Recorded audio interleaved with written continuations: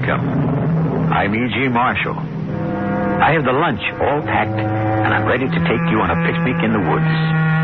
There's a beautiful little glade deep in the forest. Birds singing, that wonderful clean aroma of fresh growth mixed with leaf mold and last year's pine needles. The cool touch of grass to your bare feet, if you care to take your shoes off. Doesn't sound very mysterious? Doesn't frighten you? Well, stay with us. It will. Lou, I can't stand it. Thinking about them two nice young folks out there, lost in the woods. I feel bad about it too, Sarah. But I don't know what I can do. It's raining cats and dogs out there, and it's turning downright cold. Now, we've got to do something. I called the sheriff over at Pennebeck. Sheriff Larkin? Do you think for 1 minute he's going to go into them woods looking for Ronnie and Peg? Or get somebody else to go? No, only the truth to do. Fella'd have to be out of his mind to go in them woods night like this. Any other time, for that matter. Well, what are you going to do about it? You going to just sit there? Reckon that's about all there is to do. One thing sure. I aim to stay out of Dutchman's woods.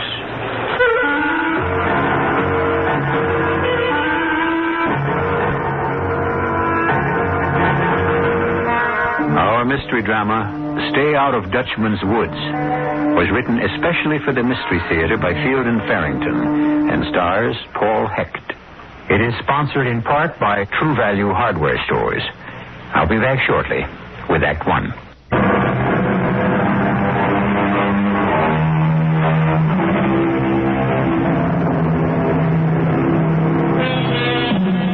I think you'll agree there's nothing more delightful than that first day of vacation. You've shut off all your cares. Your freedom is still new and exhilarating. Your inevitable return to workaday things is too far in the future to dampen your high spirits. Of course, vacations, like other pleasant-seeming prospects, may take unpredictable turns. You just can't look more than a few seconds into the future without facing an uncertainty. Ronnie and Peg Andrews have driven all day to get to their chosen vacation spot in the Maine North Woods. But are they tired? How about down by the Old Mill Stream? I think I can even do a pretty good tenor on part of that one. Down by the old... Oh, Ronnie, I love you dearly. For better or worse, like I told the man. But if you hit one more sour note, I'm going to get out of this car and walk the rest of the way. You know what your trouble is, Peg? You got a tin ear. How far do you think we are from the inn? Oh, can't be more than a few miles now. You tired? Not really. I don't know. We've been driving through this forest for miles. So it gives me the creeps. So dark and gloomy. The creeps? You're kidding. It's absolutely beautiful. In a way. It looks so... I don't know. Brooding. Contrast, that's all. The sun's so bright where it gets through to the road, it makes the woods seem dark. What are you doing? I just want to show you.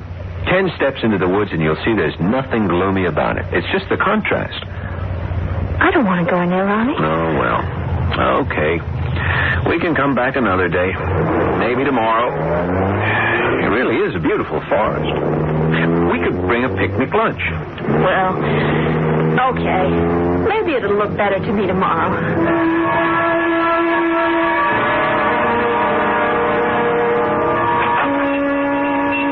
With you. Oh, I love it, Ronnie. I just love it. It really looks the way a cliffside inn ought to look. Even nicer than Bill and Edna said. Isolated, that's for sure. Now, you'd be Mr. and Mrs. Andrews, wouldn't you? That's right. We have reservations. Good thing you made them, too. We might just have closed down. And a season for us. Are we the only guests? Only ones. My name's Lou Griffin. I'm the proprietor. Sarah. Come in. I was just putting up a fresh pot of coffee. Figured we'd be wanting some, long trip and all. I thought I smelled coffee. Just what I need. Now, I hope you ain't disappointed in the place, Miss Andrews. Disappointed? I adore it. It's even nicer than Bill and Edna told us. Bill and Edna White. They were up here earlier in the summer. White? What? Oh, yes. They're the couple with the 2 young boys, huh? Ken and Eddie, yes. Never did see 2 young'uns could be in so many different places at one time. I've been thinking some about seeing if I can't get hold of some hex signs to keep young'uns out next season. I noticed the hex signs outside and even in here. Yeah?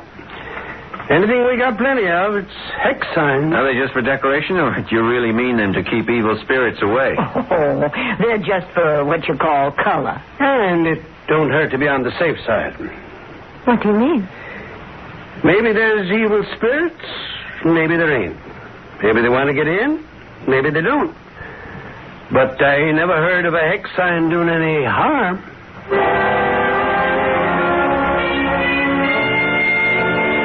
Morning, Mr. Griffin.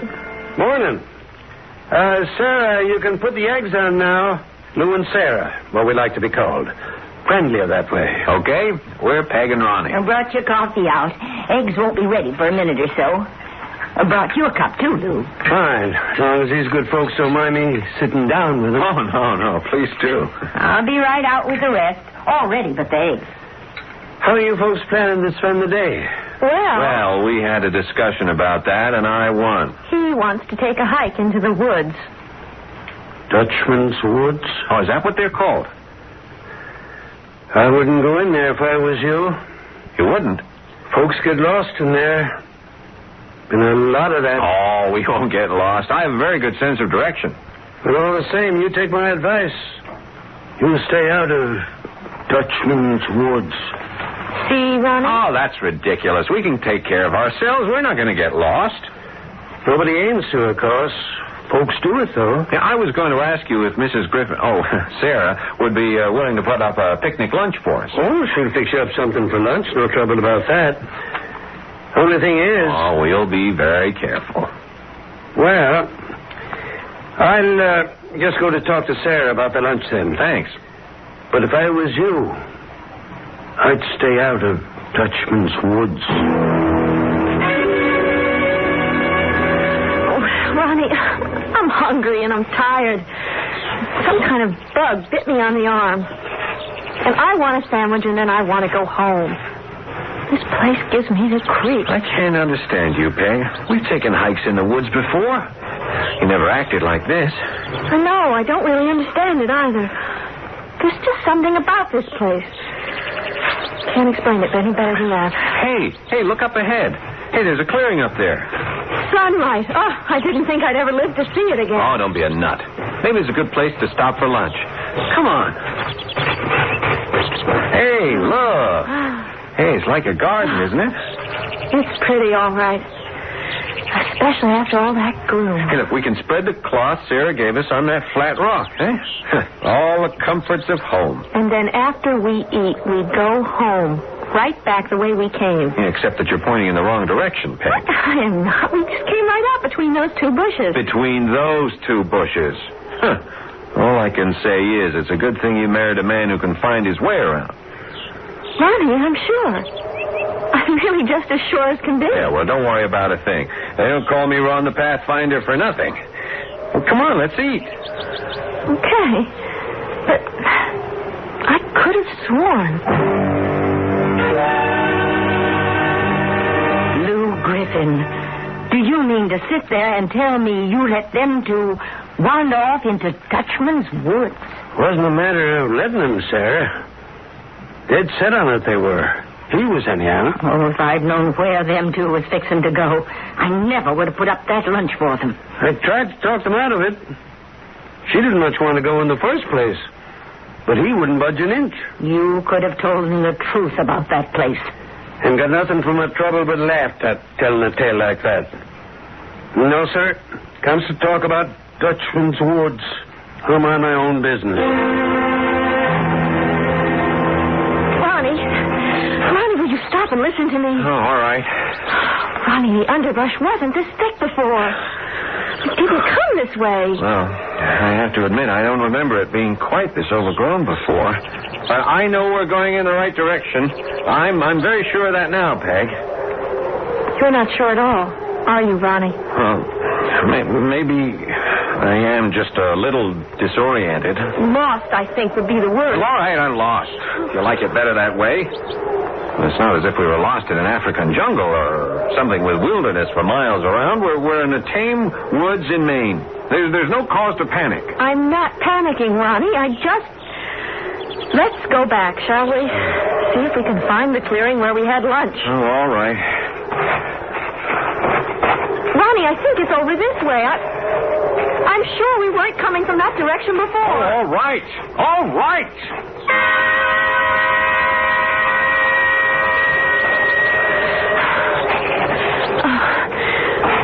I've got to stop and catch my breath, Ronnie. We can't be far from the clearing now, can we? Oh, I wouldn't think so. I believe we passed that rowan tree over there when we came this way before. That's west, Ronnie, right into the sun. So? Don't you think we ought to keep walking east? I mean, the road is east of here. We know that. It doesn't really matter where we come out on the road, does it? As long as we do come out. Oh, okay. Well, you feel rested now? Oh, enough.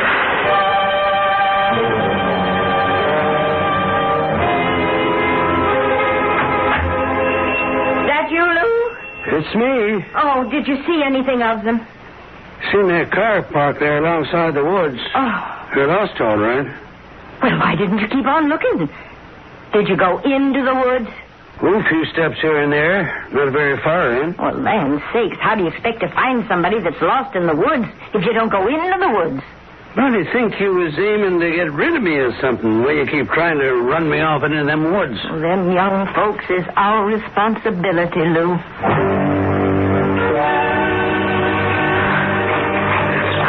Ronnie, is it late enough to start getting dark? No, not yet. It's not quite 5 yet. Oh, then why is it getting dark? Well, maybe it's going to rain, Peg. Oh, Lord, that's all we need. Well, the worst of it is, without the sun to guide us, we can't be sure we're still going east. It's getting cold, too. Yeah. Ronnie? Yeah? I'm scared. Oh, don't be frightened, Peg. There's really no reason to be. Sure, we're lost, and it's going to be inconvenient as hell. If it starts raining, we're going to get drenched and be damned uncomfortable, but there's nothing to be scared of. I am scared all the same. Oh, now, come on, let's keep moving. The underbrush has thinned out some, at least, and I'm pretty sure we're still going east. You were right about that. If we keep going on east, we can't miss the road. Oh, we're really not in such bad shape as we... Hey, Peg, there's a clearing up ahead. What do you want to bet it's ours? Peg? Hey, where are you? Peg?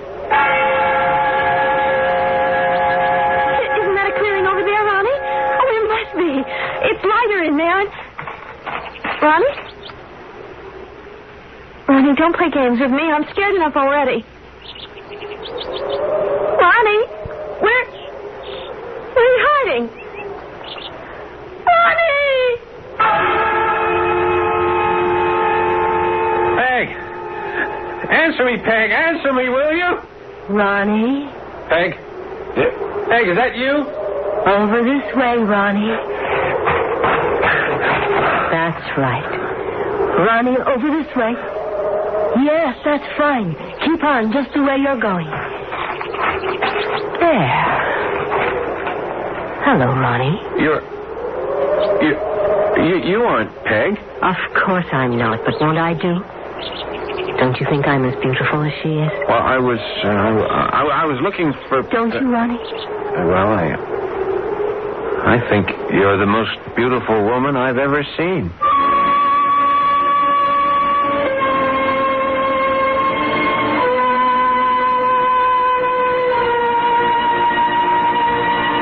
Sirens abound in legend and folklore, and, if I may say so without starting a controversy, they're not unheard of even in real life. Few men, no matter how virtuous, are completely siren-proof.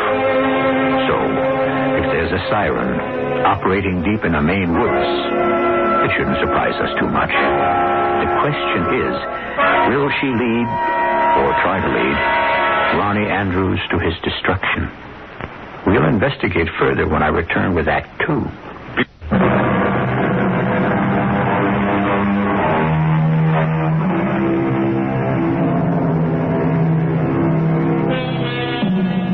On the first day of their stay at Lou Griffin's Cliffside Inn, Ronnie and Peg Andrews decided to take a picnic lunch and go exploring Dutchman's woods. As Lou had warned them, this turned out to be a mistake. First, they lost their way, and then they became mysteriously separated. In searching for Peg, Ronnie has come upon a strange and extraordinarily beautiful woman. In fact, almost his first words to her were, "I think you're the most beautiful woman I've ever seen." Thank you. And you must be as good as you are beautiful, so I'm sure you'll help me. Of course. My wife and I, Peg, my wife and I, we lost our way in the woods earlier in the day, and well, we've been wandering around in circles, I guess, all afternoon. People do get lost in Dutchman's woods. Didn't anybody tell you? Oh, yeah, but, well, you see, I wanted to come anyway. It was, I don't know, it was as if the woods drew me. I understand. Yeah, and then somehow Peg and I got separated, and, well, now I can't find her. Do you know the woods well? I know every tree, every stone, every flower, every path. Oh, yes. I know Dutchman's woods. Great. Now, will you please help me find my wife? My name's Katrina. Last names aren't important, are they? We'll just be Ronnie and Katrina. Yeah, well, I'm very glad to know you, Katrina. Mm-hmm. It wasn't far from here, the place where my wife and I got separated. Ronnie and Katrina. Would you like to see my house? House? Oh, you mean you have a house in the middle of this jungle? A very beautiful house, yes. Come, I'll show it to you. Oh, thanks very much, but maybe Peg and I could see it together after we found her. I just can't go wandering off with you while Peg's lost somewhere and probably looking for me right this minute. You must be hungry. You can have dinner with me, Ronnie. And I'll give you some of my special wine. Aren't you listening to me? My wife is lost. I can't just leave her out there. I got to find her. Will you please stop talking about that woman? It's very rude of you, talking to me about another woman. I won't have it. Look, I don't think you understand. My wife and I got separated somehow in the woods. I'm not looking for her. Oh, well, you can't mean that you were... I've offered you my hospitality. I've said I'd give you dinner, and I've even asked you to have my wine. I'm very angry with you, Ronnie. Please, I'm begging you. Why won't you help me? If you wish to come with me, perhaps I'll help you find your wife later on. You'll never find her without my help, I promise you that. Well, I must be going. You're making a very stupid mistake. But if you don't know any better... No, Katrina, wait. Are you coming with me? Oh, well...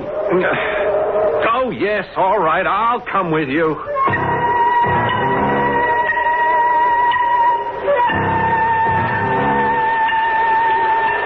Ronnie!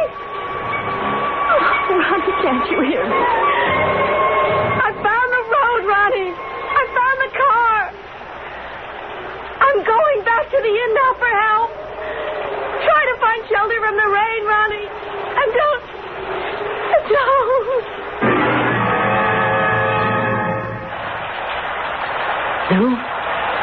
Lou, wake up. What's the... Lou, it's pretty near 11 o'clock. And them two ain't back yet. What two ain't?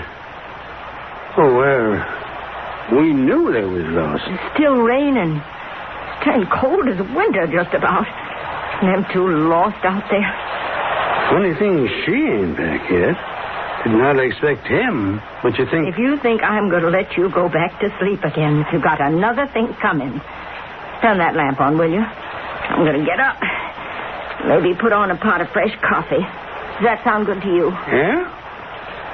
Well, I expect a glass of Applejack would do me that more good. Lou, all you had to do was just tell them.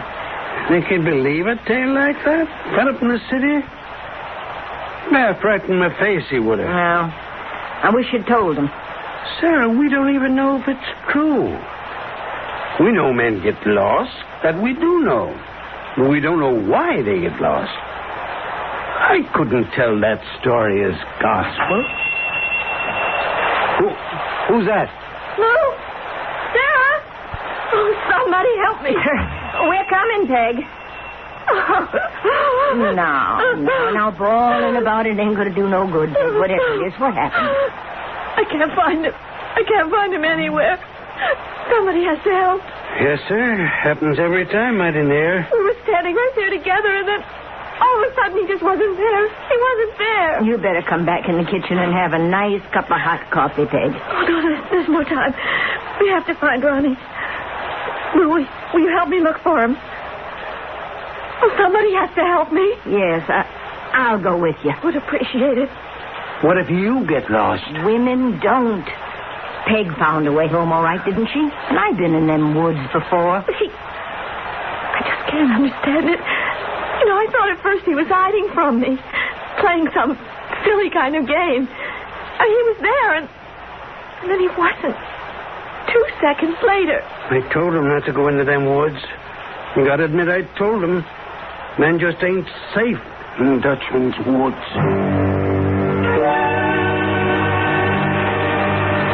You see that big boulder just ahead, Ronnie? Yeah, the one shaped sort of like a boat? Yes. Just when you go around to the left of it, you can see the house. Take my hand. Oh, all right. Katrina. Yes? We are going to look for Peg, aren't we? I mean, afterwards. After I've seen your house and had some of this wine of yours. You can be so tiresome. Well, I'm sorry. Just a minute now. There. I don't believe it. I knew you'd be surprised. The others always have this. Others? Well, you don't think you're the first guest I've ever had, do you? All I meant was nobody ever expects to find a house like this out in the middle of the woods. Gee, it isn't a house at all, is it? It's a castle. It really is. A perfect replica of one, anyway. My husband had it built exactly like a castle in... Oh, I don't remember. Somewhere in Holland. Your husband? You're so jumping. He's been dead for years. I can't figure out how we missed seeing this place from the road when we drove in yesterday.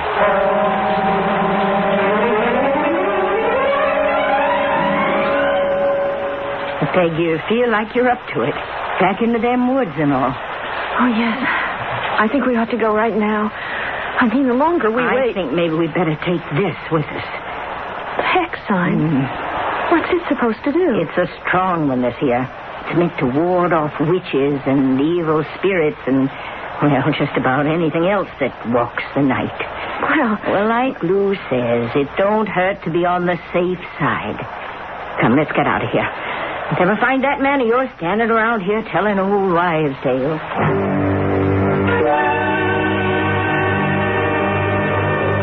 Here you are, Ronnie. A glass of the most unusual wine you've ever tasted. Aren't you having any? Oh, no, not just now. Well, no, don't sip it, Ronnie. Drink it right down.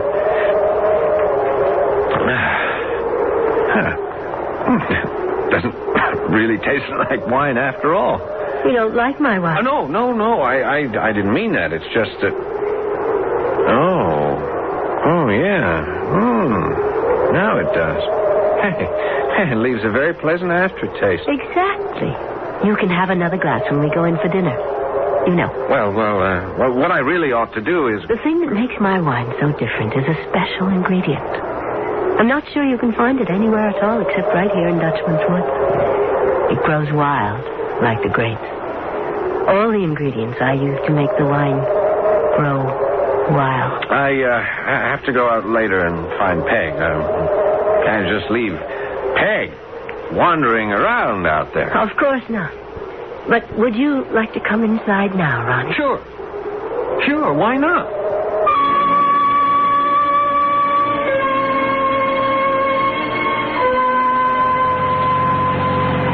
Can you point out where it was you stopped the car and went into the woods, Peg? I'm not sure. It all sort of looks alike. Well, no matter. You mustn't think ill of Lou because he didn't want to come out and help you look for your husband, Peg. Well, it did seem odd. See, he knows I'm safe enough. It's only men that get lost in Dutchman's woods. That doesn't make sense. Well, it does if you know the story. Katrina's got no interest in women. Katrina? She's the cause of it all, if there's any truth in the tale they tell. When men get lost in the woods, They don't just disappear, do they? I mean, they're found eventually, aren't they? Oh, they're found all right, what's left of them. What do you mean? Well, now, I shouldn't have said that, but the truth is, they're found dead. Dead? Now, it's going to be different with Ronnie, Peg, and you got to believe that. Dead of what? Oh, exposure, sometimes starvation. Whatever it is that kills people lost in the woods. So if you ask me, there's a whole lot more to it than that.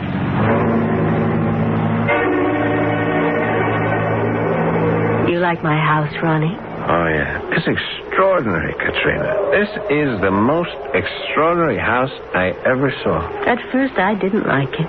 Can you believe that? I thought it was too far away from everybody and everything, and I hated my husband for making me live in it. Oh, yeah, your husband. Hey, he's dead, did you say? Oh, yes, a long time ago. My wife is alive. She's lost in the woods, but she's alive. Drink your wine, Ronnie. Oh, yeah, I'm so sleepy. Wait until you see the banquet hall. Do you know I could seat over 100 people if I wanted to? But I like to entertain one at a time. Just one at a time. 3 is What is it 3 is? Oh, a crowd. Exactly. We're going to like each other, aren't we, Ronnie? Are you sleepy, Ronnie? You know, you're quite handsome. They used to call me a witch a long time ago. People believed in things more then. Oh, yes, you're very handsome. I may keep you for quite a long time. Several weeks, even. Oh, yes, that would be nice.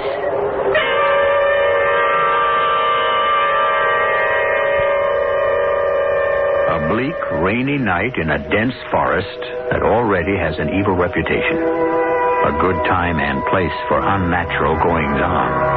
Well, there's a good deal going on in Dutchman's woods that seems unnatural.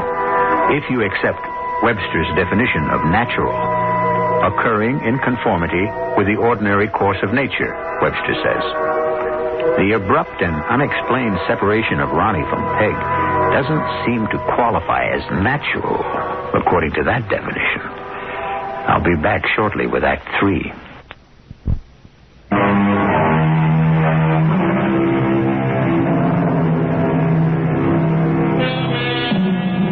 A beautiful woman named Katrina has lured Ronnie Andrews into her castle-like stronghold and plied him with wine, which she herself describes as most unusual. Peg, Ronnie's wife, along with Sarah Griffin, had gone into Dutchman's woods looking for Ronnie.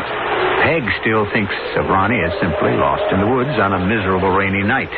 But Sarah obviously knows or suspects a lot more than she's telling.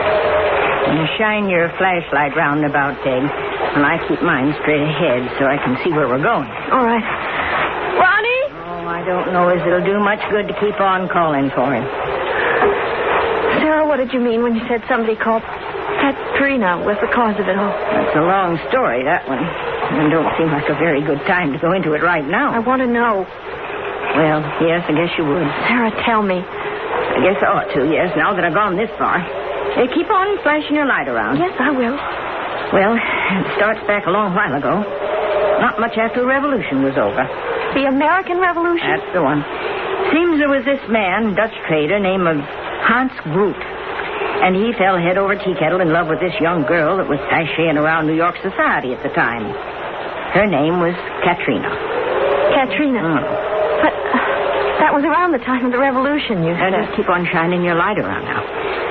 It must have been filthy rich, this Hans Groot. He was no spring chicken at that time, and yet Katrina agreed to marry him without so much as a maybe, and her hardly out of her teens yet. So they had a big, fancy wedding and settled down in a house he'd bought in New York. I think if we find Ronnie, he'll already stop worrying, honey. Well, anyway, they didn't exactly live happy ever after there in that house. Katrina was a wanton. Only word that suits her. Wanton, pure, and simple. Got so she would spend more of her time with the young blades around town than she was with her own husband. And it didn't take him long to get good and sick of it. I can't see what all this has to do with... Well, now you asked me to tell you, Peg. All right. I'm sorry. But he was still as stuck on Katrina as ever. So he got a hold of this great big wooded acreage up here in Maine. Well, mighty near all woods anyway them days. And he built such a house on it as you wouldn't believe if you was to see it. Regular castle it was. Right out there, middle of the woods. Millions of miles from nowhere. And he brought Katrina up here and put her in that house, and that was that, way he figured. Here. You mean right here in this forest? Dutchman's Woods, it's called. Hans Groot was the Dutchman. Trouble was, you see, the Dutchman himself couldn't spend his whole time in his castle. He still had his business affairs in New York. And even some interests overseas, they say. So he had to leave Katrina alone in that big old house now and again. And that Katrina, she must have been a resourceful one. She found her men, all right. Was no stopping her. Even shut up in the house? The castle means of travel. But she took to roaming around the woods. You see, there was plenty of poaching went on in them days, lots of it. So Katrina'd run across a poacher hunting on her husband's property, and she'd take him home with her, and might as well have left her in New York for all the good it done Hans Groot. Is the castle still standing? No, not properly speaking. Anyway, Hans Groot come home and caught Katrina with one of them poachers. And he killed them both. Katrina along with the man. And you think the same Katrina? That's the way the story goes. If you're superstitious enough to believe it, Katrina still walks Dutchman's Woods. And any man that comes her way is fair game.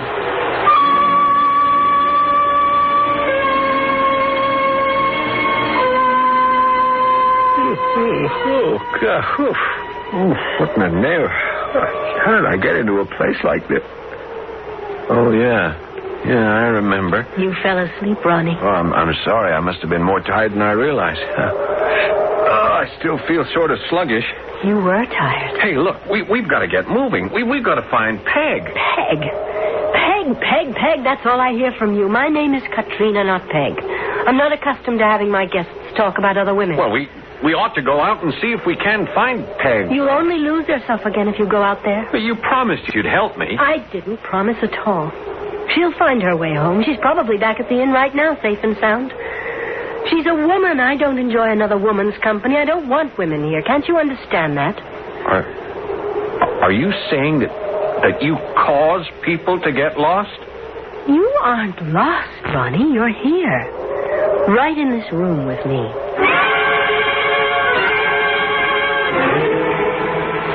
There's a clearing up ahead. I don't think it's the place where we had lunch, though. No, Peg. No, it's the ruins. The ruin? Yeah, the place where the old castle used to stand. Ain't much left now but rubble where the masonry fell down. Mostly overgrown with weeds and vines and the like. The old foundation's still there. You can't see it too well after dark, of course. And you think this is where? Yes, if there is a Katrina. And if she's dragged your young man off somewhere, I'd say this is the most likely place. Ronnie! Now, want my opinion, it won't do a lick of good yelling for him. Let's just go hunting through the rubble.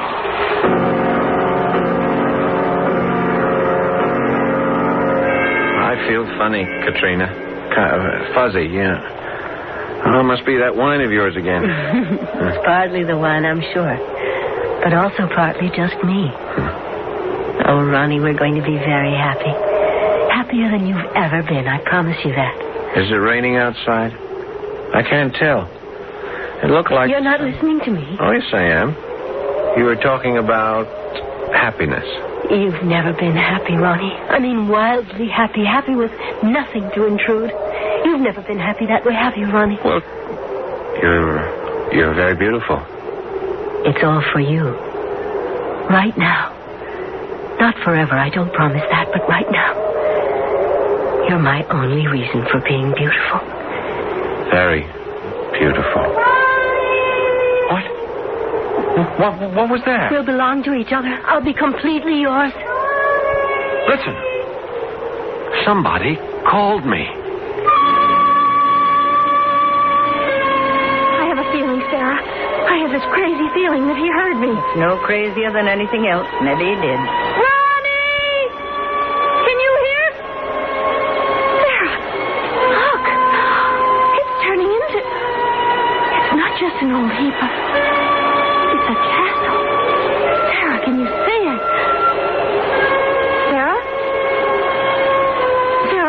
live. Oh, no, she's...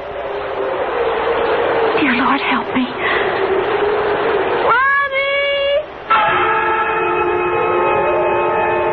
It was Peg. It was Peg calling me. Ronnie! Get out of my house. You're not welcome here. You're an intruder. I don't allow intruders. Peg, we're in here, Peg. Can you hear me? I can hear you, Ronnie. This way, Peg.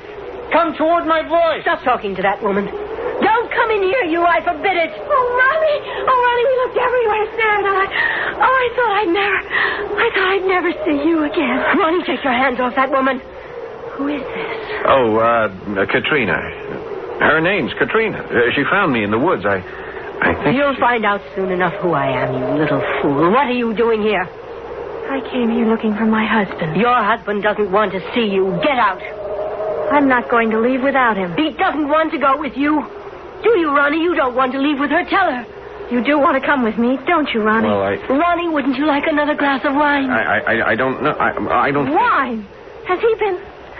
He doesn't drink. No, Peg, you don't understand. Can't you see he doesn't want to talk to you? Why don't you leave? How can you stay where you're not wanted? I don't know who you are or what you are. Whether you're a ghost or a witch or maybe both. I don't know and I don't care much. You're not going to take my husband away from me. How very brave she is. And what if I tell you I am a ghost? And I am a witch? And I can destroy you both. What if I tell you that? First, I'd have to call you a liar, because I've never believed in such things. And then, if it should turn out you're not a liar, I'd have to say go ahead and destroy us. Both of us, though. Not just one. Both. A liar! I'll... Ronnie, tell her to get out of here. Peg. Well, Ronnie... Katrina, I can't... What kind of a spineless creature are you? Tell her. Peg, I want to come with you. Yes, Peg, I want to leave here and go with you. No! All right, you witch, ghost, harlot, whatever you are. Stop us if you think you can. I think I'm all right now, Peg. I don't know what she did to me, but... Stop this! You stop this, both of you. Don't you know who I am? I'm Katrina. You idiots, I can bring this castle down in a heap on top of you. Don't you know that? It's already down in a heap. I saw it. I'll show you. I'll show you! Peg, here, under this table. The whole house is coming down. I don't think he can hurt us, Ronnie. The real house fell years ago.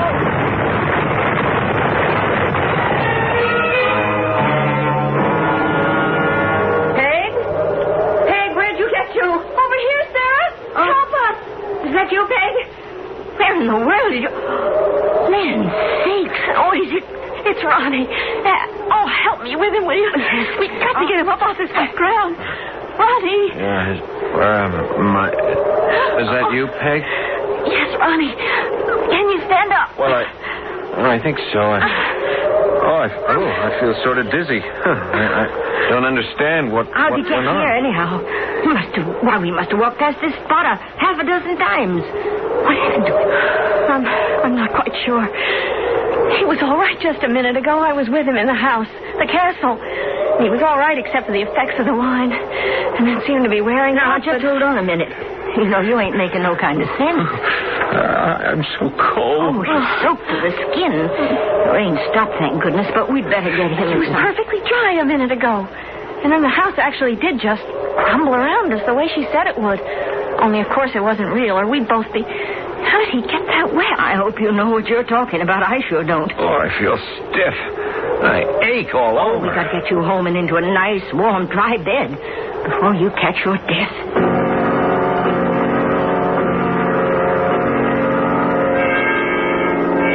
Fell down all around us, Sarah. Just the way she said it would. Only I didn't think it could hurt us because, well, you see, I knew the house had already fallen down. Well, we must have imagined the whole thing. I must have been lying there on the ground and in the ruins the whole time. All I know is we walked past there a half dozen times, and you wasn't there. You just wasn't. So I don't see how we can say it was all imagination. It was real, all right. While it lasted, it was real. Well, here's the car. Once we get you in there with the heater turned on, you'll feel a lot better, Ronnie. I feel a lot better already. What in the world was that? That was your Katrina. I wouldn't be surprised. Katrina? I left my hex sign back there in them ruins. Reckon if it works as well as the superstitious folks claim it works, we won't be having no more trouble with Katrina.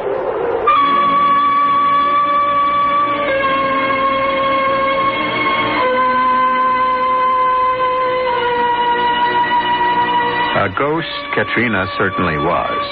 Any woman who was killed by her jealous husband in the 18th century and shows up again in 1975 must be considered a ghost. But is it really fair to call her a siren and a witch? By Ronnie's admission, one thing is certain. Whether Katrina was a siren, a ghost, a witch, or all three, Ronnie was lucky to get out of that one alive. I'll be back in a few moments.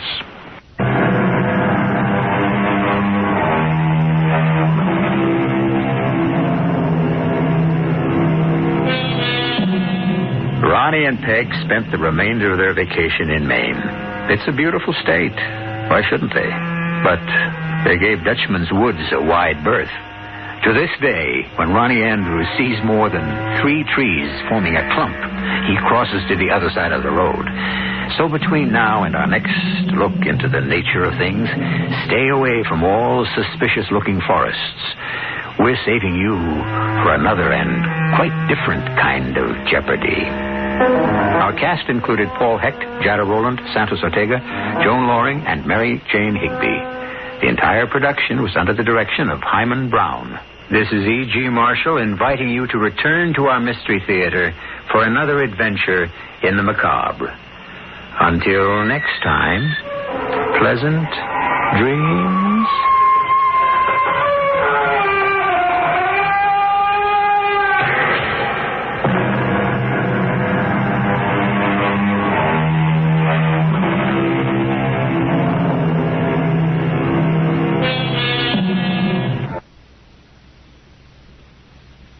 The CBS Radio Mystery Theater presents...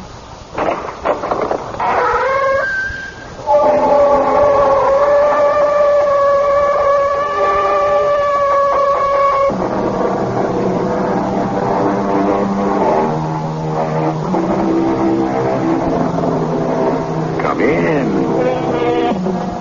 Welcome. I'm E.G. Marshall.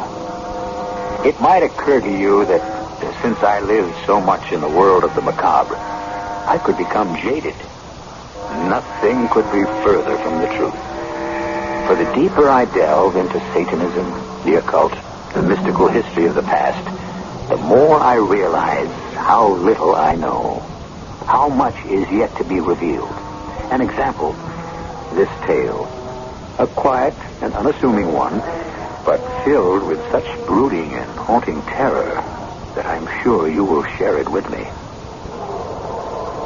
I love you, but we are of different faiths. To hell with faith and church. I will still make you mine. You never can. Never in this world. And in the next. If I cannot have you alive, no one shall. Dios, forgive me for what I do. Oh, don't. Too late. But not you. The God of Caesar faith will ever forgive.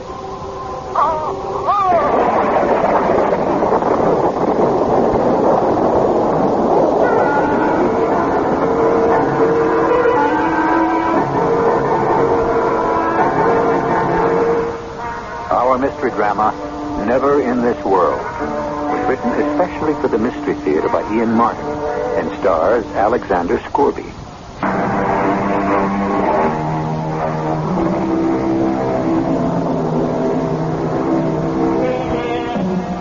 According to legend, if a man walked withershins about a church, he would walk right into the arms of the devil.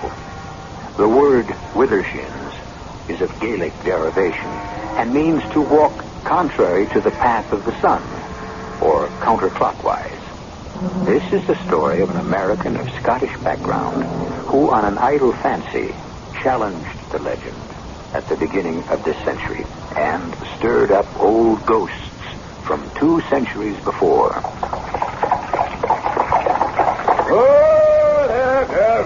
Steady on now. All right, Mr. Blodgett. You and Martha handle the bags. Yeah, I'll take care of that, Miss Campbell. Now take my arm, David, and step down carefully. Oh, don't be foolish, Lucy. I can manage by myself. After the siege you've been through, right at death's door. I only had the influenza. That was months ago. Followed by what amounted to a nervous breakdown. That's why we're up here again. Dr. Chambers is an old fusspot. Oh, nervous breakdown. Just plain debilitation, dehydration. But no matter. I'm grateful to him just the same. Oh, smell that good New Hampshire air. Never mind smelling it. Feel it. Chilly as always. You get right in the house. In good time. First of all, a little walk. I think I'll stroll on down, see how Ephraim weathered last winter. But that's nearly a mile's walk. Oh, just a stroll. Now I'm back in the country. It's good to stretch my legs after being pent up these last years in the city. You walk slowly, you hear? And be sure to be back here for dinner on time. You know I don't like to be kept waiting. Yes, dear, I know. Married 24 years to a good woman. No doubt about Lucy being that. She reminds me of it often enough. A placid, uneventful life. Successful business. 1 child, the delight of my life. The rest of it, floating along in a rut, like an autumn leaf on the muddy waters in a wheel track. 50-ish, fattish, and feeblish after my first brush with death. Yes, I found I didn't have to be told to walk slowly. I had to. On my way to see my old friend, the Reverend Ephraim Bean. And come in. And behold, I come quickly. Revelations chapter 22, verse 11, I believe. The Right Reverend Ephraim Bean at your service. Don't tell me I've changed that much. Bless my soul, my sight is getting to be a caution. Now, where are my spectacles? Try your forehead. Oh, yeah. David Campbell by Toppet. Is it not? It is indeed. Well, come in, man. Oh, I see. You look in the pink. Sit you down, and I'll refresh you with a glass of cider. And you must tell me all. Not much to tell. Long bout with influenza. 'Tis a plague on the whole country this year. Here now. You'll have a glass? It looks just the ticket. But tell me about your illness. The influenza epidemic this year, the good Lord knows, has been widespread and virulent. Virulent enough in my case. Like to have carried me off. But for some last moment's strength I gathered somewhere and so got my reprieve. Oh, tell me, when was its onset? The day after New Year's. Good heavens. Mm-hmm. It's lasted all the way now into August? Well, the germ itself was brought under control months ago and finally washed from my system. But a curious aftermath, a kind of disease, or if you want, unease of the mind afflicted me. The medical term of choice, I suppose, would be a nervous breakdown. Well, my good friend, I'm glad you returned. We must shake these shadows from the corner of your soul, if they still persist. I put as good a face on it as I can, but... Yes, Ephraim, they do persist. But something even more than that. Something, some inner voice called me back here. Eh? For what? I don't know. Shall I tell you what haunts and tortures me? And why I was so glad that Elizabeth was not to come? Because I don't know whether it is for good or evil. I only know it must be. Remember Isaiah. Woe unto them that call evil good, and good evil. No, that's not what I said. Not in so many words. But look deep in your heart, David, and ask yourself if somewhere, somehow, the thought is not there. Walking back from the Reverend Bean's on that early August afternoon, I thought long and deeply, trying to find with his suggested key, some door to unlock my long depression. But neither then nor on succeeding walks, longer and longer as I grew stronger, could I find an answer to the strange call which tugged at me, but gave me no intimation which way to follow and find the answer. But where do you go on these long rambles of yours? Oh, nowhere in particular. I just like to walk, to listen to the drowse of the bees, and feel the wind in my face. The wind. Oh, yes. First thing we know, you'll be back with the influenza again if you don't stop exposing yourself to the chill. I doubt it. That's past. You're still determined to go off on this jaunt today? Oh, yes. Now I feel strong enough. I've always wanted to go back up to the Devil's Glen. Oh, so many happy times there with Lisbeth when she was a child. Well, you have your lunch all packed up that Martha made for you. Yes, Lucy? Now, don't dilly-dally till too late. Martha says her rheumatism is acting up, and that means a thunderstorm is on the way. It was a glorious Sunday afternoon. And after lunching at the Devil's Glen and basking a while in happy old memories, I was tempted to walk just a little farther up a trail I'd never taken before. I followed the stream a little, and then the trail bent into the woods. All of a sudden, I broke from the trees into a clearing, in the center of which stood the ruins of an old church and a weed-covered graveyard beside it. After pottering around, reading some of the weathered headstones, this cursed whim struck me. I'd not been to church that morning, and on an impulse, as if obeying some order from beyond imagining, before heading for home, I was driven to circle the church twice with a shins. Perhaps recalling some ancient dare as a boy that I'd refused to take because of legend. No danger befell me, except that I was suddenly swept by a wave of exhaustion. With a sigh, I sat on a little bench, stretching out my legs. I found that my feet were resting on the edge of a flat tombstone. I could barely make out the legend. Jose Ribeiro. These bones lie here in an alien land. The life struck down by mine own hand. With heavy-lidded eyes, I tried to trace the date etched in Roman numerals, but a great crack across the stone obscured some of the characters. And besides, by that time, I found myself asleep. Dear Jose, I cannot. Never. You must. You love me. I love you. But we are of different faith. To the devil with faith and church. I will still make you mine. You never can. Never in this world. Then in the next. If I cannot have you alive, no one shall. You must forgive me for what I do. Oh, no. No. It's too late. It's not you. That God of Jesus' face will ever forgive. No, my...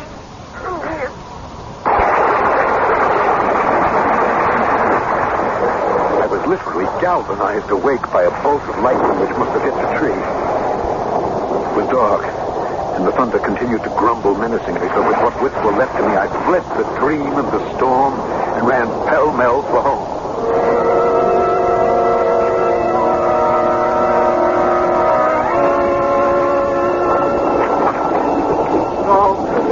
Letting myself in, I could hear my wife hectoring poor Martha in the kitchen about something. Gratefully, I stole upstairs, leaving my dripping greatcoat in the hall. I shut my bedroom door behind me, locking it with some strange reflex. I found a match not too wet to strike, and fumbled with cold fingers to light the lamp. I trimmed the wick, and I put the chimney back. Then I turned up the lamp and checked my pocket watch. Still time for dinner. At least Lucy could not complain of that. Now, holding the lamp, I crossed to the mirror and... Oh, God in heaven! Who was that? That dark, fierce, lean and saturnine face of a stranger whose eyes burned into mine as he looked back at me from the mirror. Who indeed? Dark? Lean? Certainly not the reflection of red-haired, melancholy, but gentle David Campbell. Who else, then? Why? And how? Can a childish superstition about rounding a church the wrong way really raise up the devil? I'll return shortly with Act 2.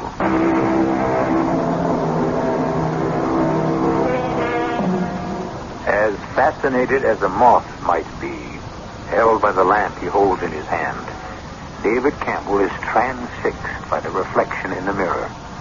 The reflection of a man he has never seen before, who differs from him in every respect.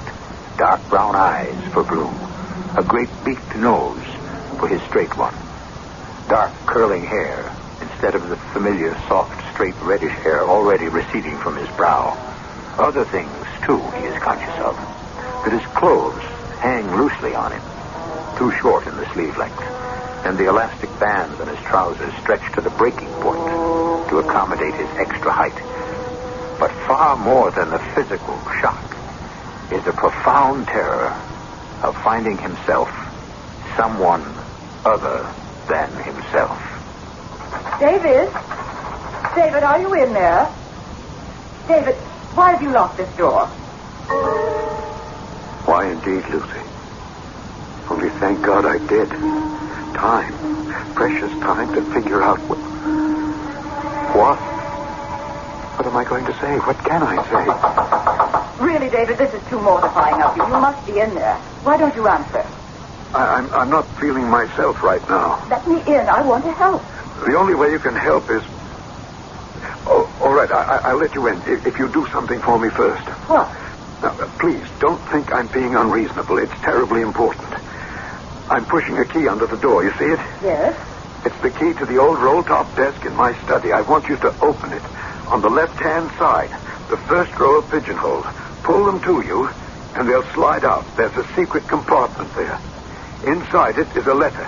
Get the letter and bring it back to me here. But I don't... Please, do as I ask. There's no other way. No other way for what? When you bring it back, you'll see. Or maybe by some miracle all this won't be necessary.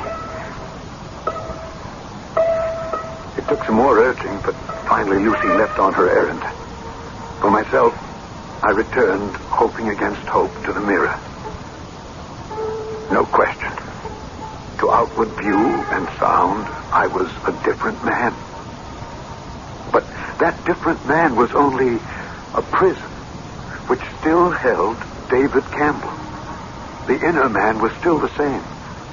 But how to convince anyone else of that? David, I'm back. Yes, Lucy, did you find it? There's no stamp. Instead, 2 Cupid hearts drawn by pen with an arrow piercing them together, right? Yes, when I was young and foolish, I used to do that. One heart has the letters LCN in it, the other DMC. Of course, but David, this is absurd. We both know. But nobody else knows about this letter. I hope not. It begins, David, I know you want to, but I'm tired of waiting for you to ask me. If we are to be in love, why shouldn't we be married? If you won't ask me, I'll ask you. David, hush, Martha might hear. Really? These family secrets shouldn't be spoken out loud. They have to be, otherwise you wouldn't be able to do... David, I can't stand this nonsense anymore. Open this door immediately, or I'll have to send for a doctor. Very well, only wait. Just a moment before you come in. Oh, do stop it. Open the door. Come in, Lucy. Turn up the lamp, David. I can scarcely see. That's quite deliberate on my part. Come in. And close the door. Oh, very well. Now, would you mind telling me what all this fiddle-faddle is about? Keys, secret drawers, old letters? A matter of proof. I want to be sure you know who I am. What's the matter with your voice? Have you caught cold in the rain? I might say I've caught a devil by the tail. Or perhaps the other way around. I think I'd better get the doctor. I think you'd better wait first. For what? For what I'm about to show you. When I turn up the lamp, just remember that I am David as I turn up the lamp and let you see. Oh, no. No, Dave, no. Oh, no, David, what can I say? I don't know. Whatever you feel would be best. Talk to me as honestly as you can. Well, really, how can I? Why not? Because now that you face the actuality, you're not sure, are you? You're not sure it's me. Well, how can you blame me? I mean... Don't leave this room. Stay where you are. Don't you dare make a move toward me or I'll scream the house down. We're not alone, you know. Your brother George and his friends are all downstairs, and Mr. Blodge is the gamekeeper with his gun. It's all right, Lucy. I don't blame you for being scared and very brave at the same time. But the lies are not necessary. They're not lies. The house is full of... Besides us, there is only poor old Martha. My brother George has been dead for 5 years. Blodgett runs a general goods store and lives well over half a mile from us. And I am no stranger, no matter how I look. I'm your husband of 24 years. 25, come this November 23rd. No matter how I look. What are we going to do? Now, darling, don't worry too much about me. Some way we'll find a way to straighten things out. I'm not worried about you. Somehow you brought this on yourself. I mean, what are we going to do, Elizabeth and I? What on earth can we say to people? How can we live this down? I think there are more serious problems here to be considered first. I'm not capable of solving them. You need a doctor or perhaps a minister. I'm going to make up the spare room where you can sleep tonight, whoever or whatever you are. Then I'll bring your dinner up to you. And tomorrow, first thing tomorrow, I'm going to the Reverend Bean and tell him everything. Maybe he can make heads or tails of it. I can't.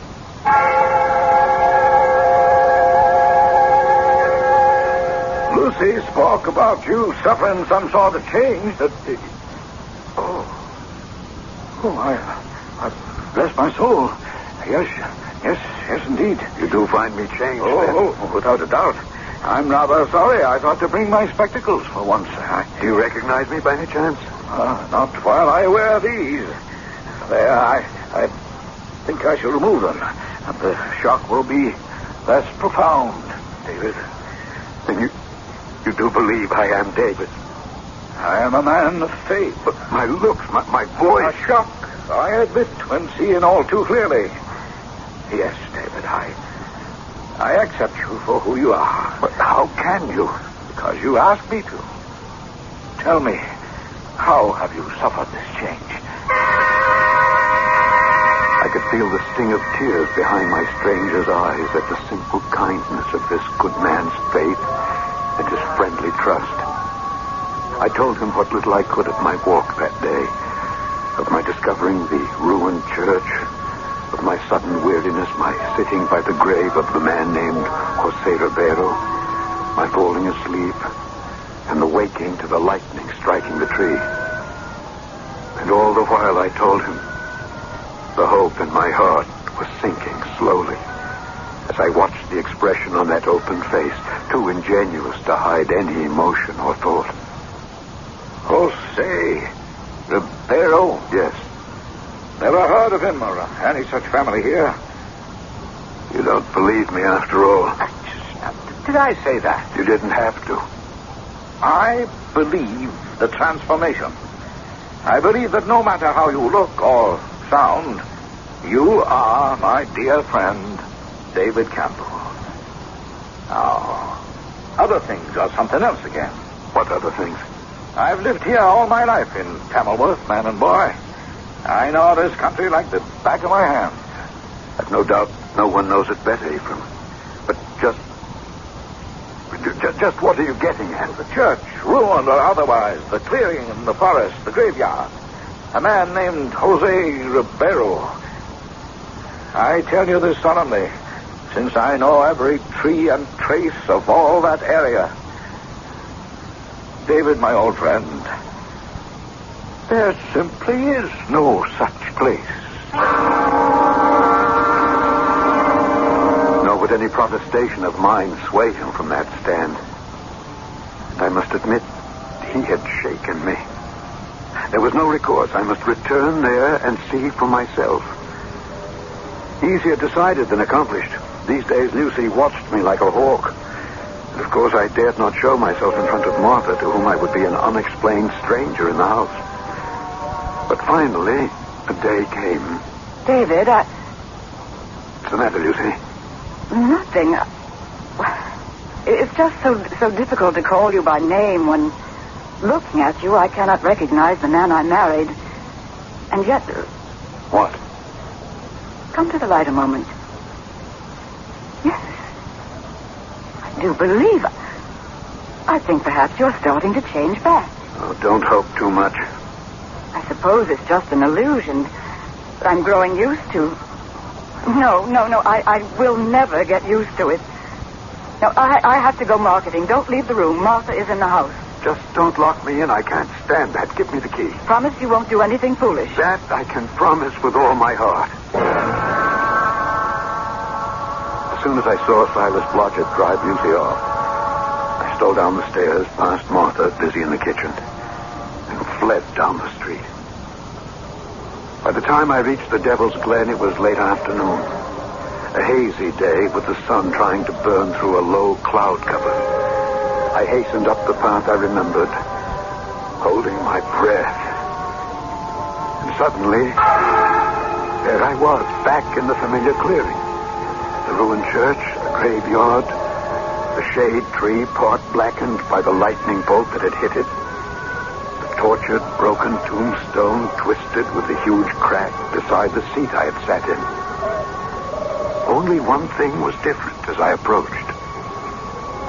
On the seat, still as death, leaning on a stick as though waiting, was the figure of a woman whose pose suggested incredible age, but at one and the same moment, a timeless beauty. Her head was shrouded in a veil, so this was only an impression as I approached her. Am I intruding? Of course not. I hope you will forgive me, but I've been ill, and I would like to sit down. May I join you? Need you ask? Sit, my darling, by me. It is so long that I've waited for you, but I knew that somehow, at the last, you would come back.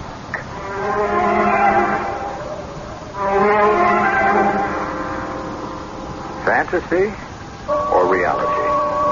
An actual meeting in an actual place? Or some strange fixation of the mind? And if so, on whose part? David? Or the woman who turns, casting the veil aside, a face that is at once as lovely as it is ancient? A woman who, with eyes half shut, might appear to the beholder, as she does to David, the loveliest and most desirable thing in the world. I'll return shortly with Act 3.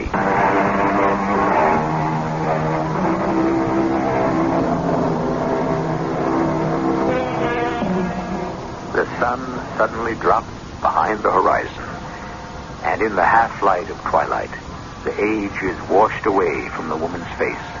Her gray eyes, fastened on David, are wide and shining with love. But to him, lovely as it is a stranger's face. Search his memory as he will, he cannot remember ever having seen it before, although the voice stirs some vagrant chord of memory. You know me? How can you ask such a question, Jose? My name is not Jose. Not yet, perhaps, but it will be. You think I look like someone you once knew? I know you do. But looks are unimportant. I know you are. You called me Jose, the man you think I am. Do you mean Jose Rivero? I mean Jose Rivero. The man who's buried in this grave? Who says he took his life with his own hand? Who took his life with his own hand, but who is no longer in that grave. Where is he then? Sitting beside me on this bench. Me? The living image. But only an image. Not the man, the being himself. Not yet. It takes time. No, you don't understand. I'm not the way I look. I'm someone else. My name is David Campbell. I don't look this way at all. If you don't want to look yourself, that can happen too. In time. Oh, it all takes time. But the moon is not yet at the full, and I cannot stay any longer. No, wait. There are so many questions I need to ask you. You mean David Campbell is the one who wants to ask the question? Of course, that's who I am. This Jose Rivera, I can't read the date on his tombstone, but he must have died a long time ago. Long. And not so long. 200 years to be exact. And he looked like me? Me as I am now? You could be one and the same. How can you be so sure? Because we loved. Because I should have been his wife. What? That means that you have to be. I must go now. It's almost dark. I can tell you more, if you wish.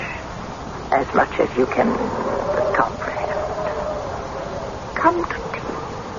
Thursday, but not before twilight. Past the church, take the path to the left, down to the waterfall. It's the second house. White placard. You can't miss it. Almost underneath the waterfall itself. Oh, wait a minute. I don't even know your name. I'll teach you to remember all. Prudence. Remember. Prudence. Penitaka. Till Thursday, David.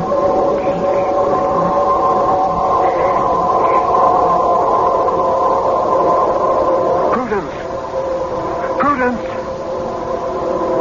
I was suddenly conscious that the night was pitch black. Flecks of light floated behind my eyes as they might when closing the lids after watching a shooting star. A sudden idea crossed my mind, but in the dark, it wasn't feasible. Besides, I would be in enough bad odor with Lucy being late to dinner as it was. It could wait till Thursday. I was convinced I knew the answer anyway, to that one question. The others I could hardly wait to pose. I thought I had enough problems on my hands. I didn't reckon on the others that were about to rise.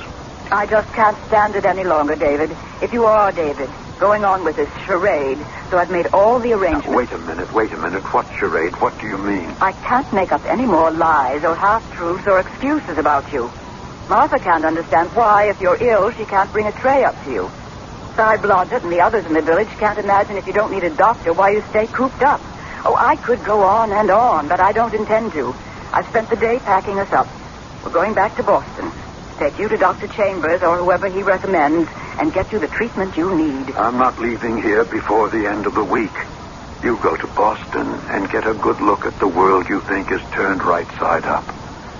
Then come back. I have a feeling that within the week I'll know where the future lies. Or if there is any at all for me. Really, Reverend Bean, you didn't have to have me over for meals all the time like this. The idea was for your housekeeper to drop them off at my place. Well, she did. A couple of times. But it's easier this way and provides me companionship. Besides, I had to see you today in order to write a shocking piece of information I gave you. Oh, about what? Your ruined church and graveyard. Huh? Yeah, I've been searching through our church records. Unfortunately, very scanty and full of gaps. But I find I was wrong. There was indeed a church, and I have no doubt a graveyard, on or about just such a site as you mentioned. How I could ever have missed its ruins myself, Probably so overgrown you could never find them. Well, then how could you? Because I was intended to find them. Gee, why you? If for no better reason than I walked about the church with the shins. With the shins? Yes. Ah, yes. Ancient Gaelic tongue. Who with a devil his first compact begins, he first must have us the church with the shins. Anonymous. Do you believe in the devil, David? Do we believe in God? If there is one, there has to be the other. I believe I've made an unwitting pact with the second. No, even granting that, you can still be saved. If you were indeed a kind of reincarnation of Senor Rebel, if I remember his name correctly. You do. Then more and more you are throwing off his influence and returning to yourself. Oh, David, I declare, the sun makes your hair seem full red again. And you're getting back your own nice, comfortable, roundy look. So there's still hope for me? Always has been. You say there was such a church, though, as I have described. Oh, dear me, yes. Built and established in 1695 by one Hiram Pennypacker. Pennypacker? That's a curious old name. Very common about these parts once. Still, for that matter. Well, now, you'll join me for dinner. No, Ephraim, good old friend, I think I will make out for myself this evening. Will I see you later? I'm not sure. I may decide to take a long sleep tonight. Lucy's due back in the morning. Ah, then I'll be trotting along. I have a feeling of something undone. Have I forgotten anything? You've forgotten nothing. Not even me, who little deserved to be remembered. Goodbye, old friend. This was the Thursday, and for my own reasons, I must be early. As soon as Ephraim was gone, I headed for the Devil's Glen and beyond. I went first straight to the graveyard, in the glare of the sinking afternoon sun. It took me some time to find it. A simple headstone with a simple legend. Prudence Pennypacker, 1765, 1789. But she is in her grave, and oh, the difference to me. That quotation from Wordsworth shocked me beyond belief. For the subject of his lament over a lost love was for a girl named not Prudence, but Lucy. From the grave, with a sense of urgency, I found my way down the path to the house beneath the waterfall, and to the girl who had been buried 200 years ago, and to the end of it all, I hoped, at last. You're late. Things have come up. There won't be time for tea. Not too late for some explanations. That depends on what you consider an explanation. Who was or is Prudence Pennypacker and Jose Ribeiro? What were they to each other? And where do we fit in? That's asking quite a lot. No, not in my mind. As far as I can discover, both you and Jose have been buried for 200 years. I'm still alive, even if I'm locked like a hermit crab in another man's shell. Where do I go from here? Or you? Or us? Or all of us? I can answer some questions. Jose was a very romantic Portuguese who fled a dictator king who was slaughtering the nobility. With his knowledge of languages and education, he became my father's secretary. Your father was the minister of the ruined church up the hill? Yes. Jose fell in love with me, and we wanted to be married, but We were of different faiths. Oh, the dream. What? The dream I first dreamt. Sitting on the bench by your lover's grave. Before the tree. And for all I know, I was struck by lightning. Did he really murder you and kill himself? If I could not have him, I wanted to die for him, just as he wanted to die for me. Because as my father and my faith, I was buried in consecrated ground, but because he took his own life and was an apostate, Jose was buried in unhallowed ground. He was forced to wander forever until he could find some other body not owned by the devil. I chose to share his exile, waiting for the moment when he could. And when I risked an old superstition and went about the church the wrong way, he entered into my life, my body. He took your body, not your soul. That is still yours to command. But is it so much to hold on to? Would you not rather come with me at last and forever to love and be loved no matter who you are or what your name is? I want to. And yet I don't. I'm afraid. Maybe I can still find my way back to what I was. Well, go ahead. Try. Perhaps you can if that's really what you want. But just remember, you can have it for only a brief moment. With me, it could be all eternity.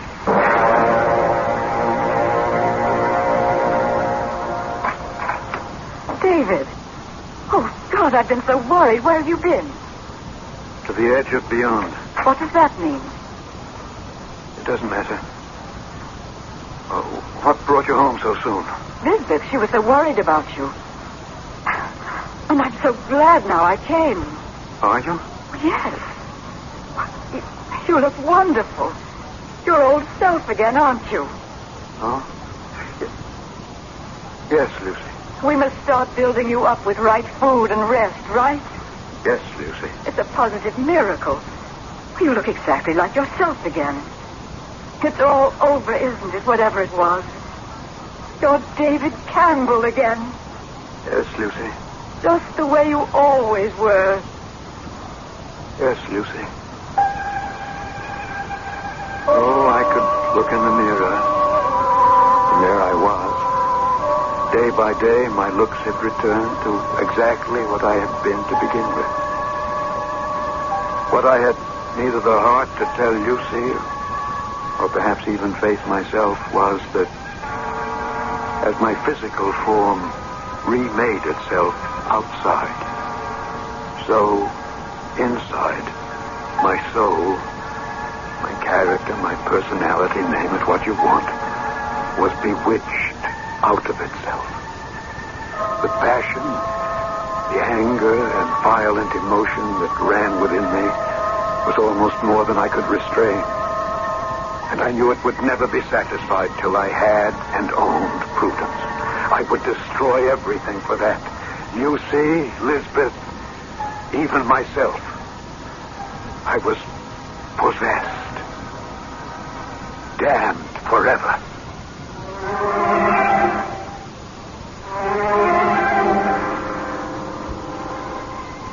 When David Campbell suddenly disappeared, it was the Reverend Ephraim Bean who led the search. A deep instinct told the old man David had returned to the graveyard and the ruined church, but was never found. What was found was David's body, floating in a pool underneath a small waterfall not far above the Devil's Glen. The body lies buried now in one of Boston's most exclusive cemeteries. The body, where the soul has gone, is another question entirely. I'll be back shortly.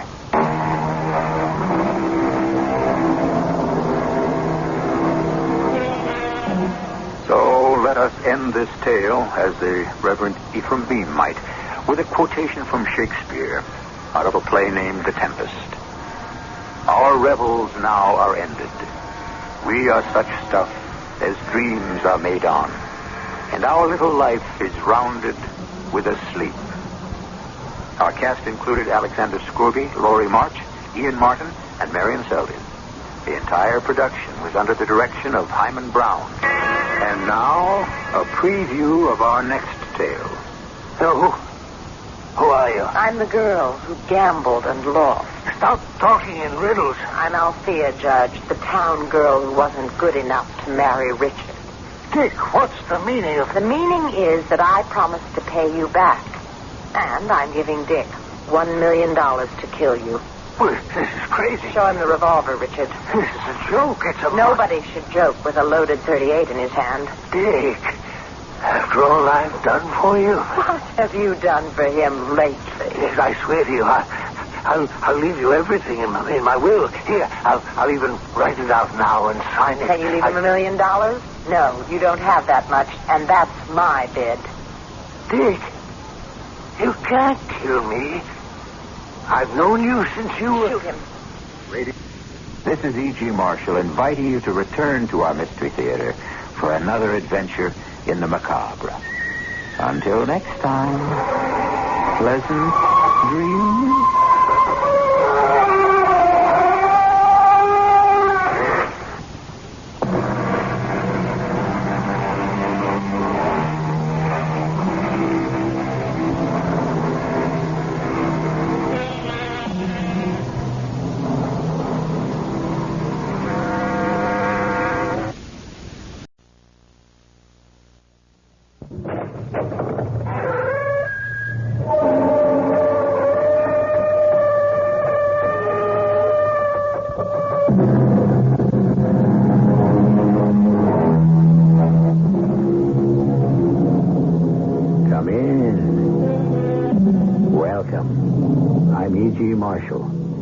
Cicerone of this guided tour through the regions of the mysterious and the macabre. Every man has his price, or so we are told. Some of us may protest that we are not for sale, and we may even be convinced of it. However, one should really refrain from making such statements until one is turned down an offer. The cynical view is that human beings are like the stock market. It's merely a matter of closing the distance between the bid and the ask. Is there really such a thing as an offer one cannot refuse? That's what the next hour is all about. What can I do for you, ma'am?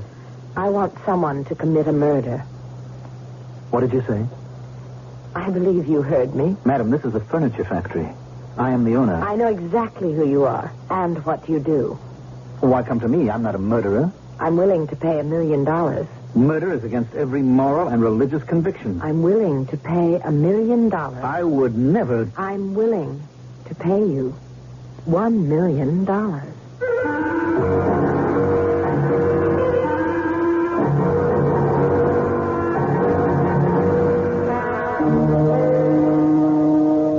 Our mystery drama, $1 Million Murder, was written especially for the Mystery Theater by Sam Dan and stars Mandel Kramer. It is sponsored in part by Allstate Insurance Companies and True Value Hardware Stores. I'll be back shortly with Act One.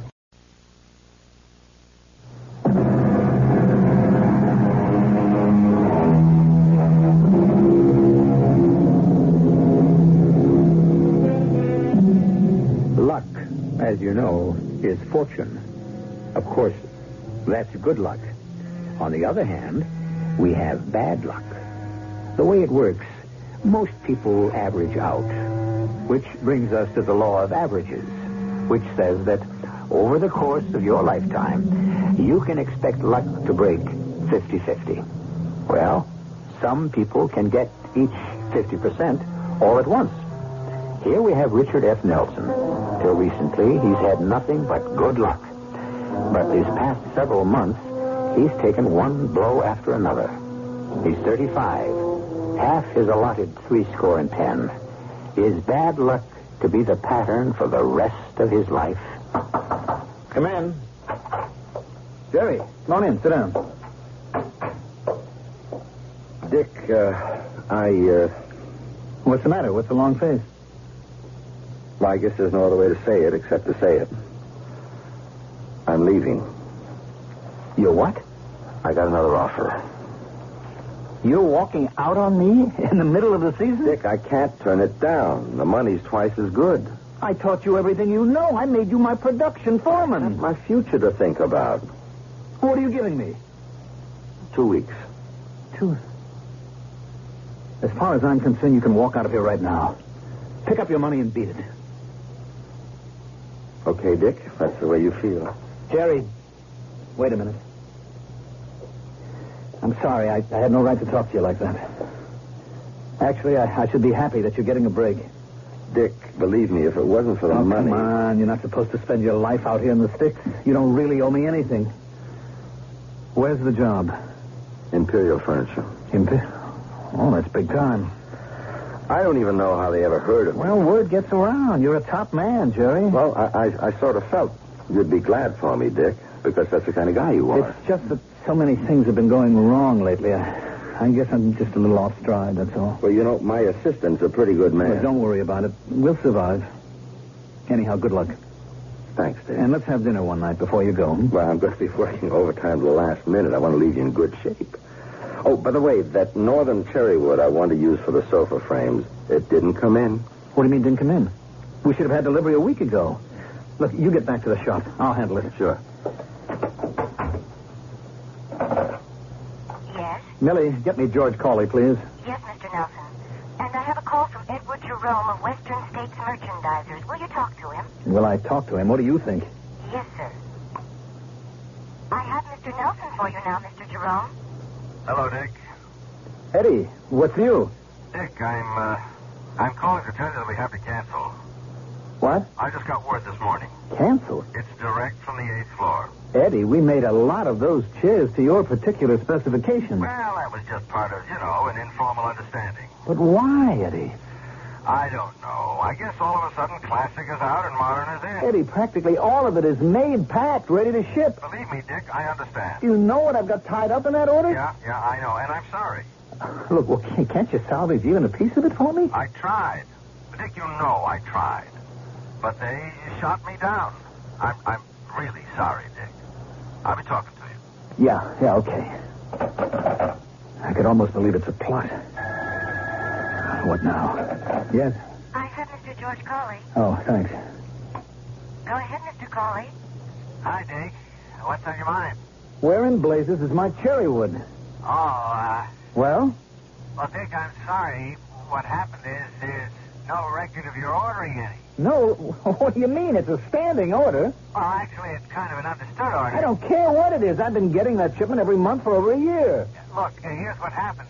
My oldest got his master's in business administration, and he's come in with me, and he set up procedures. George, all I want is the cherry wood. Nothing can get shipped unless there's a written order. And the shipping clerk must have forgotten to tell it. Dick, I'm really embarrassed. Well, look, forget it. How quickly can you load a truck and get it out here? Well, that's the problem, Dick. I don't think I've got 10 feet left in the warehouse. George, I have to fill a special order for a New York chain. I'm sorry. It was a terrible misunderstanding, but I'll make sure you're taken care of next month. Next month? I have to wait 30 days? Well, I hope it's only 30 days. You know how scarce that stuff is getting. All right. Thanks, Dick. For what? Well, for being so understanding. The average guy would have flipped his lid. Sure. Goodbye, George. Yes, Mr. Nelson. Millie, for the rest of the day, I don't want to hear any bad news. You understand? Please, Mr. Nelson, it isn't my fault. I'm going to the club for lunch. What could happen to me there?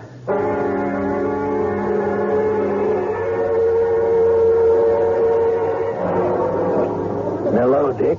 Oh, Judge Morrow. You expecting anyone? No. You joined me for lunch? Thanks. I was hoping I'd run into you. You look a bit out of sorts, Dick. Something wrong? Yeah. What is it? I wish I knew. You'll have to explain that. Oh. Judge, you familiar with the story of Job? Mm-hmm. More or less. Well, that's who I feel like right now. I don't see any boils. Well, it might have been somewhat presumptuous of me to make the comparison, but I just feel that I am about to go down the drain. Are you serious, Dick? Judge, if things go on at this rate, I'll be bankrupt within a year. I stand to lose everything I own in the world. But everyone says things are going great at your plant. Every day it's something else. Another setback. I'm losing key customers. How? I don't know. Vital raw materials don't arrive. Why? It just happens. And to top it all, my foreman got a better job and is leaving me. What is it? What's happening? Well, it's just a lot of bad luck. So much bad luck? All at once? Dick, I've known you all your life. You've always been the golden boy. Fortune has smiled upon you constantly. Well, she's an extremely fickle old girl, and now she wants to frown for a bit. But it just seems to be a pattern. You've probably been spoiled. You've never had to cope with adversity. No, it's more than that, Judge. It's reached a point now where I know that every day is going to produce another setback. Oh, come on now, Dick. It's all in your head. Wait, where's the waiter? Charlie, would you please bring a phone over to my table? Why do you want a phone? I've only been away from the office for 20 minutes, Judge, and I'm willing to bet trouble is still rolling in. Thank you, Charlie. You, might want to see a psychiatrist, huh? Yeah, I would if I could sell him some furniture. Richard Nelson and Company. It's me, Millie. Oh, it's a good thing you called, Mr. Nelson. Mr. Davis of Consolidated phoned. They're sending back our order. Mr. Nelson, how did you know? Millie, I'm taking the rest of the day off. You see, it never rains. It pours. Yes. But eventually, it stops. One time it didn't stop for 40 days and 40 nights. And for most people, that was forever.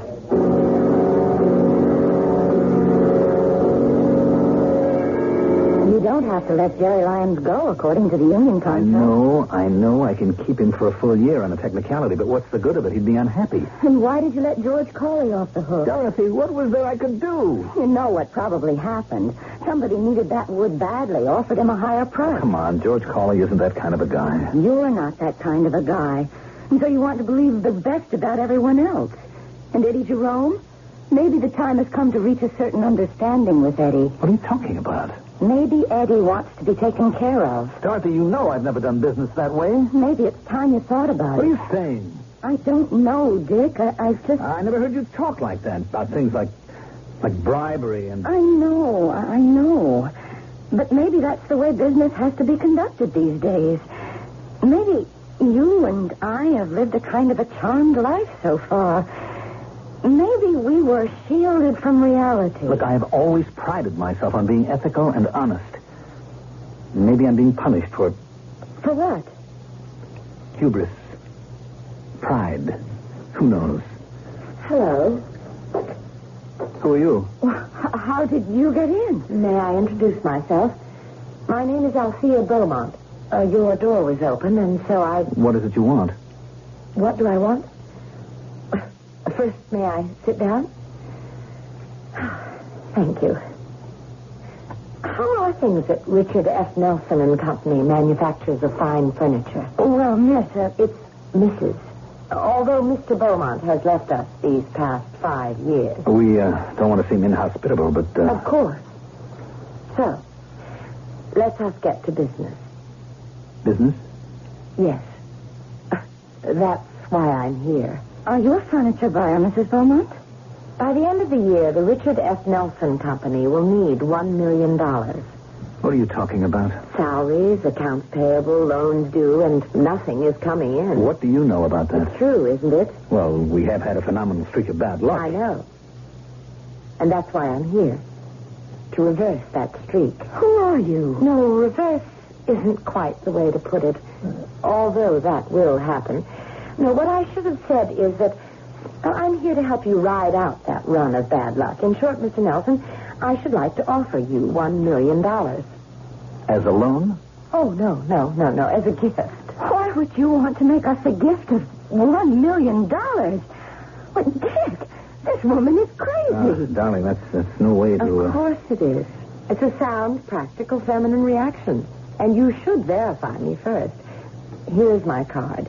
And here are some banks you should call, and this brokerage firm. I've authorized them to answer your questions. And I shall expect you to have lunch with me at my suite tomorrow at 1. But why should you want to give my husband $1 million? My dear Mrs. Nelson, should one look a gift horse in the mouth?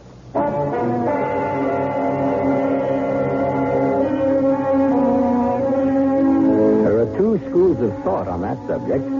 People like St. Jerome and Miguel Cervantes said no. On the other hand, had the men of ancient Troy been more scrupulous in the inspection of their gift horse, the Greeks would have lost the Trojan War. But who is this Mrs. Althea Beaumont who intends to offer $1 million to a complete stranger and for no apparent reason? We'll know more when I return in just a few moments with Act Two.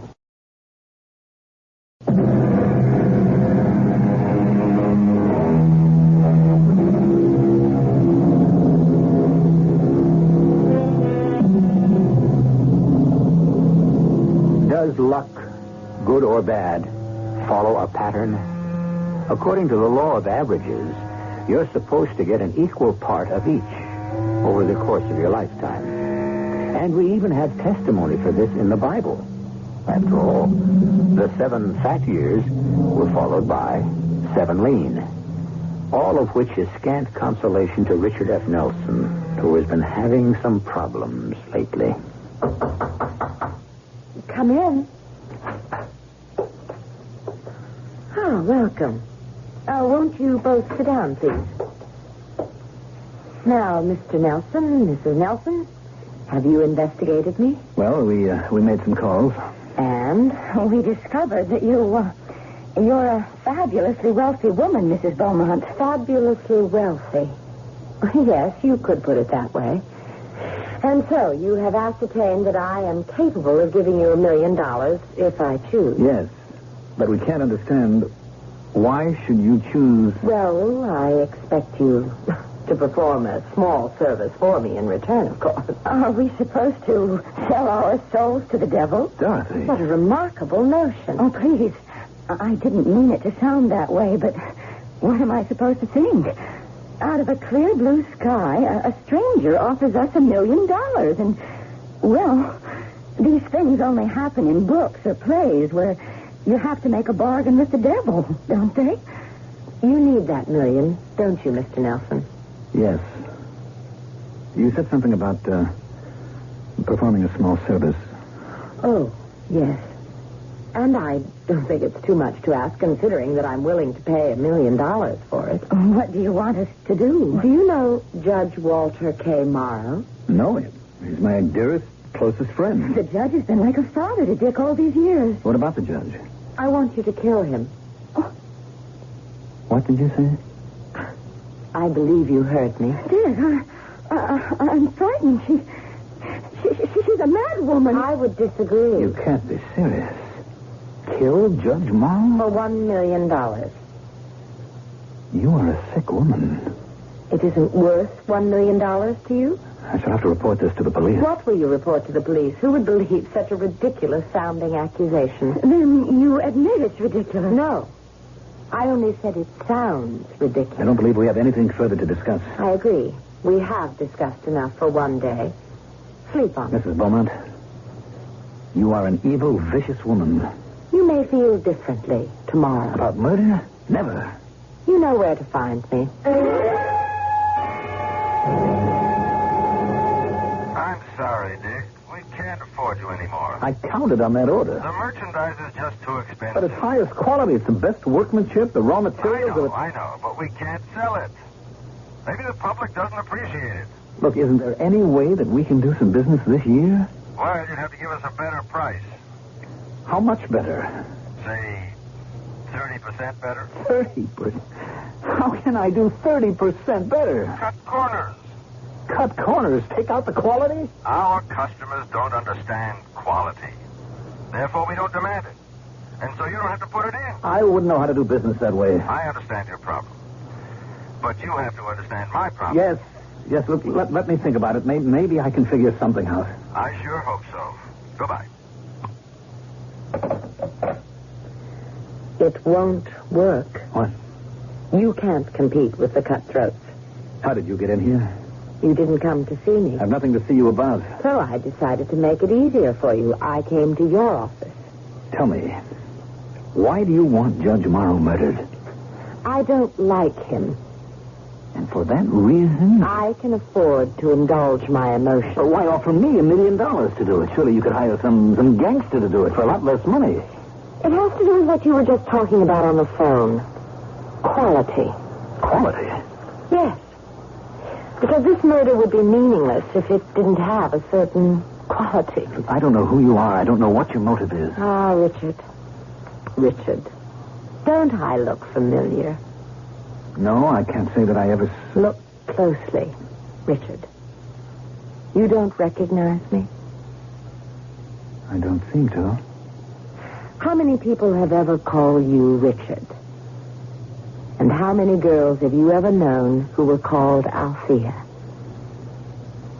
You've blocked it, and her, completely from your mind, haven't you? Althea? To Althea from Prison by Richard Lovelace. Stone walls do not a prison make, nor iron bars a cage. Minds innocent and quiet, take that for a hermitage. Good Lord. If I have freedom in my love and in my soul, am free, angels alone that soar above enjoy such liberty. It's Althea. What a coincidence. Your name was Richard and my name was Althea, and we pretended that you were that poet, that wonderful 17th century poet. How old were we? Althea. Just 18. You can't be Althea. You were the wealthy college boy, and I only a townie who worked at the coffee shop. Oh, how I loved you, Richard. You were so different from every boy I'd ever known. Please, Althea. You introduced me to art, music, poetry, and now you don't even remember. I do. I remember. Do you remember the day that I told no, you Althea, don't. I loved you so much, Richard? I loved you please. So much. Let me refresh your memory. No, Althea, please. We were walking in the woods, and we came to our favorite spot. Althea, darling. Tell me you love me, Richard. Oh, tell me. I love you. Richard. What's the matter, darling? What is it? Well, Something wrong?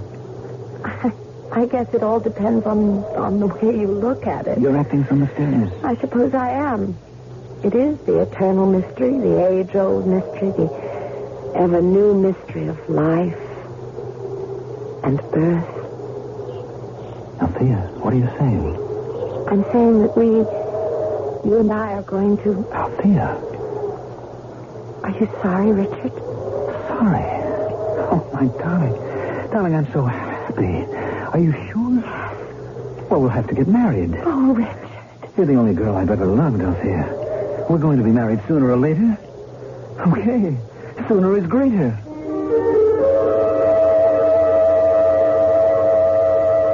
That was on a Sunday. I remember it. It was my day off. And you said that you were going home to break the news to your legal guardian, Judge Morrow. And the following week you came back, and the distinguished jurist. He was with you. Must have been quite a week, because... At 18, marriage is out of the question for Richard. But we're going to have a baby. Richard, aren't you going to say anything? Why, dear girl, you gambled and lost. What does that mean? Don't force me to be blunt. Richard, what we did was because we were in love. Tell him that, Richard. Richard cannot and must not marry you. It will destroy his career and the plans I've made for him. Richard, aren't you going to say anything? Richard and I have discussed this matter from every viewpoint, and we have reached the same conclusion. Richard, please, Richard, I won't let you leave me. I won't give you up. I'll kill myself. Althea, no. Be quiet, Richard. We have here a determined and consummate little actress. Judge, Richard, we discussed this thoroughly. We arrived at a conclusion. But I've changed my mind. Then I shall change mine. Please, Judge. I keep reminding you constantly that you are to receive the bulk of your father's fortune at my discretion. But I love her. Of course you love her. But I'm sure she loves you. But your children, both of you, still children. And you've been playing an adult's game. But I can't give her up. I realize that I sound like a villain, but somebody has to take the mature approach. Now, Althea, we'll take care of all your expenses. I don't want your money. There's no reason why Dick shouldn't pay for his mistake. Mistake? Richard, tell me, was it a mistake? Was it? Tell me. Althea. I see. I want you both to leave this place this minute. Althea. Get out. No, Althea, we're just trying to do the right thing. I said get out. And one day, I promise you, I'll pay you back. I will pay both of you back. And here I am, Richard, ready to keep my promise. Althea, what happened to the child? Do you really care? Yes. The day doesn't go by that I don't think about. I don't know what happened to the baby. In those days, they made you give them up. It isn't the way it is today. Back then, it was a shame, a sin, a stigma for unmarried girls. Who knows what happened to him? Althea, it's over. And I've suffered as much as you have. Oh, no, you haven't. Believe me, you haven't. You don't look as if you're suffering. Oh, I'm the elegant lady now. But I had 10 bad years before I met Jack Beaumont. He was attracted to me because I reminded him of a half-drowned kitten, Jack Beaumont. Have you ever heard of him? No, Happy Jack, the wildcatter. One day the drill would strike oil, he'd be worth millions. The next day he'd be flat broke. Fortunately for me, he died on a day he was rich. Althea, I have repented every waking and every sleeping moment. Have you? Look, what I did to you was wrong. I've spent my life trying to make up for it. Have you? I've tried to be honest, to be ethical. Ask about me. Ask anyone in town. I'm the most trustworthy... You're a phony. When I was a child, I was impressed. But the truth is, Richard, you are a hollow man. You have no real convictions. In the end, you'll always sell yourself to the highest bidder. Excuse me. Hello? Mr. Nelson, I have Mr. Southworth on the phone. Oh, from the bank. Tell him I stepped out of the office. But he says it's very important. I'm out of the office and I can't talk to him. You have some notes overdue at the bank. How do you know?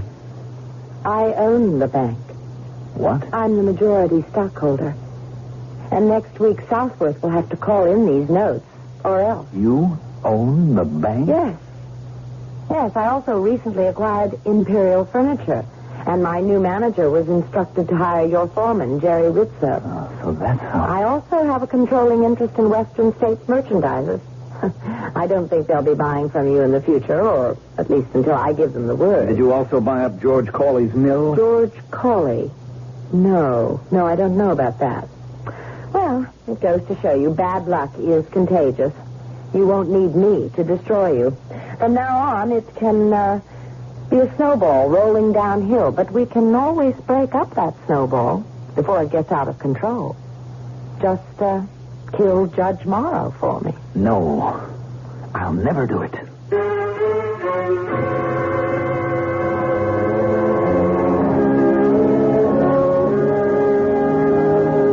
Never, as we all know, is a long, long time. Actually, it's the same as forever. And things have a way of falling into different perspectives. And circumstances can alter cases. Man is nothing if not flexible. Well, will he or won't he? The third act is coming up in just a few moments.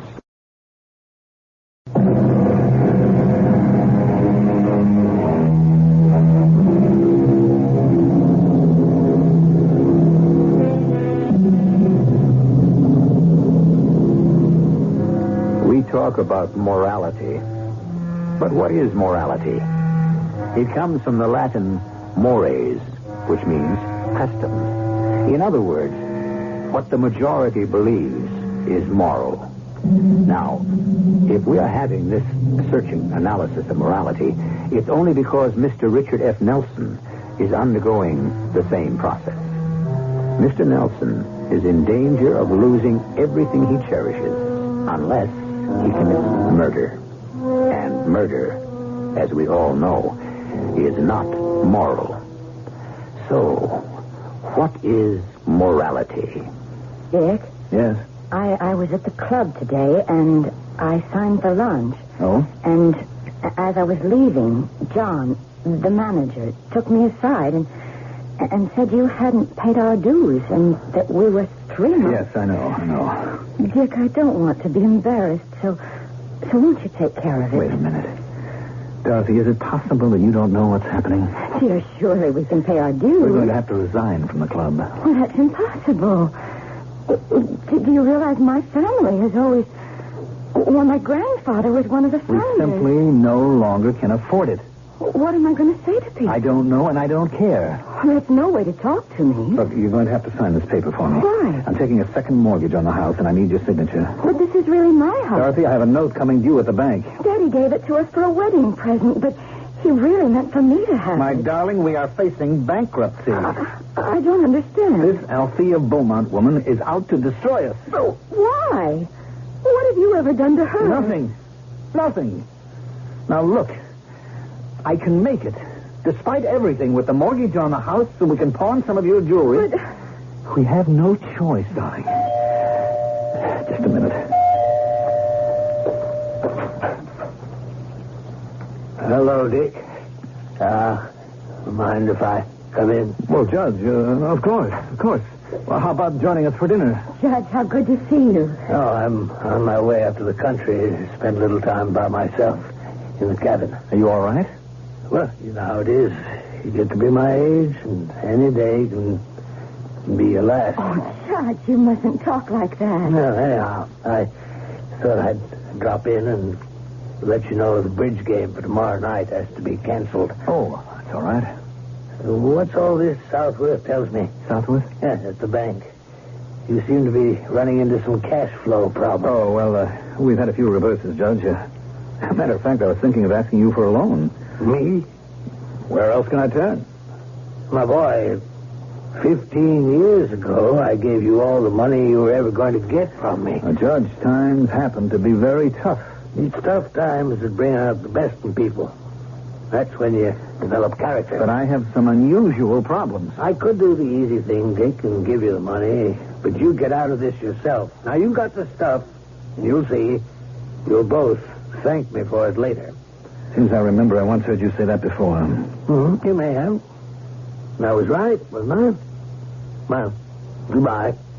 I'll probably be back for the weekend. What is he talking about? Oh, nothing.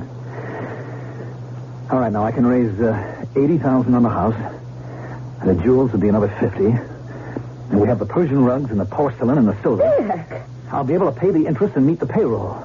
All I need is some breathing room, Dorothy, and I'll beat this thing. Just stand by me, darling. Stand by me, promise. I promise.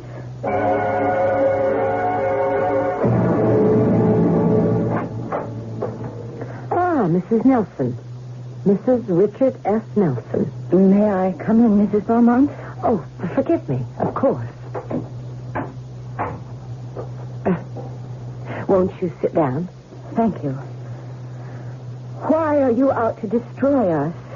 Us? Oh, I have nothing against you, Dorothy. What have you got against my husband? That's private. Private? Yes. Has he asked you to come to his rescue? What are you talking about? Let me do you a good turn. Why would you want to do me a good turn? Especially since you are resolved to destroy my husband. Save yourself. What? The ship is sinking. Get on the lifeboat. So far, it's a rather roomy and comfortable lifeboat. I don't know what you're talking about. Travel in the same circles. Mingle. Try to meet a man of your own position. Marry again. I happen to love my husband. That's an interesting word. Happen. You happen to love Richard. By the same happenstance, he'll come to love someone else. I should know. It happened to me.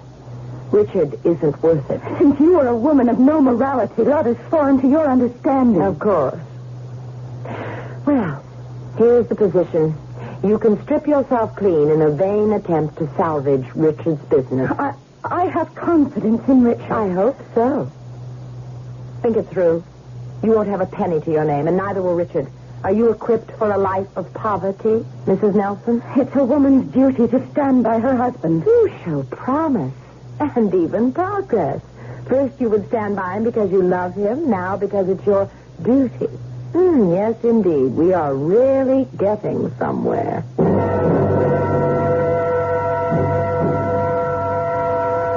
You lied to me. Why? Why did you lie to me? How could I tell you the truth? You were the father of her child. Oh, good Lord, it sounds like a melodrama. I was young, stupid. Now you're older and not much wiser. Didn't you ever make a mistake? Yes, I married you. Dorothy. I guessed wrong. I never had the courage to bring it out into the open. But now I can face it.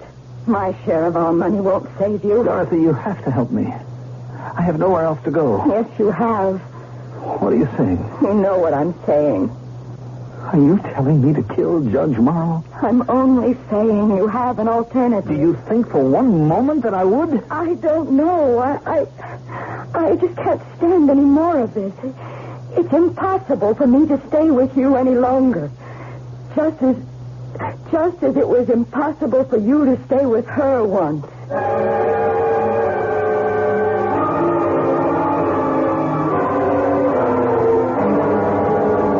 Have you told them they're not getting paid this Friday? No.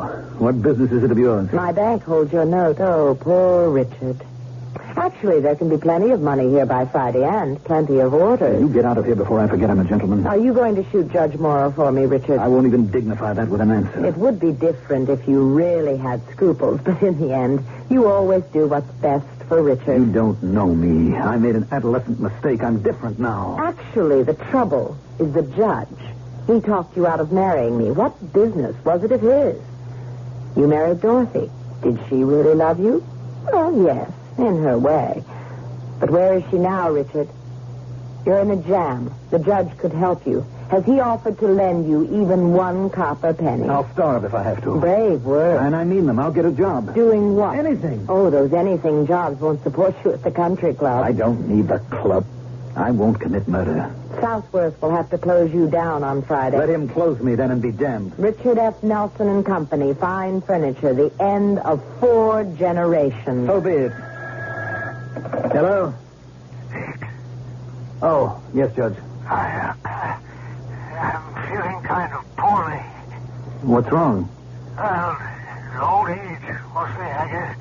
Why don't you take a run up here tomorrow and keep me company a bit? Well, Judge, I really appreciate it. All right.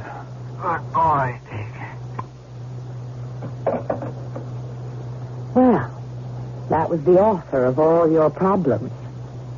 Why don't you go up there and kill him? I don't have to kill him. And I've got the last laugh on you. It looks like he's going to die soon, and he's leaving everything to me. Oh, I'm afraid he isn't. Oh, but he promised me. Did he? Barrows and Connolly are his attorneys. They also represent a company of mine. I've been able to ascertain that most of his money is going into a foundation to help needy law students. What? But He's not going to leave you anything. But why should you care? After all, you still have your integrity.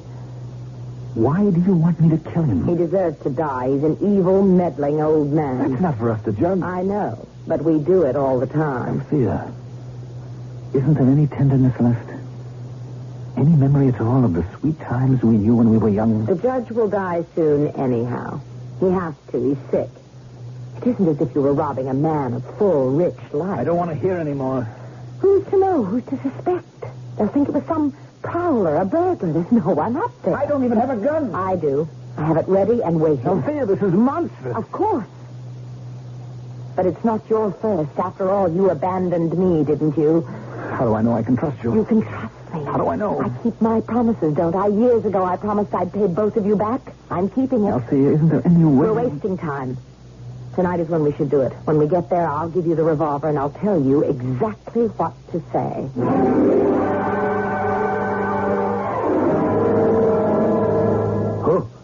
Who's there? I say, who's there? It's me, Judge. Oh, Dick. I thought you weren't coming up until tomorrow. Here, let me turn on the light. Who's that with you? You don't remember me, Judge? Who are you? I'm the girl who gambled and lost. Stop talking in riddles. I'm Althea, Judge. The town girl who wasn't good enough to marry Richard. Dick, what's the meaning of... The meaning is that I promised to pay you back, and I'm giving Dick $1 million to kill you. Well, this is crazy. Show him the revolver, Richard. This is a joke. Nobody should joke with a loaded .38 in his hand. Dick, after all I've done for you... What have you done for him lately? I swear to you, I'll leave you everything in my will. Here, I'll even write it out now and sign it. Can you give him $1 million? No, you don't have that much, and that's my bid. Dick, you can't kill me. I've known you since you were... Shoot him. I can't. He looks at me like that. I can't. South whistle for close in the morning. Shoot him. No. Don't. I can't kill him.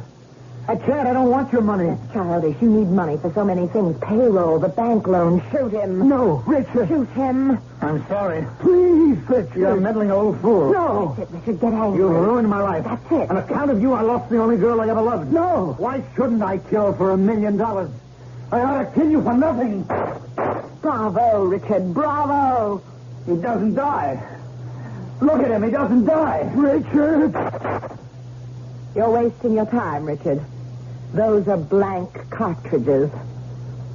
Blanks? I proved my point. You are a scoundrel. And now I am over you completely. Over me? If only you had told me to take my money and go to blazes. If only you had meant it. Well, goodbye, Richard. Goodbye, Judge. I hope you will remain fast friends.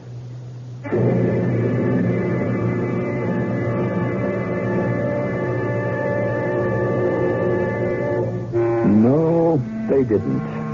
And Richard's wife left him, too. But you know, Althea did pay him the $1 million.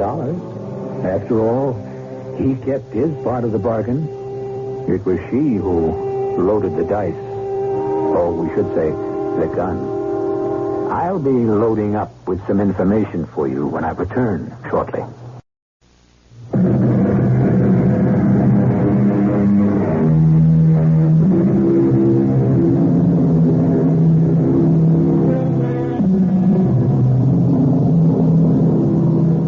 I wouldn't do it for $1 million. Have you ever said that? Be careful. Someone might just happen along and offer you the $1 million, and then where would you be? Morality.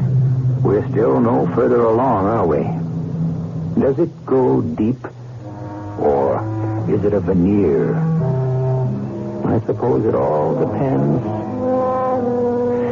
We have these and similar problems that are aired here 7 times each week. Our cast included Mandel Kramer, Patricia Elliott, Catherine Byers, Robert Dryden, and Nat Polan. The entire production was under the direction of Himan Brown. And now, a preview of our next tale. Yes? It's Gino. You alone? Yeah. Oh, Gino, you... Hold it, baby, hold it. Just tell me one thing. Only after you tell me. Are you all right? I'm fine. Now it's your turn. What bank do I use? Honey, are you still all cooked Never up? mind that. What bank? Second National, but I want to Okay, know... babe. All I need to know. The vault manager recognized me, and the sheet I had to sign had earlier signatures on it by Gino himself. What I forged was close enough, and the box had just what I figured. I didn't stop to count the money. What was more interesting was a list of names and the whole structure of the organization.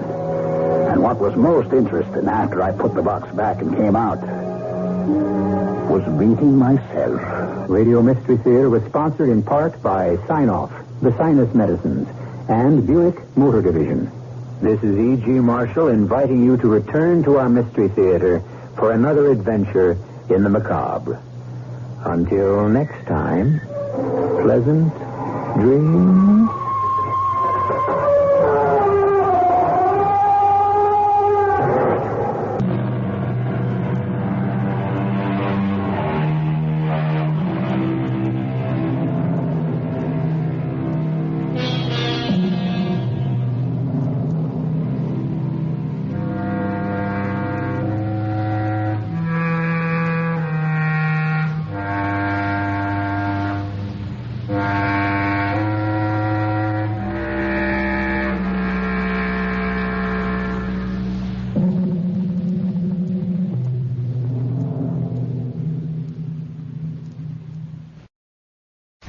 presents...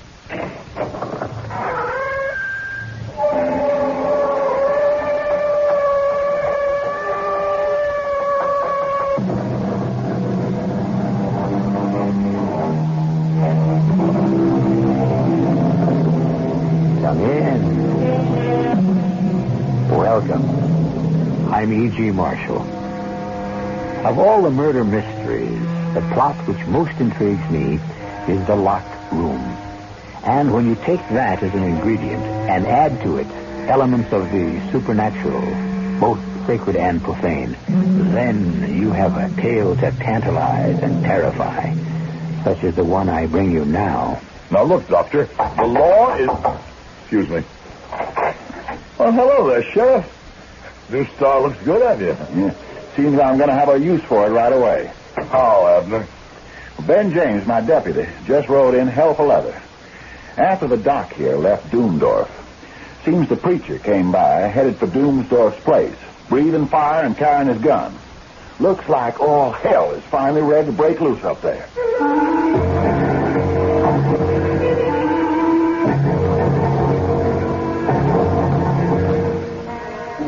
Our mystery drama, The Sealed Room Murder, was adapted from the M.D. Post story, The Doomdorf Murder, especially for the Mystery Theater by Ian Martin, and stars Howard Da Silva and Fred Gwynne.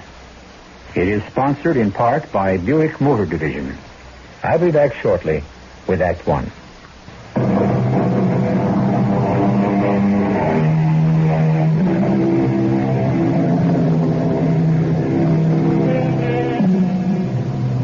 Evil and violence go with a pioneer state. But the counterbalance has kept us viable as a nation, brought us to leadership around the world. Compassion, fair-mindedness, and the essential ingredient of America, a shrewd and pragmatical eye, tempered by religion, has built us a keel which so far has kept our ship of state steady. So much for philosophy. As for the story, let Judge Randolph tell us that. The pioneer was not the only man in the great mountains behind Virginia. Strange aliens drifted in after the colonial wars. Adventurers who were with Braddock and LaSalle and rode out of Mexico after her many empires went to pieces. Doomdorf was one of them. I shall never forget that first day he walked into the land office. Huge, black-bearded, with broad, thick hands, with square fingers. Even Abner's bulk seemed to diminish in front of him, and the child who followed Doomdorf diminished to a pygmy. It's the place where I buy. Should I want for the land? Yeah, I reckon. Depends on what you want it for, Mr. Doomdorf. Angelos Doomdorf. Oh, excuse me. This is Mr. Randolph. I should say one of our foremost lawyers in town. Saving only, that's all we got right now. One. I'm Abner Dale, county clerk. I reckon you'd term me. And what would you want this land for? To live on. Uh-huh. You and your daughter. Me and her, yes. Well, now, I got a copy of the Washington Survey and the original Crown grant here. I have it picked already. Show you here on survey map I got from Capitol.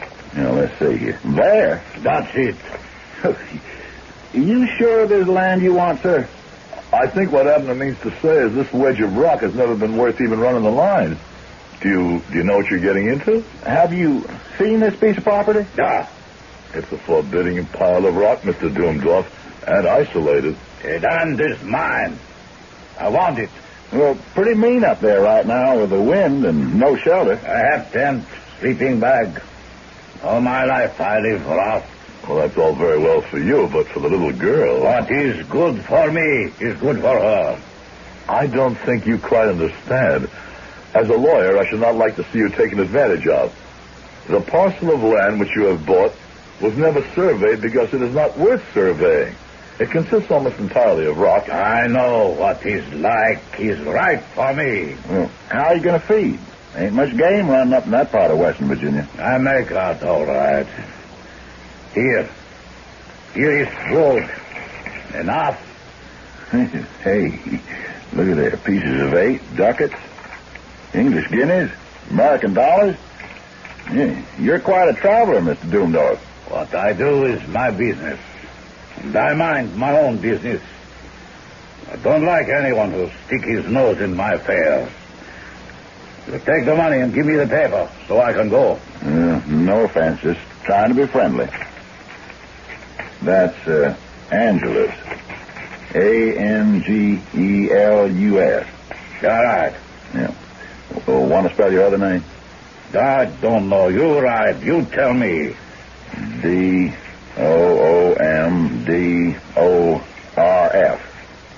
That look right? Yeah, will do. It's coming on to winter, sir. If there's any way we can help you build your house... I build myself. With enough gold, anything can be done. You will see. Now you finish that paper, senor. Oh, yeah, I reckon. You sign right here, and me and Mr. Randolph will witness it. Here? Yeah, right. I make my mark. That is legal. No. Mr. Randolph? His mark? Yeah, I think we can witness that, Abner. Let us not delay Mr. Doomdorf and his daughter further. I'll add my John Hancock to that. There you are. Signed, sealed, and delivered. Your deed of possession to what we call the Devil's Hump. And welcome to our community. Do not count me a part of it. I live to myself. Come, you. Well, if that don't beat all. A hard man. Evil man. One who's done a lot of living. Notice the scars? Yeah. I'll wager he has bullet ones underneath his shirt to go with the knife tracks. I sure wish he hadn't chosen our neck of the woods to hide out in. Hide out? What else would you figure? The Devil's Hump is no place for a man to make his home. That's a place for a man to set his back against the wall, to fight off what he knows is coming after him. I suppose you're right, Abner.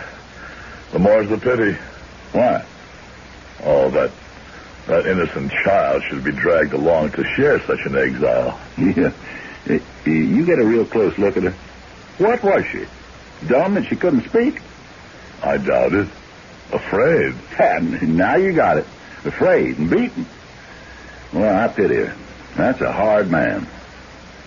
For all he seeks solitude, I doubt he'll find it. We have not seen the end of Mr. Doomdorf. Only the beginning. I'll stake my life on it. But it was not my life that was to be staked, but others. For a while, my uneasy feelings seemed just to be based on a negative reaction to Doomdorf himself. He squatted on a rock, troubling no one, seeking no help, while by hiring old Robert Stewart's slaves, he built a stone house on the rock. Then, in the handfuls of earth, wherever a root would hold, he started to plant the mountain with peach trees. Then the beginning of the end began to start. Hey, Rosa, una cervera via, huh? You're new in town. So? The lady behind the bar is the owner, a widow lady. Her name is Mrs. Cambridge. That's all right, Abner. Here's your beer, Vaquero. Muchas gracias, la dama Cambridge. Senora. I do not want to make enemies. I am looking for a friend. It's a friendly town. Who? He is an old amigo de la guerra. A big man with a black beard, big like so.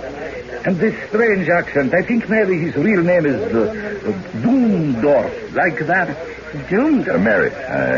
What is this? We are old comrades. I just want to find him to settle the no debt I owe him. Well, why don't I let him know you're here, and you can meet him in town? If you will, it is no matter. But why not I just go see him? He's kind of queer-like. Like he don't take to mixing so good. Non importante. You see him, you tell him Jose Garcia was look for him. But I have not so much time. Maybe on my way back I look him up then. Hasta la vista. I'll see you. Why didn't you tell him where to find Doomdorf? Just a crazy notion, maybe, but I got it set in my mind that he wanted to see him, to put a bullet in him. We found the man who said his name was Jose Garcia, snagged on a rock at the Devil's Elbow, 2 to 3 miles below Doomdorf's mountain eyrie. His neck was broken. That was the first of the Doomdorf incidents. So many during the next 10 years, I wouldn't wear your patience to recount them. Only the highlights. There was the night, before we knew what use Doomdorf was putting his peach crop to, when he arrived at Mrs. Cambridge's inn, primed with liquor, an insensate beast. $10. Not enough. So, 15, 20. I think you've had enough to drink, Mr. Doomdorf. I must ask you to leave. What? A prostituta who runs a cantina asked me to leave. The lady asked you to ride out, mister. Better you go easy. By yourself. You mean I don't go? You make me. Yeah, no cause for any ructions. You've been drinking. Oh, you want to make trouble? Not me. I just want to keep the peace. Then stab. Hail. 25. Okay, that does it. Abner, no. Too late. We fight now. Outside. I don't want to fight. What for? You fight me here or outside. One way or other. There were 2 big men, but Abner was a peaceful man and sought only to protect himself, while Doomdorf was a maniac. He gouged, butted, kneed, and finally it took 6 of us to pull him off and lodge him in the jail for the night. Abner took it in his stride, and he did everything. He was battered and bruised, and just maybe, if he'd used his whole strength, he could have broken Doomdorf. But Abner's strength was in the mind as well as in his bulk. The next highlight in the career of the man whose name spelled his future was the arrival of the circuit rider. The days of Sodom and Gomorrah are upon us. Here's the man who takes the fruit of his field and makes a white liquid fury to destroy men's minds and their souls, and who is ready to bring out your daughters and your women like Lot for the use of any eternal seance. But the town was not yet ready to make any move against Doomdorf. His still was popular. He made a fair brand of white lightning until the ultimate, the unforgivable, the certain shame all those of us who knew, or at least sensed the truth, brought everything to a head. On a wild, rainy night, while Doc Jeffers and I were playing chess at his house, there came a hammering at the door. Yeah. That's me here. Doomdorf, come on in. Well, what is it? The woman. She was in labor. I tried to bring Bambino. No good. You come? Yes, of course. I'll get Pancho and saddle my horse. I waited all night for Doc Jeffers to return. It was long past sunrise, with the rain still coming down that he did. Well? I am a pragmatic man, and I subscribe to no religion, but by damn, I wish this moment I had a God to pray to. Why? He left that child to abort a dead baby. It's a miracle she isn't shot in septicemia. He didn't want a baby. I'm a judge now, Ray. Maybe I can help. No one can help. He's a beast, unprincipled and without pity or even simple human warmth, but he has papers to protect him. The girl was Mexican-born, literally sold into slavery, and she's... Oh, my Lord, she can't be any older than my teenage daughter, but she's his to do with as he wants. And as he wants. Oh, he damn near succeeded in killing her. Excuse me. Well, hello, Sheriff Abner. New star looks good on you. Seems I'm going to have a use for it. Right away. How? My deputy, Ben James, just rode in here hell for leather. After the doc here left Doomdorf, seems the preacher came by, headed for the Devil's Hump. Preaching fire and carrying his gun. Looks like all hell is finally ready to break loose up there.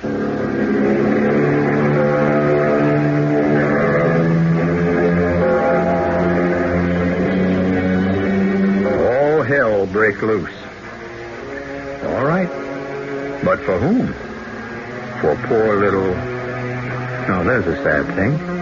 Poor little who? We don't even know her name, if she has one. Or has retribution caught up with Doomdorf? And if so, how? And why? And where? I'll return shortly with Act 2.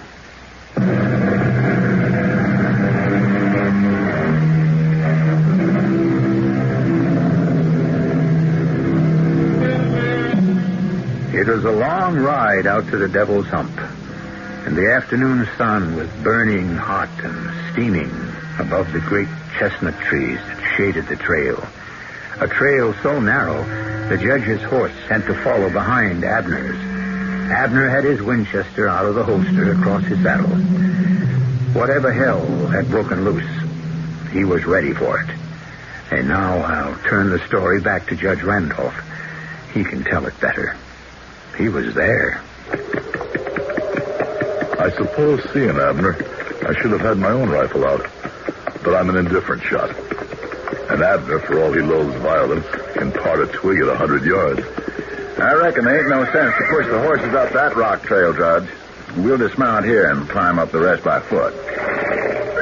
Seems quiet enough up there. I don't know. Look at them vultures up there. You know, when they start wheeling, there's only one good reason. Well, maybe we should have brought some men. No, I doubt it. Appears to me whatever hell broke loose is pure gone and burned itself out. We had made a detour through a grove of peach trees before we set the horses out to graze, but now we were climbing in the open under the burning sun.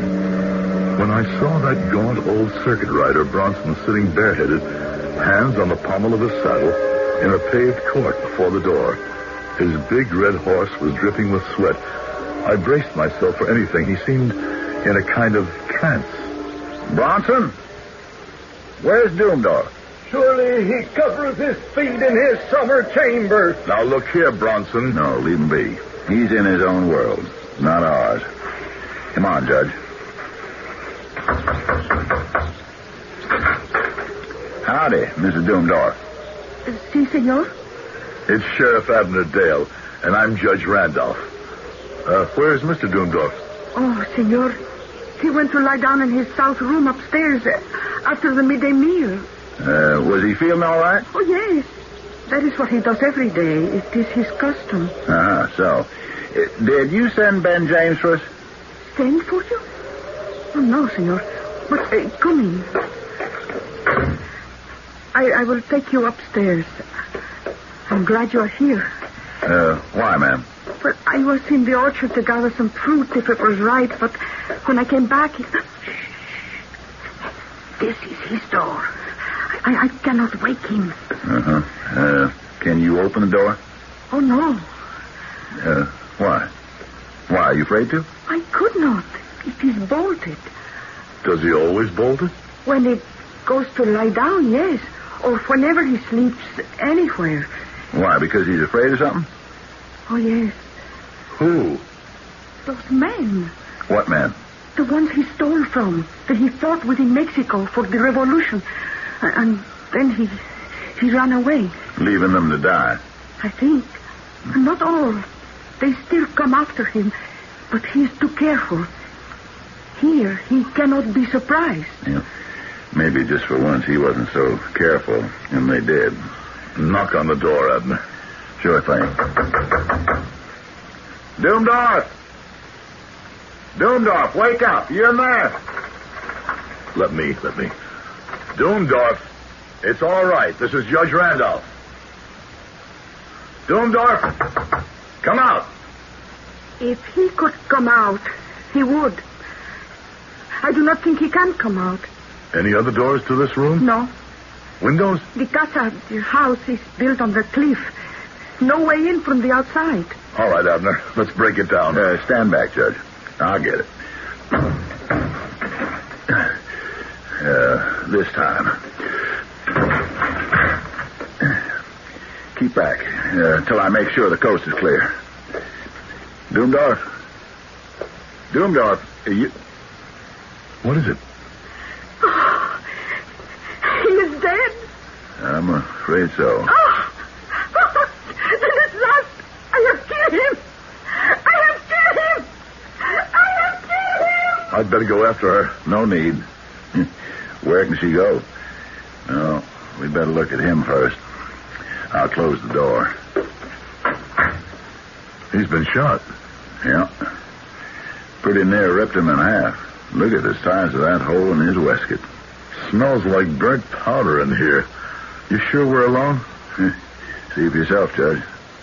Nothing in the room but some chairs, the couch he's lying on, and that table with a bottle on it.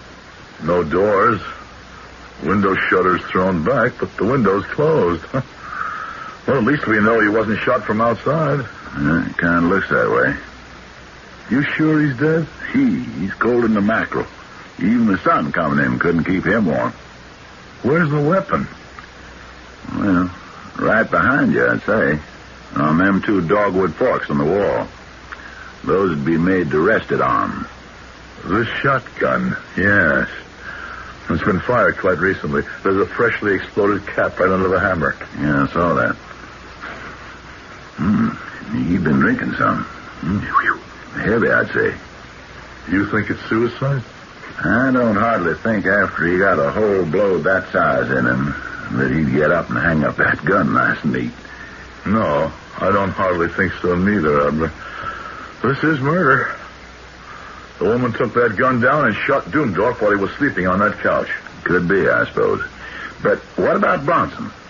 He came in here breathing death and destruction. Oh, he's just a mad old circuit preacher. Who's been preaching a crusade far and wide through the hills against Doomdorf for furnishing this here moonshine. We have a murder on our hands. And you think the woman is guilty? Well, what else? Well, let's go ask Bronson first who killed him. But by the time we got to the outer courtyard, the old man had disappeared, although his red horse stood tethered to a rail. I hesitated for a moment or two, turning the strange and tragic event that had taken place over and over in my mind. Come with me, Judge, around the other side of the house, huh? Very well. Yeah, but stay behind me for cover. Cover from what? Who knows? There's a murder around here somewhere. Well, the woman has already confessed. I think she's not quite right in the head after all she's gone through. Hey, hold it. What? The back of the house. Flush with the edge of the cliff. Over 100-foot drop to the river. Judge, Doomdorf was a soldier, all right.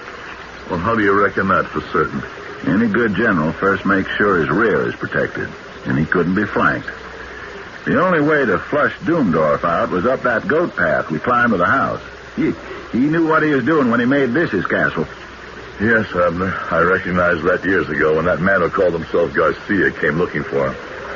I'm sure there were others who came after all that gold he brought strapped in his money belt. Only one difference with them, or maybe 2. What? They didn't ask questions. We never found their bodies. I suppose you're right. I hold no brief for Doomdorf. The man reeked of evil. But the fact is, as officers of the law, we do have a body. And there are things to be done. Right enough. For the sun is getting low in the sky. You expect me to arrest the woman? Well, at least we must question her. Come. We should question Bronson, too. Why? It's a notion I got. Just to make it all neat and tidy. Yeah, there he is now. Bronson? I cannot tarry, brother. I am about the Lord's work. Where are you going? To that damnable still. With this axe, and in the name of him who is my shield and my strength, I shall destroy the evil work that immoral Doomdorf has wrought. Bronson? What? Who killed Doomdorf? Why do you have to ask? I killed him. I cut him down in the prime of his sin. By the Almighty, what is this, Abner? Everybody couldn't have killed him. Who can tell how many had a hand in it? Are you deliberately trying to mystify me? The thing is impossible. The impossible here looks like the truth.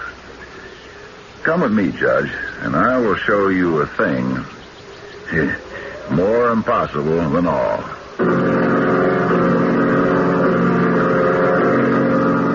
I followed Abner back into the house and up the stair again up to the room.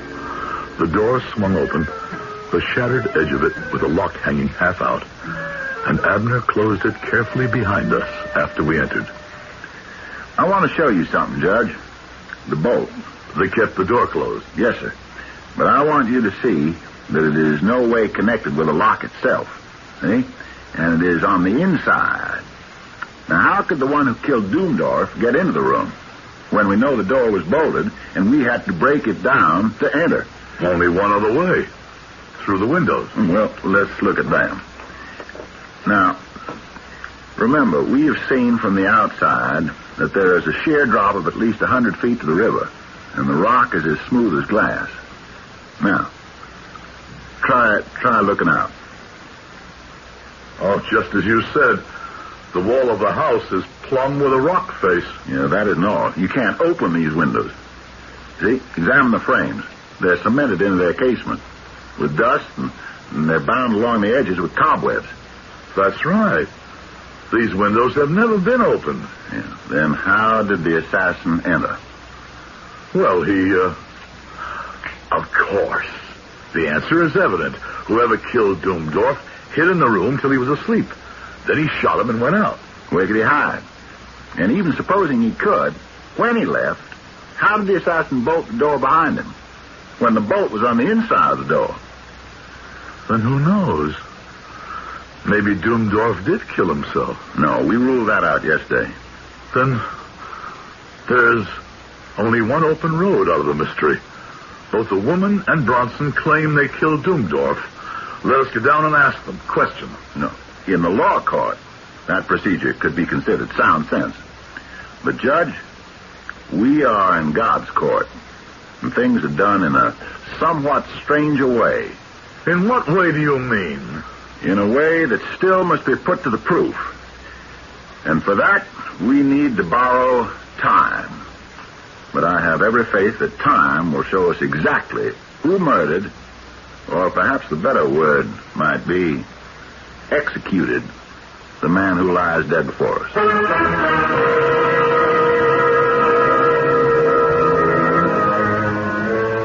I said in the beginning, a story to terrify and tantalize. And tantalizing it must be. A man, alive and alone by himself in a locked room, has met death by the blast of a shotgun, neatly returned to its place on the wall. By whose hand? In what way? These are the questions, and others, to be answered when I return shortly with Act 3.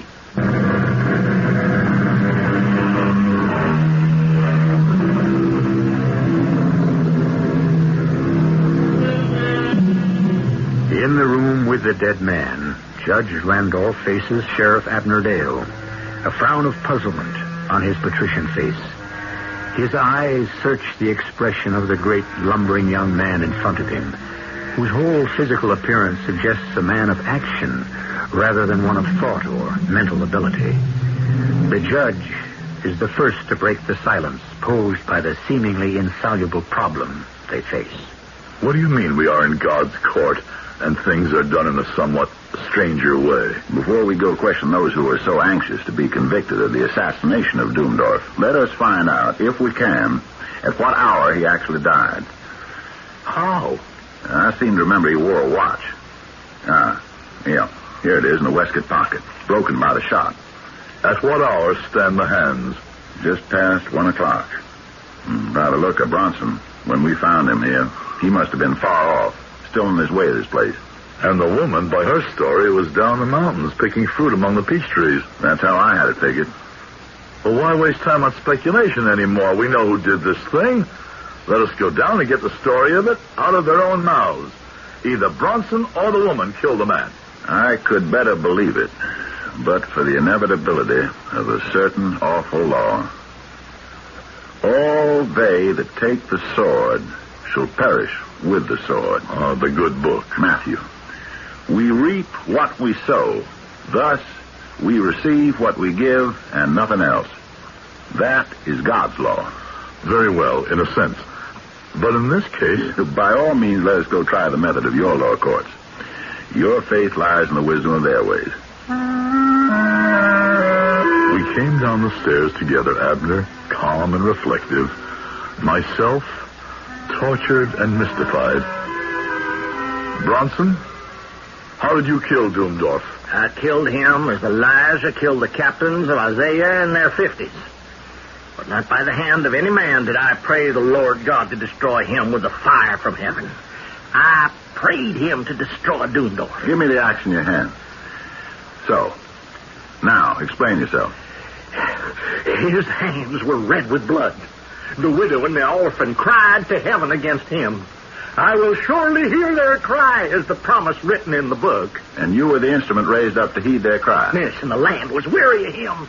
And I prayed the Lord God to destroy him with fire from heaven, as he destroyed the princes of Gomorrah in their palaces. With fire from heaven. Come, Abner. We waste our time here. A moment. Bronson, you hear me? I hear you, Abner Gale. A little while ago, when we came, I asked you where Doomdorf was. And you answered me in the 3rd chapter of the book of Judges. Why did you answer me like that? When I said, surely he covereth his feet in his summer chamber? Yeah. The woman told me he had not come down from the chamber where he had gone up to sleep. It was then I knew that he was dead in his summer chamber like Eglon, king of Moab. How could you know? Why, look you off there to the south. I came here from the Great Valley to cut down these groves of Baal and to empty out the stinking abomination. But I did not know that the Lord had heard my prayer and visited his wrath on Doomdorf until I was come up the mountain to his door. But when the woman spoke, I knew it. My work here is done. I must ride where the Lord calls me. Just a minute. Why stop him? You're right. That was only wasted time. Bronson did not kill Doomdorf. But do you realize, Judge, how he did die? At least not by Bronson. And not by fire from heaven. Doomdorf was dead before Bronson got here with his fire-breathing scripture. The woman must be the guilty one. Night had entered the valley with the setting of the sun, and there were other things to do before the inquisition of the woman. By candlelight, the shadows weird and fearsome on the wall, we made a coffin. We put Doomdorf in it, straightened out his limbs, and folded his arms across his shot-out heart, and we set the coffin on benches in the hall. Then we kindled a fire in the living room, where the woman had put some meat and golden cheese and a loaf on the table. You have eaten enough? As much as is fitting. I will leave it as it is, in case you should want more. I am going now. Where? To the sea. And the ship. He is dead. And I am free. Not quite. There's a question still to be settled. Who killed Doomdorf? But I have told you. I killed him. It was fair. Fair? Oh, I remember an old man sitting against a sunny wall and a little girl who plucked yellow flowers from the grass and put them in her hair. She laughed and she was happy because she was 12 years old, and in a few days she would be 13 and she would make her novena.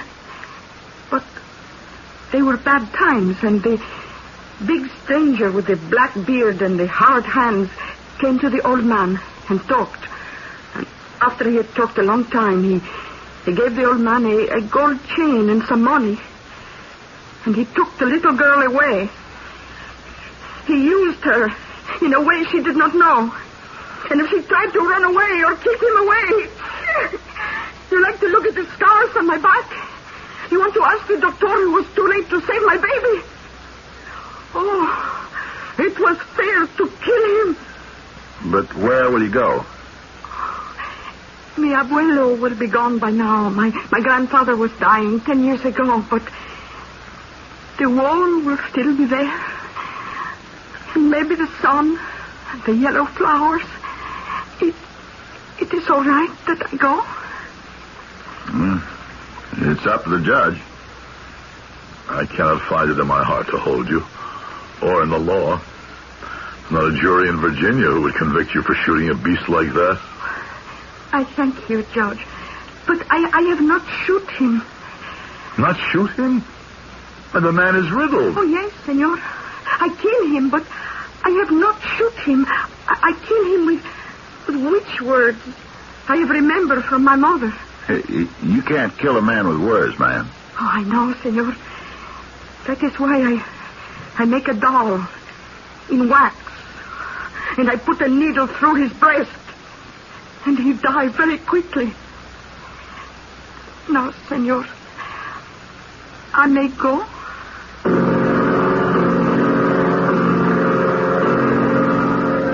It was good that you let her go, Judge. No, it was pathetic. A harmless little dream to rid herself of a monster with an enchanted straw man. I think she had money in her saddlebag, but I slipped some extra just in case. And now, where are we? Waiting, like her, for the dawn. This is the strangest thing that ever happened. Someone shot the man, but who? And how did the killer get out of that shut-up room? For that matter, how did he get in? Through the window. Through the window? You yourself have showed me that was impossible. You proved it could never have been opened. I did. It never was opened. Abner, what are you trying to tell me? How Doomdorf died. You're trying to say that the one who killed him climbed that sheer wall, got in through a closed window, without even disturbing a crumb of dust or breaking a cobweb? I'm telling you, the murderer of Doomdorf did even more. What? We must wait for tomorrow, when the assassin returns. Then I'll show you who killed Doomdorf and how. I could have argued, but I knew that set look on Abner's face too well to waste my time. I could not have believed that I could sleep with the thoughts spinning in my brain, but I did. We ate, and through the morning dug a grave for the dead man in silence. By the time the last spadeful of earth was thrown back, it was high noon, and Abner squinted up at the sun. Time to throw our spades down and go lay an ambush for the assassin. He's already on the way here, Judge. Where do we go? Back to the house and up to Doomdorf's room.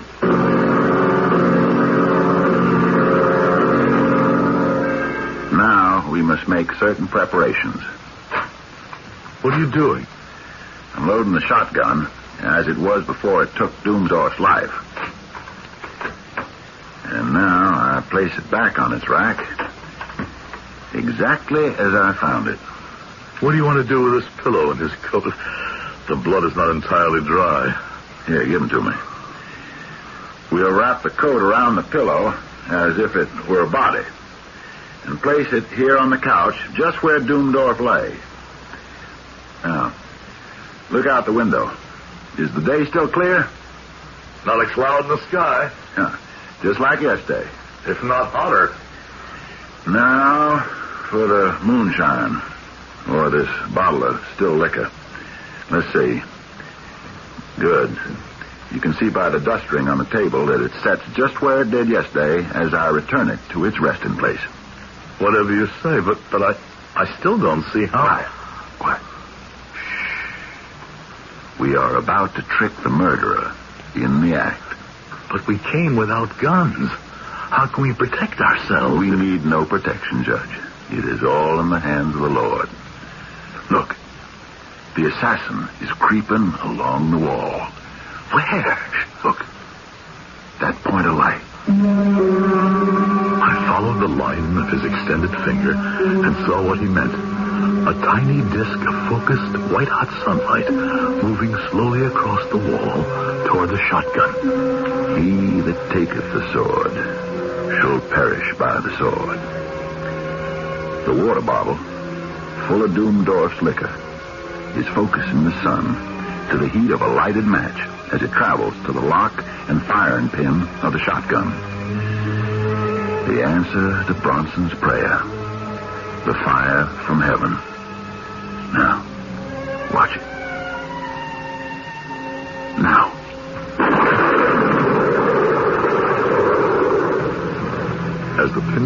sunlight reached the percussion cap.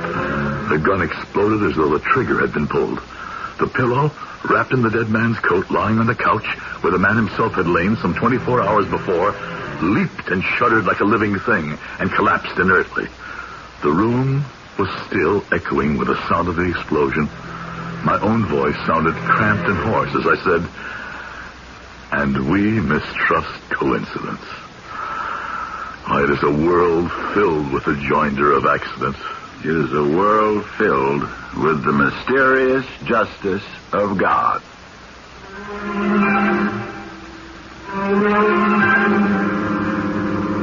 The answer to the mystery of the Doombdorf murder. A fate well deserved. And brought only on himself by the dead man who had little right or reason to live. Wouldn't it be nice if an equal fate could be the lot of so many people each of us know? Except, who are we to be the judge? That belongs, thank God, to the higher power I inadvertently named. I'll be back shortly.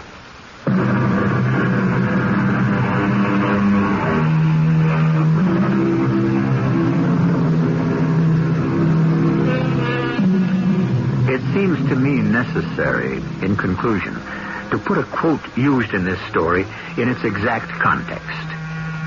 When Jesus had been betrayed by Judas, and when the high priest's men came to take him by force, one of those with him struck out against the attackers, wounding him. It was then that Jesus spoke the full quote, saying, "Put up again thy sword into its place, for all they that take up the sword shall perish with the sword." As you see, it was still and always the Prince of Peace who spoke. Our cast included Howard Da Silva, Fred Gwynn, Bryna Rayburn, Ian Martin, and Earl Hammond. The entire production was under the direction of Himan Brown. And now, a preview of our next tale. It's the sign. It's the sign we saw out on the main road. Oh, maybe it's one like it, an old one. No. It's the same sign. It's the one that pointed to the two ruts through the field. Why would Mr. Broker have it in here? Hey, without this sign out there, you could go right past that field.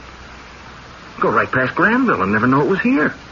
Is that what they want? Maybe your suspicions weren't so wrong, Jane. Oh, Mike. What does it mean? I want to ask some questions.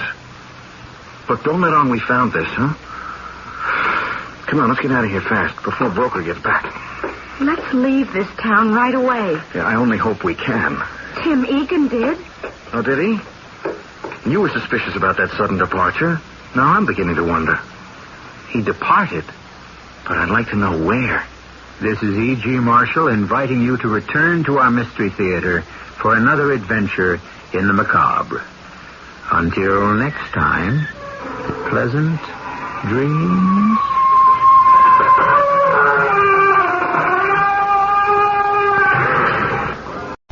The CBS Radio Mystery Theater presents...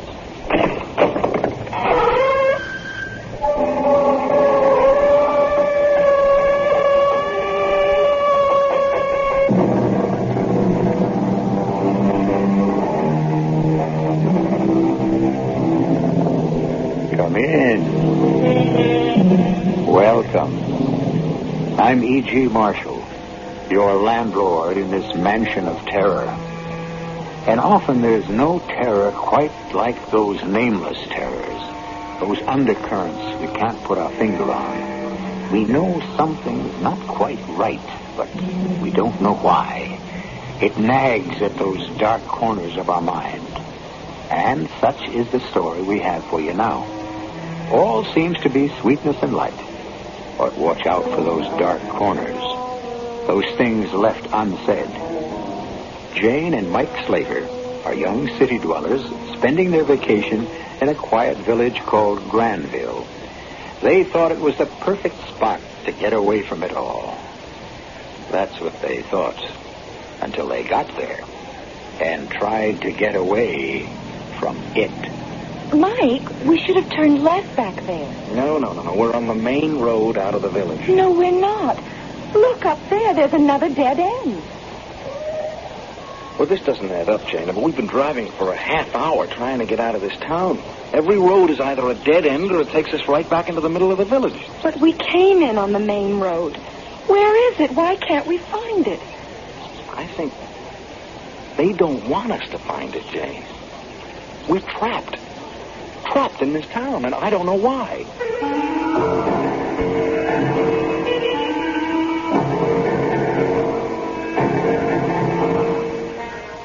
Our mystery drama, The Summer People, was written especially for the Mystery Theater by Bob Juran and stars Tony Roberts. I'll be back shortly with Act One.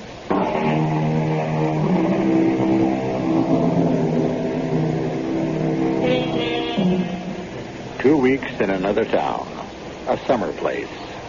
They all add up to a change of scene, something everyone enjoys. And for Jane and Mike Slater, a summer in the country was not only desired, but almost necessary. Jane is a serious painter, and Mike's a young reporter with a novel burning in his brain. A couple ripe for spending their vacation away from it all and working on their respective art. So it was no wonder that when Mike picked up the paper one evening, he enthused. Hey, Jane, listen to this. What? I think it's just what we've been looking for. For our vacation, I mean. Private rooms with bath in lovely private home. Quiet village on beautiful river. Complete peace and quiet. All meals, $50 a week per person. $50 a week? What's the date on that paper, 1910? It says 50, unless it's a misprint. Restricted to persons 23 years or younger. Well, at least we qualify there. Interested parties may phone for interview. 814 on the number. Interview? Oh, sounds too snobbish. It sounds intriguing to me. Doesn't the ad say where it is? No, nothing more. It's a perfect place to spend the summer and start the draft on my book. It's okay with me if you want it. But phoning for an interview, isn't that strange? Well, whoever put the ad in had his reasons. We won't know unless we call.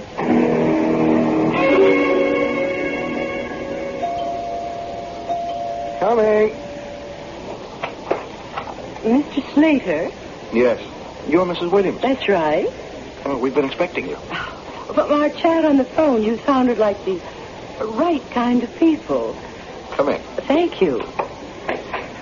Oh, what a cozy place. Jane, it's Mrs. Williams.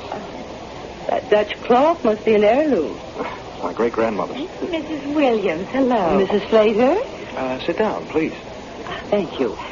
You may think this a bit unusual that we request an interview. Yeah, frankly, yes. Well, you see, Mr. Slater, we in Granville are... Well, we do invite the summer people into our homes. There are no hotels, and we want to be careful. I mean, we want to be sure our summer people will fit in. Your ad said only people under 23 years old. I think that's curious. Well, and so you should. But we're a young town, Mrs. Slater.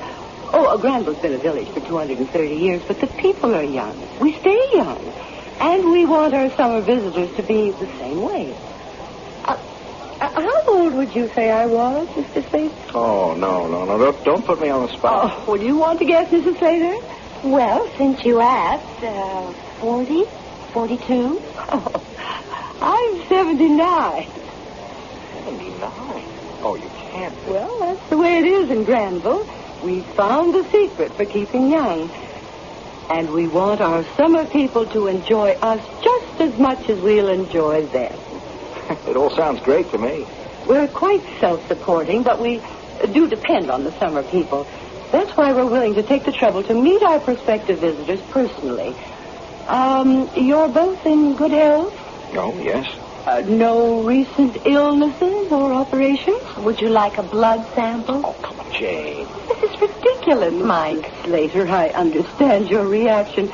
Many people feel the same way, but if you're willing to cooperate with us, just these few questions, you won't regret it. Just where is Granville, Mrs. Williams? Well, I'll give you the directions when we decide on your visit. What do you do, Mr. Slater? Well, I'm a writer. I'm a news writer for the Post. Jane goes to art school. She's working on her master's. Oh, you're both artists. Oh, well, thanks for the compliment. The reason I was interested in your ad is I want to spend the summer blocking a book, and Jane wants to paint. It sounded like just the place. Oh, I'm sure it will be. I can tell from meeting you both. So attractive, healthy, young. You'll fit in with Granville just perfectly. If we choose to come. Oh, why wouldn't you?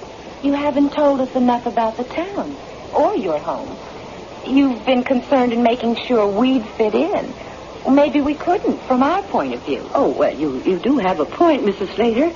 But I'm afraid there's not much more to tell. Granville is a pleasant little village on the banks of the Secony River upstate.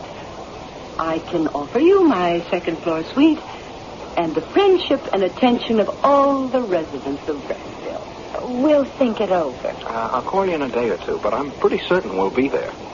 Very well, Mr. Slater, Mrs. Slater. It's been a pleasure meeting you, and I do hope you'll decide to come to Granville. You're just the kind of people we want. Thank you. Forgive my reservations, Mrs. Williams. We'll let you know. I'll be waiting. Good night. Good night. What's the big deal, Jane? It sounds perfect. I don't know, Mike. There's something strange. The things she didn't or wouldn't say. Yeah, well, that's all the more interesting. I'm dying to see the place. And we're okay on her list. Yes. She seemed eager to have us. I'm not against it, Mike. Let's sleep on it. I'll probably feel different in the morning.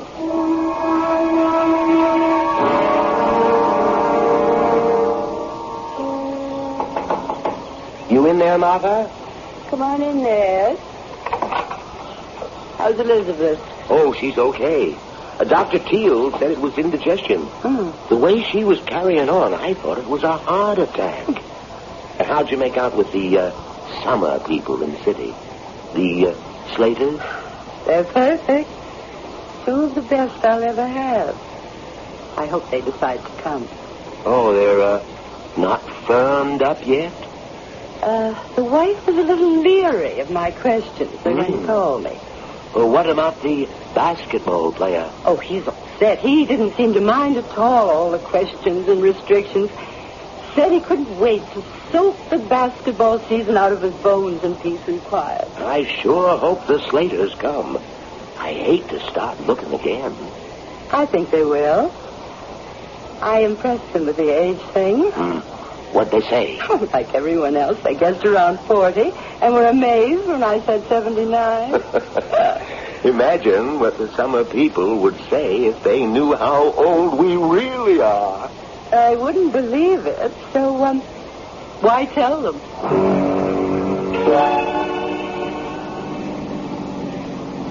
It can't be much further. We passed the lily pond 2 miles ago. Oh, she said 2 miles past the lily pond, look for wooden sign on right and take road to the left. Well, it's been 2 miles, unless my odometer's wrong. There it is up ahead.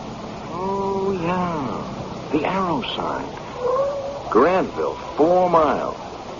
But where's the road? Well, it's supposed to be on the left. Well, the sign points left, all right. Granville, 4 miles, but there's no road. Unless they mean those 2 ruts through the field over there. This is crazy. But I guess we'll have to see where they go. Okay. But talk about being off the beaten track. We're getting just what we bargained for. Well, it looks as though it gets better up ahead. Yeah, there's at least some paving up there.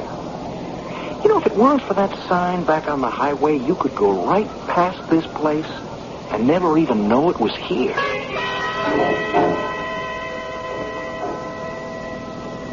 Well, this looks more like it. There is a town back in here. Welcome to Granville, population 210. How can they be so accurate? After meeting Mrs. Williams, I can believe anything. Why, Mike, it's beautiful. Yeah, it's clean, all right. Nice-looking houses, too. It's almost unreal. It's so perfect. Where do we head next? Oh, Continue along Thimble Street. That's what we're on. To the greenhouse on Maple Avenue. Well, it can't be too far. Hey, look at that, Jane. That little church. There's something to paint. My first subject. I wonder where the river is. Well, we got plenty of time to find it. Oh, Mike, this really is paradise. We made the right decision coming here. I think so, too.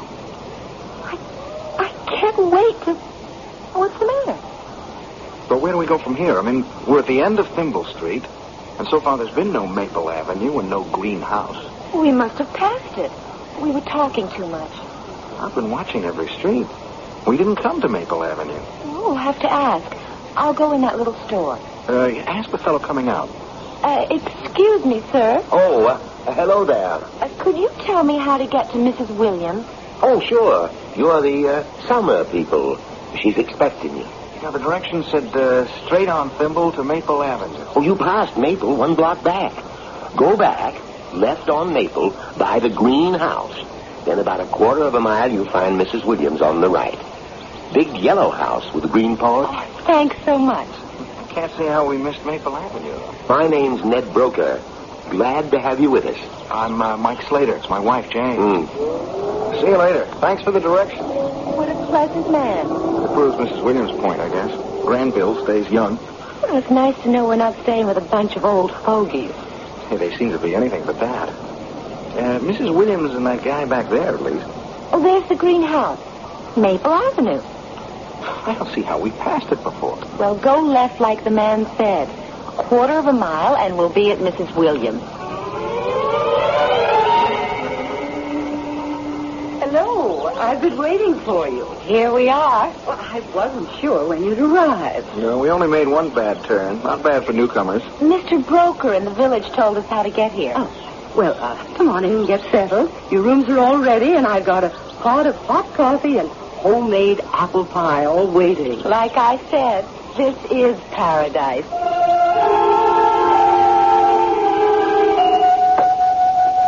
Your rooms are on the 2nd floor. I'm expecting another guest toward the end of the week. He'll have the 3rd. Your place is just charming, Mrs. Williams. Yeah, it's exactly what we wanted. Well, I'm sure you'll enjoy it here. The whole town seems so fresh and clean. The people look so well. We're very careful about how we live here. We grow all our own vegetables. Meat's imported. Oh, you love our food. Well, here you are. 2 rooms with connecting baths. It's lovely. Yeah, this is great. Well, you get settled in and then come down to the kitchen. I want to introduce you to some real Granville cooking.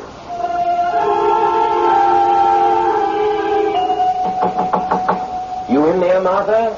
Come on in, Ned. Yeah, your folks settled in? Just about. Yeah, you were right about them. They seem like the right type to me. I know how to pick them. When's the next one arriving? At the end of the week. I told the Slaters I'd drop around and see them settle. Oh, stay for pie and coffee, Ned. They'll be down in a couple of minutes. I'll show them around town tomorrow. The girl's a painter? That's what they said. Yeah, she'll be looking for subjects. I'll know what to show her. Yes. And what to keep her away from?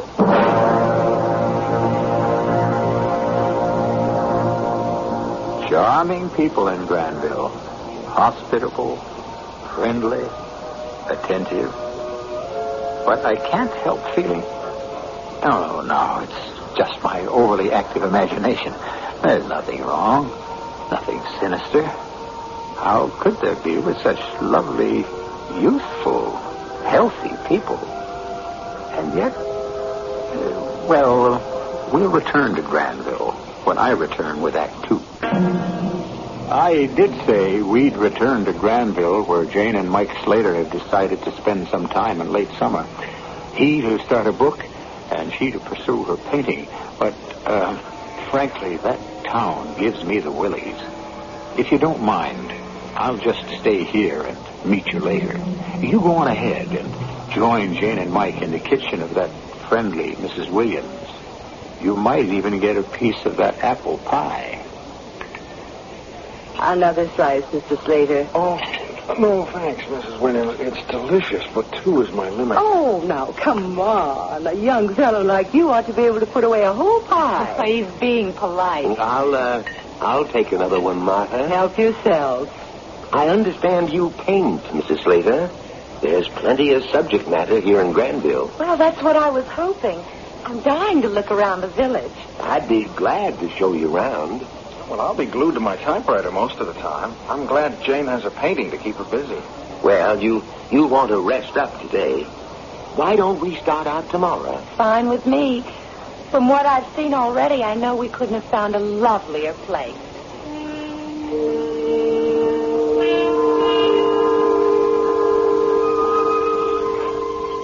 I've never seen such immaculate farmland. We grow everything we eat. Let's walk on down to the riverfront. The view there is something. What's that low brown building over there? A factory? No factories in Granville. That's our freezer. We freeze the harvest for the winter months. One of our few concessions to modern gadgets. Oh, you have such an idyllic place here. I'm surprised you want outsiders at all. Oh, living too closed up isn't good either. We like the right kind of summer people visiting us. Gives us perspective. Mrs. Williams is so warm and friendly. You'll find everyone in Granville's that way.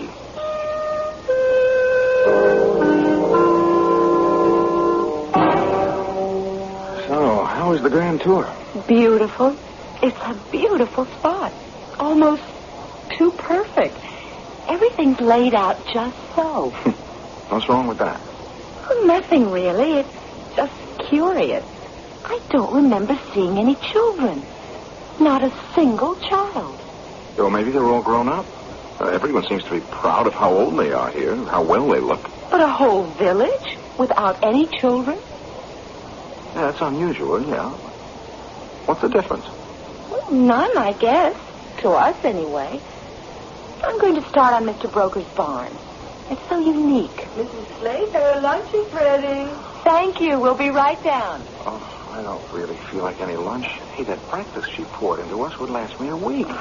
Food's fantastic, but we can't hurt her feelings.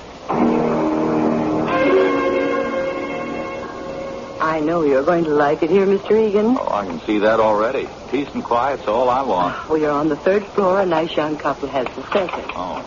Oh, Mr. Slater, hello. Hello. This is Mr. Egan and Mr. Slater, our new resident. Hi. Hi. Mr. Egan's a professional basketball player. Right, recovering from the season. And Mr. Slater's a writer. His wife's a painter. We're sort of on a work vacation. Well, you won't see much of me. I'm just going to sleep and eat. Oh, that's what I like to hear. I'm afraid the Slaters aren't used to my big meals. Yeah, the food's great. There's just so much of it. Well, it's my duty to keep our summer people well fed. You won't have any trouble with me, Miss Williams. Well, now, come along. We'll get you settled. See you later, Mr. Slater. Oh, hey, I didn't mean that the way it sounds. Call me Mike. Okay, I'm Tim. See you later. The basketball player all settled in? Yes. Yeah. Guess I'd better get out to the main road and take the sign down. We won't be expecting any more for a while. Not for a while. Oh, how's the painting coming along, Jane? Oh, I don't know, Tim. I started out with a bang, but lately I haven't been able to concentrate. Can I look? Sure. Well, that's 2 weeks of work. Mm-hmm. Looks good to me. Oh, it's all there, the barn and the sky and the field, but it's just there. There's no spark. I don't know, I've been so lazy lately. I can't get up steam. I'm the same way, and enjoying every minute. It must be Mrs. Williams' cooking and this country air. Oh, hi there. I didn't know you were back. You finished for the day? Yeah, I can't work up any enthusiasm. Yeah, you know, that's my problem. Talk about writer's block. I've been staring at that typewriter for a week. I'm beginning to wonder if we came to the right place after all. We wanted peace and quiet to work, but between the food and the climate, We're growing fat and lazy. Well, it suits me fine, but I'm going to have to take off 10 pounds before the new season starts. How did you happen to find this place, Tim? Just an ad in the paper. Yeah, same as we did.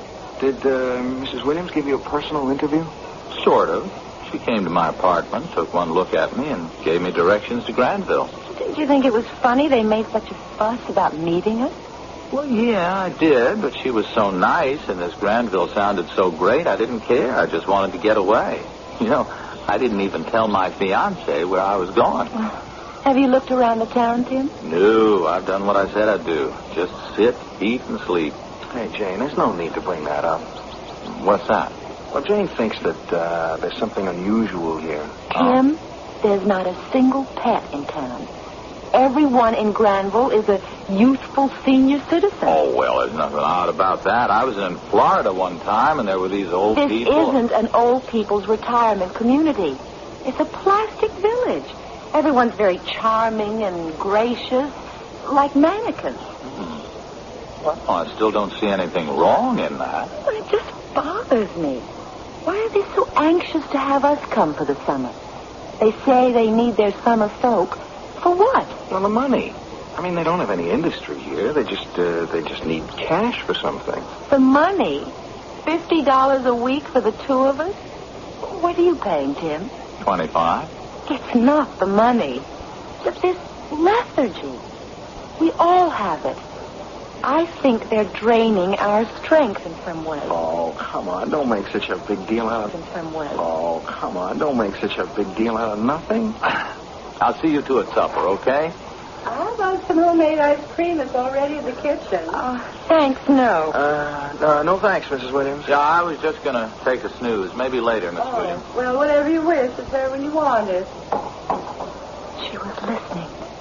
She heard what we said. Oh, I doubt it, Jane. Look, if she thought we suspected her of something, she would have said so. Not necessarily. Not if there was a good reason for us not to know.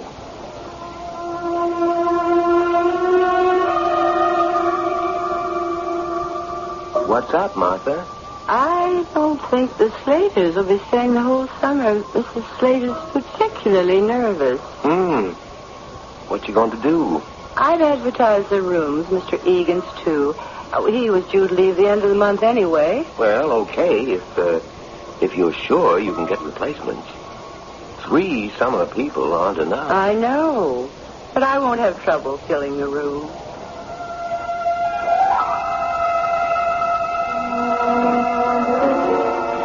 Hello there. Hi, Mr. Egan. Out for a stroll? Well, I just like to watch other people work. Getting ready for the barbecue tomorrow? Yeah. Real great time, our July barbecue. It's a lot of work, but we think it's worth it. Well, I'm glad I'm going to be around for it. Say, Mr. Egan, I wonder if you could help me later on. Sure. A couple of chores that could use your muscle power. Oh, anytime. Tell me where and when. Well, I'll come by for you at Mrs. Williams this evening. Well, don't make it too late, though. I've been hitting the sack earlier and earlier. I never slept so good in my life. Oh, we'll all be bedding down early tonight. With the barbecue and dance, nobody will be going to bed tomorrow night. More corn, Mrs. Slater? Oh, yes, maybe just one more. Another round of steaks are on the grill, too. What a shame Tim had missed it. Yes, too bad. I'm so surprised he didn't say anything to us before he left. Well, when Mr. Egan got the phone call last night, he said it was an emergency at home. He just grabbed his things and ran. He seemed very upset. I'm so curious because I thought... One second. Martha, want to give me a hand with these? Oh, be right there. Help yourself to salad, Mr. Slater. What were you going to say? I'm wondering who could have called him. I remember him saying he didn't even tell his fiancée where he was going.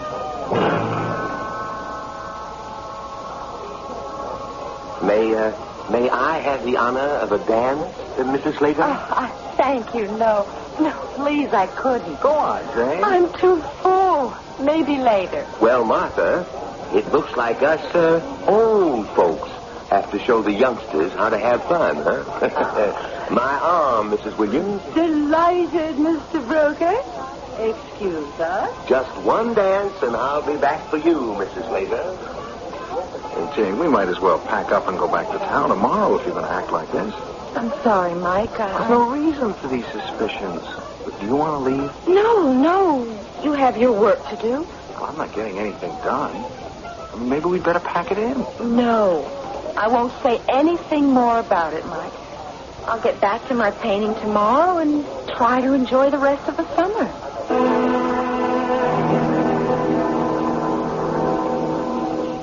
You ought to be back writing instead of watching me paint. I don't see why you're unhappy with this painting, Jane. No, it's Mr. Broker's barn to a T. I have a new idea for it. This morning I hit on what's wrong. What? Well, all you see is the outside. You don't feel a whole barn in the picture. It's because I've never bothered to look inside. What do you mean? Come on. Mr. Broker won't mind. Even though I'm not going to show the interior, if I know in my mind what it looks like, I'll give the whole painting more character. That makes sense. It's the first barn I've ever seen with no dust on the windows. Door's not locked? Not surprising. Mrs. Williams never locks her house.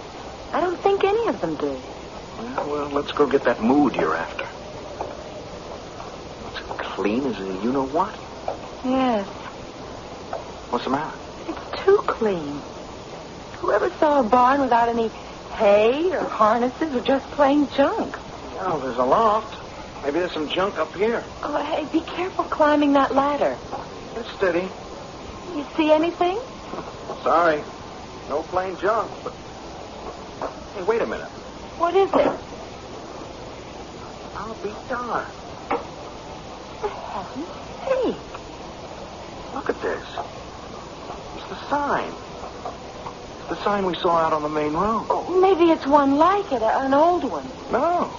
It's the same sign. It's the one that pointed to the two ruts through the field. Why would Mr. Broker have it in here? Without this sign out there, you could go right past that field. Go right past Granville and never know it was here. Is that what they want? Maybe your suspicions weren't so wrong, Jane. Oh, Mike. What does it mean? I want to ask some questions. But don't let on we found this, huh? Come on, let's get out of here fast before Broker gets back. Let's leave this town right away. Yeah, I only hope we can. Tim Egan did. Oh, did he? You were suspicious about that sudden departure. Now I'm beginning to wonder. He departed, but I'd like to know where.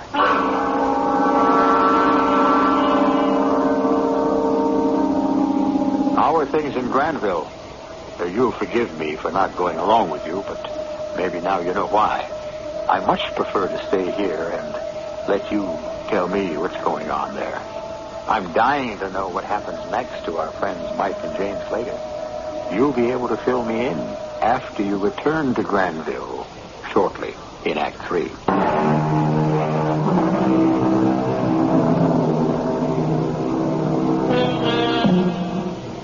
Still feel you want to return to the odd little village? Well, if you insist. And don't say I didn't warn you. Mike and Jane Slater have finally awakened to the fact that Granville isn't all it's cracked up to be. Jane felt it first. And now Mike, having found that Granville can shut itself off from the world with them in it, decides Jane wasn't so wrong after all. The thing that makes me curious, and perhaps you too, is why? Why do these sweet townsfolk of Granville appear to be increasingly sinister? I hope you'll be able to tell me when you get back. That is, if you get back. What kind of danger are we in? I don't know. It's so damn maddening, I don't know. You think it's even safe to go back into the house? Oh, we've got to get our things. On the car. We'll tell Mrs. Williams that we've got to leave sooner than we thought. Won't she be suspicious after Tim Egan's disappearance? Hey, I'd like to find out if that guy really went home. Oh, forget about him. Let's get ourselves home. There's Ned Broker, just leaving Mrs. Williams. He probably knows we've been to his barn. Don't let on about anything. Well, good morning, you two. Rested up from last night? Oh, yes. Yeah, still stuffed, though. Been putting the finishing touches on that painting, Mrs. Slater? Yes, it's finished, as a matter of fact, and it's a present for you. Oh, now, Mrs. Slater. Oh, please, take it. Well, thank you. That's real special. Put it over my mantle. Sorry to run off. Got the chores at home. That's okay. See you around. Bye now. I don't know why I did that. You didn't like it anyway. Listen, the phone. Maybe we can sneak up the stairs while she's on the phone. Hello? Who? Oh, Slater. Oh, yes. It's for us. No, they never arrived. I was expecting them the 1st of July.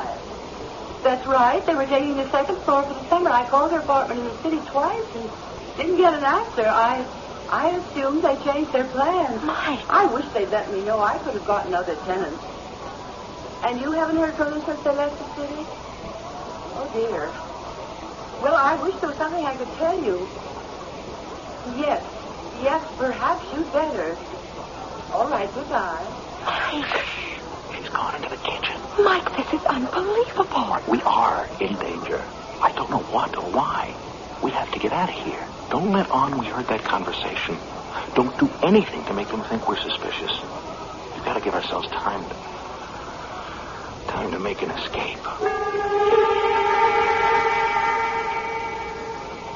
Why would she say we weren't here? That we'd never arrived? So they can do whatever they intend to do with us. That call had to be from Stu Hendry. He's the only one I told where we'd be. You must be frantic. But I've got to call him. How can you? There's got to be a public phone in the village. Mr. Slater, lunch is ready. I couldn't eat a thing. Try when I slip into town and call Stu.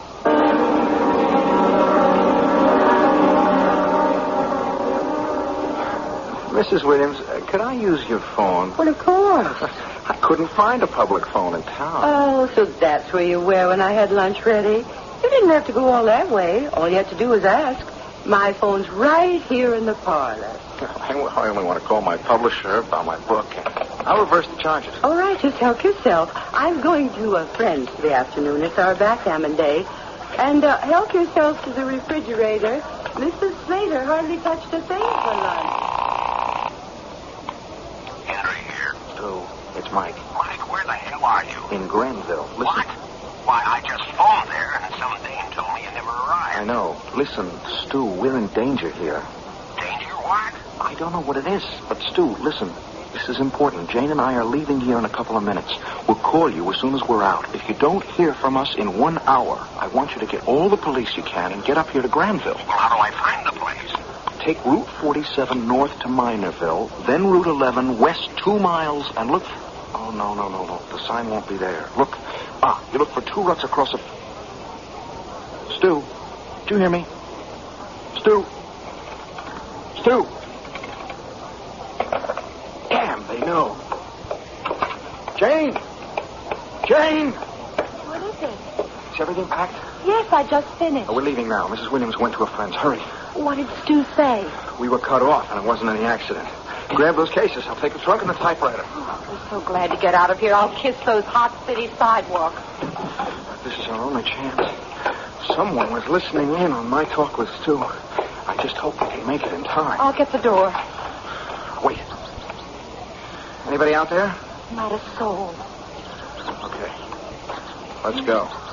You think they're watching us? I don't know. Just keep walking and we'll load the car. There's nothing they can do to stop us here. They don't seem to have any guns. None that you know of. All right, help me with the trunk.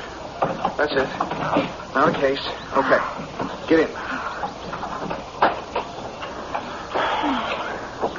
Still not a soul on the street. So much the better. Where are you going?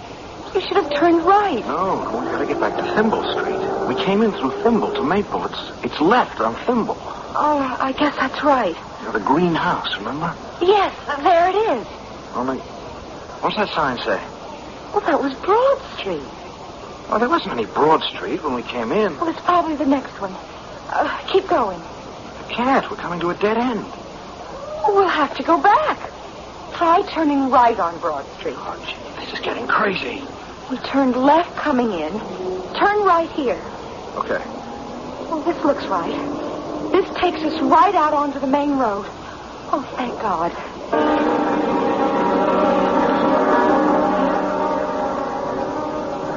Mike, we should have turned left back there. No. We're still on the main road out of the village. No, we're not. Look up there. It's another dead end. It can't be. We've got to go back and take the road to the left. Oh, this doesn't add up, Jane. Look, we've been driving for a half hour trying to get out of this town. Every road's either a dead end or takes us right back into the middle of the village. But we came in on the main road. Where is it? Why can't we find it? They don't want us to find it, Jane. We're trapped. We're trapped in this town, and I don't know why. But they don't want us to get out.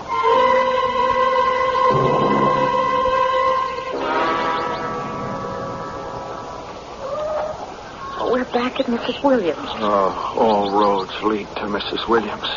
I don't know what to do anymore. Driving around is useless. I'm going to confront that woman. I'm going to find out what's going on. Then we'll never get out of here. Again, I have to say, I don't know. Come on. We're going to wait for Mrs. Williams to get back from her backgammon.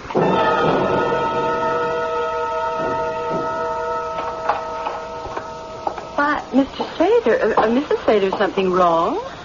Very, Mrs. Williams, very wrong. I don't understand. I saw all your things in your car as I came in. We're leaving, Mrs. Williams. That is, we're trying to leave. But why? Well, you ought to know. You listened in on my phone conversation. You know now that we're on to you, all you lovely people in Grenville. On to us? Oh, come on, Mrs. Williams. We're prisoners here. We know it. You know it. Why? That's what I want to know. Why? Mr. Slater, if you want to leave, I think you'd better. I've never had guests act as strangely as you. All right. What happened to Tim Egan? And why was the road marker hidden in Broker's barn? And why? Why can't we find our way out? Every street's changed since we came in.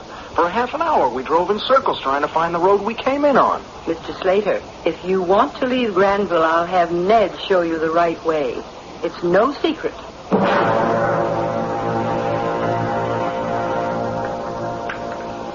Ned will be over in 2 minutes. Have your coffee. You've nothing to worry about, Mr. Slater. Mrs. Williams, I guess we've seemed awfully strange. But things have happened here that we don't understand. Oh, I know. Mr. Slater enumerated them. I have some more coffee. All right. I guess I'm feeling better. Mrs. Williams, we enjoyed your hospitality. Maybe we're making a big deal out of nothing. Of course you are. I can't see a thing we've done to make you think we want to harm you. I was trying to get out of town. On the road marker, like you were trying to hide us. Well, maybe our imagination's got the best of us. Yeah, maybe we ought to stay the rest of the summer, Jane. We've chased away the boogeyman. No, I'm afraid it's time for you to leave. I'm sorry, too.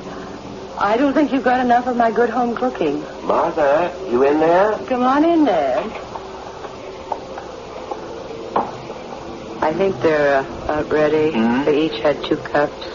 I do hope you got some replacements coming. A new couple tomorrow, 2 more on the weekend. Good. Mr. Slater? Mrs. Slater? When do we go home? I'd better get them over to the freezer. Oh, dear, I wish I'd had more time to fatten them up a bit. Oh, you did fine, Martha. Same as always. Oh, I hope so. It's my job. Well, I'll get them packed down. And then I'd better get that sign out again. Don't want to miss the folks tomorrow.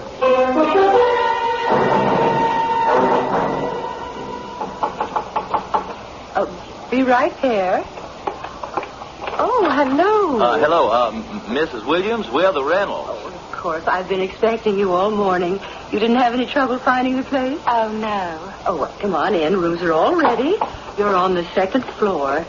Lovely couple just moved out. I know now why you're so particular about your guests. This home is so beautiful. Well, yes, we have to be. Oh, my, the whole town is just a picture. I just know we're going to enjoy it here. And we're going to enjoy you. We stopped at that little store in town to ask directions, and everyone seems so happy and healthy. It's so youthful. Like you. We just can't believe you're 79. Oh, well, we keep young in Granville. The secret's in our diet. We're very particular about what we eat. It's all in the diet. Oh, your health food fat. Well, we do raise everything we eat. I hope you brought good appetites with you. It's my job to fatten up my summer people.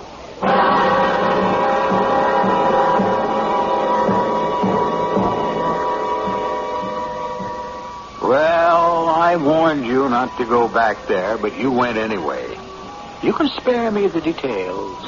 I know what went on there in Granville. Suffice it to say, a trip to Granville is a one-way trip. But I'm glad you got back safely. Relax and order anything on the menu. I'll be back shortly.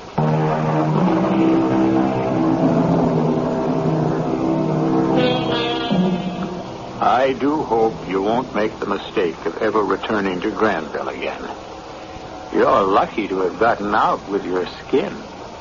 I can tell you one thing. You wouldn't catch me dead in the place. But you will find me in this same place tomorrow with another menu of suspense, mystery, and horror. Our cast included Tony Roberts, Jennifer Harmon, Grace Matthews, Leon Janney, and William Redfield. The entire production was under the direction of Himan Brown. And now, a preview of our next tale. And it's a simple enough request. I think it's high time I heard it. Your high time.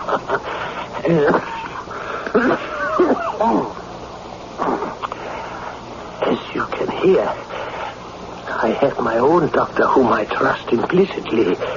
He finally has told me that my life can be measured in hours. I want you to promise to be by my bedside.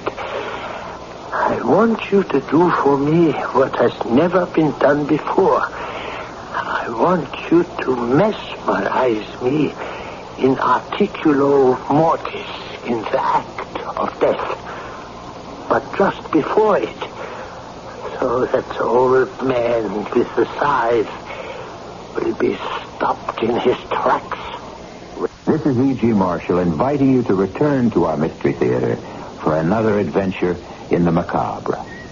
Until next time, pleasant dreams.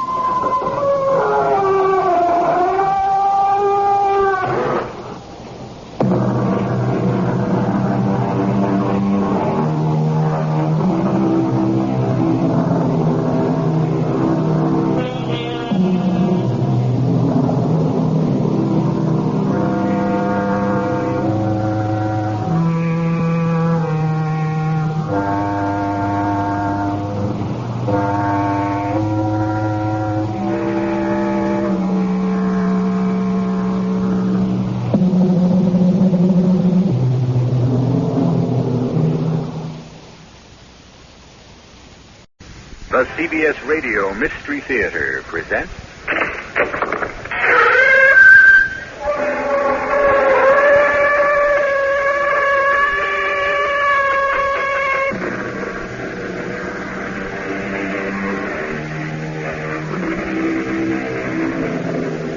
Come in.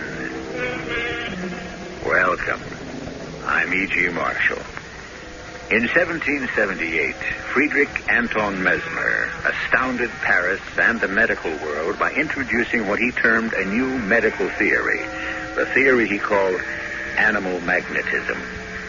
Although he was discredited and accused of being a practitioner of black magic, mesmerism was to continue to fascinate medical men, till it flowered into the present-day wholly scientific and important branch of medicine called hypnotism. That is, today, But a century and a half ago, it was misunderstood and misused, with many of the men who practiced it unprincipled and little better than sorcerers. This is the story of one such. Dr. Nugent, you may now wake up. What? Did you say something, Professor Valdemar? Quite a good deal in the last 5 minutes, Doctor. Good Lord. Is it 5 minutes since you put me out? Believe it or not, in another few minutes I'm going to let you judge for yourself. I am going to let you put me under the influence.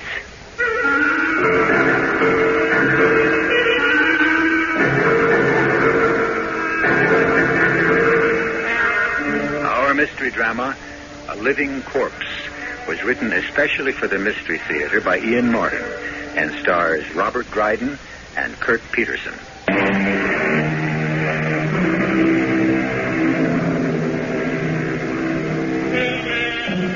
Have you ever been hypnotized? It's a strange, weird, and terrifying feeling to know that you have lost your identity, blanked out, that you have still been in your own world, and yet not of it. A powerful, benign tool in the hands of today's doctors, rigorously trained. But once, as recently as 100 years ago, it was a secret art shunned by the reputable and condemned by the devout. Yet it had its devotees, men of inquiring scientific minds, as well as the charlatans, and the legion of believers who have followed the lure of the occult down strange paths since the dawn of time. Now, who the devil? Oh, Professor Valdemar. It's the police. Calm yourself, Mrs. Salisbury. No need for alarm. But for the moment, it seems we must wait to bring you relief. I will turn off the pacificator for the moment while I answer the door. Oh, if it's the police. Mrs. Salisbury, the art I practice is not illegal, however much it may be frowned upon by the know-nothings. Besides, I shall close the door to the room and leave, and you will be quite safe.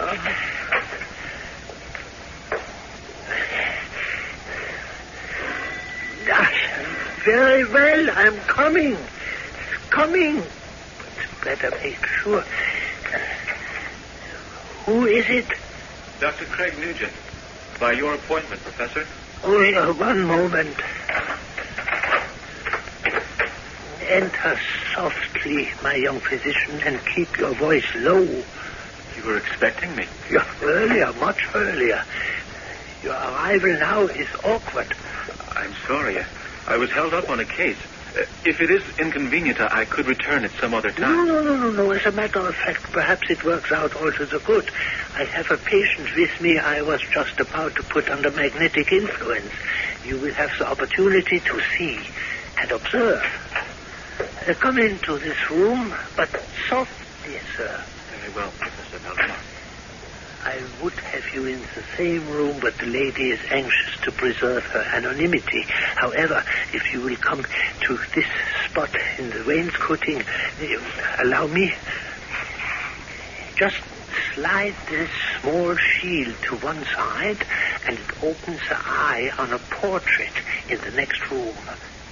You will well be able to observe the technique and practice of mesmerism. At that moment, every instinct within me screamed in silent warning for me to run. My venal ambition, unbounded curiosity, nailed me to the floor. I put my eye to the back of the portrait's eye, and as clearly as if I were present in the adjoining room, I watched in jealous awe one human being attain total mastery over another. What was it? Oh, nothing at all. An errand boy. I sent him packing. Let me start the pacificator. Now I want you to relax. I can't relax. Of course you can. I want you to watch the pacificator over my left shoulder. Oh, the light is so bright. Only to begin with.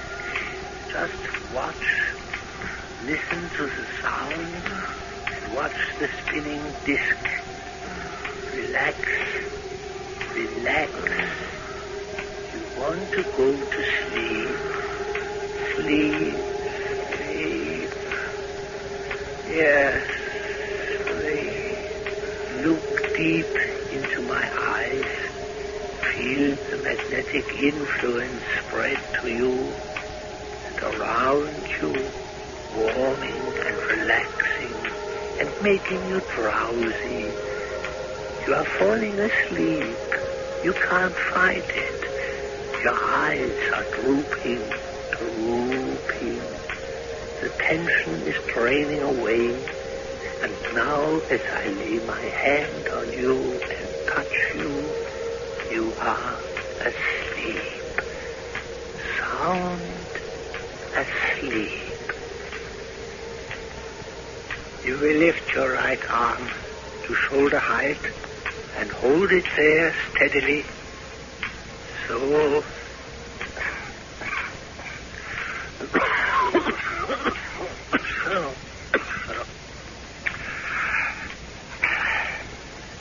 Well, Dr. Nugent, are you still there? At the peephole? You need have no fear of speaking up. She will not hear you. You're certain she won't? Just as certain as I am that she will continue to hold out her hand and arm straight from the shoulder, no matter what weight is placed on it. Yeah, observe. That heavy, cold skull. She couldn't possibly hold that with her arm as it is. Oh, but she will, and she can. Look. That's impossible. With mesmerism, nothing is impossible. So. She need hold this no longer. The point is proven. You may put your arm down now, Mrs. Salisbury. That's right. Now, do you still have your headache? Yes. My temples are bursting. It's like a knife plunging into my brain. If I could only get some relief. You say that you would pay anything for that relief? Anything. Very well. Tomorrow, you will remember this when I wake you up. Tomorrow, you will go to the bank and take out $10,000 and deposit it in my name as the Boston Federalist. I promise I will do as you say, if you will only give me relief. I lay my hand on your brow. I pass it gently to and fro. And as I do so, the pain diminishes, till now it is gone. Yes. Oh, yes. It is gone. Oh, what joy. What peace. It will not return. When I wake you, you will know that. It will never return. It will never return. And you will forget everything we have said about the money. Till tomorrow, at 10 o'clock exactly, you will make the transaction.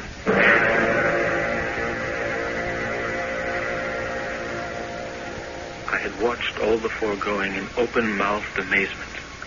A woman cured of incurable migraine headache, for when she woke it was gone. A woman paying him $15 for the session, but who had promised to deposit $10,000 the next day? Stunning revelation upon stunning revelation, and the most stunning of all. Why, this tall, cadaverous, cough-ridden man should reveal his secrets and his criminality to me. I had not long to wait for the answer to this. Well, Dr. Craig Nugent, were you edified and intrigued? Both. I am astounded, but... Yes? At the moment, as a doctor, perhaps intrigued more than anything. That cough of yours, sir, is that the reason you bid me here? Yes, and no. Shall we sit and talk? First, I would prefer to osculate your chest, sir. Form some opinion of... Forget it. Wiser physicians than you have examined me. The consumption is too well advanced.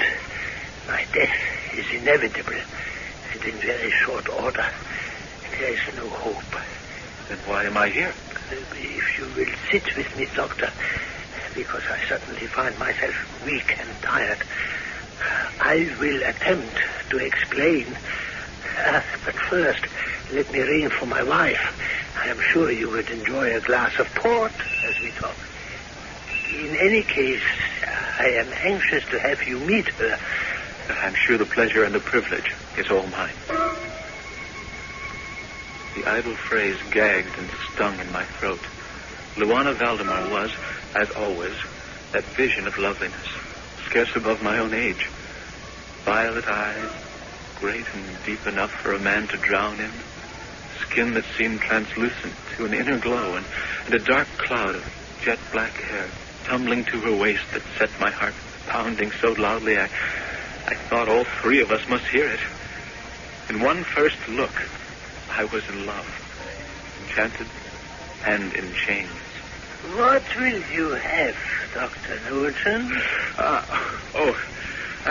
Port is for older men. May I suggest this brandy? My dear, this is a bright young doctor whom I expect will loom large in our future.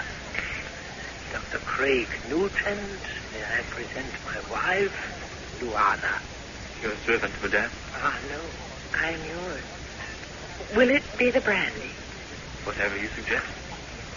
Luana's suggestions turn out to be more like commands. Leave us, Luana. We have much to talk about. Don't stay up too late. I hope to meet you again, Dr. Nugent. I sincerely hope so, Madame Valdemar. You will. You will. Now, off with you. Whatever you command, my husband. You are not drinking your brandy, Doctor. Oh, no, Yes, sir. It is excellent brandy.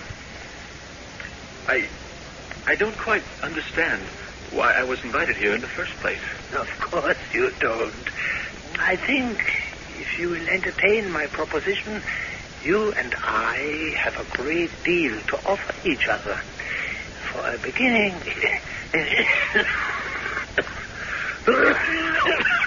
Excuse me. If you would pour me some more port. Of course. And once I have soothed this accursed scratching throat of mine, I can make a start about explaining all about the end.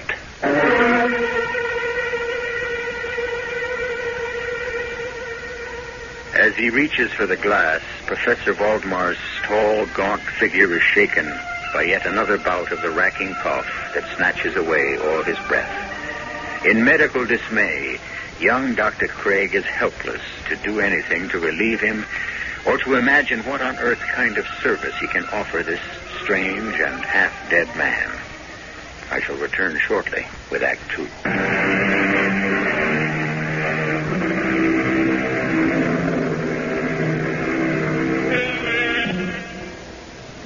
For the moment, as the smooth, mellow port seems to assuage the paroxysm of coughing by the older man, Craig has been eyeing him clinically, dispassionately. Now, suddenly, from under the shaggy brows, he finds that the professor's dark, smoky eyes are burning into his, and beyond them, to his brain. For a second, he can almost feel the world slip away from him, and then, with an effort, as he tears his eyes away, he finds himself his own man again.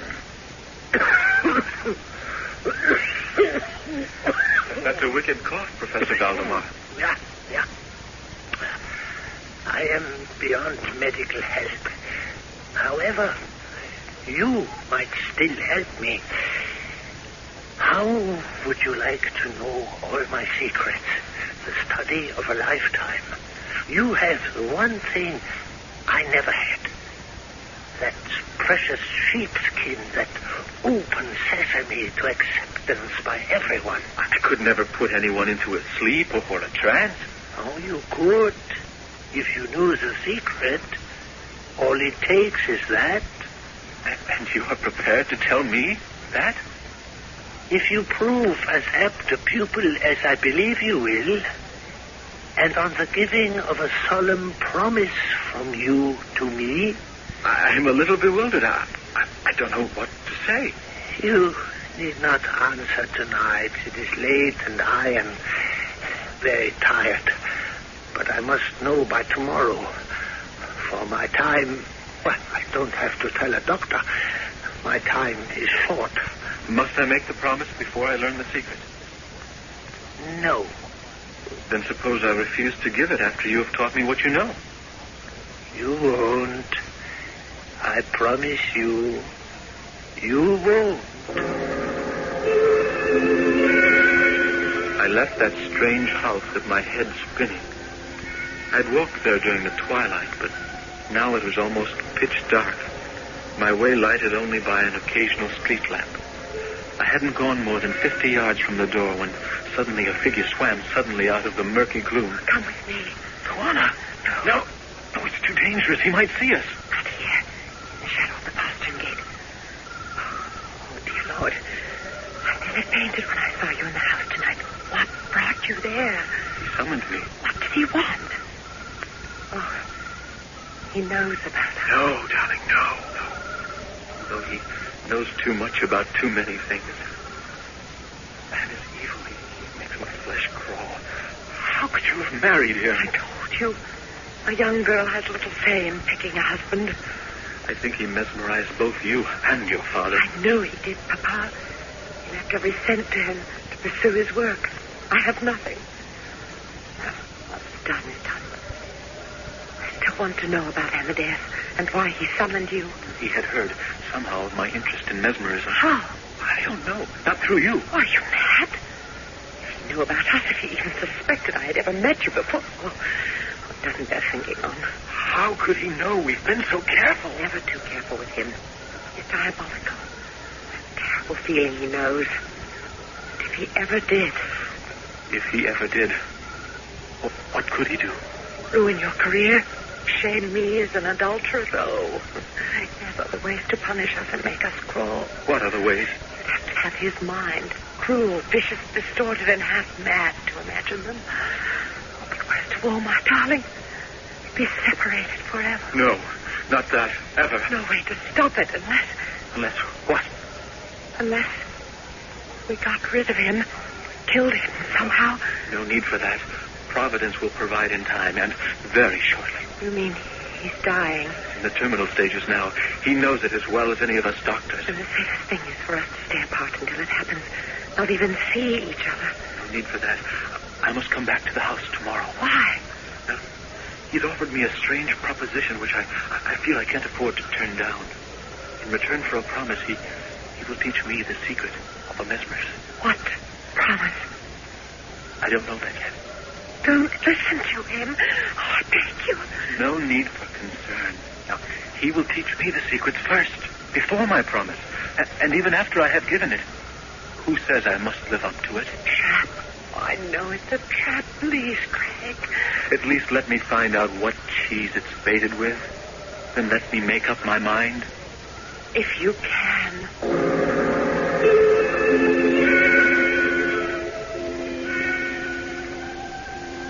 I should have listened to Luana, but other compulsions were driving me on. I don't defend myself. I was everything that Valdemar himself had named me, and I had to gamble. I couldn't pass up the chance of a lifetime. So, my young friend, you have decided to accept the bargain, yeah? At least to listen to the terms, Professor. Yes, by all means. Would you believe that I could put you in a trance in, say, 1 minute? No. Let us proceed then to test that by example rather than precept. Now, no. Please remain seated. I am just placing this lamp behind your head so that you are in shadow, and as I move to sit in front of you, the light is full on my face. Now, I ask only one thing, that you focus your entire attention on my left eye for 1 full minute. Do not let it waver and do not interrupt. Let us both check our watches. Right. Whenever you are ready, look as I asked and indicate for me to begin. Very well. I'm ready. Look in my eye. Think of evening skies at dusk. The clouds drifting softly lower and lower. Shadows across your eyes, their weight heavy. Heavy and gentle on your eyelids, since they want to close. To close. You feel all the tension drain out of you. Loose, like a rag doll. And you want to sleep. Sleep. Your eyes are closing, and the lids are heavy. Heavy with sleep. Sleep. You are now fast asleep, Dr. Nugent. But I'm not asleep at all. Huh? Of course you aren't. That's the secret, you see. I'm afraid I don't see, sir. There's no magic magnetic influence that flows to the subject. The subject is a magnet that asks for, draws that influence to himself. It is his desire that creates the trance, conscious or unconscious. He must want to be mesmerized. You did not want to be. You resisted it with all your might, didn't you? Well, naturally. I thought if it was an experiment, that was what was expected of me. It was. This time you will cooperate, or at least not fight me. I don't think you can do it, Professor Valdemar, but I will try to cooperate, if I can. Look in my left eye. Think of evening skies at dusk. The clouds drifting softly lower and lower. Shadows across your eyes. Their weight heavy.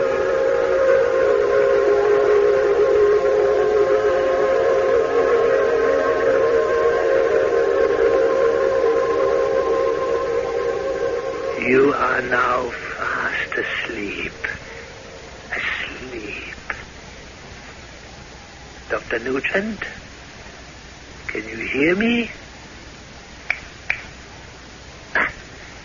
Not even the blink of an eye, huh? I could cut your throat from ear to ear for the horns you have put on my head, and you would be none the wiser. But softly, softly, you shall be made to pay in time. First, I have a use for you. Dr. Nugent, I tell you now, you can hear me. Do you? I hear you. I suppose it would be useless to ask you to admit that you and Luana have been having an affair for months. Who is Luana? My wife. I just met your wife last night. For the first time? You introduced me to her. Very well. We shall leave that alone for the moment. Just to prove to you that you really were in a trance and to keep you thoroughly on edge about how much you may have revealed, I want you to forget all of this conversation, including what I am about to tell you, At 6 this evening, you will take off your left shoe and bring it or give it to my wife, saying, a bouquet of roses because I love you, and to hell with the old fool who does not know what is going on. You will remember Dr. Nugent? Yes. You may now wake up. What? Did you say something, Professor Veldeman? Quite a good deal. Did you really put me out? Believe it or not, I'm going to let you judge for yourself. I'm going to let you put me under. But first, it is time for me to ask for my payment and your promise. I hope I can deliver. So do I.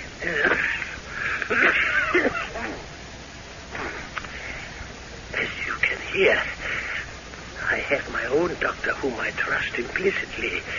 He finally has told me that my life can be measured in hours. I want you to promise to be by my bedside. I want you to do for me what has never been done before. I want you to mesmerize me in articulo mortis, in the act of death. But just before it, so that the old man with the scythe will be stopped in his tracks.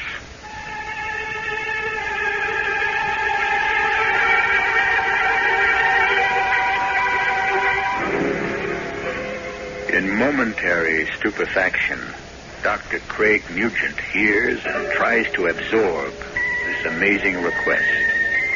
Stirring and moiling beneath his frozen amazement at the audacity of the conception, a barrage of questions, speculations, revulsions, and doubts struggle for expression and cry out for answers. I'll return shortly with Act 3. Remember, this is before the middle of the 19th century. Physicians were just beginning to grapple with physiology, the process of life. Death, the great mystery still, and perhaps forever, was then a total one. There existed almost no apparatus to prolong life, such as is common practice today. Death then was inevitable. It was occasionally predictable, but always total, except in the case of Professor Amadeus Valdemar. Easy, lady. Easy. All right, Joanna. I have lady's bridle. Let me help you dismount. I can manage. Watch the mare. She's as nervous as I am. Let's get back in among the trees by the river. Why did you risk passing me that note as you saw me out? I heard you make a promise I hope you have no intention of keeping. You heard? The secret of the people in the portrait I discovered long ago. How? Because on the few occasions I've been able to resist his magnetic influence, pretending to be under it, I have watched Amadeus like a hawk, hoping against hope somehow to find a way to freedom. No, it will not be long until you do. Not with your help. What do you mean? Until I met you, Craig. What do you think has kept me alive during all these loathsome years? The knowledge that at least when he died I would be a rich woman. But if he doesn't die, how can I inherit all his wealth? He will die. Not if you keep the promise you made. Joanna, my darling, now listen to me. Even if I did keep it, the body is finite. No occult power can keep it alive or stop the disintegration of the cells once the heart is stopped and the blood ceased to flow. But suppose you are wrong, Craig. Suppose you put my husband just before death into a kind of suspended animation. Then what? If he's really on the point of death, I can always bring him out of it, can't I? I don't know. I don't trust Amadeus. He knows about us. What makes you think so? I will quote you his own words once he had put you under. I could cut your throat for the horns you've put on my head, and you would be none the wiser. You shall be made to pay in time. Oh, Craig. Still not convinced we cannot outwit him? We are not in control. I am, or I will be. Oh, do you really believe that? Oh, Craig, you are so naive. What do you mean, naive? I know exactly what I'm doing, and exactly what I plan to do. And no one can take over my mind unless I want them. Oh, excuse me. Here, my love, a bouquet of roses because I love you, and to hell with the old fool who doesn't know what's going on. What? Your boot? No, take it, this bouquet of roses. That's odd. It's one of my boots that I'm holding in my hand. The left one, just as he told you, to offer me his roses at 6 o'clock tonight while you were mesmerized. Now do you see why I fear him? He's always one step ahead of us, all the way.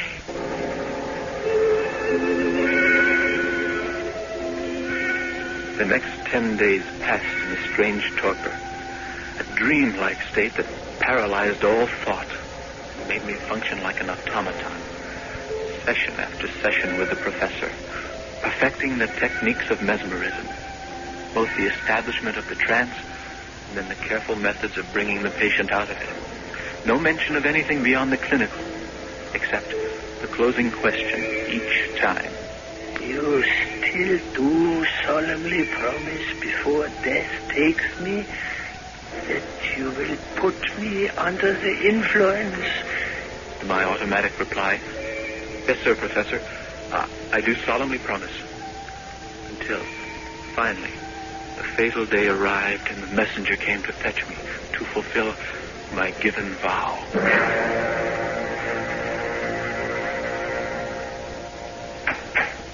How is he?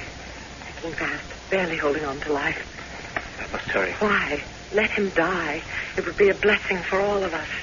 I can't do that, Luana. You realize if you keep him legally alive that I am left with nothing? You have me. I don't have you. I can't have you as long as I'm married to Amadeus. We can go on as before. No, we can't.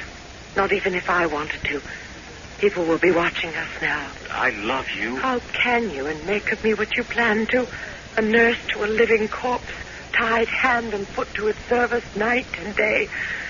You keep him alive, and I might as well be dead forever as far as you are concerned. I climbed the stairs, outwardly calm, but inwardly a seething storm of emotion and indecision. At the open door to the bedroom, I stopped. That's you, Nugent? Yes, Professor? Where, in the name of conscience, have you been? You still wish to be mesmerized? Wish? I command it by virtue of our compact. And your sacred and solemn promise. Which I might choose to break? Oh, no, my dear doctor. I told you you will keep that promise. If you entertain any notion of not doing so, I have made certain provisions to make you weigh your decision carefully. What provisions?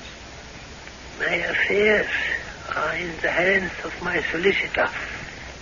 Not one penny goes to my wife by virtue of an early marriage settlement, except an amount enough to maintain my body in suspended animation with her as its keeper. How can you demand such a monstrous thing? How could you, with your young body and easy morals, have done such a monstrous thing as steal her from me? I beg you to understand it was not her fault. I have no time to listen to your son.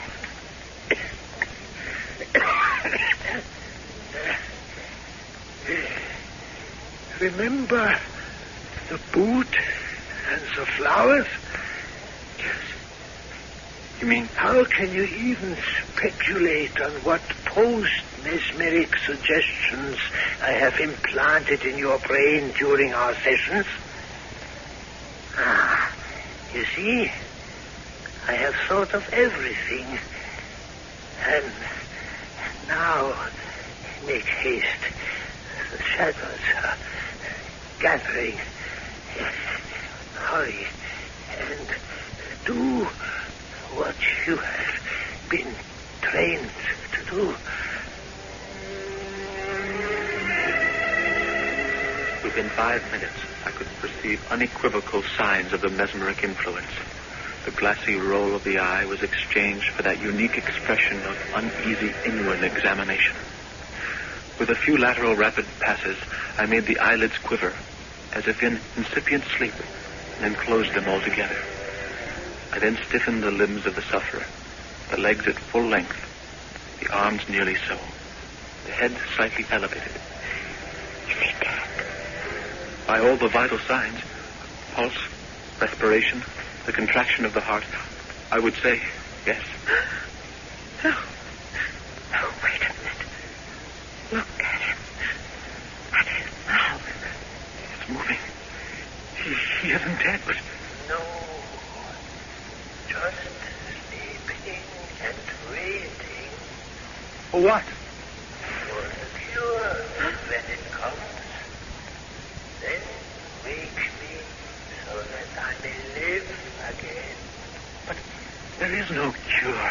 Not in sight. So much the worse for you and your beloved. You had better pray with me that it comes.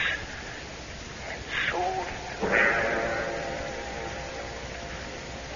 So, you chose your precious conscience over me. Hush. Trust me. How can I trust you? You tried to assure me a corpse could not be mesmerized. Not quite a corpse, but soon. Now, believe me, Luana, the physical properties cannot sustain life no matter what the mental state. It is only a matter of waiting until he dies.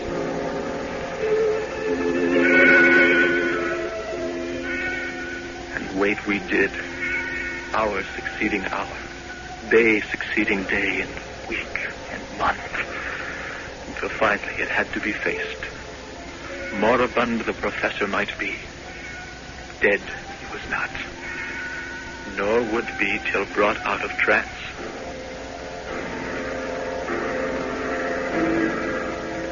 Don't you see, Luana? This has always been my way out. If the worst came to the worst, physiologically there's not enough strength to maintain life. Now, at last, with a clear conscience, I can do what I never promised not to do. I can bring him out of the trance. Why have you waited this long? I could assign many reasons, but suddenly I realize I don't quite know. Only that we wait no longer. Professor Valdemar, can you hear me? Yes. Are you asleep? No, not asleep. What then? Dead? Or alive? Somewhere in between. What are you waiting for? A cure. There is no cure. And we cannot wait. I'm calling you back. Are you so sure? You were the teacher. You taught me how. I also never stinted on the warning. What warning? That there is no trick. It all depends on the subject, on his will, what he is willing to do. Without his will, you have no control. No control. Not ever to reach me again. Because I choose to stay where I am. So there we remain. Amadeus, Luana, and me. Luana tied to him as his nurse. Myself forever trying unfruitfully to bring him back from that halfway house, either to life to reason with him, or to death for his own peace and ours.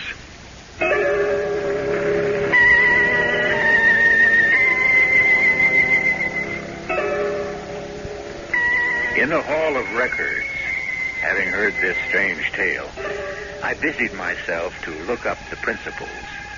The records are fragmentary and incomplete. There is no mention of Amadeus, but I did discover 2 death certificates issued in a case of accidental drowning, or possibly a suicide pact, listed in police files.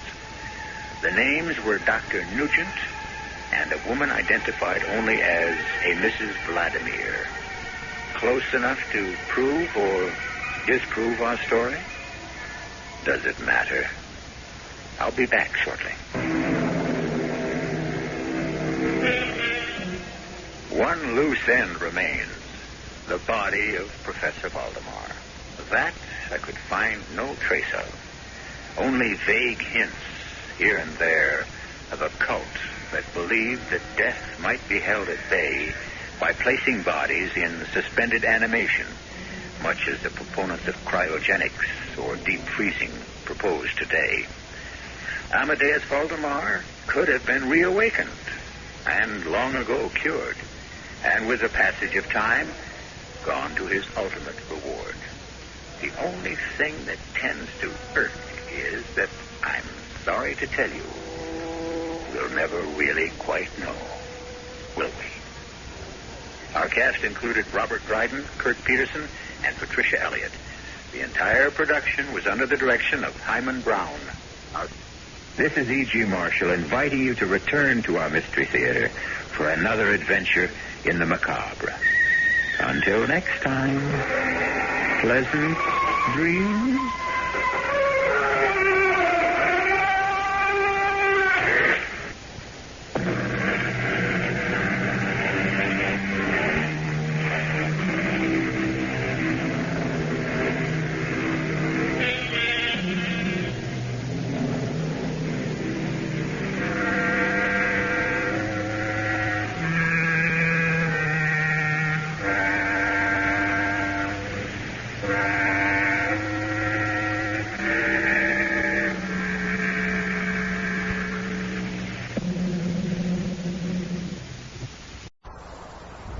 The CBS Radio Mystery Theater presents...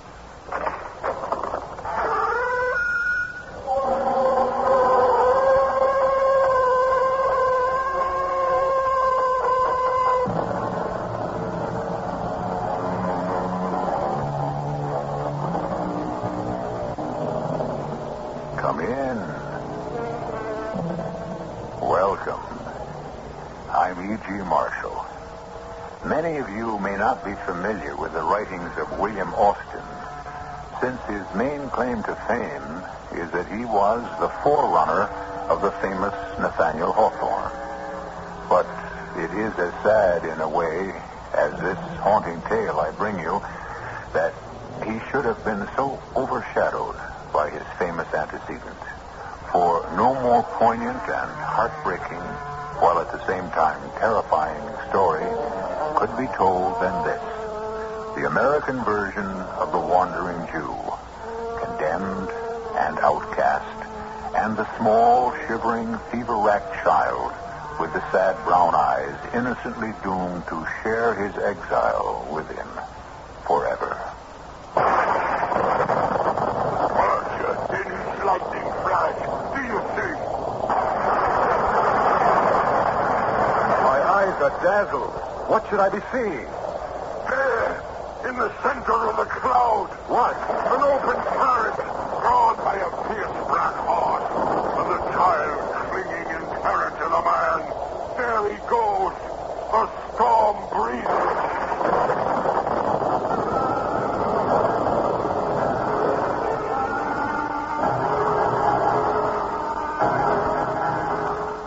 Our mystery drama, The Storm Breeder, was especially partially adapted from the classic William Austin story For the Mystery Theater by Ian Martin and stars Michael Tolan and Fred Gwynne. I'll be back shortly with Act One.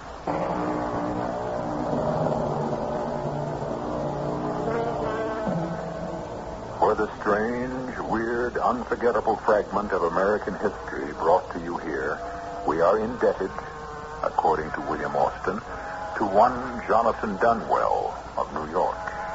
Mr. Dunwell was a judge, and as such, a general officer of the court by profession, but by inclination, an antiquarian and a collector of American history.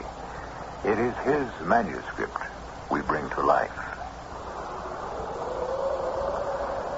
In the summer of 1820, business called me to Boston. I sailed in the Packet to Providence, and when I arrived there, I learned that every seat in the stage was engaged. I was fortunate enough to find a seat with the driver. It being a pleasant night and he quite intelligent, we were chatting pleasantly when all of a sudden the horses drew their ears on their necks flat as a hare's, and the whole business of Peter Rugg began. What's the matter with the horses? Have you a shirt, too, with you? Oh, I need no overcoat. My jacket is enough. You'll need one soon. You see the horse's ears? Well, as a matter of fact, yes. I was just about to ask why. They see the storm breather. The who? You'll find out, sir. Keep your eyes ahead. I am. The road seems empty, and the weather is lovely, not a cloud in the sky. But you will see him soon. For the weather that follows will blot out the sun. Are you pulling my leg, driver? I wish I were, Mr. Dunwell, sir. Here, sir. Wind this blanket about you. But the sun is shining, and Listen to what I say. Protect yourself as much as you can. Approaching us was a weather-beaten chair, once built for a shaved body, drawn by a great black fiery horse, traveling at least at a speed of 12 miles an hour. Seated in it were a child and a man, who glanced at us as he passed in such dejection of spirit and hopelessness that my heart seemed to suspend beating momentarily. In the moment that he passed us, our horse's ears sprang forward and bent so that they nearly met. Who was that man? Nobody knows. And the child? Nor her. Though both are familiar to me.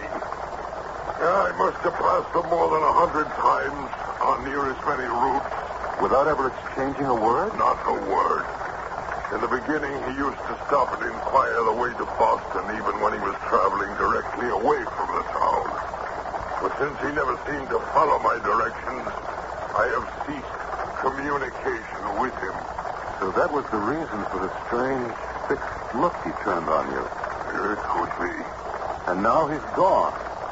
Disappeared as if neither he nor that frail, shivering child had ever been. Does he never stop anywhere? Never longer than to inquire the way to Boston. I see no signs of this promised storm. Look in the direction from which the man came. The storm follows him. By gad, you're right. There is a little black cloud speck in the east, but not much more than the size of my hat. There's the seed storm. With luck, we may reach Polly's Tavern before it strikes. But to mark my word, the wanderer and his child will go on through rain and thunder and lightning to Providence. To the town we are coming from, you mean? Yes, sir. I would guess the real Providence is as far out of his reach as the Boston he never seems able to find either. Rub that saddle blanket about you. Here it comes. Hey! Did you hear it? Mark you in his lightning flash. Do you see? My eyes are dazzled. What do you mean? Watch as it comes again. There! In the center of the cloud. What? Don't you see? An open carriage drawn by a black horse, and the child clinging in terror to the man. Now look.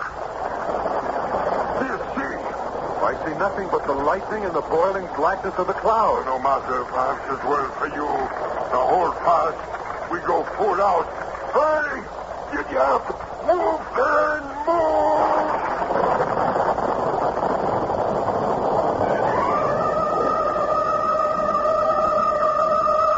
Within a few minutes, we had broached a rise, and sliding and slithering came down into the hollows of Polly's Tavern. In spite of the summer weather, a steam of damp arose from our clothes and those of other travelers.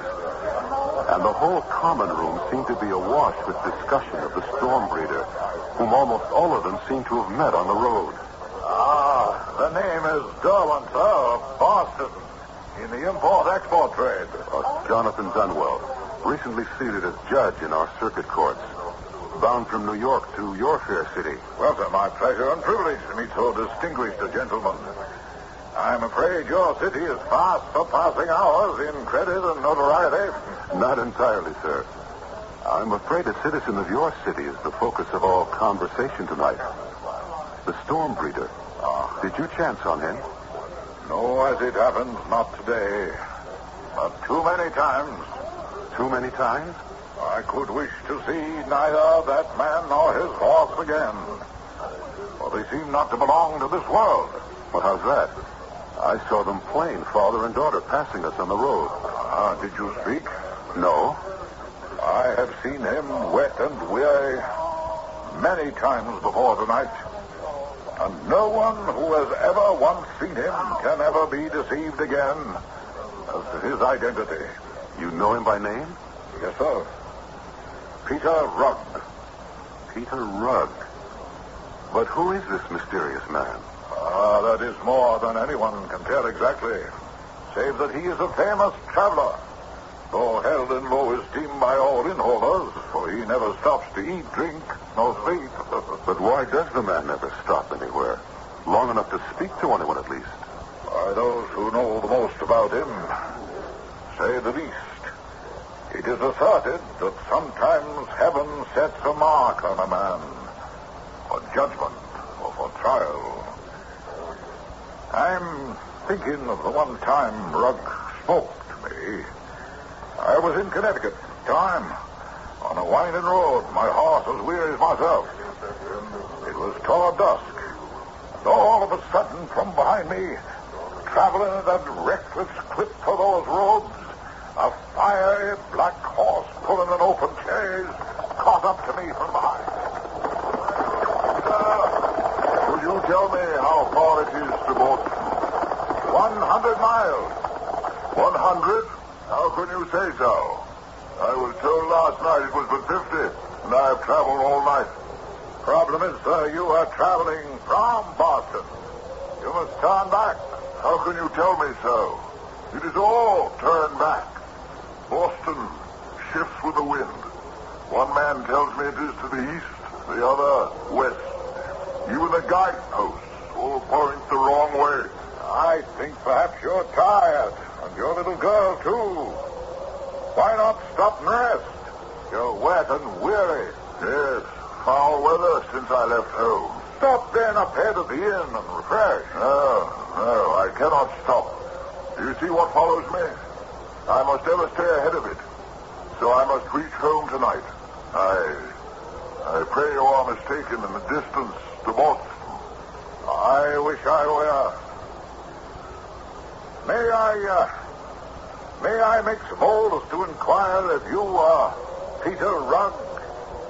I think we've met before. My name is Rugg. I meet so many. I have lost my way. I am wet and weary. I would take it kindly if you would direct me to Boston. Where do you live in Boston? On what street? Why, Middle Street. Everyone knows the house, with the great shade maple, across from the cemetery. When did you leave Boston? I cannot tell precisely. It seems a considerable time. Well, sir, how did you and your child become so wet? It has not rained in these parts today. The shower caught me back on the road a piece. It always catches me, unless I keep moving.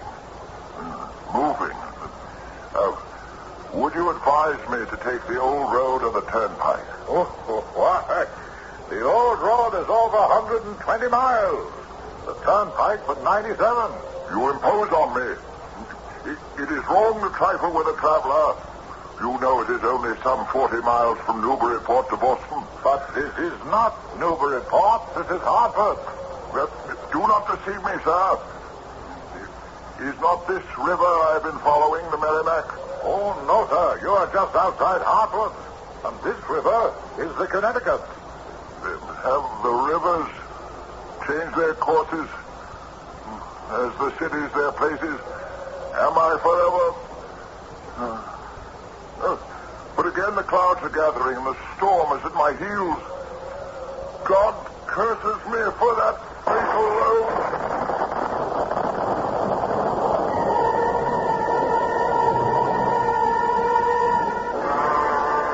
He would talk no longer.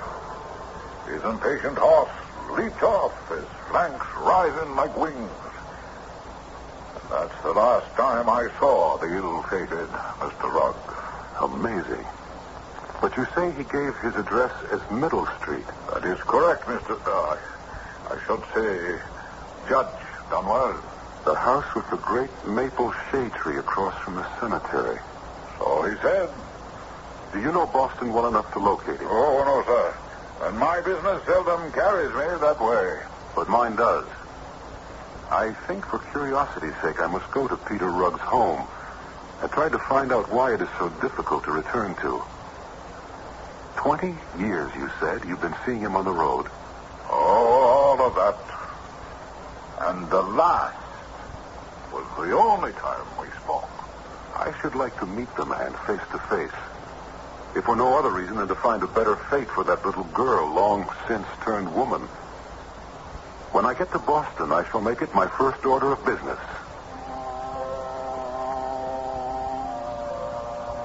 Which is exactly what I did. It was not easy, for the maps were inaccurate, and there was more than one Middle Street. But finally I found it. The great tree smothering the house so that it lay in a shadowy gloom. The paint was peeling, the windows cracked and cobweb-ridden. But the path to the door was cleared, and I was sure that someone or something still lived there. It was with a strange trepidation I walked through the weeds and lifted the heavy knocker. At last, with a deep breath, I let it fall.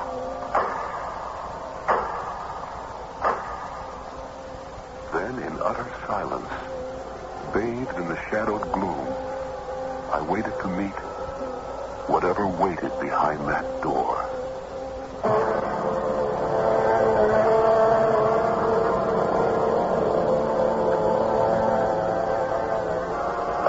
Abandoned by its master for countless years. Is it possible that any evidence of him has remained, or his family? Does some heartbroken woman still wait for that lost child, or even for the storm breeder himself? Who and what is Peter Rugg? Phantom, or reality, or legend?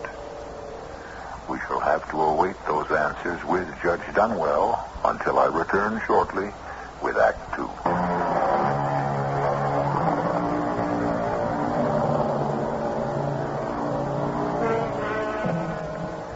Judge Dunwell was never fated to have an answer to his knock on the door.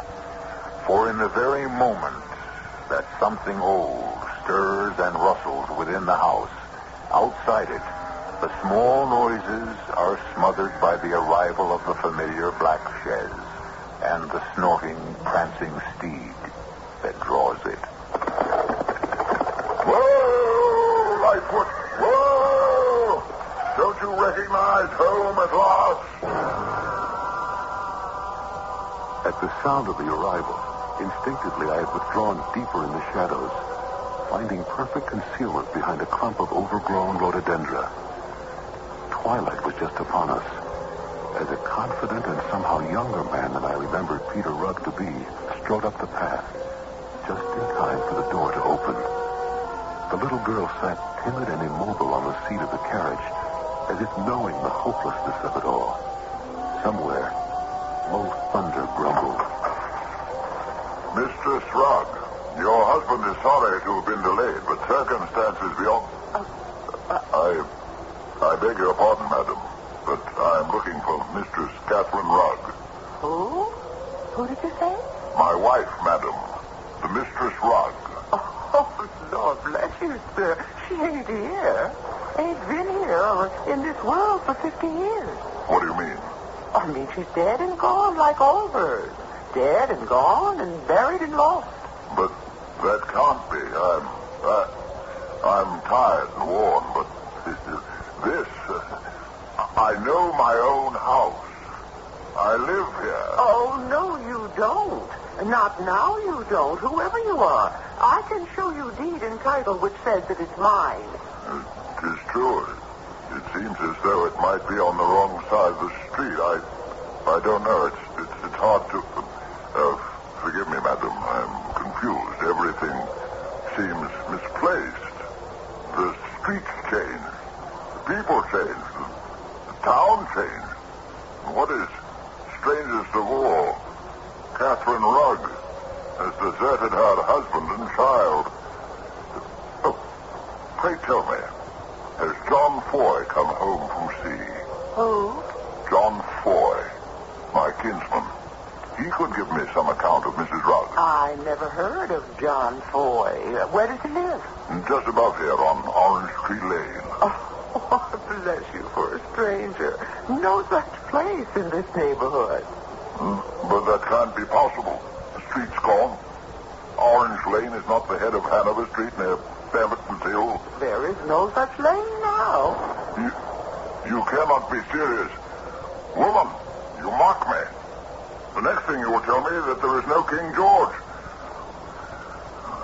However, be that as it may, you must see, madam, that both my daughter and myself are wet and weary.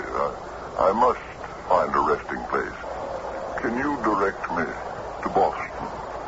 But this is Boston. The only city of Boston I know. But not the one I know. Yes, Lightfoot, coming. I am wrong, of course. I don't know how I could have mistaken it, but this is a much finer city than Boston.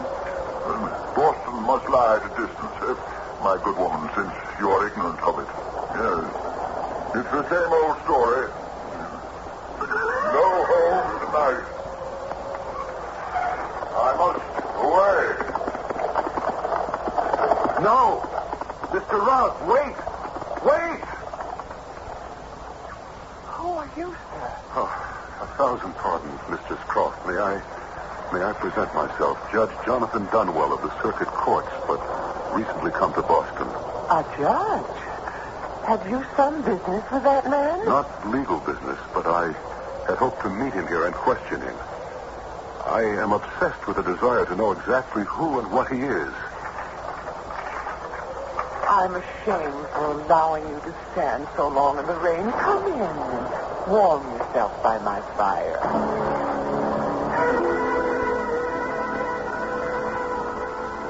May I offer you some more sherry, Your Worship? No. You are more than kind to have given me what I have against the chill. Heaven help that poor man in an open carriage. And that child beside him. And the child. That a man named Rugg once owned this house is all I know. The factor who arranged for my father to take it over is supposed to have made sure all papers are legal. How I wish I could have stopped him, learned more about him, tried to solve the mystery of him. The mystery of him? Well, I cannot help there, but I should think the factor who sold us this house should know more of him than anyone, if he is still alive. Could you give me his name and address? I shall not rest till I have followed this strange affair to its depths and its beginnings.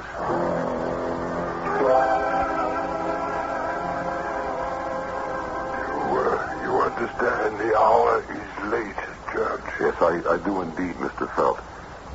You know the history of Peter Rugg, sometime of Middle Street in this district? Yeah. I will be brief. He rented a property of mine in his youth. He was married to a fine young woman who bore him a daughter, as I remember. Jenny. So I believe was the name. Well, no matter, an offspring. And then without so much as a by your leave, he ran off with the child, leaving the wife to die, as I believe or remember. Yes, she died. Why? Well, damn it, she was deserted. Fortunately, Rugg left no creditors. He owned his horse and chaise, and after she died, it was all soon forgotten. Yeah, soon forgotten. I suppose he died. No. To the best of my belief, he is now alive and living. I have lately seen him and his horse and chaise, and his child. Oh, is that so? That's so. Well, now, I wouldn't presume to argue with a man of your standing that Peter Rugg could still be alive. I will not deny, but Jenny Rugg, if you saw her, let's see now, the Boston Massacre was 1770, was it not? I fortunately avoided it, but history records that date. So on that date, Jenny was 10 years of age, and if living, that would make her, let's see, 60 now, give or take a year. Do you know what you're saying? If Peter Rugg is still alive, which I take as possible, he could be only 10 years older than myself. And I was only 80 last March.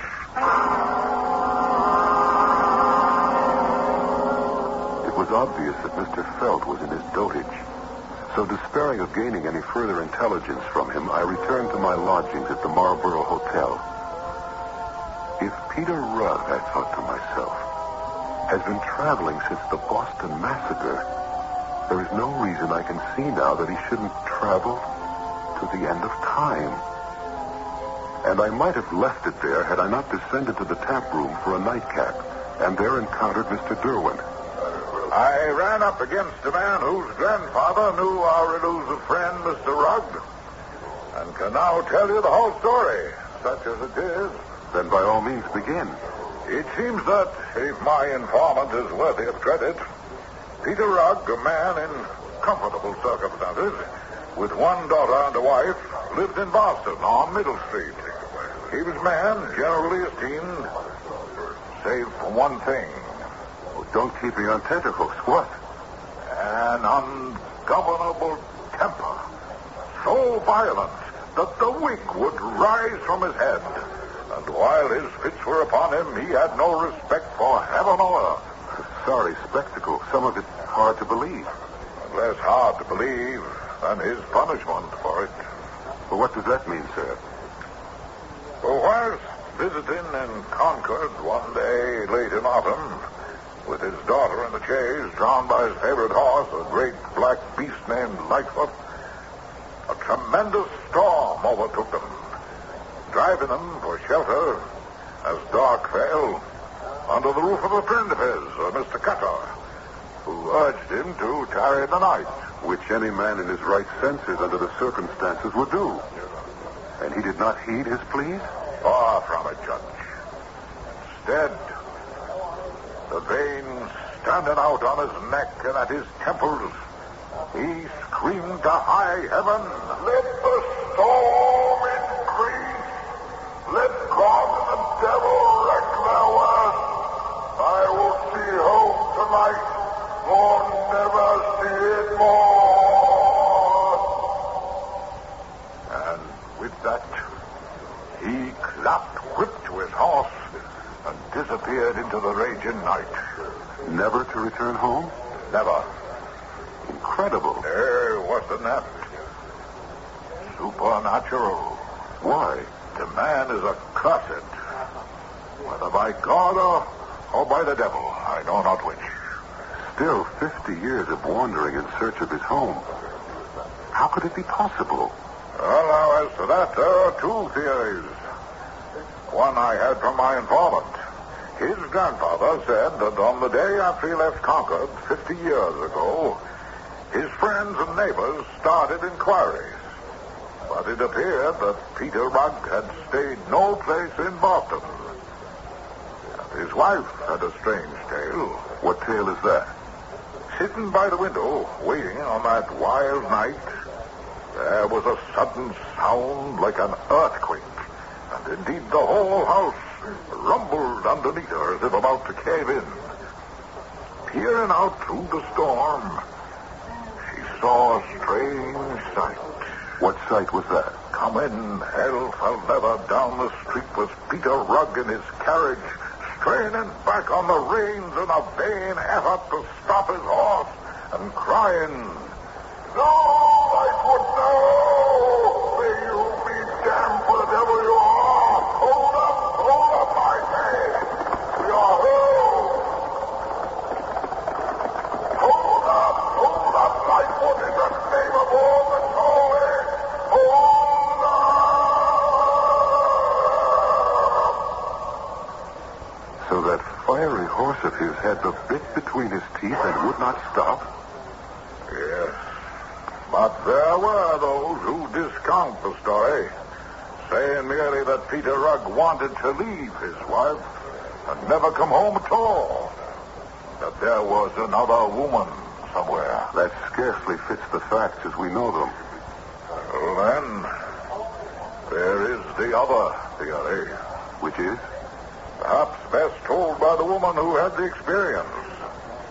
Now, she's the wife of the toll gatherer on the Charlestown Bridge. Would you care to hear her tale for yourself?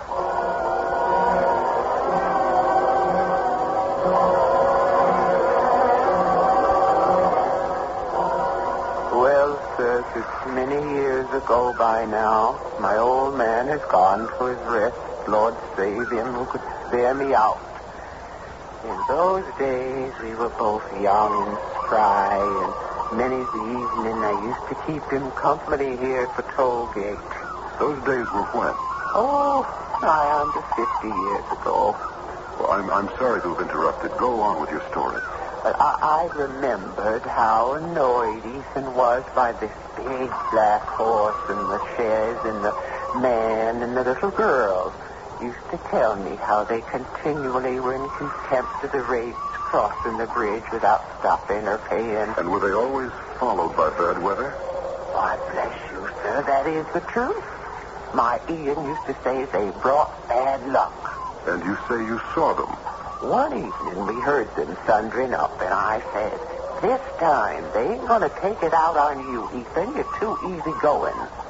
So when he called them to halt and they kept on, I had grabbed up a three-legged stool. Heavy it was, but I was young and strong, and I hurled it square into the horse's belly. And tell the judge what happened then. It passed right through that horse as if it were a shatter. He never even broke stride as the stool went skipping across the bridge. No, sir. That was a haunt. A ghost rider with bad luck right in the dust of his wheels. So, Judge Dunwell, what is your judgment? I don't know. Neither explanation fits the pattern of my mind. And I have a feeling that I am not yet done with Peter Rugg. Nor will be till his fate is truly revealed to me.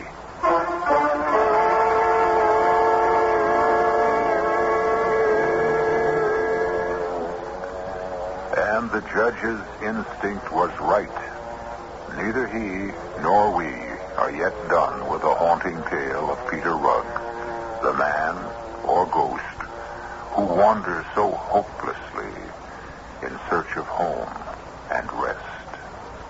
I'll return shortly with Act 3.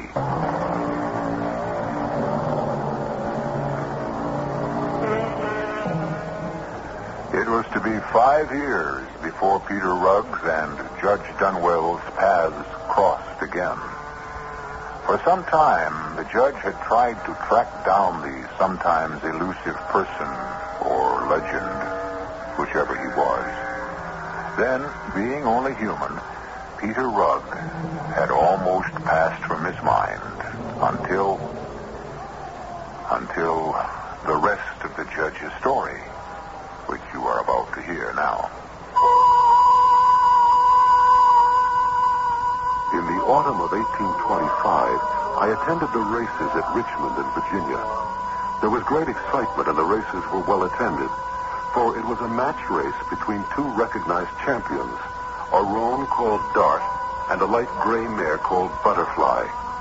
At a signal, the gun sounded, and they were off. I was glued to the race. There seemed no way of choosing which horse might win, when suddenly there was an extra wave of excitement from the already madly cheering crowd. To my open-mouthed astonishment, appearing as if from nowhere in the rear, was a majestic black horse of unusual size, drawing an old weather-beaten chair. Effortlessly, as if this heavy non-racing vehicle, encumbered as it was by two occupants, didn't exist, he overtook the racing horses shortly before the winning line. And in concert, both Dart and Butterfly, as the horse passed them, lay back their ears and pulled up short, so that no contest was called. And the winning black horse and his carriage passed the finish line and faded away over the hill. In the clubhouse later, I was fortunate enough to have an introduction to one John Spring, the owner and rider of Butterfly. Damn it, sir, that was no horse that overtook my mare. No one can outrun Butterfly. No horse, that is. Why, I had bet all I have she would show her heels to Dart. No doubt she would if the Good horse, make no mistake. Good horse, Dart, a great one. But not to outrun my Butterfly. That ox or whatever animal it was that frightened off our horses, why, that makes no contest, sir. No contest. And yet it looked like a horse. In no fashion, sir. Nor was it. In no fashion. And that I can prove. How is that, Mr. Spring? By my own observation and countless others, sir. Would you like to see? I would indeed. Well, then, follow me.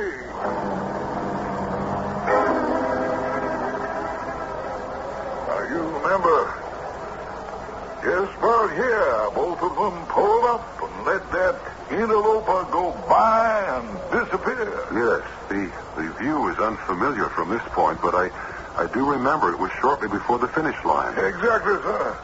Both horses have to pull them up, walk deliberately to this spot of soft ground. Butterfly dropped her head and then lifted it, whickering in fright. Dart followed by doing the same and snorting in a sort of anger. All of us looked at what they had examined. See you them there for yourself, Judge. I was looking at the hoof marks of the black horse which had carried on to the finish line and beyond. Horse? From the evidence of my eyes from the stands, yes. From the same evidence as I looked at the soft ground, Mr. Spring's strange claim had real validity. These were not the marks of a horse's hooves, but the evidence of another breed of animal or being. The hooves were cloven.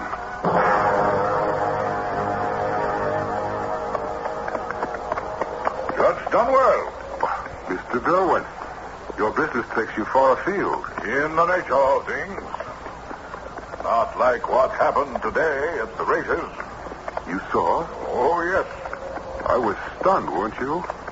I thought Peter Rugg had vanished. Oh, no, not I, sir. In the years since we met, I have come across him time and again and gotten soaked to the skin because of him.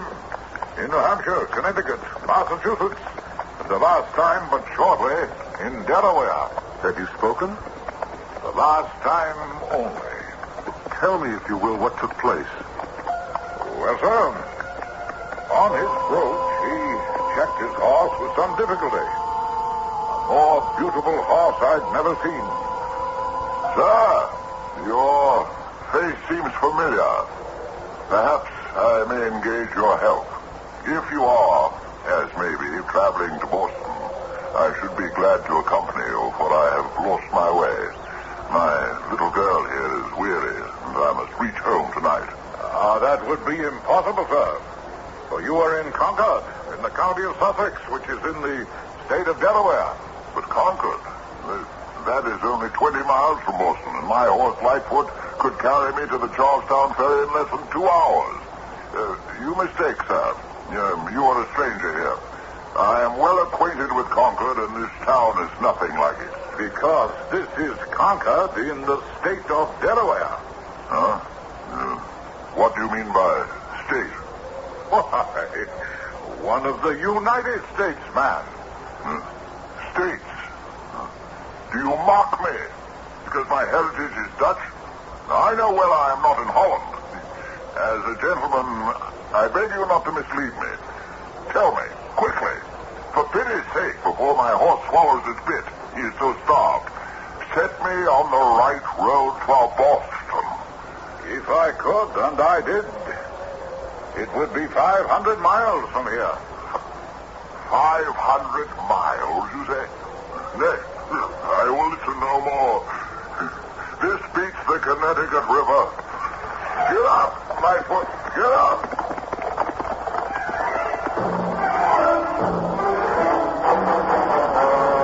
I can explain his last remark. I met him, as you may remember, outside Hartford, when he persisted in mistaking the Connecticut River for the Charles. So our wandering homeseeker is still abroad. Man or spirit, I shall not rest until he can. But how to help him? The courts were closed until the winter session. It seemed to me that the judgment on Peter Rubb was too great, too inhumane, too unreasonable for the extent of his small crime. I made it my business wholly for once to try to catch him again. But I always seemed fated to be just too late. At the toll gate on the turnpike between Alexandria and Middleburg, he had passed and paid no toll. But the toll gatherer was grateful, for he brought rain behind him to relieve a drought.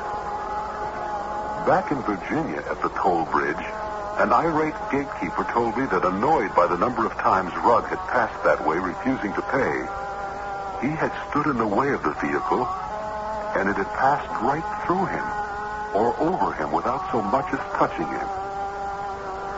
On the ferry boat across the Hudson, a Mr. Hardy who collected fares showed me a fare that a man had given him, insisting it was 30 shillings. It might have been once. It was a half-crown, coined by the British Parliament, dated 1649. Then I knew I had caught up with Peter Rugg again at last. I found him in his rig at the bow of the boat. Greetings, Mr. Rugg. Huh? Oh, yes. You seem familiar, sir. Judge Dunwell. We have met on the road before. That could be possible, sir. May I say that since you are a stranger here, my house is your home. Dame Rugg will be happy to see her husband's friend. Step into my chair, sir, if you will. Move over, Jenny. For the great man. We shall be in Middle Street very shortly. For many reasons, I will take advantage of your kind invitation. I sneaked a glance at my companions. Both were dressed in incredibly old-fashioned garments of fine cloth, but showing great wear. Rugg himself, at least in the face, was little more than skin drawn over the skull and cheekbones. Jenny was so bundled up she suggested only to my sad and horrified eye what her wizened, dried-out face proclaimed. A small Egyptian mummy. Only Lightfoot looked bigger, sleeker, and more magnificent than ever. This is not Boston, sir. Then mayhap it is New York. How can it be New York, sir, when that place is 200 and more miles from Boston? But I thought I was home. Mr. Rudd, look to the west. Only the size of a blackberry now, but that looks like an angry storm on our trail. Ah, it is in vain to escape. I know that cloud. It brings new wrath to spend on my head. Go now, kind stranger, whoever you are. Leave me to my fate. No, not this time, Peter Rugg. Give me the reins. This time perhaps we can outrun the storm. I took them from his slack hand, sliding over him and pushing him back to huddle with his daughter. And it needed only one flick to send that strange horse on his way like the wind. As we careened around the first corner, I noticed that his front hooves had been split on some hard road somewhere, but were healing. So Mr. Spring had been at least half right about the cloven hooves. I remembered little of that nightmare ride for Boston, how many days passed, where we stayed or ate or slept. I only know that no matter how fast we traveled, that mushrooming black cloud stayed on our heels every step of the way. And then at last, we were in Boston, on Middle Street. A crowd was gathered. The great elm still stood, although barren now of leaves, fire-blackened. And all that remained of the house was a heap of rubble. All else burnt to the ground, as I knew it to be, for the fire had taken place 2 years before. You men of the North End, this is holy ground. The city needs this land, and let not the name of Peter Rugg dampen your ardor. No! I hold renting title to this place. No, hush, Mr. Rugg. Listen for a moment longer. Let no man try to tell you that Peter Rugg is long since dead and gone to his reward. Let not legend make you seek the right and title to this land, which is free and clear. But how can this be? Who has burned my house to the ground? And who are all these strange people? I thought I knew every man in Boston, but I do not recollect at this moment that I ever saw one of these. Who are these strangers? Listen to me, Peter Rugg. The only stranger here is you. You have suffered many years under an illusion. Look behind. The cloud, the storm. Your nemesis is gathering. Then I must flee, away from home again. No, if you do, you have no home. If I stay, there is none left. Don't you see that for over 50 years, the tempest which you so profanely defied at Monotony has driven you before it like a straw in the wind? And now it is too late. Your wife, your house, and all your neighbors have disappeared. You have no home left here. You've been cut off from one age, and you can never be fitted to the present. You can never have another home again in this world, you or your daughter, unless... Yes. Quickly, for the storm is almost upon us. Unless what? Unless you stop fleeing it. Let it catch up with you and perhaps pass you by. Then mayhap at long last you can find rest. Oh, rest. Sweet, blessed rest. Oh, my Father, forgive me. And take me and Jenny home.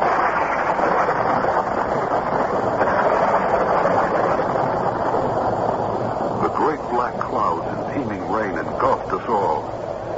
My last view of Peter Rugg was standing with his arm about his daughter, his face lifted to the rain.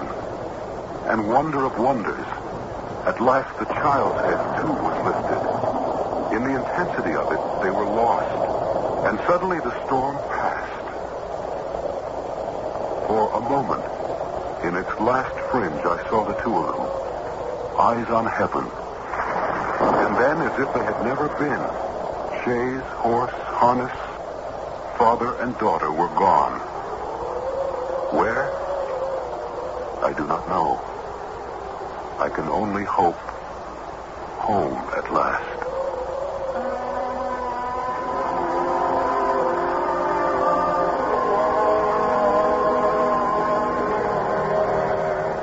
Judge Dunwell lived out a long and fruitful life, dying quietly in his bed one night. We do not know what his last thoughts were, but certainly one of them must have been that in all the last 40 years of his life, he never again met or heard of Peter Rugg.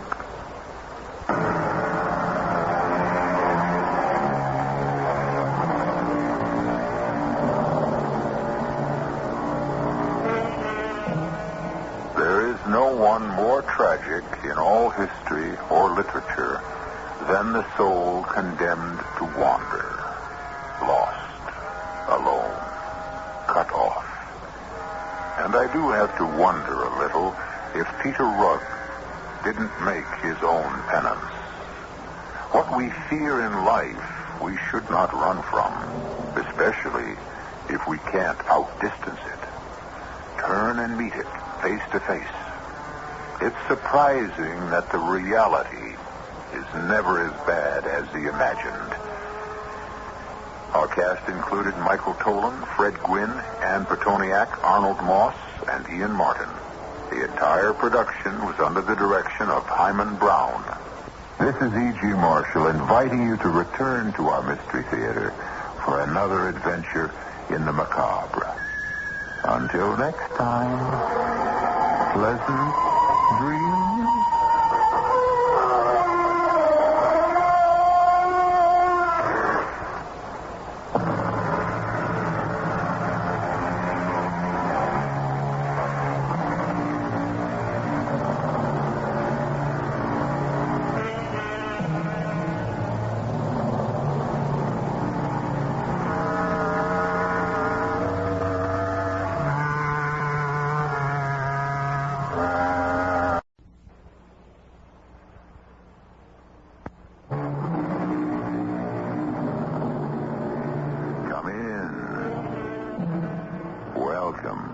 I'm E.G. Marshall, principal of this little dread schoolhouse, where our curriculum consists of lessons in mystery, suspense, and the macabre.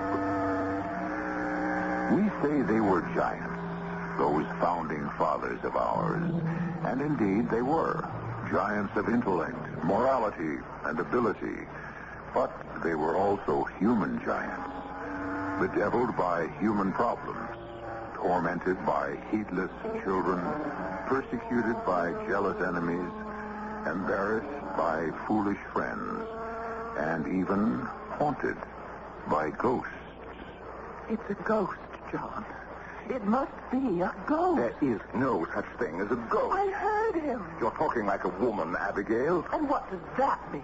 Well, it shows that no matter how intelligent a woman may be, in the end she has certain weaknesses that well, there is no such thing as a ghost. What's that? Oh, tell me there's no such thing as a ghost. Well, Well, what, John? Are you about to start talking like a woman, too?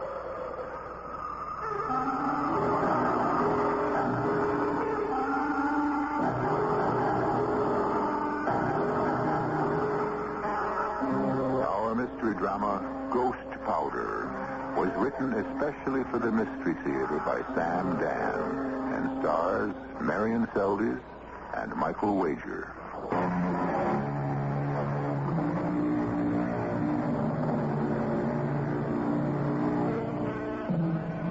If you were to say to John Adams, "You can't tell the players without a scorecard," naturally, this great American wouldn't know what you mean. But if somehow you could explain it, he would fix you with that level, steadfast look of his and say that you couldn't tell the players even with a scorecard. Here was John Adams in 1784, getting more flack from our recent French ally than from our former English enemy. Here he was, ambassador to Paris from the United States, and nobody really quite knew just what the United States was, or were. His colleagues, Franklin and Jefferson, were great men, as we all know, but very difficult to live with. His wife, Abigail, insisted that she couldn't run the embassy properly on his meager salary, and when he asked the Congress for more money, their answer was to cut his wages. In addition, their rented chateau, a place called Auteuil, was haunted by a ghost. But, he swears he heard him. Which one is Henri, Abigail? Henri is the one who cleans the floors. When did anyone ever clean the floors in this place? Well, Henri does the best he can. It isn't good enough. Now, dear, about the ghost. There is no such thing as a ghost.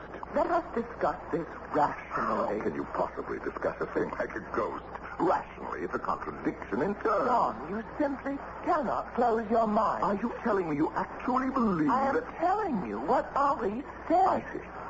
An illiterate French peasant has suddenly become a respected authority on the supernatural. Well, why don't you talk to him? How can I speak to him? I don't speak his language. Ah, but he speaks yours. I noticed that. You noticed what?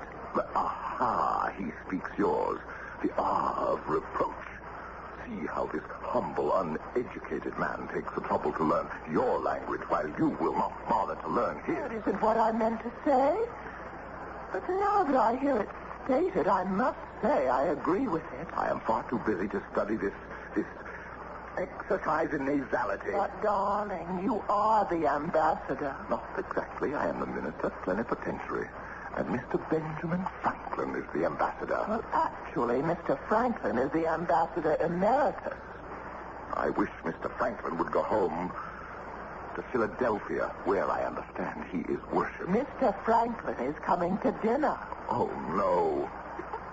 Why are you so stuffy this afternoon, John? It's so unlike you. I've been away from Boston too long.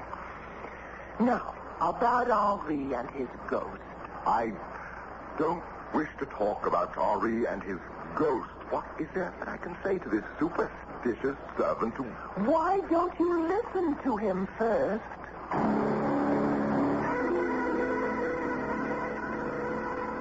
Oui, Monsieur Adams, I have heard him. How do you know it's a him? It's the voice of a him. And what does he say? He says nothing. Well, this is a fuss over nothing. John. Well, how can he hear him if he says nothing? He says something, but I do not understand him. Does he speak French? Français, no. Does he speak English? Anglais, no. Then what does he speak? He speaks ghost. Ghost? Yes, ghost language. Oh, there's a ghost language. Oh, yes, Monsieur Adams. But what is this ghost language? And where do you hear this alleged language? Oh, I hear him all over. But where? Particularly? In the library, in the bedrooms, and all over. How can I get rid of a ghost? You must call in a witch. A witch? Yes. The witch comes in and says a charm, and the ghost runs away. Why? Because the ghost is frightened. Oh, now look, my good man. There is no such thing as a ghost, and I think you had better get back to work. My uncle, he says the same thing. And one morning he is found rot.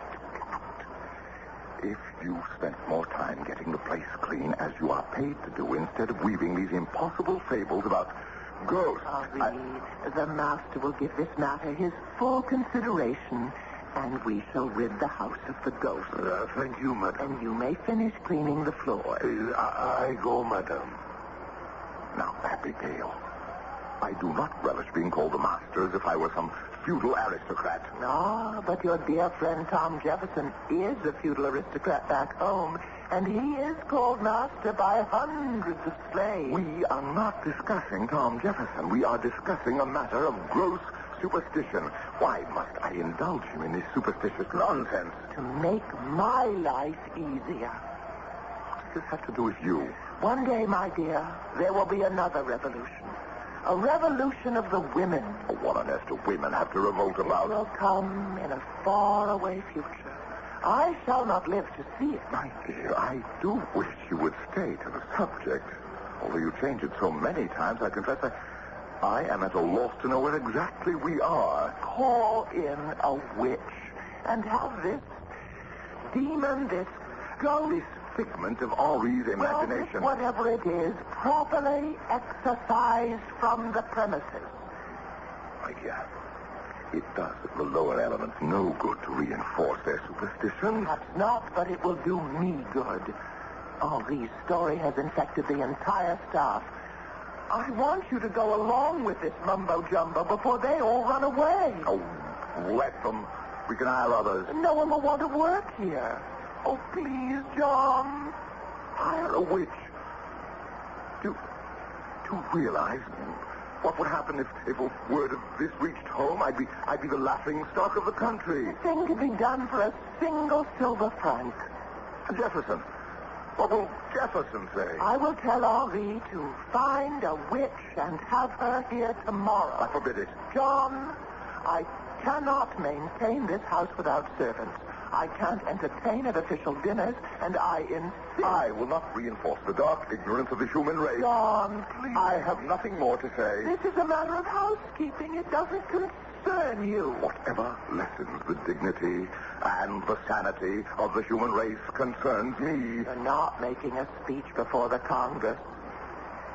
Oh, I'm sorry, John. I just realized how I sound. Well, I realize how I must have sounded. Good. Let's compromise.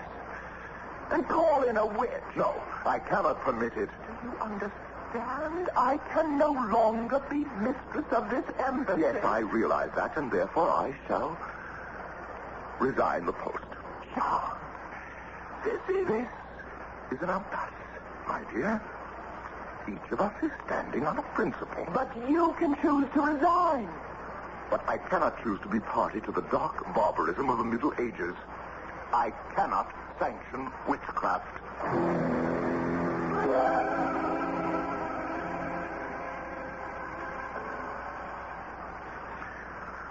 Well, the truth of the matter is the French do not wish for us to sign a treaty with England. John, come to bed. And neither Franklin or Jefferson can see it. Had enough politics for one night. By our Franklin to bed. Can't we talk about it in the morning? Jefferson is so grateful to France. John, I'm very sleepy. Tom, understand that we did more for France than France did for us. One day, everyone will understand it, but tonight... France and England are mortal enemies.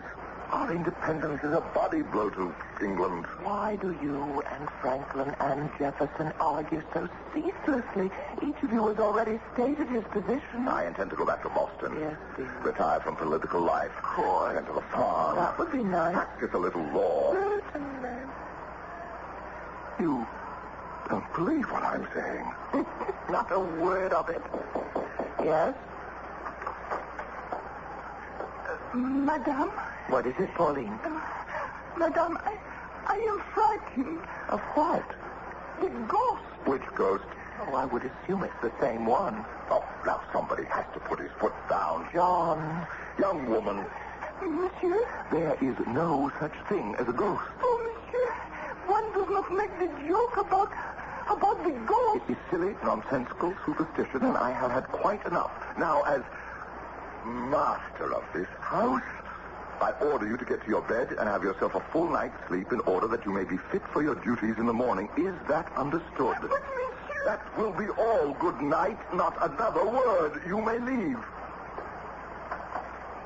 You have just transformed a problem into a disaster. You told me these people were peasants, and so I thought I would speak like a master. They can't accept you as a master. They can't? Why not? Well, it has to do with the customs of the country. I am becoming rather satiated with the customs of this country. You do not behave like the master of a chateau. So, how does a master... A true gentleman of the blood would have, in addition to his wife, a mistress. I'm not old enough. Perhaps when I reach Mr. Franklin's age. Oh, John, tomorrow morning, please, hire a witch.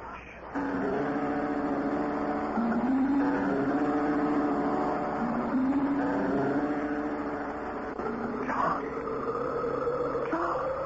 What? Huh?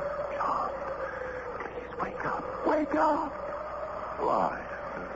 It can't be morning. John. Listen. What? What is that? It's your imagination. You don't hear it? It is. I think so. Well, is it your imagination, too? No. What is it? It's a ghost. No, Abigail. I know there's no such thing as a ghost, but what do you call that? Well, John, I remember my grandfather and my aunt. They'd tell us children's stories about... John, I'm frightened. Oh, dear Abigail, it's impossible. Big, gloomy, lightning house. Who knows what crimes may have been committed here? Abigail, there is no such thing as a ghost. Then why is your hand shaking?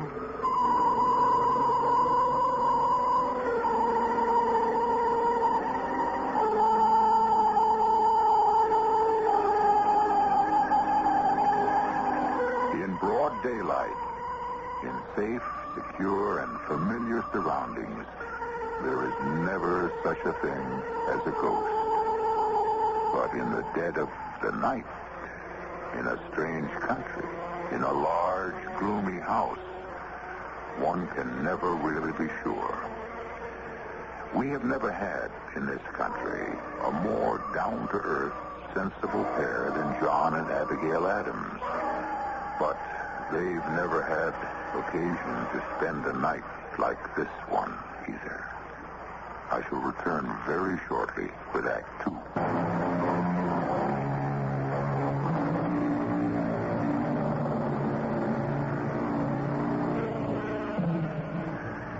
It isn't easy to be a man of intelligence and integrity, to speak one's mind and stand on principle at a time when men are valued for their flexibility. Nor is it easy to be a woman of wisdom and candor at a time when women were valued purely for decorative and pleasurable purposes. And so we have described John and Abigail Adams. And these two intelligent and rational people are now having what can be described as a crisis of confidence. Each would insist there is no such thing as a ghost. And yet...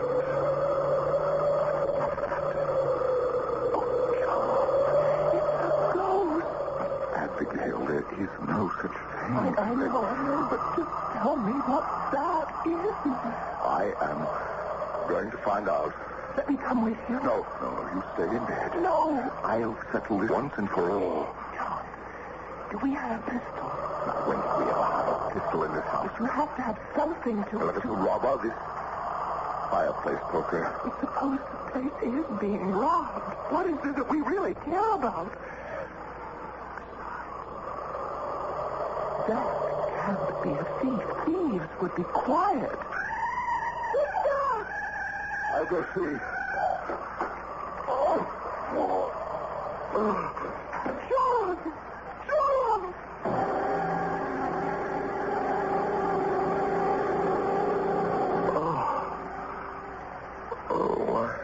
My head. Just lie quietly, my dear. You have a rather large bump on your head. What happened? I don't know. I found you lying on the floor in the hallway. The servants helped me to put you to bed. The servants? Especially Henri. Everyone's anxious to know what Monsieur Adams thinks of ghosts now. I remember I heard that noise and then somebody screamed. That was Pauline. She heard the ghost and she was frightened. I ran into the hallway. Something hit me on the head. Who? It didn't have to be a who. It could have been Well, I could have run into that low ceiling beam near the stairwell. Something was making that noise. Oh, John. May we have only called in a witch? Abby, Dear, what harm can it do? If there's no such thing as a ghost, then all we've lost is a single silver franc. But if there is now... Abby, please, John. It's the only way that I'll be able to keep the servant. All right. But no one must know. I'll be silent. Silent as the grave. That is hardly a fortunate figure of speech.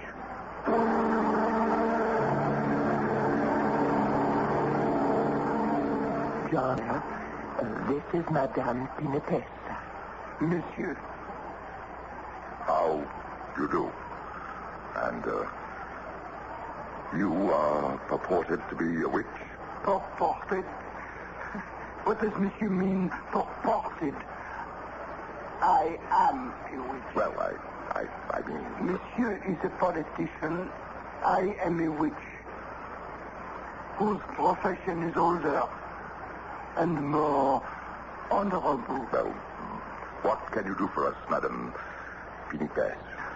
The noise you hear is the Duc Dormant. How do you know? He was strangled in the chateau. Why? It was 200 years ago. He was the Queen's lover. She came to visit him here. They were betrayed. These things happen. But if he's dead... What can I say, monsieur? We are told that those who are killed for love never really die. Ah, so he wanders about the chateau, does he? Yes, monsieur. Wandering and wailing for his lost love. And how do you propose to dispose of him? That, monsieur, is my own secret. There are tricks to every trade. I do not ask how you employ yours. Accord me the similar courtesy.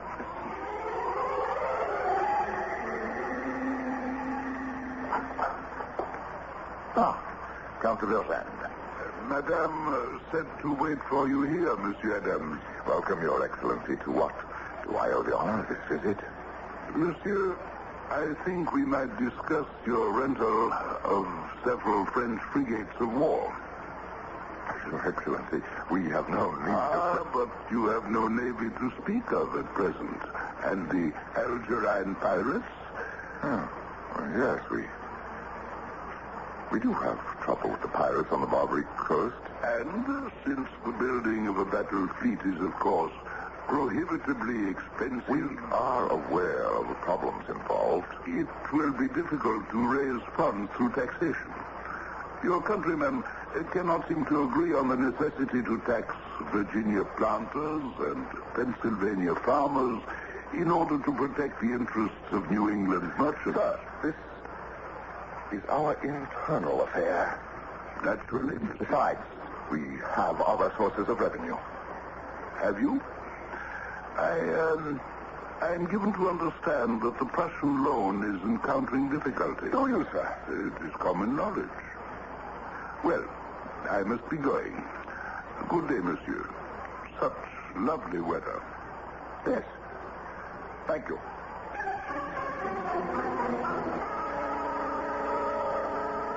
John, Tom Jefferson is in the library. Good. We have business. But you and I and Nabby and Colonel Smith were to go riding this afternoon. And John, he wants to marry her. I, Mr. Tom Jefferson, and I reached a meeting of the minds. John, I said Colonel Smith wants to marry your daughter. Later. No, they don't want to wait. Do you know what Tom Jefferson is doing? He is selling us out to France. John, it's impossible. Defending. Actually defending Tom Jefferson. I disagree completely with his manners, his morals, his philosophy. But I like and I believe he's sincere. Abigail, he has become a creature of the French, and I can prove it.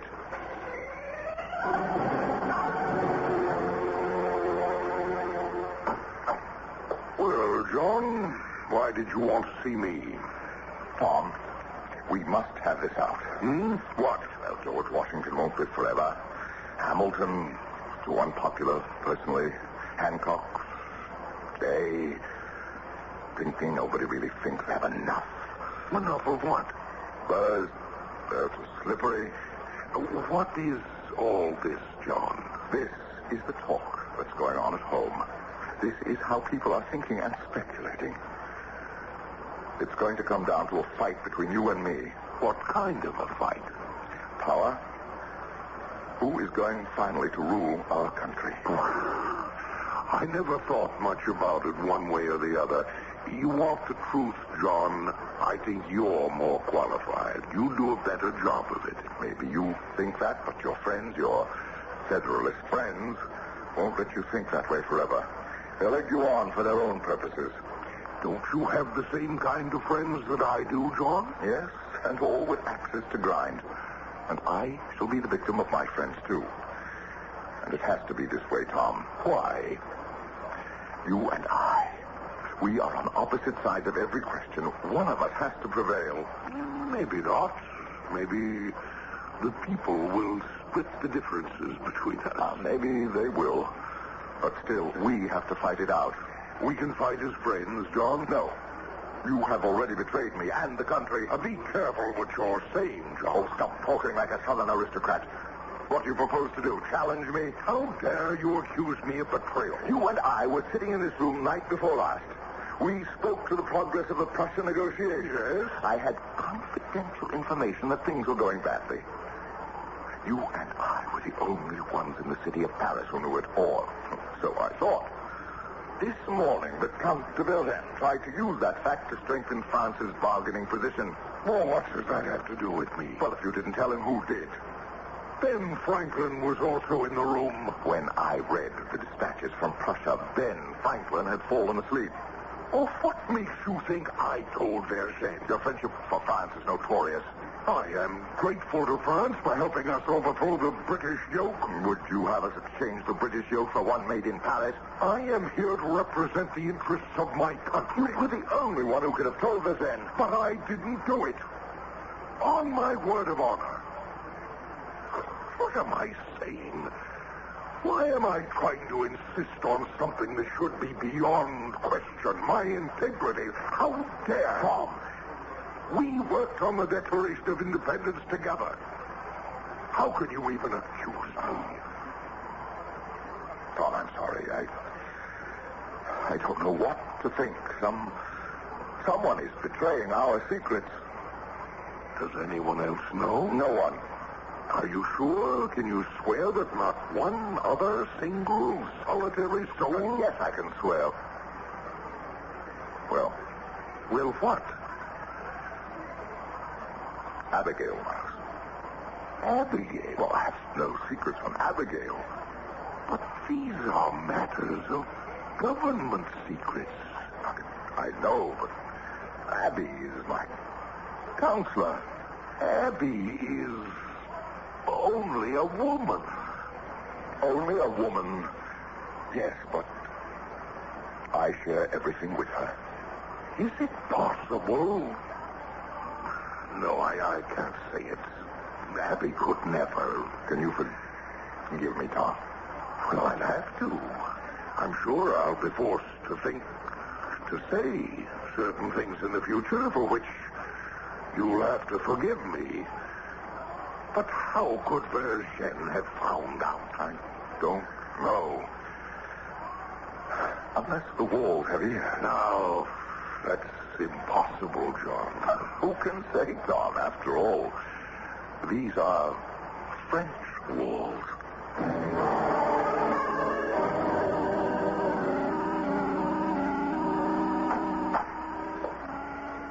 John. Oh, did I wake you, my dear? You know I always wait up for you. How was your day? Well, Tom Jefferson and I will somehow manage to live as friendly rivals. The British are impossible. French are unreasonable. They are unmovable. The Prussians are inscrutable. How was your day? Well, we got through it somehow. Has our sorceress managed to exorcise the ghost? So far, the staff seems quiet. Who could have told Verlaine? Perhaps the courier. No. I would stake my life on his loyalty. Well, it's a problem we should sleep on. After all, sufficient unto the day is the evil thereof. I agree. I thought our witch took care of all of that. That's my gun, Guinea Pig.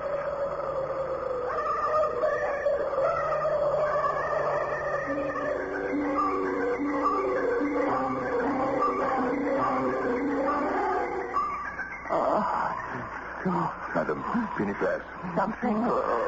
Someone struck her down. Have the servants fetch water and bandages. You won't get any servant to come into this room. I'll go myself. Help me. Now, just try to be quiet, madam. It's true. What is true? There is... I never believed, but there is such a thing as a ghost. I saw him. You saw whom? The ghost. Madam Pinifas, speak to me. Speak. Say something, madam.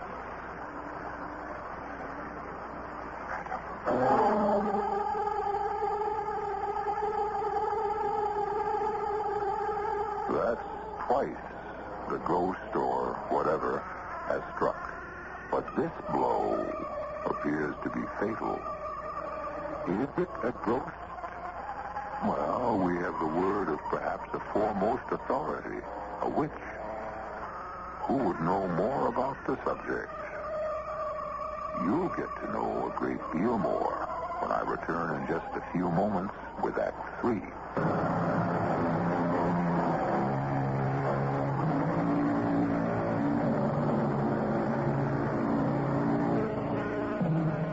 Once again, what is so clear in the bright daylight becomes shadowy and blurred in the dim rays of the moon. Madame Pinifas, a sorceress who has been employed by the Adamses to exorcise a ghost, obviously has been exorcised herself. And this is no time to ask John and Abigail if they really do believe in ghosts. She's dead, John? Yes. But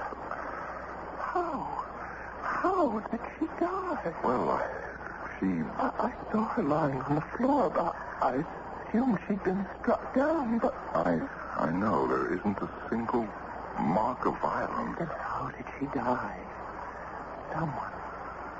Something must have... Now, we heard her scream. We both heard her.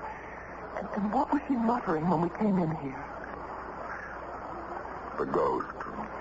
Yes, and something else. There is such a thing as a ghost. That's what she said. You see, she never really believed in it herself. To her, it was just a way of making money. But then at the very end, she saw a ghost, and it killed her. How? Well, she may have died of fright. Look at the absolutely terrified expression on her face. Have you ever seen such horror on a human countenance? I see it. But I don't believe it killed her. Why not? Because she didn't really believe in ghosts. She wasn't an ignorant, superstitious person. Neither are you, neither am I, but we've been having our doubts lately. What is this? It's been clutched in her hand. A piece of cloth. It must be a ghostly vestment, part of the shroud worn by the unfortunate late Duc de Ormond. No, not this. Look, it's muslin cloth. Well, ghosts do wear shrouds of muslin, don't they? John, this cloth is fresh. New. That proves that she was attacked, and she tried to fight. We had better call the authorities.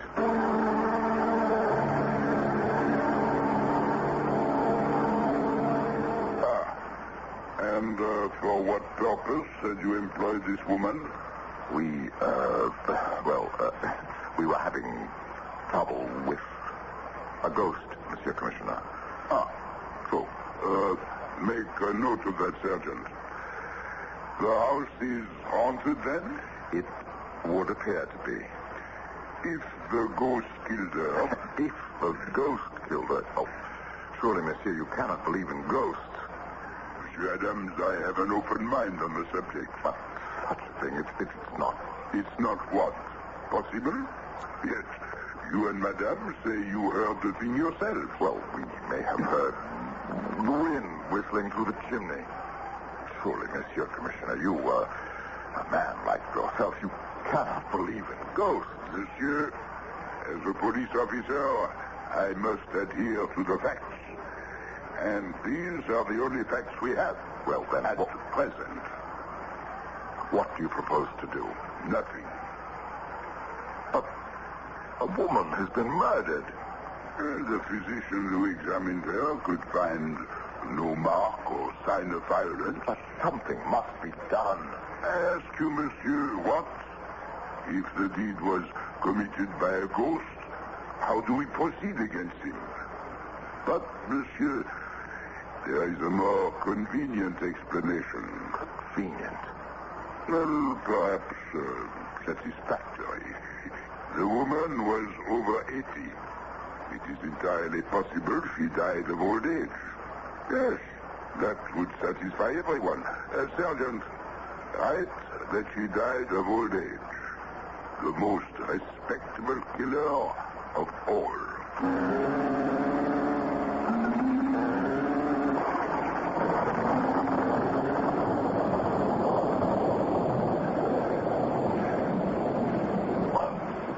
Why do you insist on walking outdoors in this dreadful weather? Because, my dear, we must have a talk. A confidential talk. There is a ghost. Oh, no, Abigail, not you. And I can prove it. Oh, please explain it before we catch our death. John, I want you to make up the most far-fetched story you can think of. Why? About politics.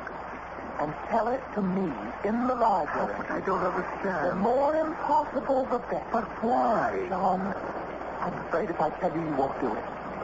But you'll have to tell me eventually. I won't have to tell you. Then how will I ever know? Oh, you'll find out. Now, please, let's go back to the library, and you must tell me the story with a straight face, in the utmost confidence. It must be a very serious matter. You must play your part to perfection. But my dear, I'm not an actor. No, but you're something even better. You are a lawyer.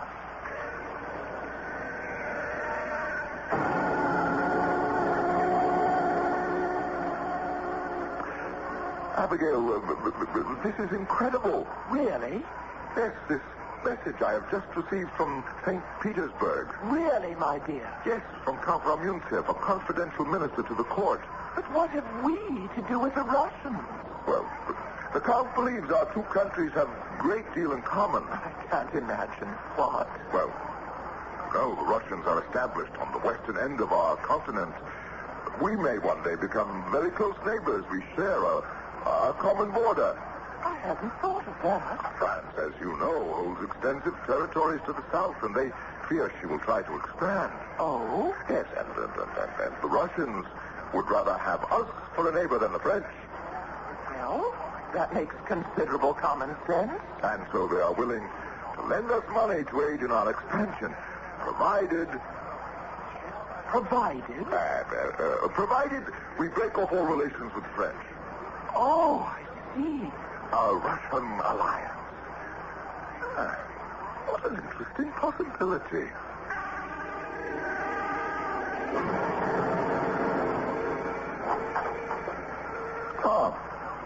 You're early. Dinner isn't for an hour yet. You needn't expect me to dine in this house. Tom, now, what is it? You accused me of selling out to France. And all the time you were scheming to betray us to Russia. Me? You needn't look so innocent. I've been told that you're in correspondence with the court at St. Petersburg. For what purpose? How can you ally us to the most tyrannical ruler in Europe? Who told you I was in correspondence with the Russians? A confidential source, the Count de Vilzen. How did you know? I shall explain it at dinner.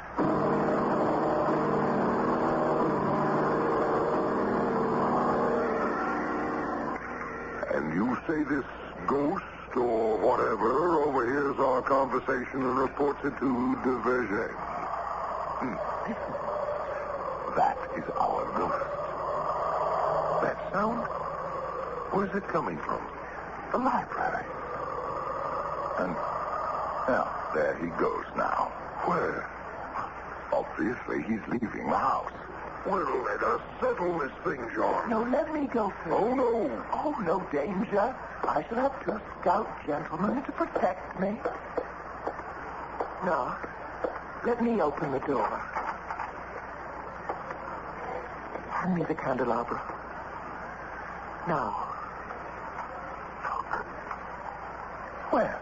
Just to the right of the fireplace, you see? On the floor. Footprints? Yes. Those are footprints. Outlined in white powder. Yes. A lady's face powder. Cornstarch powder. I sprinkled some on the floor. Someone seems to have walked out of the wall.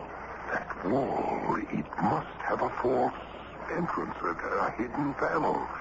We should be in no trouble finding it. Now that we know what to look for, there must be a hidden release. Here, tap against every part of the wall. That's it. Keep tapping all over.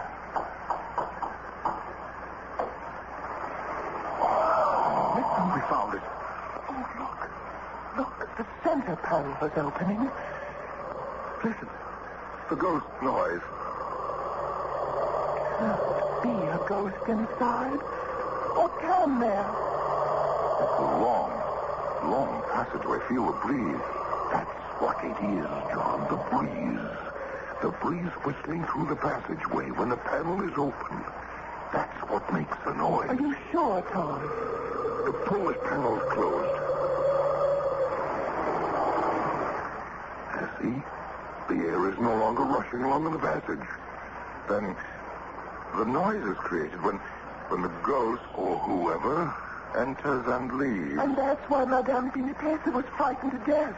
She encountered him. It is the Duc d'Ormont wandering about his ancestral home. Or is it a spy who reports all our conversations to the Duc de Dutchman? Tom, shall you help me find out? Gladly. But how? The ghost is on his way, obviously, to report to the Count that you and I have had a serious difference of opinion. Let us retire to the dining room and finish our dinner. Give him an opportunity to return tomorrow for his regular evening spy work.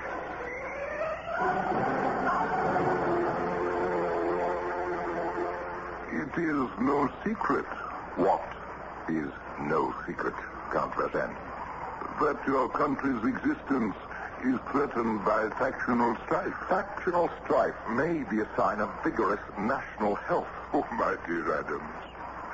Now, suppose France supports your side. My side. Suppose we give you money, even troops, in the event of civil war. Assuming all you say is true, why support me? We would support a solid, conservative person such as yourself. Do I make myself clear? I must say, sir, you seem to have a most incisive grasp of the situation. We have excellent sources of information. So I see. A word to the wise. Consider it. Indeed, sir. I shall.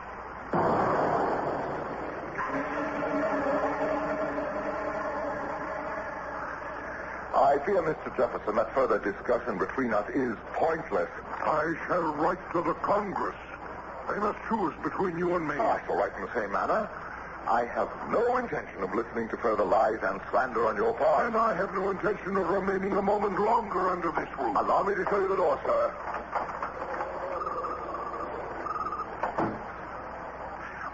Well, if our ghost was there, we gave him an earful. If he was there. If you gentlemen stage your quarrel. Abigail, you shouldn't be here. Why not? It might be dangerous. But it was all my idea. You know, Abigail, sometimes it's difficult for me to believe you're a woman.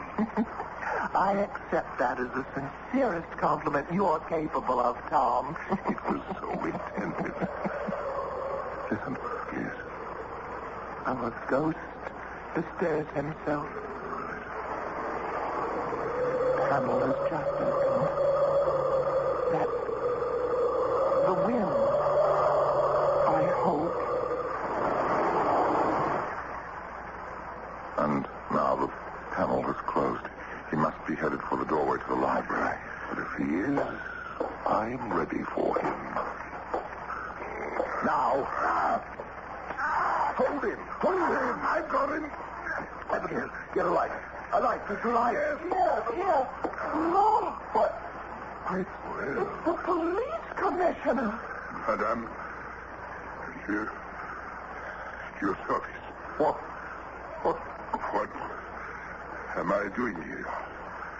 Yes, you well may ask. And we are asking. You see, I am conducting an official investigation. Indeed, sir. Yes. There have been allegations of a ghostly presence on these premises. And so, since ghosts are... Yes? Ghosts are what? Ghosts are illegal. You could have told us you were on the premises. No, sir, but it was a confidential investigation. I understand. Have you found the ghost? No, Abigail, nor do I think the commissioner ever will. Will you agree with me, Commissioner, that the ghost would seem to have left these premises for good? Yes, monsieur. It would seem that way. And we'll mention it to no one. Not even to Monsieur le Comte de Vergennes. Oh, that would be appreciated, Madame. Besides, the library appears to be too drafty a place in which to discuss various matters in the future. I understand, monsieur. So I don't think that the ghost will be entertained by the conversation of Mr. Adams and his friends anymore. I understand. Monsieur, Madame, good night. Good night. Well, that's the end of our ghost. I think. That noise. Panel must still be open. Let's close it. It's the wind roaring through the passageway. John, look. The panel. It's closed. It's not the wind. Now, Abigail, I am sure there must be a reasonable explanation.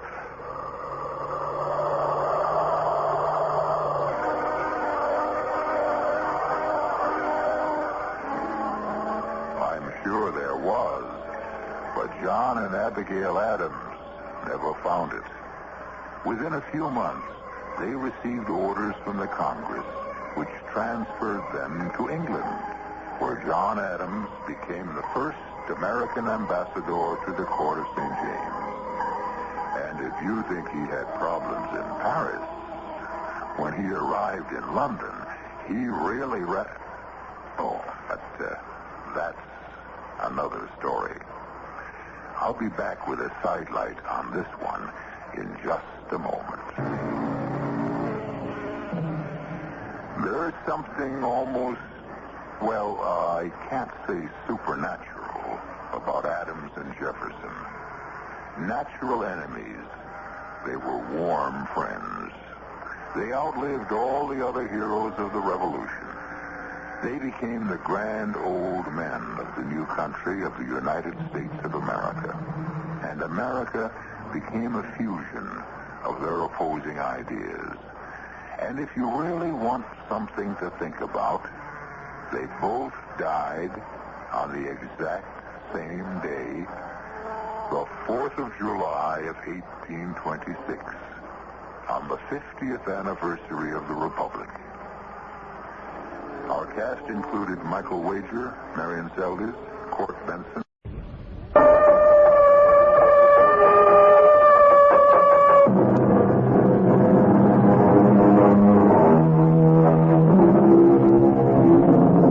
Come in. Welcome. I'm E.G. Marshall. A triptych is defined in Webster's Unabridged Dictionary as a picture or carving in 3 parts, side by side, especially an altarpiece consisting of a central panel and 2 flanking panels that fold over it. Thus, by definition, it represents a sacred figure, and usually 3 aspects of that figure. This story concerns a triptych that represents a wholly profane and baleful figure in all its different aspects. Our mystery drama, Triptych for a Witch, was written especially for the Mystery Theater by Ian Martin and stars Margaret Hamilton. It is sponsored in part by Listerine Lozenges and Buick Motor Division. I'll be back shortly with Act 1.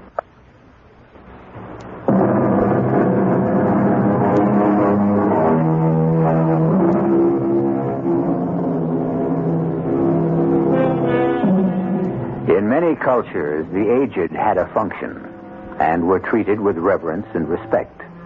Less and less this is true of the Occidental cultures. I enter no discussion of whether this is right or wrong. Frequently, the elderly would prefer to be left alone to pursue their own destinies. And yet, when the moment comes, and some very ancient relative is left alone, particularly a woman, some atavistic instinct, or is it just plain guilt, drives many of us to open at least our homes, if not wholly our hearts, to them. This is the story of 2 such people. But may heaven protect you from the strange and awful experience they unwittingly laid themselves open to.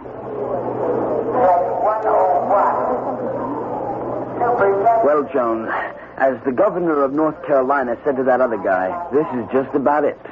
Did I know my great-grandfather was going to get married again just before he died? And here I thought I was marrying an orphan. Now I find out you tricked me. Oh, I just forgot about Charlie. He's 60 years older than me. I didn't even know he was still alive. Oh, but she wrote such a sweet letter. There isn't anyone else who's family. So the least I can do is help out poor old Charlie's widow till she finds out what she's going to do. Okay, no sweat. How old is old Charlie's widow anyway? Search me. Just before our wedding, when Mother died, she mentioned out of the blue that my great-grandfather had suddenly married at the age of 82. Then you came into my life, and every other thought I ever had went out the window. Well, that's why I'm so jealous of anyone horning in. Old Charlie had a real eye for the ladies. The first 3 times he married, only one of them wasn't young enough to be his daughter. This one might turn out to be young enough to be his granddaughter. Well, I guess we're about to find out. Like you said, this is it, for better or for worse. The times you look back and would like to have bitten your tongue for some crazy thing you blurt out. Not that I knew right away. Matter of fact, when we first spotted her, the old gal didn't look so bad. Oh, she was no spring chicken. She was old, all right. With a little round face like a withered apple that still had red cheeks, and sharp blue eyes that glittered like agates, and didn't miss a trick darting out from the shadows of a wide-brimmed hat with a conical crown. It looked a little like it might have been left over from Halloween. But for all her age, she was spry, skipping along like a sandpiper with a pet carrier in one hand and a carpet bag in the other. Joan, I'm her. Your great-grandfather's Hester. And this must be Walter. Oh, hello, dear. How did you know us? Know you anywhere. Spitting image of Charlie, only prettier. Here, let me take those heavy things from you. Oh, then, sakes, no problem. You can have the bag. I'll hang on to Smokey. He likes to stay real close. Smokey? My cat. Oh. You're on your tone again. Just want to get Captain Jack out of my pocket before he stirs up a real... Some of the words... That's a damnation. It talks. Of course it talks. He's a parrot. Well, a kind of parrot. Half moon, they're called. You don't mind about smoking Captain Jack. There won't be any trouble. Oh, of course we don't mind. We're just a little surprised, that's all. Doesn't that bird need a cage? Can't abide them. He sits on my shoulder. Or a perch I have for him in the carpet bag. He won't fly away. Can't. Flight feathers are clipped. Not that he would anyways. You mean you brought that bird all the way from Minnesota in your coat pocket? Of course. He sleeps there. Oh, I take him out when we change planes. He was complaining. He doesn't really like to fly. Oh, that's a switch. Well, shall we get this show on the road? It's all kind of comical to begin with. I mean, here I was, 23, a rookie cop, just off probation after a hitch in the Navy, and already I was married, had a kid. And now I just inherited an aged great-grandmother, plus a cat and a talking parrot. Who needs it? I started off easy, play it cool, just like Joan and me agreed. No ties, except for getting married. But outside of that, just hang loose, enjoy being young, keep all the options open. And before you know it, we're trapped. Or are we? Will you climb off the ceiling, honey? What do you want of me? It's crazy. The whole thing is crazy. Oh, wow. Aunt Hester, a cat that bites, and I'm not giving you any line, but I think that half-baked parrot is on something. You know, that's funny. You know, you really object to her being here, don't you? Oh, what about our vacation on the Cape? Oh, we're going to have to lug her there? Not on a bet. It's just us alone. Thanks to your sister Rosie, who's going to take our child and heir off our hands for 2 weeks. You see? Relatives can be of some use. In time of dire distress. Well, if anything happened to Rosie, Aunt Hester could come. Who? Well, we decided that was the best name for her. Everything else was sort of clumsy. Anyway, as I was saying, Aunt Hester could always fill in as babysitter. Now, I wouldn't leave Kip alone here in the apartment with an old witch like that. Don't call her a witch. She's a sweet old lady.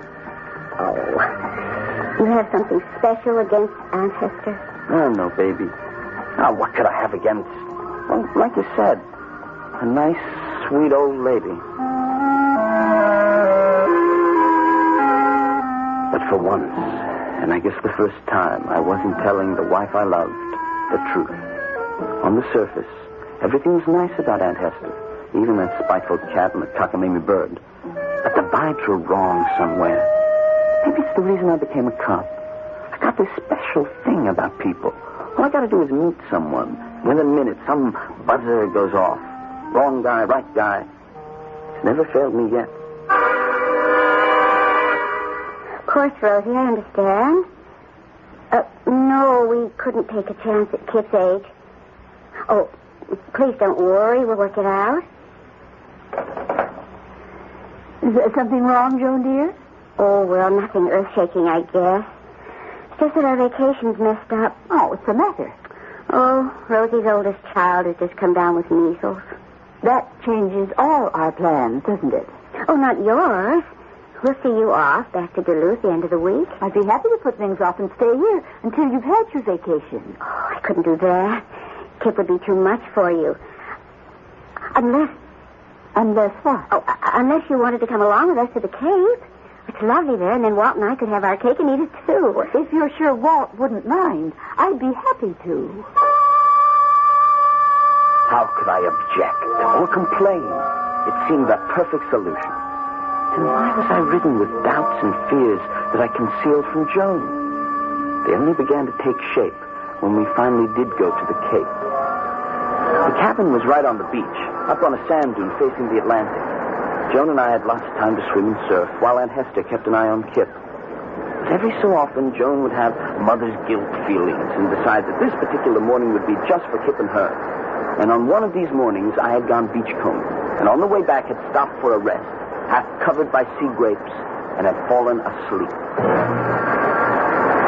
All of a sudden, some inner time clock woke me, and I was looking towards the beach where I saw Smokey the cat prowling and pawing in the receding tide as if he were harvesting. I got to my feet.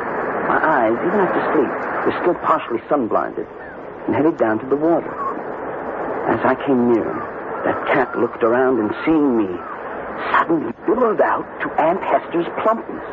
Barefoot and bare-legged, her skirts kiked up to her knees. Aunt Hester! Why, hello, Walt. What on earth are you doing here? Me? Oh, just gathering some seaweed. Hi. Funniest thing. From a distance, well, it seems silly to say it, but you look like Smokey. My cat? For land's sake. How would a cat go near seawater? You look pretty sunburned. Maybe you got a little too much sun. You feel all right? Yes, I guess so. What do you want the seaweed for? One of my little secrets. Maybe we better get on back up to the house and let you and your pretty Joan go picnicking while you got the chance. The chance? You know what I mean. Summer's growing short. Not much time left. An innocent enough remark, surely. It was growing short, and soon we'd have to get back to the city. But why did it have some sort of eerie significance to me? Why did I feel a long run of cold fingers down my back? The uneasy-queasy feeling a cop gets every time he has to draw a gun to protect himself. Sorry the weather turned sour on us, Joan. We'll be back to shore before the squall. Oh, I don't care about the weather. We've gotten duck before and thought it lots of fun. Don't you want to get home? Me? Sure. How about you? Oh, yeah, well, where else? Well, I don't know. You don't seem to like your home much since my Aunt Hester came around. Okay. You want to lay the cards on the table? I don't. And why not? I don't know how to tell you. I used to read books about the hackles rising on someone's neck. I never knew exactly what it meant. I do now. Well, how could you? You have to have feathers like a bird or hair like an animal. I feel as if I do. Like Smokey or Captain Jack. The unholy three. And now when she puts that hat on, she looks just like a witch. Oh, wow. How can you say something like that about somebody as sweet and helpful as Aunt Hester? I don't know. It just doesn't make any sense. Except like this afternoon, the cat. Well, what would Aunt Hester be doing gathering seaweed? That. Well, maybe you haven't noticed that the impossible has happened. In spite of vitamins, health pills, everything we take, I've been catching a cold. Aunt Hester says she has an old-fashioned remedy for it. Homeopathic. A tea made from seaweed. Joan? What? I want you to promise me something. What? Don't take any of that tea. Oh, but darling. I want to promise. On your love for me, don't touch that tea. All right. Don't blow your cool. I'm with you. You're the man that calls the turn. If Joan was puzzled at me, so was I at myself. What was it? This subconscious fear that slowly was invading me. What was I afraid of? A little old lady and a cat and a bird she tended as carefully as our child. But some wild alarm bell was ringing deep in the pit of my stomach, and my police training reacted instinctively. That night, through the precinct station, I put some queries on the wires, and I picked up a sample of the seaweed and airmailed it to the police lab. Duluth police confirmed Charles Harrod Higby died when his house burned down on date named. Also killed in fire was his wife of less than 12 months, Hester Combs Higby, May Channing. Both buried Sunnyside Garden Cemetery. No known relatives. Funeral expenses covered by estate. No residue. My ESP working again. This time when I least wanted it. If Joan's Aunt Hester was dead, who was this stranger in our home? What did she want? And then, the clincher. Hello? Walt, it's Jake. Hi, Jake. What you got? On this junk you mailed me for analysis. Yeah, the seaweed. Well, that's what it is, all right. Seaweed. Nothing but a simple fungus. Is it poisonous? Absolutely not. Wouldn't harm a fly, and unless, of course... Unless what, of course? It's kind of nutty, you know, but it's a special fungus in a way. Oh, now, come on, Jake. Let me have it. I feel kind of silly, Walt. I mean, it's only because ever since Maud died, I'm kind of like Dickens, an old antiquarian, and I read up on offbeat subjects. Like what? Well, this particular seaweed. In the Middle Ages and all like that, it was like, you know, frog's eyes and bat's fur and all the junk that got boiled up in a cauldron when someone wanted to mess around with black magic. I mean, kind of crazy even to mention it, but since it worries you so much, there's no chance you got a witch somewhere in your house, is there? The first side panel of the triptych. Hester Higby, from Walt's point of view. A hazy picture, not yet formed, but an icy fear gripping at his vitals. Truth or fancy? That will have to wait Joan's evaluation, at least, and events beyond that. I'll return shortly with Act 2.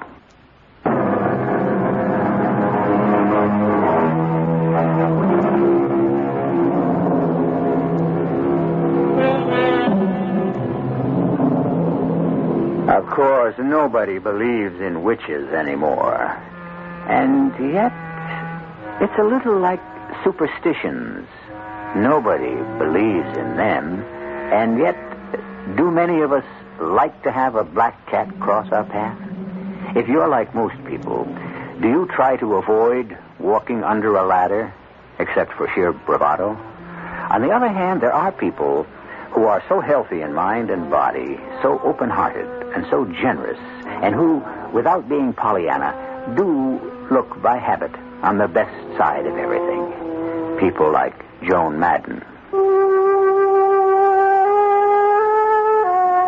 I should have known not to give in to my old-fashioned sentimentality. Ever since I could walk, I've been a sucker for every stray dog and lost kitten. It wasn't fair to Walt. I knew he didn't want to take on any extra burden. And it was stupid not to remember that he was just really only getting his nerves back in shape after that freaked-out war he got stuck in. But Great-Grandpa's letter was so sweet and so sad. I just didn't have the heart to refuse his dying request. So I had to tell Aunt Hester to come and stay with us. I just never figured that Walt would get hurt. Just give me a straight answer, Joan. Have you laid off that seaweed gunk she's been trying to feed you? Of course I have. Yeah. Well, anyway, I don't eat anything without researching it first. You know, you talk as though she might try to poison me. I don't know what she's up to. Well, why should she be up to anything? Because she isn't who she's supposed to be. We don't know that. Joan, Bill Cox got on the telex to the Duluth Police Department and sent me a copy of the teletype he got in reply. Your great-grandfather's wife got incinerated with him when his house burned down. No, she didn't. Joan, let's not kid around. I got this through police channels. Well, so even the police can make a mistake, just like you. What's that supposed to mean? Well, I mean, you haven't given Aunt Hester a chance to tell her side of the story. Okay. Let's do that little thing right now.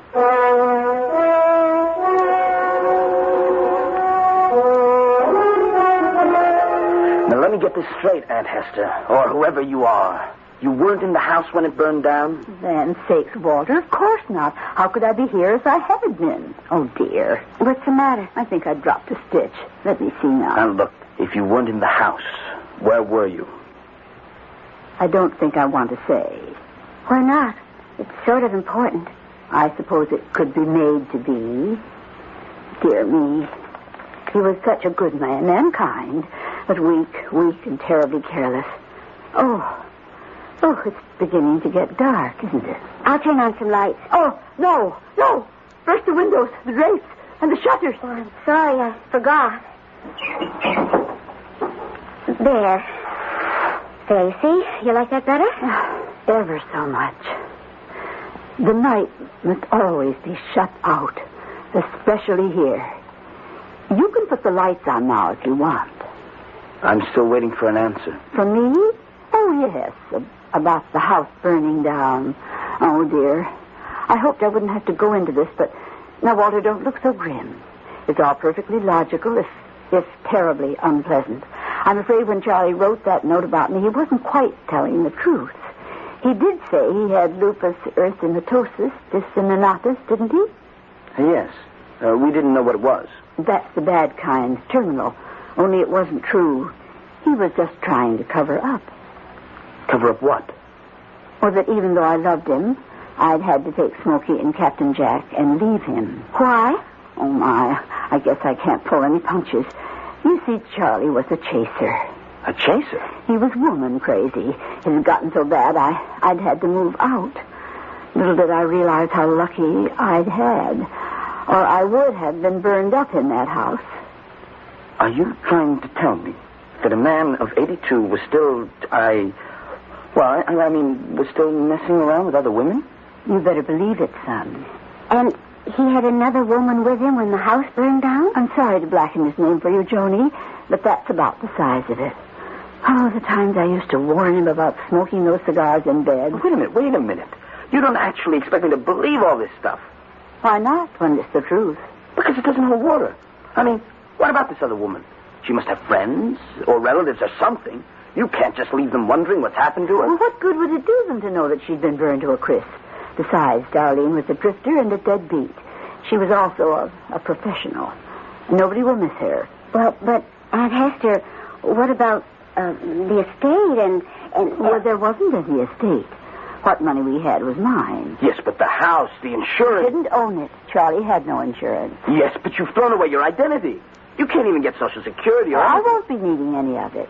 You see, I'm the one who hasn't much longer to live. The pains have begun already. I'll be all right, though. The doctor said it would be quick. If you'll just keep a roof over my head till the dark angel comes to fold me in his wings. Poor Walt. His face was a study. I felt almost as sorry for him as I did for poor Aunt Hester. But I managed to get him out of the room and out of the house for a long walk on the beach. Just as well. Because we had what amounted to our first quarrel. And the way he carried on really scared me. And I'm telling you, she's a fake. She's lying through her teeth, and I want her out of this house. Darling, please calm down. I can't just throw my poor old aunt who's sick. Don't listen to what I'm trying to tell you. She's not your poor old aunt. All right, dear, all right. Don't get yourself so upset. And even if she isn't, she's a sweet old lady with nowhere to go. I know where she can go as far as I'm concerned. And as far as I'm concerned, it's right where she belongs, the old witch. Oh, that's silly. There's no such thing as a witch. Yes, there is. I'm going to tell you something about that sweet old lady of yours. I think she burned the house down. Wow. And by me, the only reason she took a plane here was to make things look good. She could just as easily have made it on a broomstick. Darling, please. Now, look, I want you to try and relax. It's just like it was after you came back from overseas. Maybe we ought to call Dr. Paul Damon. I don't need Dr. Damon. All I need is the evidence of mine own eyes and ears and my police instincts. What do you mean, evidence of your eyes and ears? I told you. Right down about there, on those rocks. That's where I saw the cat pawing about in the water. And then all of a sudden, the cat changed into Aunt Hester. What? You've been asleep. That was just a hallucination. I don't hallucinate. Well, not anymore, anyways. And it isn't only that, but she talks to that bird, Captain Jack, all the time. And sometimes there's a third voice, like the cat. And he talks back. I hear them. Don't you? No. So now you think I'm hearing things, too? Oh, darling, Captain Jack says a few little words. But how could a cat talk? Because they're not just a cat and a bird. Any more than she's your Aunt Hester or even human. I tell you, she's a witch. And the other two are her familiars. The what? I went to the library and read up on it. There were two kinds of minor spirits that witches had, or have, called familiars. One was a divining familiar, and the other was a domestic one. Well, honey, look at me. Now, you can't honestly believe all this bilge. Suppose I do. Then I think you're sick, and you ought to see a doctor. Listen, I just want that woman out of the house and out of our lives. Don't ask me to do that to the poor old thing. Look, what could she want from me? How could she hurt me? I don't know. You can see from the way she treats Kip how harmless and well-meaning she is. Kip? Oh, good Lord. Maybe that's what she's after. The baby, and we left her alone with him. Oh, you lights are scared me to death. The two of you, running like that and bursting into the house. I thought you'd wake up poor little Kip. Look at him, having a little afternoon nap with Smokey in his arms and Captain Jack perched on the edge of the crib, keeping... 4,000 and all's clear. Oh, dear. When the sun goes down, my old bones have an ache. And I look at you, Joan, darling, and think to myself, what a wonderful thing it is to have a young, healthy body at one's command. How much you make me long to be just as you are now.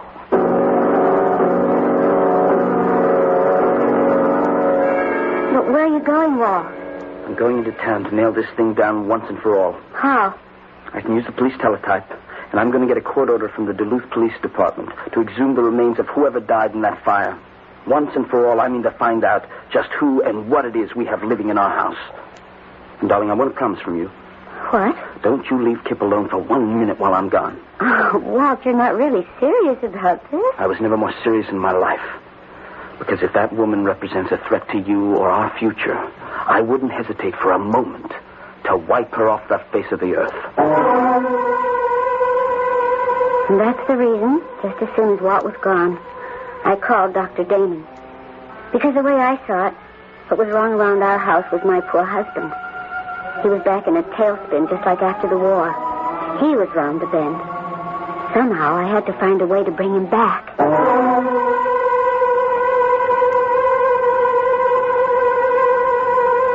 The second panel of the triptych. Is Joan right? Has she reason to be worried about Walt?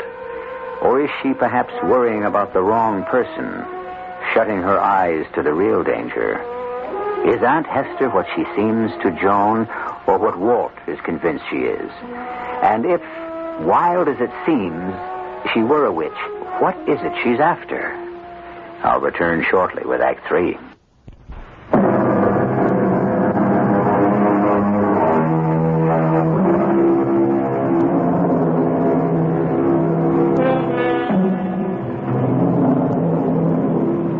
And now, at last, for the central panel. The sum and substance of the two side portraits we have examined. The real truth about Hester Madden.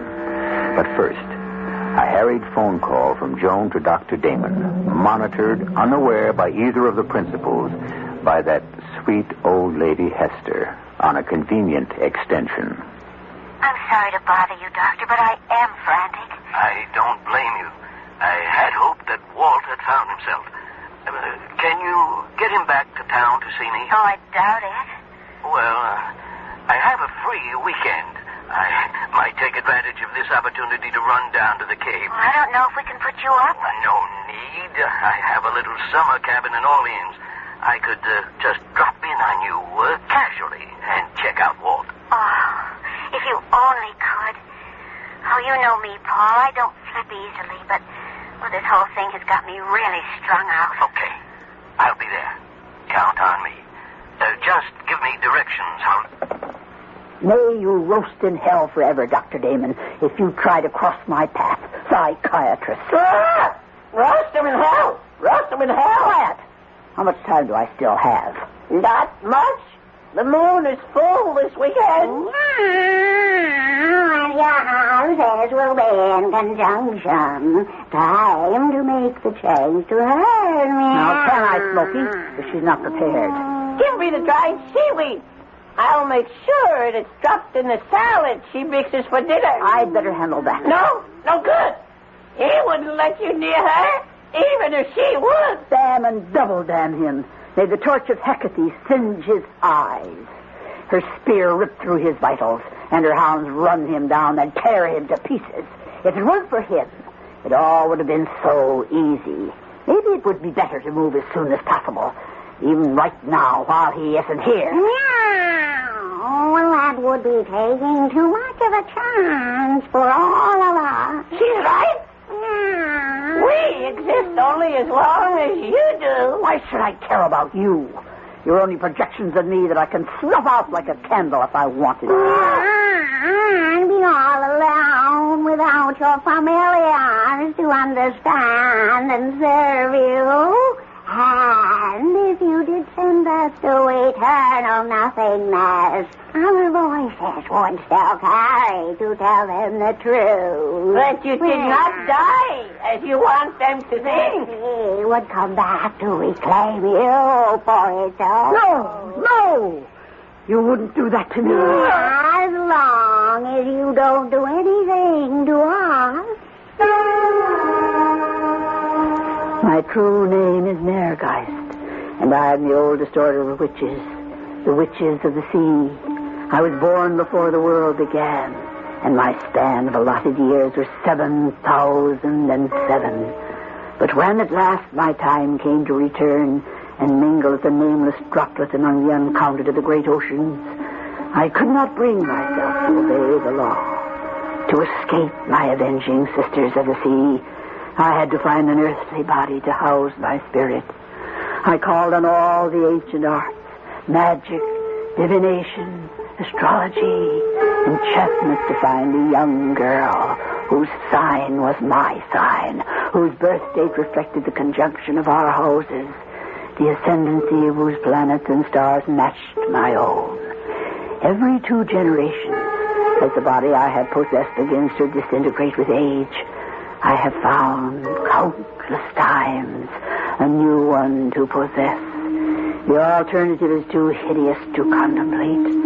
I need the body of Joan Madden, and nothing shall stop me from invading it and making it my own.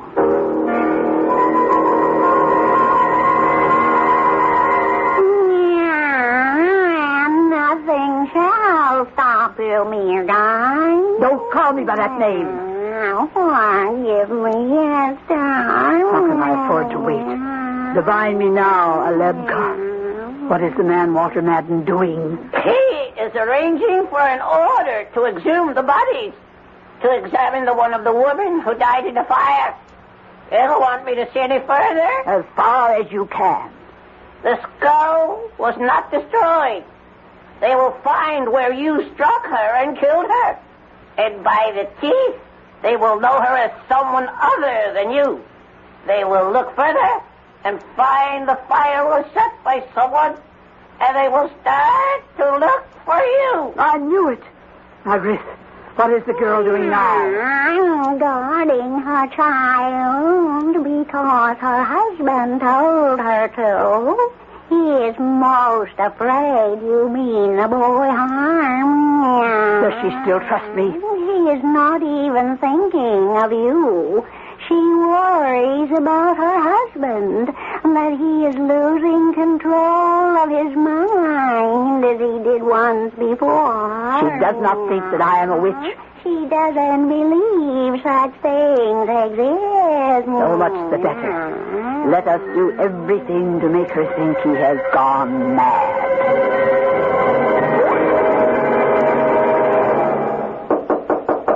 Who is it? It's Aunt Hester, dear. Oh, just a minute. Is anything wrong? Why, no, dear. That's what I was going to ask you. Kip's asleep. Oh. Everything all right? Of course. Why shouldn't it be? Oh, no reason. Except it isn't like you to shut yourself away. I thought maybe you or Kip might not be feeling well. No. It's just this cold. I guess I'm just not used to feeling out of sorts. And if you have a cold, you shouldn't be sitting locked up in the same room with a boy. You give it to him. Oh, I never thought of that. I've just made a nice cup of tea. Why don't you come and join me?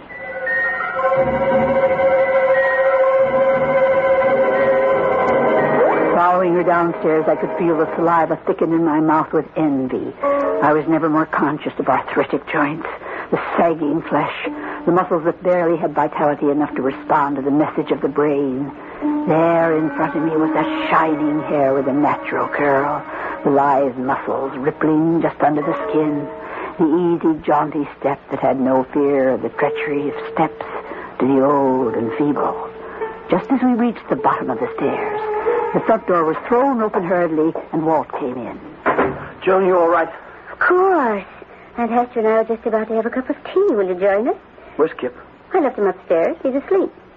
Maybe since it won't be too long till dinner, you'd rather have a drink, huh? No, I want to talk to you. Why don't you let me attend to dinner, dear? Why don't you just go in the back, Aunt Hester, and stay in your room? Walt. Just let me handle things. Of course.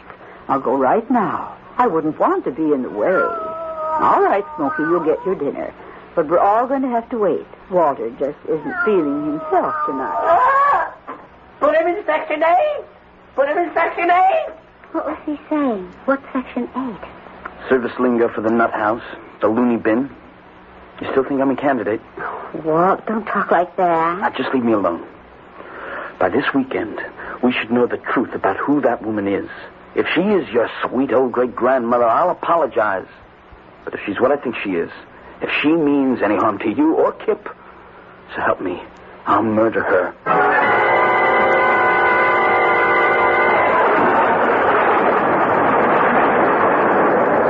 What time is it now? 8 bells, midnight, and high tide. Then we must act before then. How to get Joan alone. How to subdue her so I can have the power to take possession. Someone's at the door. Wait. Walter is answering, and Joan is in the kitchen alone.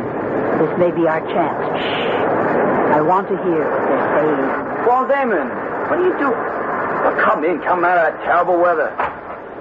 Come in the living room. Joan's in the kitchen. She'll be right out. What brings you here? Did Joan send for you? Never mind that now, huh? All right, come on. Don't try to sidestep. I suppose she thinks I'm blacking out again. If you'd shut up for a moment. No matter what brought me here, the weather is all that matters now. I've been listening to the radio driving up. Blackwater Dunes here is headed for the highest tide in history. There's more danger to you and your family from the elements outside than any foreign element you fear may be loose inside. Shh, watch. Let me close the door before we talk any further. They're in the living room. And your place in the kitchen. It's now. Come. Yes, Aunt Hester. What is it? Why are you looking at me like that? In the name of the bornless one that discreate the night and the day, in the name of Iabash, in the name of Ptah and Kem, I abjure thee not to move. Oh, my God, protect me. What was right? Like this. I blinded her with my wings. My eyes. No, my eyes. I cut her feet away until she fell, mere guys. Now, while she is stunned and helpless, make her yours. All right. The sea is coming for me. What's going on here? And Esther, what are you doing? Grab her, quickly. Don't let her lips touch Jones. Leave her alone. Don't touch my wife. Lord, what is it? She... And Esther... Just stand on the top of my hand. Look. Six of her. Let's skip and run before the sea swamps us all.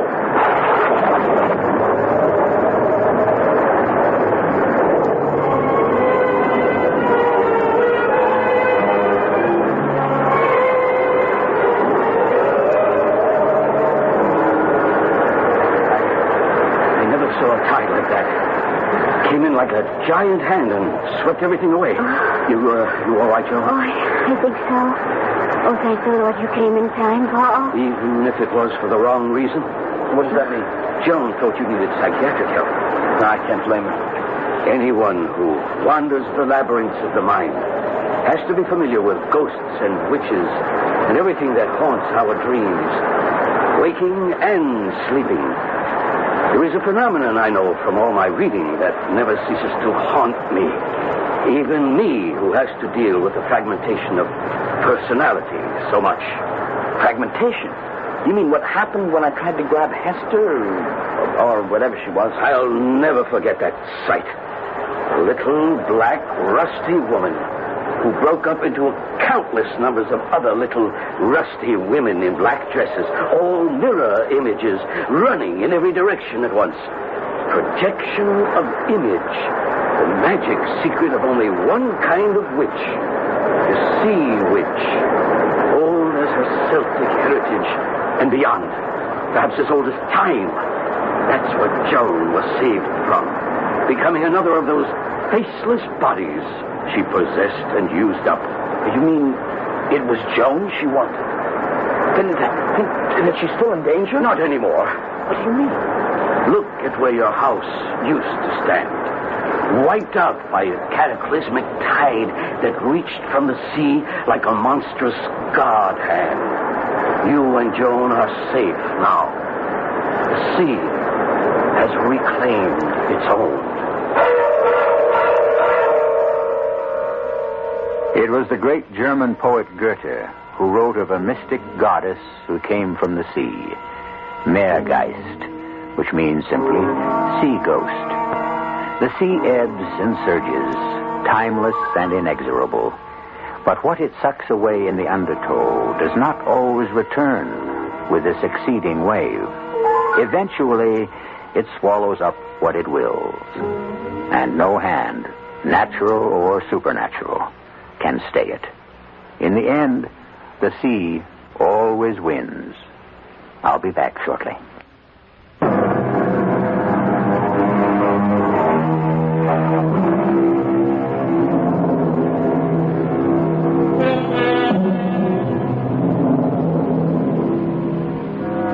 It was Malcolm in Macbeth, who said of the end of the Thane of Cawdor, "I saw him die. Nothing in his life became him like the leaving it." The context of the remark, of course, was somewhat different. He meant it as a tribute. Hester, or Maregeist's death, was a long-delayed blessing for Joan Madden and all the world. No young girl listening to this story, born under the sign of Virgo, can help but sleep easier tonight and other nights. Our cast included Margaret Hamilton, Christopher Tabori, Evie Juster, and Gilbert Mack. The entire production was under the direction of Himan Brown. The CBS Radio Mystery Theater presents...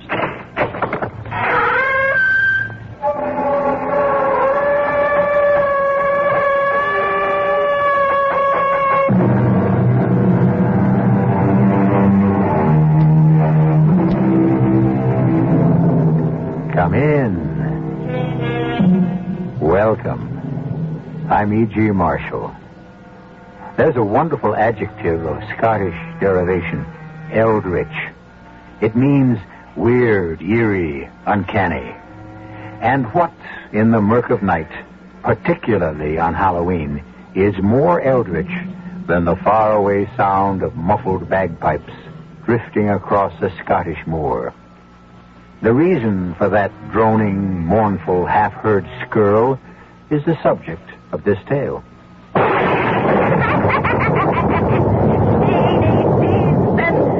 have offered you freedom this Halloween night. Dare you risk and reach for the prize? Where must I go? First, you must answer me. Will you go? When a witch herself asks the question, what choice do I have? Yes. Then hold fast, St. Simpson. You're on your way to hell!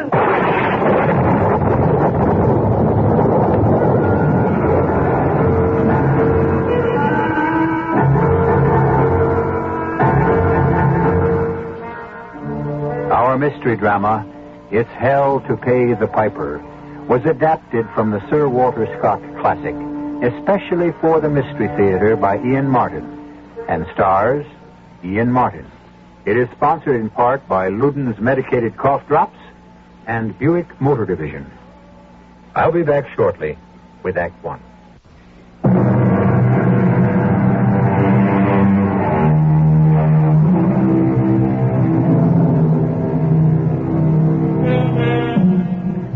This is a legend handed down from father to son from the 18th century. The lord of a district exacted fealty and fees from all who lived on his land. The lord was an absolute ruler over his small domain, with no one to defy him but the witches, the bogles, the warlocks, and the carlins, the mystic folk of Scottish legend, of whom let man beware as of the devil himself.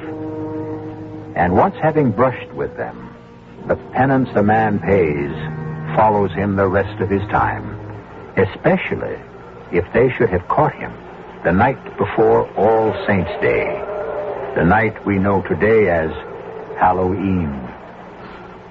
Who is that there, then?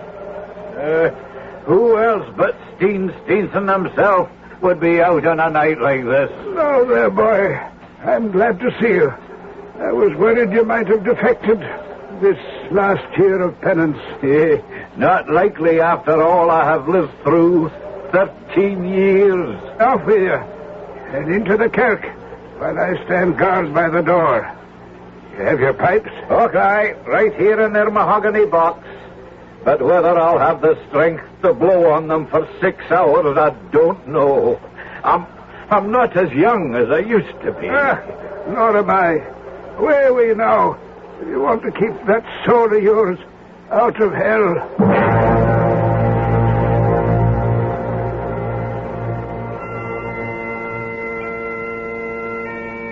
The way I found myself in the predicament that brought me to the pledge and penance came about over 13 years ago. The laird up at Red Gauntlet Castle was Sir Robert then, And in King Charles' time, he was in great favor. Far and wide, though, was he hated and feared. Men thought he had a compact with the devil, that he was proof against steel, and that bullets hopped off of his buff coat like hailstones on a rock. For all that, he wasn't a bad master to those loyal to him, the likes of me, for example, who was a kind of favorite to him for my play in the pipes. But at the time a story begins, I was in dire trouble with the master. It's not as if I was asking for the moon, Jock. You might as well for all the silver you'll get from me, Steenie Steenson. For everyone knows well enough, money burns a hole in your pocket. Hey, but it's not to spend on foolishness. It's for my rent. How much have you got? 400 marks. And how much do you need? 1,000. 1,000, is it? Do you think me daft enough to lend you 600 merks? I couldn't meet the spring reckoning either. It's for 2 terms. Well, what happened when you came to Sir Robert empty-handed? My knees were like to melt with fright. He was bad with the gout then, and it was all old Dougal, his manager, and old Hutchin, his butler, could do to hold him down in the chair when I told him I came empty-handed. You talked him out of it then? I brashed my way through, but... Then have a try at it again. And maybe he'll wait a while on the autumn payment.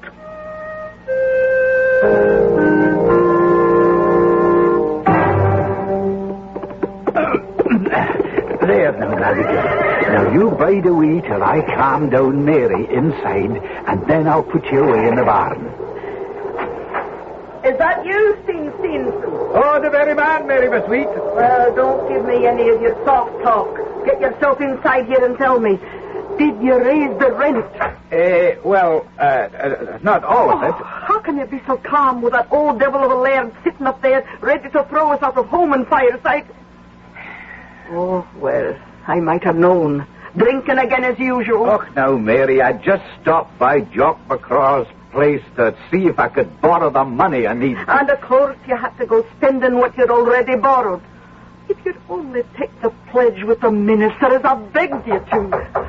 Oh, what's that now? Well, open the door, woman, then, and see. Mr. Stevenson, God save you. And you, Steenie.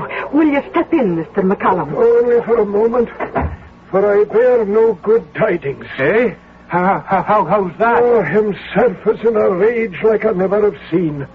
Sure, the gout has him, and that always unsettles him. But there is something beyond that troubles my lord. It's as though some devil were gnawing away at his vitals. Or that damned little female monkey, heaven knows who sent him as a gift, has cast a spell across him. How do you mean, Mr. McCallum? Why, he dresses the evil little thing as though she were his mistress. And she's always sitting on his shoulder, chattering and whispering as if the nonsense she makes had some meaning. Hey, but how does this affect me, Dougal? What bad tidings do you bring? Well, you're in arrears for 2 terms. Oh, I know. Well, I'm here to collect. I don't have it all. I'll give you what I have. How much? 400. Is that all? Well, he'd never accept the rage he's in. Steenie, I warn you, I'll be back this night by 5 at the castle. You'd better be there, too, the silver in hand, by that time. Dougal, have a heart. Don't ask me to venture out after dark. You know the witches and bogles are all gathering for Halloween at this week's end. You have more to fear from Sir Robert than any bogles or witches. If you have the money, come, no matter even if it's after dark. And so it was back to Jock McGraw's pub to make him the one offer I knew he'd be hard put to it to refuse. 10% interest is against Maggie if you don't pay back within the 12 months. Hey, that's right. Oh, she's the finest mare this side of the Tweed. I'll take your offer. 600 marks. But first, before all, we'll write out the receipt to be witnessed. And so away I trotted to Redgauntlet Castle with a full purse and a light heart, glad to be out of the laird's danger. Save that it was a wee after 5, and by the time I got there, it was to find that Sir Robert had fretted himself into a fit of the gout because I was late. Have you got the silver? Okay. Well, that's the best part. Now for the other. He's in a terrible fit of temper, so be ready for anything. And that jackanapes is sitting on his shoulder, ready to bite or scratch or stretch out her greedy little hands for whatever's in reach. Steer clear of her. I swear she's a witch disguised. There he goes, blowing on his silver whistle.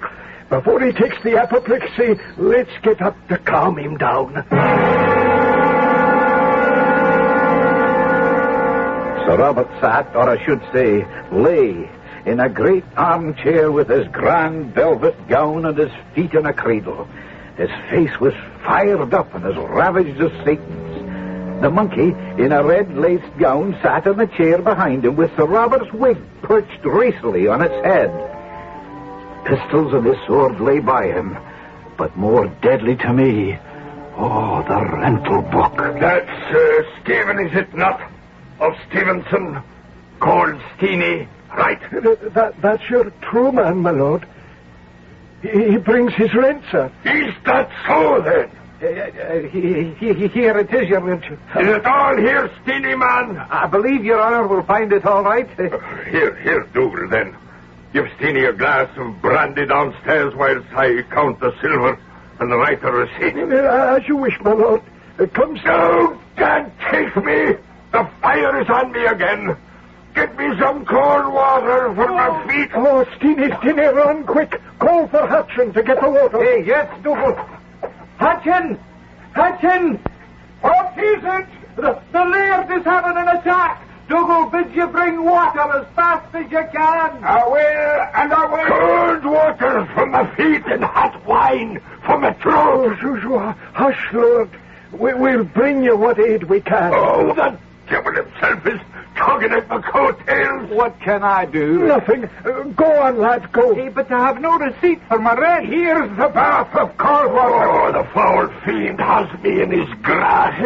Set me free. Help me get his feet in the water. Sure, and I will. My receipt, Dougal. Don't bother us now. If it isn't enough what we have to handle, that monkey has to interfere.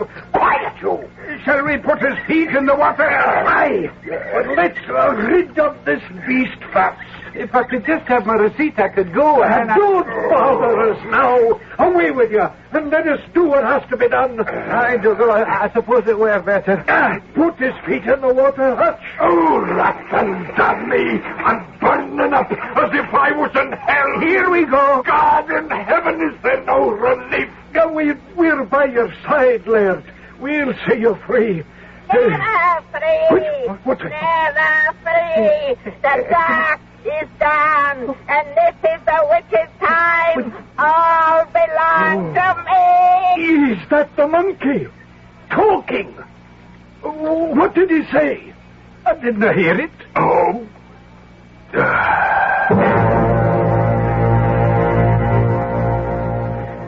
But I heard the monkey talking, and I went running as fast as my heels might carry me out into the darkling night, knowing the laird had gone to his just deserts, and that tonight the devil and all was abroad. I made straight for the pub. I took a bottle by myself and snugged into the darkest corner. Time passed, and I lost myself in the Scotch mist, till all of a sudden old Hutchin was beside me. The laird is gone, shivering and shaking and crying out like he was turning on the coals. Oh, God save us all. Amen. Is Dougal with him? Aye, in more ways than one. But when he offered him his cup, after he drank, he flung it away from him against poor old Dougal's head, and the weight of the pewter crushed his skull. The one's as dead as t'other. Hey, but my rent, I have no receipt. Was it entered in the book? I know nothing at all, except that when I ran from the room, that ungodly monkey was bouncing up and down, gibbering and mocking, as if in sheer delight, like some damn goblin witch, I believe it to be. I fled here to keep my sanity and to try to feel safe. But I feel in my bones we'll no one of us be safe till the week is out and the midnight bell strikes in All Saints' Day and makes us safe and sure again.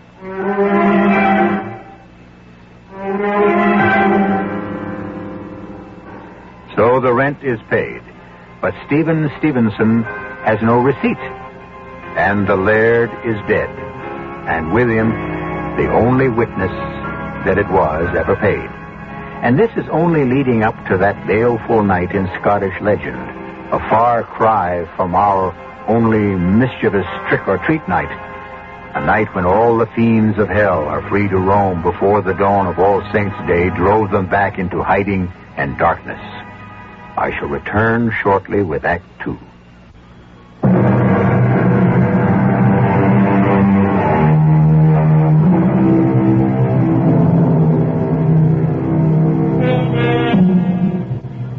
Like all good Scotsmen, a few liberal doses of the bonny barley brew made the night seem brighter.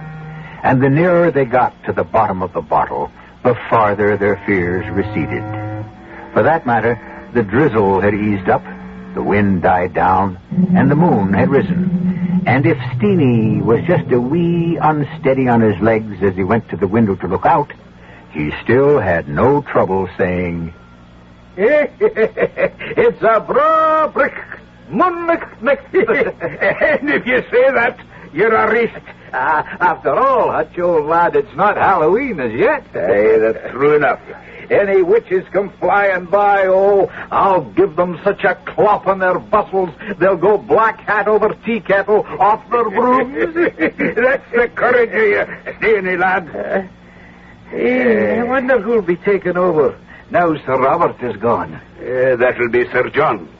There's a rider away post-haste up to Edinburgh to bring him down for the funeral. Oh, aye. Is he as hard a man as his father? Well, yes and no. He's a fair man. I've got to say that for him. But he's a stickler for detail. And a man for the books. For the books. He'll not let a penny slip through his fingers. So I'd heard. That's why I'm away up to the castle with you. I don't follow you. Why, do you see, Hutchin, I've got no receipt. So I must recover the money I paid.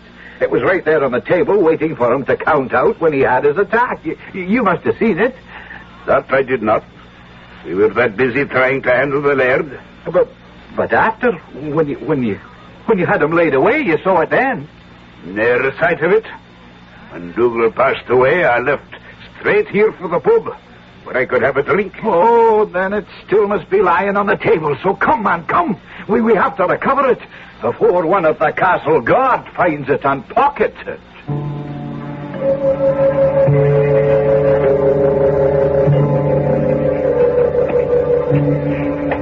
It's awful quiet here in the castle. Aye, it's like as if it were empty of everybody but the dead. Here, let's in and get you your money.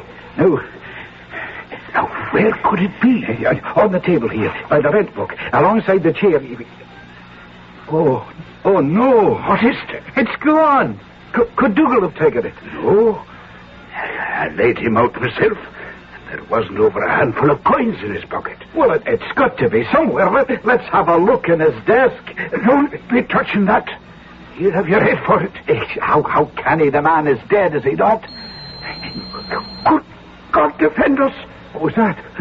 The master's whistle. Woe be to either Dougal or me if we never answered his summons. Oh, where are you going, Hutch? It came from his bedroom. He's calling me. How can he be? He's dead. I don't know. I only know when the whistle blows on the pain of my own life, I answer his call. Coming right there from his bedroom. The way he did every night when he was ready for bed. Yeah, but who's blowing it? No one ever blew it but him. Dance to the whistle when he blows, lads. Dance to the whistle when he blows. Merciful heavens,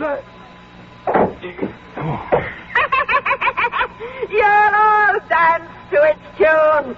He'll summon you all to hell.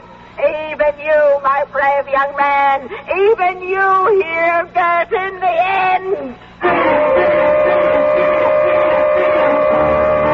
At the awful sight, old Hutchin had fainted, and when I swallowed my own heart back from my mouth, I took to my heels like the devil himself were after me.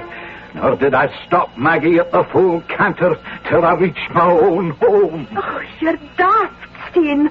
Or what's worse, drunk. I tell you, I saw what I saw. When we opened the door, there were torches enough to light the whole room. And there lay the laird in his coffin, stiff as the corpse he was, while sitting on his chest, cross-legged, in a black pointy hat, with her long nose threatening her chin, all wrinkled and withered, with fire spouting out of her mouth, and great long crooked fingers pointing a spell at me, was a witch.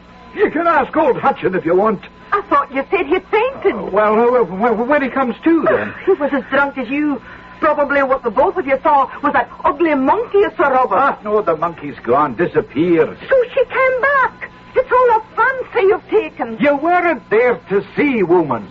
And more than that, if it was fancy, who blew the whistle, eh? Who was blowing on the laird's whistle but himself? You ask me, I think the whiskey was ringing in your ears. But that's enough of your excuses. What I want to know is, was the rent paid? Aye, it was paid the first time. Then where's the receipt? Well, I have no receipt. The laird died before he could count the money and write me one. No receipt? Oh, merciful God in heaven, what's to become of us when the new laird takes over? He'll surely take my word for it. Won't he? And if he doesn't...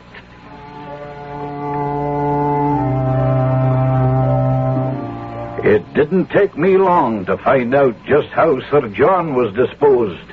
For wasn't it on Halloween night its very self I was summoned to the castle?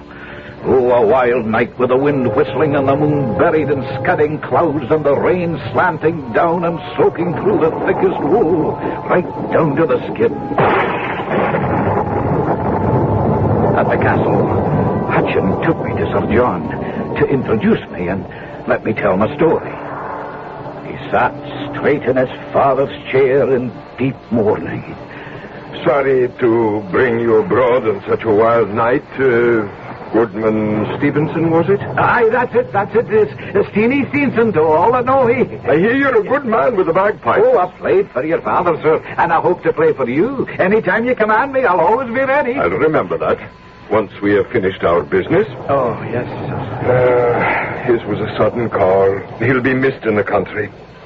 No time to set his house in order, and he left behind a tangled web to unweave.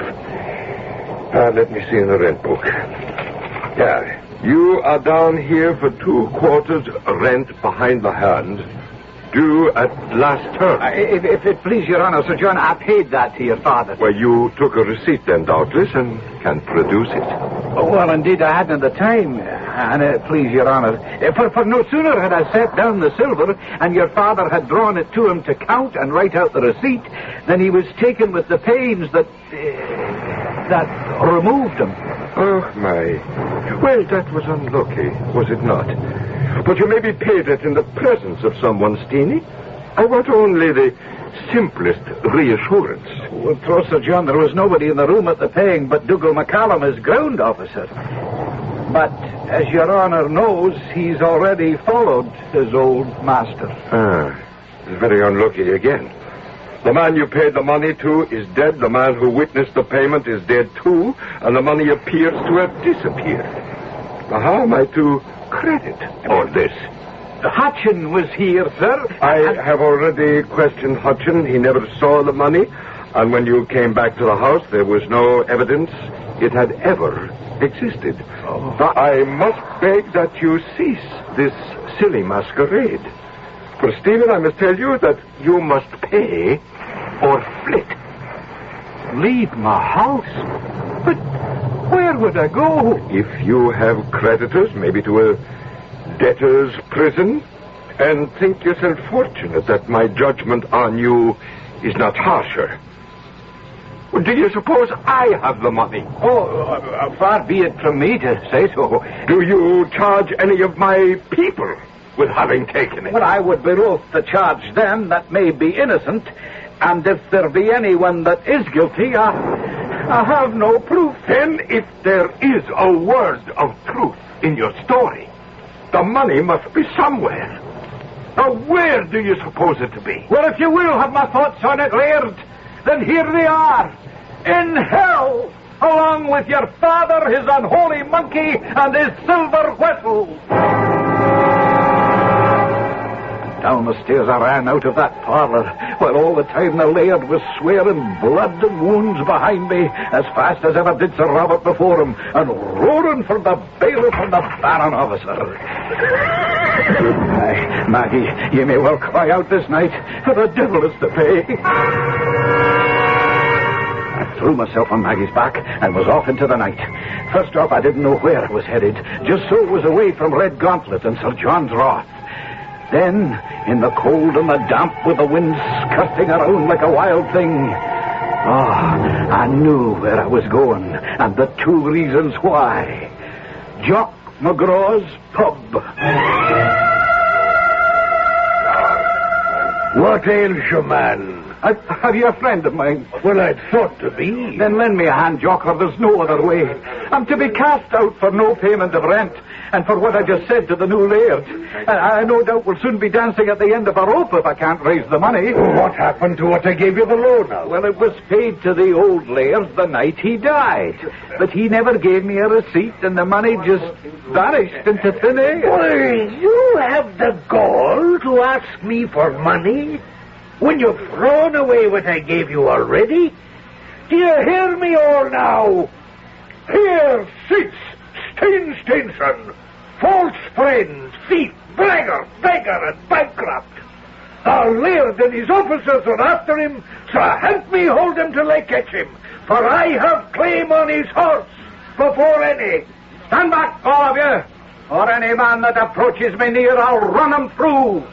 For I'm a desperate man this night, and to save my heart and home and my family, I'll ride the wind with the witches abroad, even if it blows me all the way to hell itself.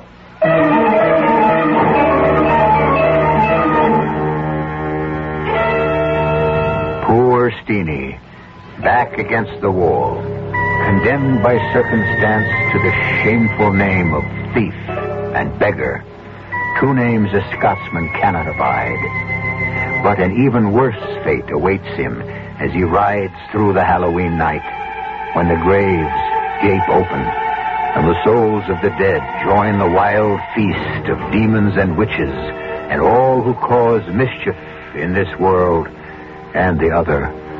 A world which Steenie, in his anguish, mentioned by name, never dreaming his challenge might be taken up, and where his only redress for his wrongs will be found out of this world. I'll return shortly with Act 3.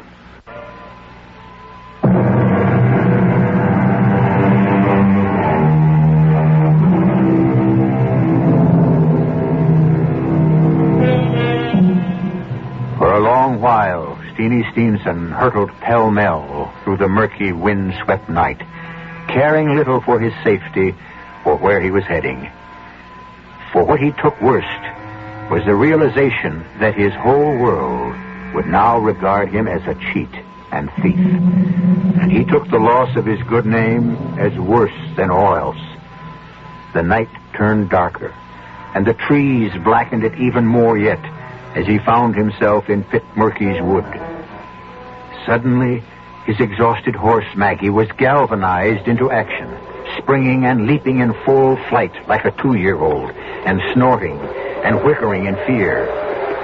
For behind him, dipping and swaying among the tree branches, rode a hag on a broomstick, fast coming up on him, no matter that Maggie was running full out in frantic terror. What's your hurry, Steenie? Whom do you please? I'm shutting my eyes. You're not there. You're not there at all. Oh, I'm here, all right, Steenson. If I weren't, you'd have no hope, no hope at all. I have none now. When all you need is money. Without it, I've lost everything. My good name, my wife, my home, and for all I know, my head. But with it, you could have all back. Oh, only if you can lend me the money, mistress, whoever you are, and wait a long day for it. I have no other hope on earth. But there may be some under the earth. Under the earth. Do you hear the word? I hear, but I don't understand. Steenie, would you dare great things? What things? Your old laird is distressed in his grave by your curses and the wailing of your family and your friends. But I tell you true, if you dare venture to go see him, he'll give you the receipt. Well, how could you know that? Open your eyes, Steenie. Look well on me. Oh, Lord, help me. It's Sir Robert's monkey. I am as you want to see me. But now, I have offered you freedom this Halloween night. Dare you risk and reach for the prize? Where must I go? First, you must answer me.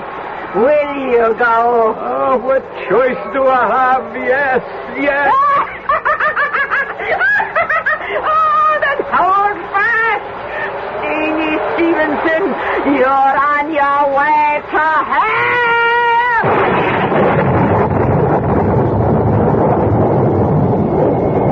It was a belt of thunder like the crack of doom, and away I went into the blackness, sucked down like the quicksands of the soul.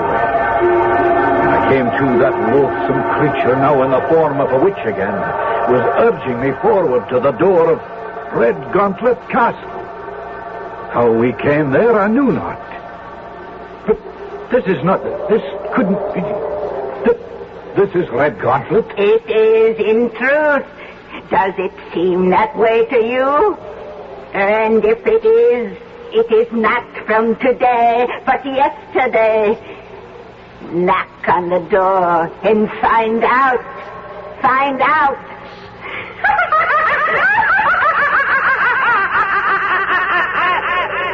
If Sir Robert's death could only be a dream.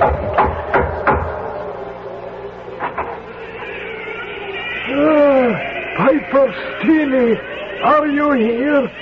Sir Robert has been crying for you, roaring, fit to burst himself. Dougal McCallum, is that you? I thought you were dead. Dinna concern yourself with me, lad. Don't you trouble your head about any but your own self. See, you take nothing from anybody here, neither meat nor drink nor silver, except just the receipt, which is your own. Come.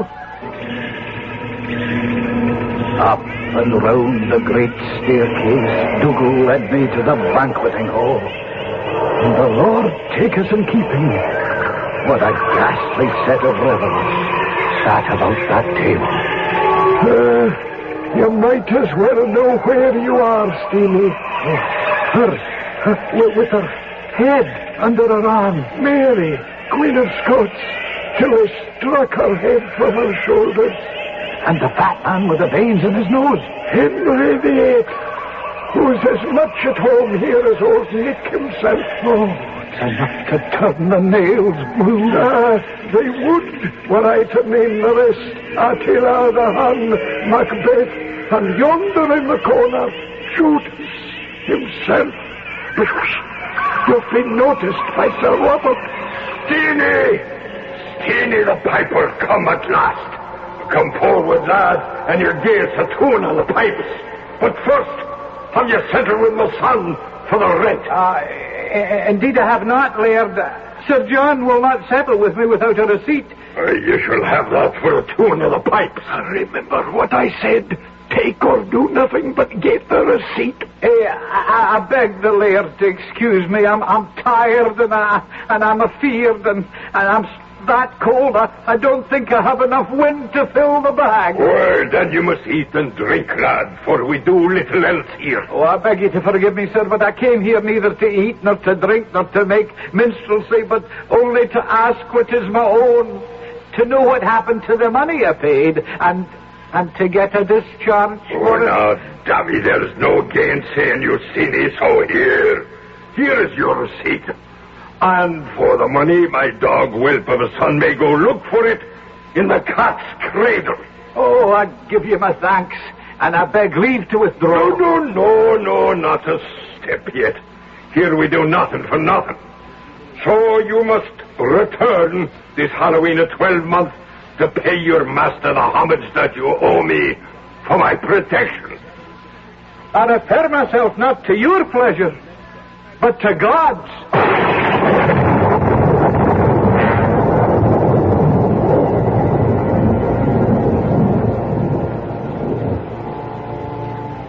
When I came to myself, I was lying in the old red-gauntlet churchyard with the scutcheon of Sir Robert hanging over my head and old Maggie feeding quietly by the minister's 2 cows.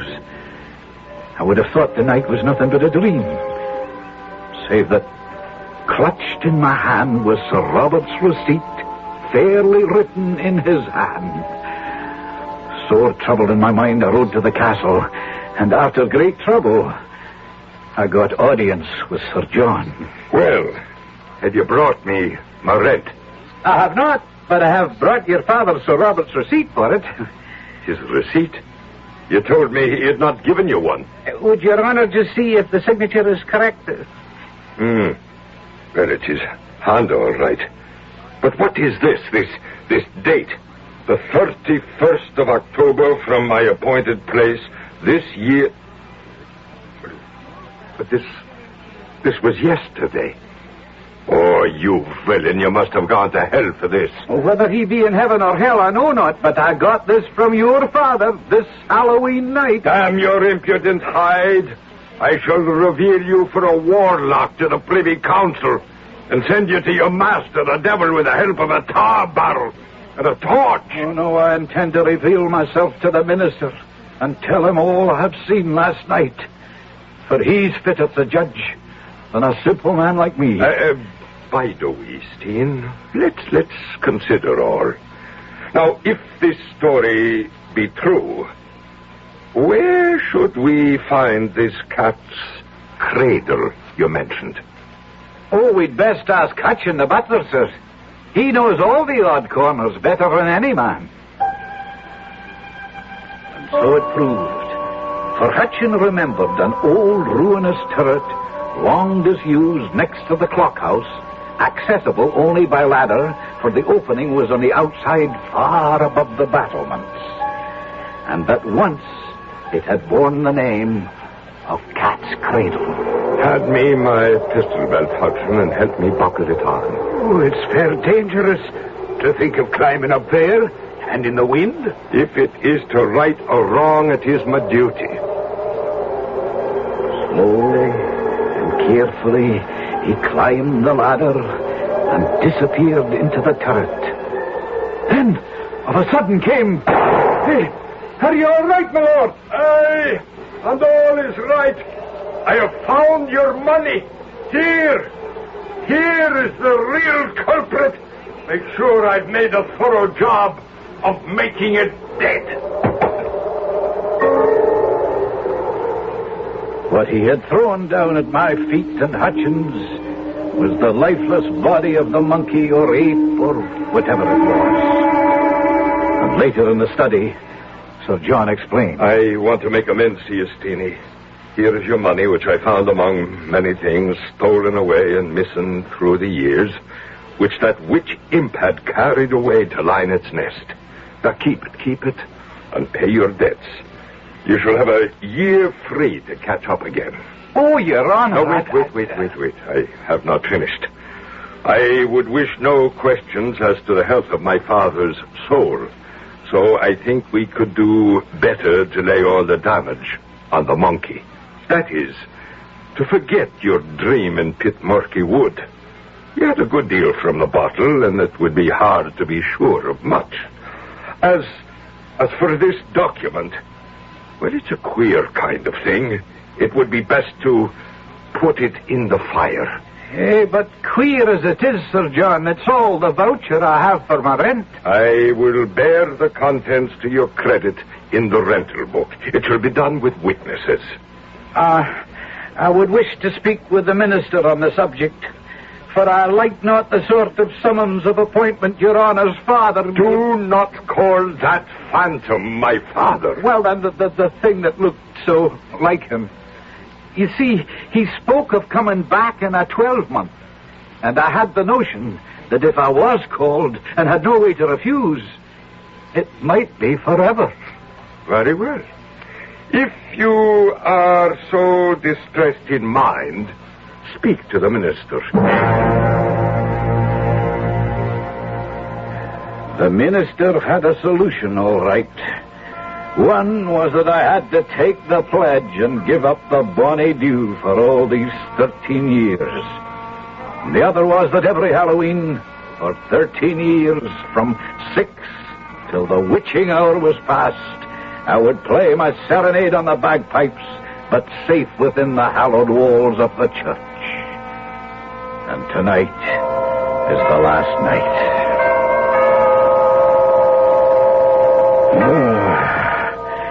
Will that be the end of it at last, Minister?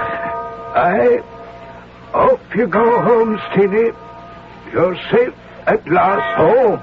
Home, is it? Oh, no. I've cast out the spell now, and my first stop is going to be back at the pub.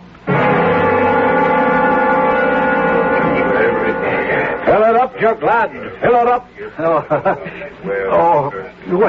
What a terrible thing. What is that, Steenie? My mouth is watering so for a taste at last that I'm afraid I'll dilute the bonny whiskey. No fear with a glass that full. Here, bottoms up. Hey, bottoms up, hey. Steenie, lad. What's with you at all? Wasting good spirits like that. Are they good spirits? Did I ever serve anything else? Well, then drink this drink and tell me if it's all as it should be. Taste it for yourself. You'll not have to wring my arm. The best. You'll never find any better whiskey. Oh, no. Oh, what they've done to me. The spell is not all over. I've lost my taste for whiskey. I'll be a teetotaler all my life.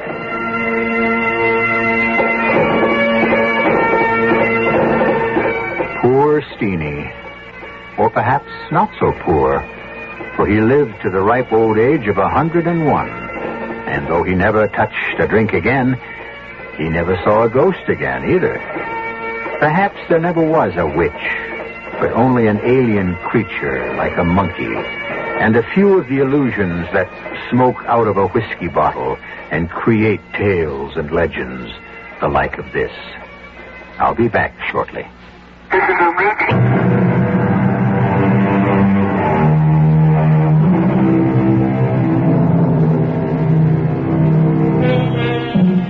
Halloween seems to be falling out of favor. The hordes of small spooks, tiny skeletons, lipstick-smeared clowns, the homemade costumes from Dad's old top hat to pinned-up baggy trousers, the mock witches in Mother's old nightgown, no longer roam the streets in such numbers, and fewer are the houses that are ready for trick or treat. A little sad for the children, but don't you grown-ups be too foolhardy. Best not to venture abroad that night, for the real ghouls and ghosties die hard, in America as well as Scotland. Our cast included Ian Martin, Arnold Moss, Bryna Rayburn, Court Benson, and Guy Sorrell. The entire production was under the direction of Himan Brown. And now, a preview of our next tale. Corey, If you walk out of here and don't tell me why... Look, Inga, order some lunch. Huh? Have the roast beef, darling. It's good here. And I'll call you. If you go now, I don't want you ever to call me. Corey!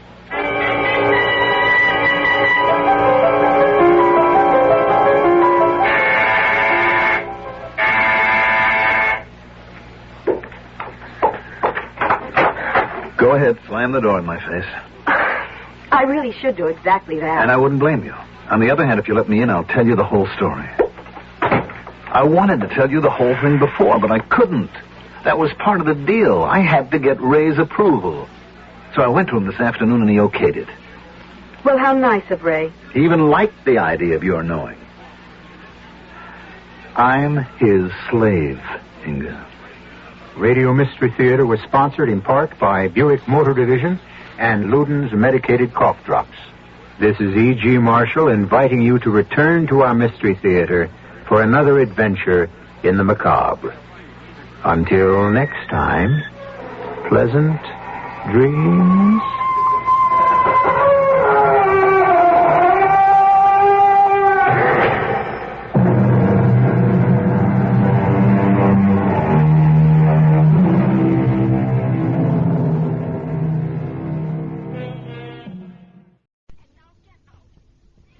I'm a bartender. I have been for almost 16 years now, and I've seen it all. But something just happened that I'll never get used to. I just put a guy in a cab because he was too drunk to drive. Now, I don't mind.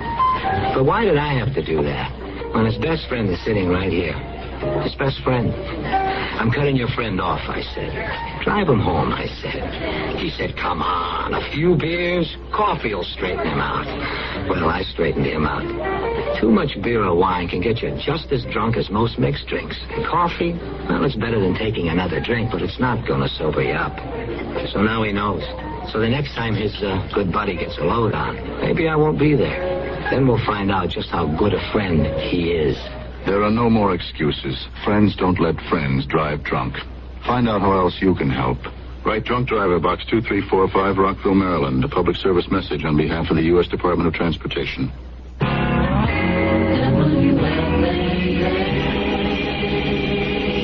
The CBS Radio Mystery Theater presents...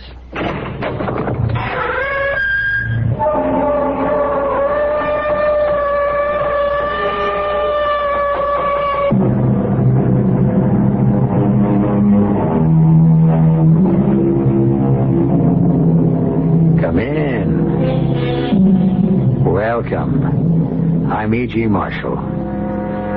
For most of us, it requires all of our time and effort to lead one life. And yet, there are some of us who are required by circumstance or design to lead two. Yes, to lead a double life. To create two distinct and believable characterizations. To be two people. To be Dr. Jekyll in the sunlight and Mr. Hyde in the darkness.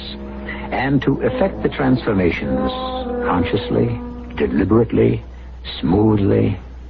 I beg your pardon, but haven't we met somewhere? Well, I'm afraid not, sir. Still, you look very much like my brother. Your brother? Yes. A brother I have not seen in 20 years. Yes, I would know you anywhere. You don't recognize me? You don't remember Dimitri?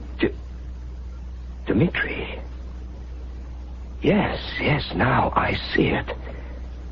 Yes, you are Dimitri, and I've been looking for you.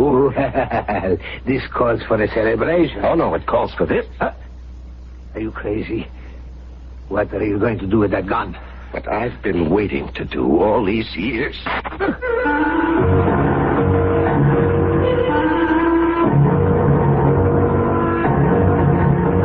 Our mystery drama, The Mortgage, was written especially for the Mystery Theater by Sam Dan and stars Larry Haynes. It is sponsored in part by Anheuser-Busch Incorporated, Brewers of Budweiser, and Sign-Off, the sinus medicines. I'll be back shortly with Act One. Isn't it nice to know you're free?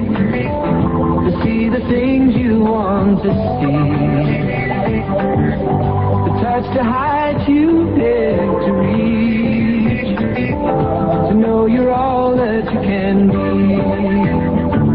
a free spirit department, Buick's mid-size 1976 Century has a lot going for it. Efficient size, lots of room, neat things like that. But Century offers bonuses. It's a Buick, remember, which says one heck of a lot about how nicely it takes care of you. And Century does something for the sake of efficiency that no other American mid-size car does. It comes with a V6 engine, and a Buick V6 at that. Century, the spirit will move you. Sweet spirit, Buick on the wings of the wind. How it's gonna be your spirit free. Well, this is Beverly Sills. Did you know that of all the arts, music is the only one in which a blind person can participate freely in spite of blindness? However, even in music, the blind need special help in order to stand on an equal footing with the sighted. The Louis Braille Foundation for Blind Musicians works to promote the interests of the blind in the field of music. The foundation, a national non-profit organization, urgently needs your financial help. The services of the Louis Braille Foundation are available to any blind person and provide auditions, evaluations and counseling, scholarship aid, paid engagements for qualified musicians, and transcription of music into Braille. The foundation depends solely on the public for its support. Send your tax-deductible gifts to the Louis Braille Foundation, 112 East 19th Street, New York, 10003. If you know a musically gifted blind person who needs help, please contact the Louis Braille Foundation at area code 212-982-7290.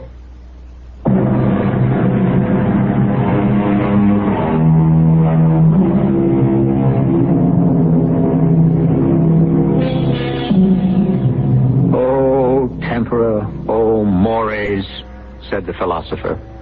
Alas, the times, alas, the manners, alas, also, for some of the slogans that seem to be in vogue today, particularly the one that cautions, don't get involved. When you see trouble ahead, run the other way, mind your business.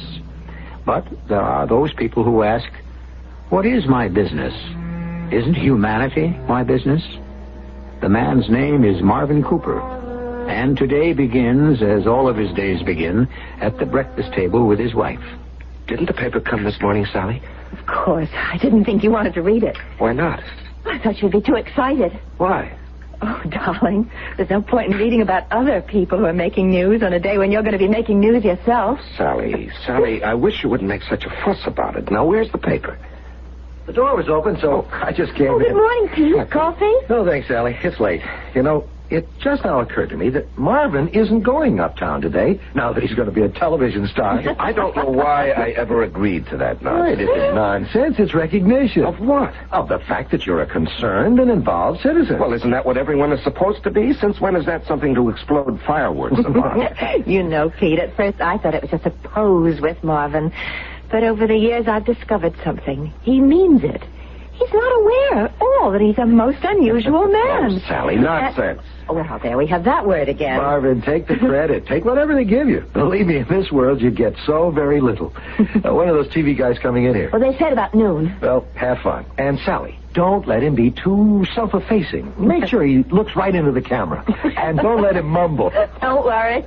Backbone of America, a TV interview program about the unsung heroes of our country, the dedicated men and women who quietly do the real work of this nation. Pete, you're going to be late to work. Tonight, Backbone of America brings you Marvin Cooper. And who is Marvin Cooper, you may very well ask? Only a man. I may have to throw you out of here. Laugh it up. See you tonight. Now, where did you say that paper was? I didn't. It's on the counter behind you. Oh, thanks, dear. Now, let's see what the world is all about this morning.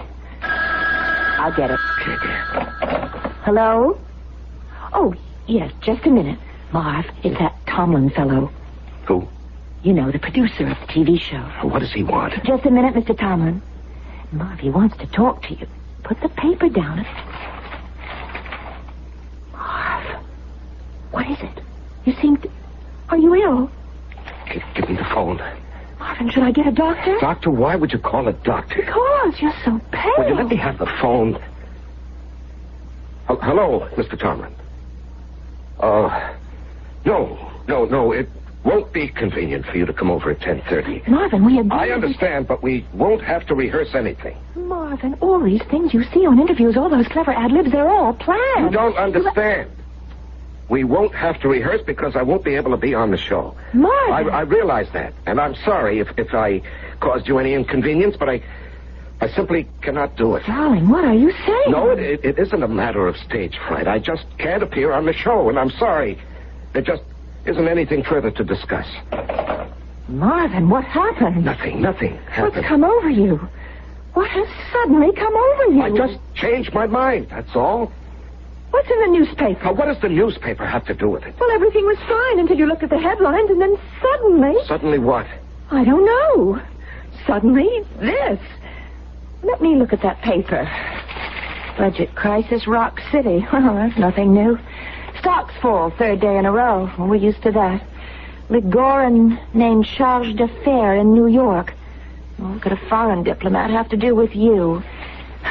Faith Healer found guilty of... Sally, I just don't want to appear on that show. Well, why? Because it suddenly occurred to me that I would look like a jackass. Oh, that's not true. Oh, yes, Mr. Cooper. Your tireless efforts on behalf of every community endeavor, your willingness to become involved. Marvin, we've watched that show. It doesn't come over like that at all. Sally, I can't discuss it. Not because I don't want to, because I don't know what it is. I just have this feeling. All right. Let's drop it. Yes, and Sally, I think we should leave New York. You mean go on a trip? Well, I mean, move, live somewhere else. Why? Well, I don't know. It's become so messy, so uncertain. Well, no more so than anywhere else. Well, who says you have to spend your whole life in one place? All right. Where would you like to go? Oh, some small town out in the West or up in New England. Darling, I'm not knocking small towns, but you and I, we're not small-town people. Well, we could learn to love it, Sally. Well, we could, I suppose. And then what would you do there? Well, I could teach English at a small college. Small town, small college. Suddenly the word small seems to dominate the conversation. Sally, I just want peace. Peace? Yes, the atmosphere, the environment in the big city. Suddenly, I feel it's too disturbing. Right. If that's how you feel. Yes, darling, that's how I feel. All right. I'll accept it. And I hope that sooner or later, one day, you'll decide to tell me what's really bothering you. That's something I could never do. That's one part of me I must keep from you. Yes, even from you, Sally. I can't tell it to anyone. I can't even tell it to myself. I simply must hope, must pray that it's been forgotten by everyone whose business it was to know about it. It's been such a long time. Maybe they have forgotten about it. One thing I will have to do, regardless of how you feel about it, we will have to leave the city. There are so many remote places in this country. Help me, somebody! Those two men, they're assaulting that woman. Why doesn't somebody do something? Why doesn't somebody help her? Help her, somebody. Help her. I can't. I would, but now it's too dangerous for me. What are you all standing around for? What am I standing around for? Take your hands off her. Use your knife on him. Cut! Let's get out of here. You're not going anywhere.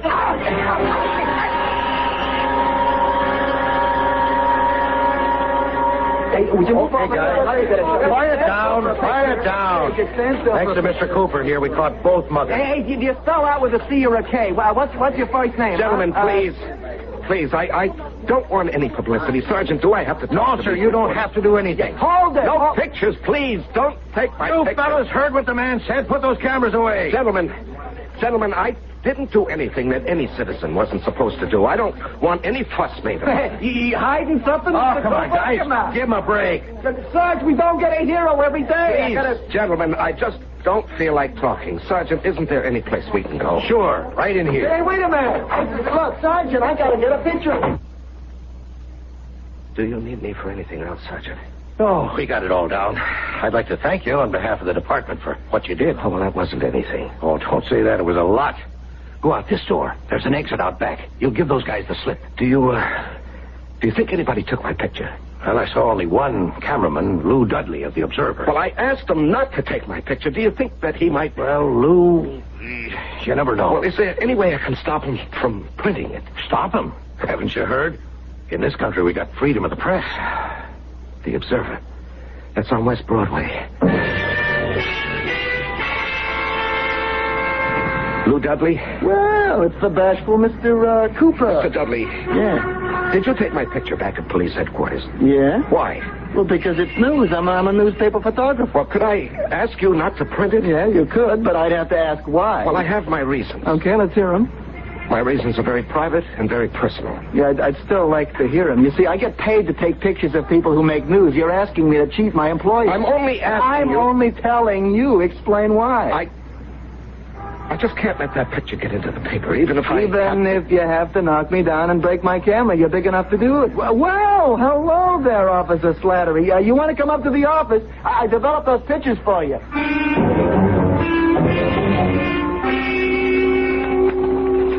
A remarkable photograph. You look so handsome. We've got to frame this. Damn it. Marvin, what's wrong? I was a fool to jump into that mess. The two of them had knives. But you saved that poor woman's life. She had all of $9 in her purse. $9! All they wanted was the money. Did she have to risk her life and mine for $9? I never heard you talk like this. What's the matter with me, anyhow? Wherever there's trouble, I have to poke my nose in. I get it. No. Marvin. Don't answer that. Well, you don't have to snap my head off. I'm sorry. All right, if you don't want me to answer it, why don't you? Yes, I will. I will. Well? Marvin, what's wrong? Nothing. Hello? Hello, Boris. I'm afraid you've got the wrong number. Oh, no. You're afraid I've got the right number. Boris, it's me, Dmitri. Well, I'm sorry, sir. I'm not who you think I am. Who is it, dear? I don't know. I am sure you don't want me to come to your house, so therefore, Boris, you will meet me at noon at a place called the Seagull Cafe. It's in the East 40s. Be prompt, Boris. We have so much work to do. Hello. Who was it, Marvin? Nobody, darling. It was a wrong number. It seemed a rather involved conversation for a wrong number. I said it was a wrong number. Now, can't we drop it? Sure. Now, where are you taking me to lunch today? Lunch? Oh. Well, darling, I'm sorry, but there's a faculty thing, you see. On Saturday? Well, I usually don't make Saturday appointments, but this particular situation sort of sneaked up on me.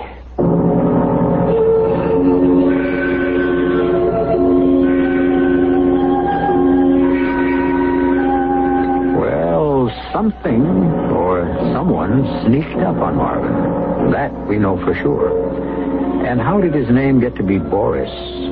Well, by this time you are starting to make certain assumptions about his past. And you may be right.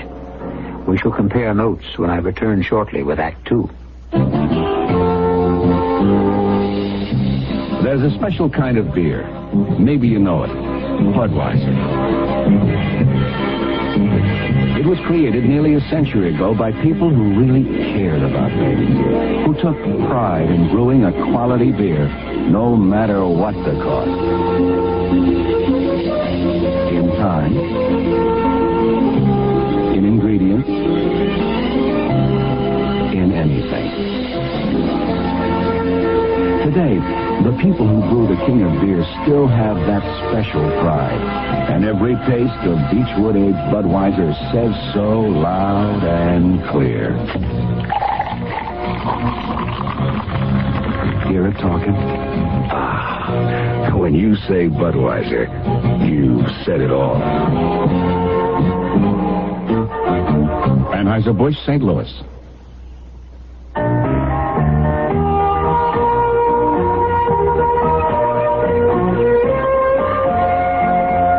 I think it was was the first time I can remember really going fishing with my dad. I'm sure I'd been with him before, but the first time I really remember it was wading downstream with him in an extra big pair of wading boots as he felt his way very surely along the stream bed, and I shakily held onto the willows, and we found a spot where my dad lifted his finger to his lips and said, "Shh, we don't want to scare the fish away."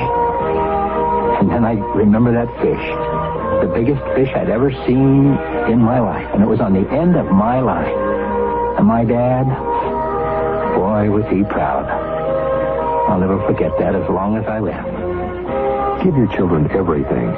Give them your time. A thought from the Church of Jesus Christ of Latter-day Saints, the Mormons.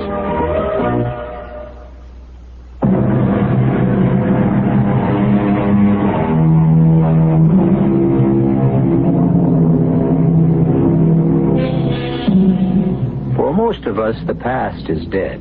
And this is because most of us have not been compelled to make a bargain with the future. Therefore, we have no ledger on which is specified our obligations. We can take life as it comes. Marvin Cooper, however, is, yes, we can use the word, mortgaged. Like a house is mortgaged. Except Marvin doesn't know for how much, or when, if ever, the debt must be paid. He doesn't even know what the debt consists of. He is about to find out. Hello, boys. Well, sit down. Glad to see me? Of course not. I see I'm as welcome as a case of jaundice. Won't you even say hello? Hello. 20 years. Hair's a bit grayer, but there's just as much of it. I don't think you've even gained a pound. I've taken the liberty of ordering lunch in advance. I'm not hungry. Of course you're hungry. And the way the food is prepared in this place, you'd swear you had never left home. What do you want, Dmitri? What do you want, Dmitri? No. If I hadn't heard it with my own ears, is this how you greet a brother after 20 years? Step-brother. Blood brother. That was childish, romantic nonsense. Oh, of course it was childish, but why not? Weren't we children at the time? But we grew up together. Joined the party together. Worked together. Dmitri, what do you want?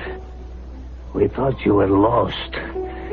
And then that picture in the paper this morning. What fantastic, enchanted luck. What do you want?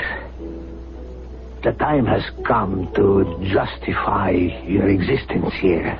To fulfill your mission. Dmitri, please. Please listen. Can we talk as brothers? We can always talk as brothers, Boris. All right. All right. I agreed to come to this country. No, you are ordered to come to this country. And to become an American. Because you had the uncanny ear for language and the skill of an actor. Well, No point in making this complicated, dear brother. You were given a mission. As all members of the party are assigned a mission. Yours was to become an American and to hold yourself ready for whatever task might present itself. And you became an American. Yes, Dmitri, I did. I became an American. But don't you understand? I am an American. It's no longer a cover or a pose. I think like one. I feel like one. I believe like one. That's because so much time has gone by and so much has happened back home. The old man, he's been dead for so many years. And even those who came after him are gone, and so many changes. I thought everyone had forgotten about me.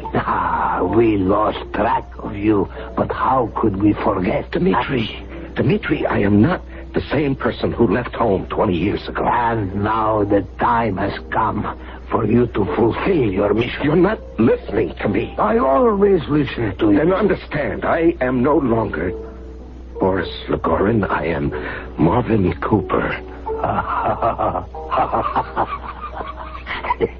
This is fantastic. It brings me back more than 2 decades. I remember you were playing Shakespeare in the State Theater, and you said to me, I am not Boris Ligorin, I am Hamlet. Won't you listen to me? No. You are an actor. You have always felt you must live the part you play. Well, whether this is sound technique, I'm not equipped to judge. Look, whatever it is you want of me, what will you do if I refuse? Oh, come now, Boris. You know we could manage to notify the proper counter-espionage authorities here in America and give them proofs that you are one of our agents. Yes. Yes, you could do that. Dmitri. My poor Boris. Marvin Cooper is a role the way Hamlet was a role, but you have played the part too long. Marvin Cooper is a character you have created out of your own pure fantasy. No. Who is real, huh? Boris Ligorin or Marvin Cooper? I read the paper this morning. You're a hero. And this is not the first time. You seek danger. You constantly strive to help all sorts of people in every way you can. But why, Boris? I am not good to you anymore, Dmitri. You must understand that. You are creating an heroic part. That is all. You didn't have to do that at home. Life itself was adventure. Life itself was fulfillment. What do you want me to do? First, think. Spend the whole night just thinking. Think of how it was when we were young. Think of how exciting our ideas were. Think of our father. Think of our dreams. Think of Maria. Whatever happened to Maria? She was always pretty. But now she's beautiful. She never married. I think she never got over you.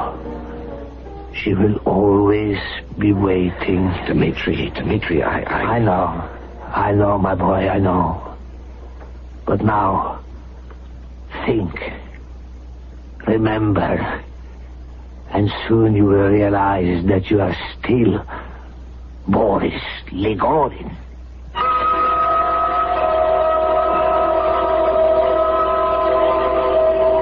Any for your thoughts, darling? Oh. I guess that's all you could buy for a penny these days. My thoughts, that's all they're worth. Now listen, there's this town way upstate in New York. Oh, what about it? Well, they've got a community college. It doesn't pay as much and it doesn't have the prestige of your present teaching job. What are you talking about, Sally? Well, didn't you say we had to leave the city and find a quiet retreat? Oh, that. Well, is it still on? No, I guess it's off. Nichivo. What did you say? Nichivo. It's a great word. I saw this picture on the Late Show, and it means... I know what it means. It means, okay, who cares? So why are you so excited? The way she said it, she sounded exactly like Maria. The same mischievous smile. The same little toss of the head. Maria. I haven't thought about Maria in years. Or is that a lie? Don't I think of Maria every day of my life? And the life back home, have I forgotten it completely? It was good. Oh, yes. Oh, there were some bad things, but aren't there bad things everywhere in every country? And my father... The old man was always good to my father. He never forgot how they were boys together, fought together, shared together, made the revolution together. Boris, the party. Never forget the party. The party is the beating heart, the busy brain of our motherland. Boris, serve the party faithfully. As I have served her without question. She is wiser than all of us. Live for her. die for her. But, Father, I'm an actor. Of course. The party is asking me to give up my career. How? Instead of performing on the artificial stage of the theater, the party is asking you to act on the true stage of life. To assume a role that does not end at 11 o'clock each evening. This mission will require all of your talent. And Maria?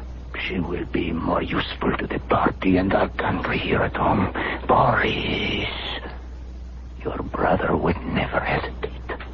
Is he more faithful to the party than you? Dmitri, no. It was Dmitri who suggested the mission. For himself. Dmitri could never do it. That was obvious to everyone. And that's why you were chosen. But, Father... Boris, to be chosen is to be honored.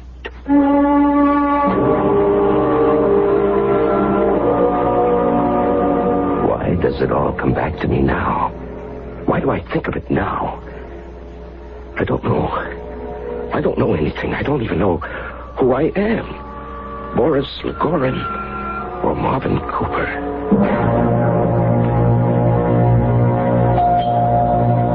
Just a minute. Oh, Pete, good morning. Well, is our bashful all-American boy ready? Do we have time for a cup of coffee, Pete? Sure, if you want to get caught up in all that East River Drive traffic. You know, Pete, I don't hear you grousing and griping about that job of yours anymore. Yeah, that's right. Well, have you finally made management see things your way? No, but I've decided to do something concrete. Such as? Such as something that'll settle a few old scores. Sounds grim. You should know the half of it. Well, Professor, you ready? We off? Well, it's early. I want to talk to you about something on the way uptown. Oh? Oh, excuse me. Hello? Yes, hello. Oh. Who is it, dear? It's from the dean, darling. He wants to talk about a new examination schedule. Have you found yourself? I don't know. Your work will start immediately. This morning, on the drive uptown. What's that? Your friend, Peter Anderson, is there. Yes.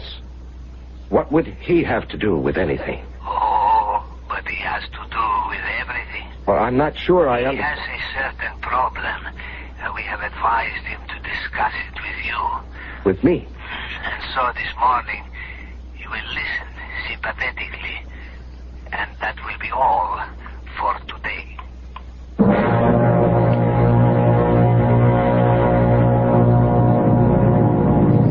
Marvin, how long have we been friends? Oh, years. You know, there's no one in this whole world I admire more than you, or respect more than you. I have to talk to somebody. Somebody I can trust. Marvin, I can't take it at the plant anymore. Well, then quit. Quit? And leave them the metal conversion process? Well, it belongs to them, Pete. Does it? I thought you were on my side. Well, I'm only stating a fact. You signed an agreement. Anything you discovered or invented would belong to the company. But that isn't fair. Yes, I know. It's worth millions. Do you realize how it speeds up production? Yes, I know, Pete, but what's to be done? I've had an offer from somebody else. Well, that's great. Now you can quit. And, will you ask me who made the offer? All right. A foreign country. What do you mean? I mean, I've been asked to defect. I think that's the word. And you know something? My initial reaction has not been to contact the authorities, but to think about it. Pete, why are you telling me this? I was told to discuss it with you. You were told? By whom? By those people. Why? Because they know I'm thinking about it, and they asked me, is there one man you can trust with your life? One man whose judgment you can have faith in? And I said, yes. They said, who? And I said, you. And they said, ask him for advice. And so I'm asking.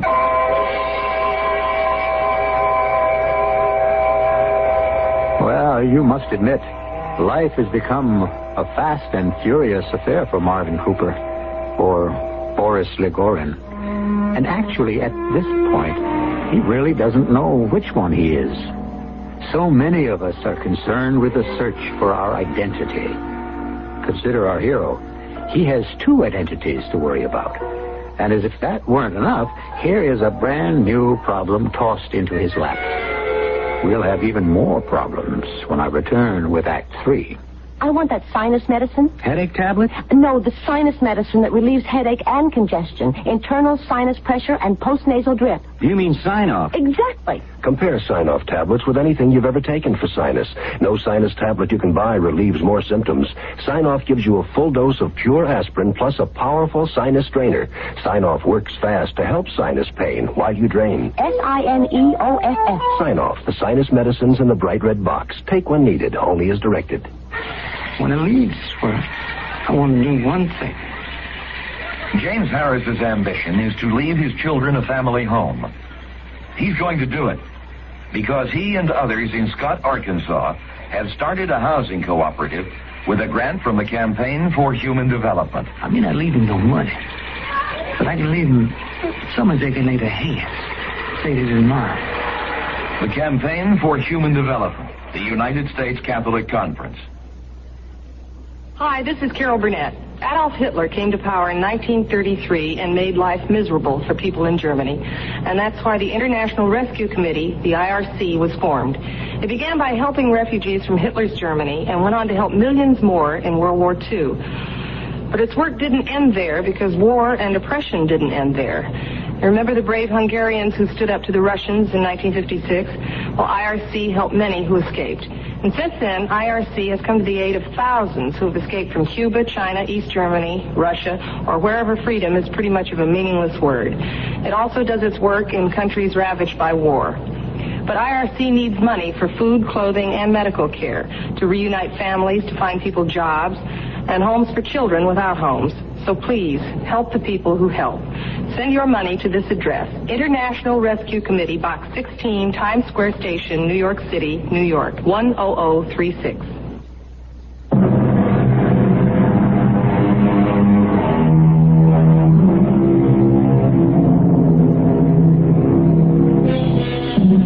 Who is he? For the first 25 years of his life, his name was Boris Legorin. For the past 20 years, he has been Marvin Cooper. He has led 2 full lives and played each to the hilt.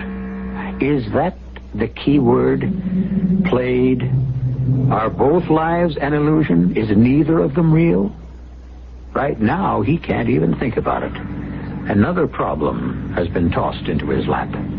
But, Pete, why? Why do you tell me this? They said I should. Well, how do you know that I won't call the police? Well, that's what I said. And they said, no, trust him. He's a decent human being. He places friendship above everything. They said, he will tell you the right thing. Pete, I'm not sure I understand. Marvin, I'll never amount to anything here. Well, you make out pretty well. I would be sitting on top of the world. I should be wealthy, famous, respected. Those things are relative. A man of my ability, I am simply not appreciated. I've been offered a free hand and money and a title and authority. Pete, you realize you'll be giving up your country. It's not my country. Okay, I was born here, but what do I own of it? How happy have I been here? Marvin, think about what I just told you, and, well, we can talk about it tomorrow. Not now. But first think about it. Please, Marvin?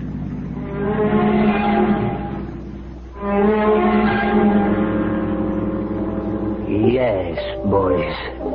This is why you have lived here for 20 years. For this? To encourage this man to defect? What did you think you would be required to do one day? Assassinate some high public official? Steal the plans for a battleship? This thing is more important. But Dmitri... This man, this Peter Anderson, is a production genius. We need men like him. See how it worked out? Discuss it with your best friend, I said to him. And who is his best friend? Why, you. And of course, tomorrow, you know what to tell him. We did not know that your moment would ever come. We did not know what it would be like, but we have prepared for it for 20 years. And now we are ready. It won't work. What won't work? Pete, I know him. He's angry, bitter, frustrated. Of course. Otherwise, would he ever listen? He thinks he deserves position, wealth, fame. Certainly. You can't give him those things. Does it matter? Of course it matters. He won't be much better off than he is now. Ah, that's unfortunate for him. No, for you. Because he'll be so disappointed, so furious that he won't be of any value. As to that, we have ways of encouraging people to work to their full potential. But that's no concern of yours. But Dmitri... The party has made this decision, boys.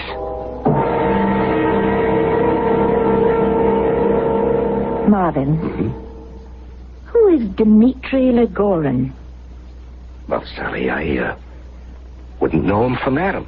Well, he's a diplomat. And what? What would I know about him? More than you're telling. Oh? And just what does that mean? Well, for over a week now, you've been acting in the strangest way. And it goes back to the newspaper you were reading that morning. The morning you canceled the TV appearance. I don't understand what you're saying. Something you read in that paper. I still have it. Now, the front page. This is where Mr. Legorin is mentioned, and here's his picture. Now, I've eliminated everything else. You're not a bank robber, and you're not concerned with the city bonds and all the other headlines. So who and what could have had an effect on you? Well, we're left with Mr. Legorin. I really don't know what you're talking about. The name Dmitri Legorin means nothing to you? Absolutely nothing.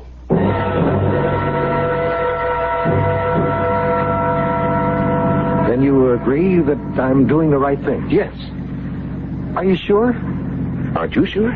Well, it's a tremendous step. Oh, Pete, you owe it to yourself to better yourself. Home is where you're happiest, where you're recognized and rewarded. You know, I knew I could trust you. I knew you were my friend. And so I have chosen. Boris is the reality. Marvin is the role on stage. And for the first time in years, I feel I am living again, living dangerously for the party. Yes, I am an actor who plays the part of Marvin Cooper, but I always will be, Boris Ivanovich Legorin. Marvin. Yes, what is it, dear?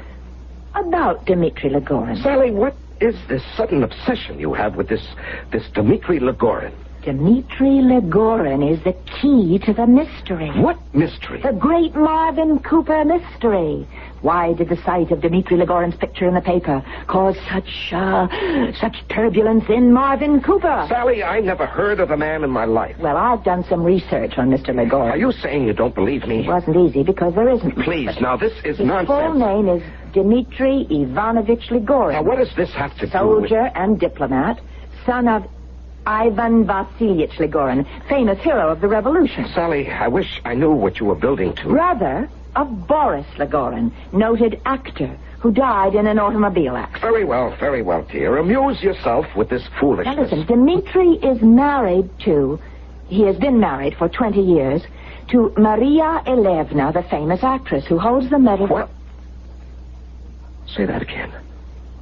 He's been married for 20 years to Maria Elevna, who...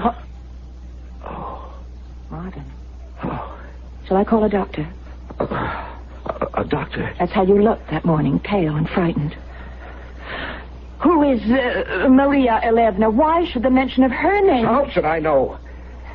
No, it's not my imagination. It's these two names, Dmitri Legorin and Maria Elevna, seem... These two names, they seem to have devastated you. Why? I think I'd like to go for a walk. No, Marvin, we've got to talk. About what? Who is Dmitri Legorin? I don't know. Who is Maria Elevna? I don't know. And now, if you have no more questions... I have one more question. Who are you? What kind of a question is that? I don't know. It's the only one I can ask. Who are you? Since that morning, you're not Marvin Cooper. What do you mean? What do you mean I'm not Marvin Cooper? Well, I don't know any other way to say it. You live with someone. You're together. And then without warning, something happens and that person suddenly becomes someone else. Who are you? Please, Sally, please. No. That won't help either of us. Something's wrong. Now tell me, Marvin. You can tell me. You can tell me anything. No, I can't. All the years we spent together? Our whole married life? Right now it seems like an illusion. And this closeness that I thought we had is gone? Did it ever exist? I have to go somewhere. Now? Yes, I'll be back soon. It has to do with Dmitri Lagorin and Maria Alevna, doesn't it? Oh, let me help you. No one can help me. Oh, don't say that. I love you. There are things a man must face You alone. don't understand. I love you. And I love you, too, Sally, but that can't change anything. That won't help anything. When two people love each other... Let there be enough of love. There are other things in the world. This is a country that's obsessed with love. Well, let me tell you, despite what you've been brought up to believe, love does not conquer all. Well, I've never heard you talk this way before. You refer to this country as if... As if what? As if you're a foreigner. I'll be back in a little while. Oh, wait, I'll go with you. No, you can't. You've got to let me help you. Yes, I will. When? As soon as I find out who I really am.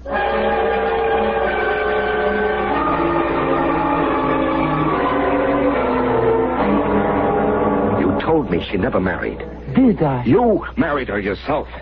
But there was no point in letting her go to waste. And this way, at least, I kept her in the family. You married her 20 years ago. Well, when we planted that fake story of your fatal accident, she was desolated and she needed comfort. And I was there. You always wanted her. You can hardly consider that a crime. And you arranged for me to be sent away on a permanent foreign mission. David and Uriah. Ah, how thoroughly Americanized you are. You even quote the Bible. Well, it's true. I did it for the pot. You did it for yourself. Marvin! Pete. I rang, but no one answered, and the door was open, so I walked in. Ah, just in time for our appointment. Marvin, what are you doing here? Get out, Pete. If you know what's good for you, you'll leave this place and never, ever come back. Marvin, I don't understand. You advised me to take the job as a friend. I didn't know you were tied up with these people. Get out of here. Oh, no. Not now. I'm sorry. It can't be done. What can't be done? I'm afraid neither of you can leave now. Not you, Peter. Nor you, boys. Boris? Why did he call you Boris? We're both leaving. You can do your worst, Dmitri. Wait a minute now. Be careful with that gun. Both of you will remain where you are. Some friends will soon be here, and we will arrange for... Dmitri, it's the end for both of us. Don't take another step, boys. You won't shoot me. I said don't move. We're brothers, after all. Stay where you are. Brothers don't kill each other. Stop!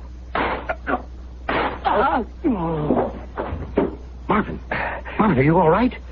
No, I'm not. I'm not all right. Dmitri, he looks as if he's dead. Yes. But he shot you, too. Let me call a doctor. No, I don't need a doctor.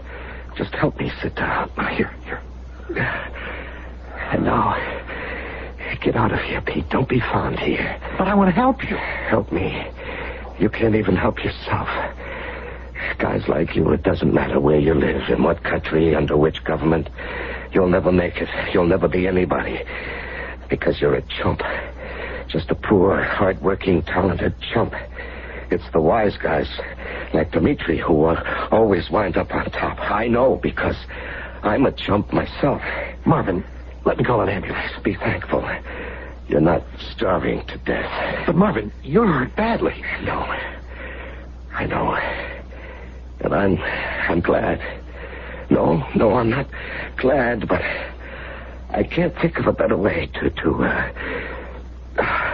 listen, Pete. You couldn't have been happy over there, Pete. You'd have been torn, like I've been torn. So many memories of the old times and places. He called you Boris. Who are you? Boris or Marvin? Who am I? Boris or Marvin? I guess I'm both. And I always will be both. And there's no way I can live with that.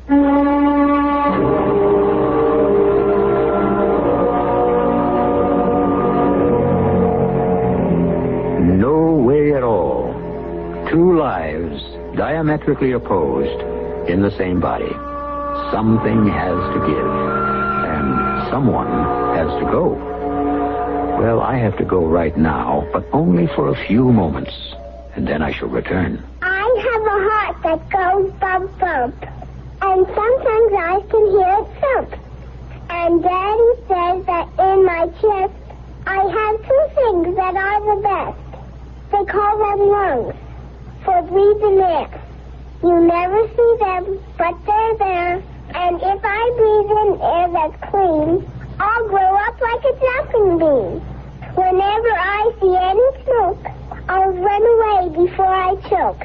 And something even better yet, I'll never smoke a cigarette. I'll breathe the air that's clean and free, so I can keep on being me. Clear the smoke from your family image and from your lungs. And remember, your kids may never start if you stop. Quitting is tough, but your lung association says it's a matter of life and breath.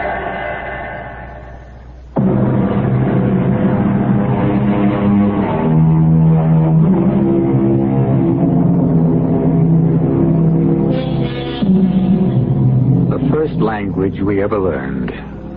The first girl we ever kissed. The first joys. Even the first sorrows. A mother's tear. A father's smile. These are the things that make home and country. And because these are the things we can never forget, we can never forget our country either. I mean, the country.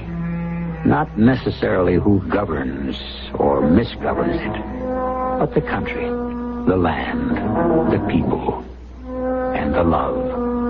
Our cast included Larry Haynes, Marion Seldes, Robert Dryden, Russell Horton, and Robert Maxwell. The entire production was under the direction of Himan Brown. And now, a preview of our next tale. You are saying that one of us may somehow be involved in this incident. I'm sure the man is joking. I, for one, care not for a man's jokes. And I say to you again, beware ye who enter Albion's castle. Those of you who would mock this uneasy resting place will perish among these ancient stones.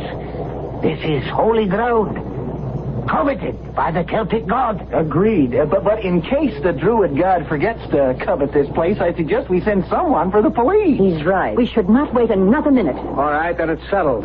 While the others remain here in guarded silence, one of us will leave immediately and inform the authorities. Yes, Peter. But who? Radio Mystery Theater was sponsored in part by Buick Motor Division. This is E.G. Marshall inviting you to return to our Mystery Theater for another adventure in the macabre. Until next time, pleasant dreams.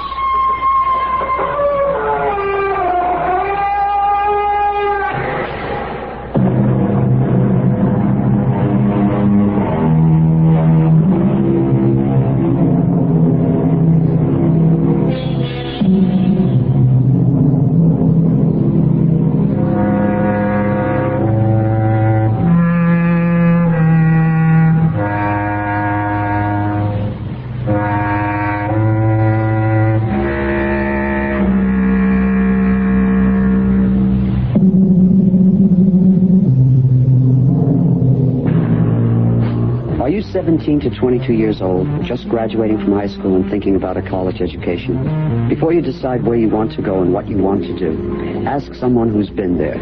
Because this year, a lot of college graduates will discover that a college degree is not a job guarantee. So think ahead. If you want 4 years of college and a career when you graduate, plus pay and allowances, responsibility, achievement, security, and a chance to prove your worth as a person, you want the U.S. Coast Guard Academy. It's also the only armed service academy where admission is based on a nationwide competition, not congressional appointment. This year you can send the Coast Guard Academy your SAT or ACT scores.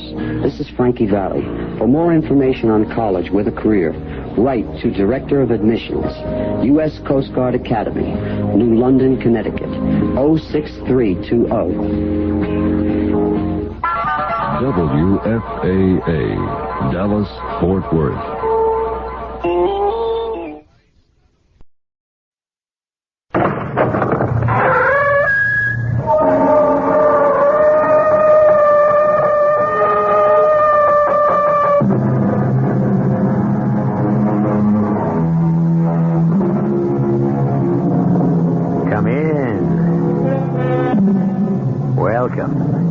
I'm E.G. Marshall.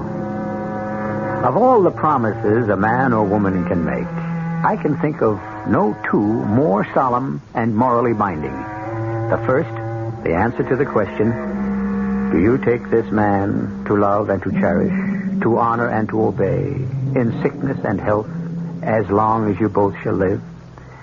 And the other, the Hippocratic Oath.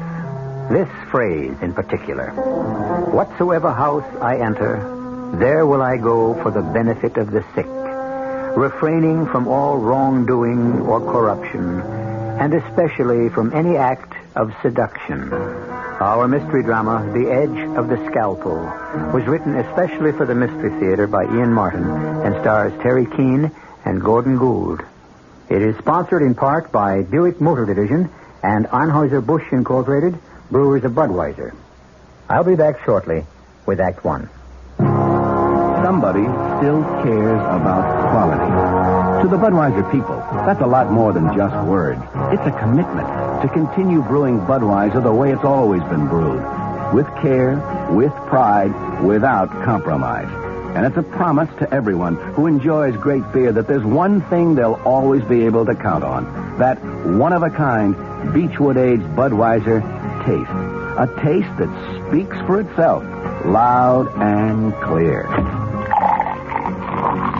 Hear it talking? And when you say Bud, you say you care enough. You only want the king of beer. When you say Budweiser, you said it all. Anheuser-Busch, St. Louis. Hey, Mom, what's for dinner? Hey, Mom, what you got? ShopRite's answer to what's for dinner this week is center-cut beef rib steak, just $1.39 a pound. Fresh ground chuck, 89 cents a pound. Fresh Snow White mushrooms, only 89 cents a pound. For a quick and delicious meal, try Farmland and Crave. Frozen assorted varieties, a 2-pound package for 89 cents. Save on Fleischmann's margarine, 1-pound package, only 59 cents. Golden ripe bananas, 19 cents a pound. Don't miss these and other great values at your nearby ShopRite supermarket. Remember, ShopRite.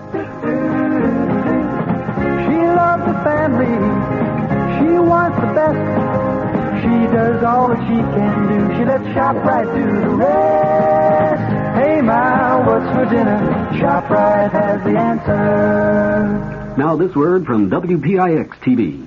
I grew up in New York City. I was born and raised here. You're listening to Pat Harper, anchorwoman on the Channel 11 10 o'clock news. As a New Yorker, living again in New York, is that New York is a composition of many small towns.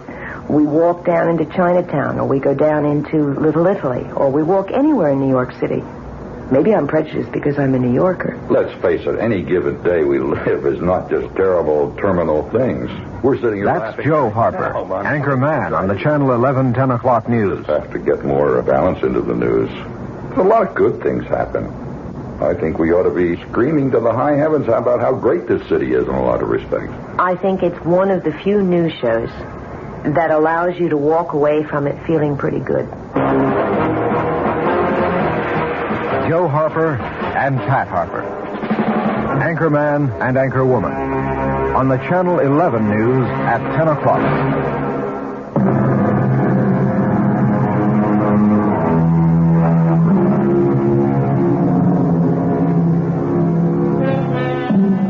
The Edge of the Scalpel. This is the story of a surgeon who walked it, who poised it above his deadly rival, literally holding the life of the man on the operating table in his hands. Let us follow the tall, gaunt man there who looks 10 years older than his 38 years, whose aging face still retains the good looks and the mark of a spoiled and petulant youth, who walks slowly, leaning on a cane for support, to the main nurse's desk at Guardian Hospital. Excuse me. I want to see Nurse Stewart. Nurse Carrie Stewart. Oh, Nurse Stewart has duty for another 3/4 of an hour. If you want to walk over to the waiting room... Walking is not my strong suit, as you can see. Will you ask her to come down here or put her on page? Oh, I can't page a nurse. Well, she won't mind. I'm her husband. Oh, why, bless me. How do you do, Mr. Stewart? How do you do, Nurse McGrath? You know me. Well, why not? It's such a loving little family here at Guardian Hospital, isn't it? I think your wife is still operating with Dr. Malcolm. That's exactly what bothers me. I'll be waiting for her right by the elevator as soon as she's ready to see me. Thank you for saving another patient for me, Dr. Malcolm. Well, thank you for the correct diagnosis, Dr. Kowalski. We make a team. We all make a team. Right, Gary. Kirk, what would you do without her? I'd hate to speculate, Ted. Or have you speculated? Oh, come on, Kirk. My reputation as the hospital Lothario is all gossip. I play the field. Now, with you and Carrie, that's different. Here's the elevator. Care to join us? Nope. Three's a crowd. Forget it, Ted. Carrie is my surgical nurse. Sorry about that. He didn't mean anything. Maybe it's my guilty conscience. Coffee? A nurse and a doctor? Well, protocol is no problem to the Chief of Surgical Services. I'll exercise the command. Coffee. I'm yours to obey. I wish that were true. Kirk, don't, please. You never know who might... Surprise, Carrie. Your loving, if lame, husband. Joe,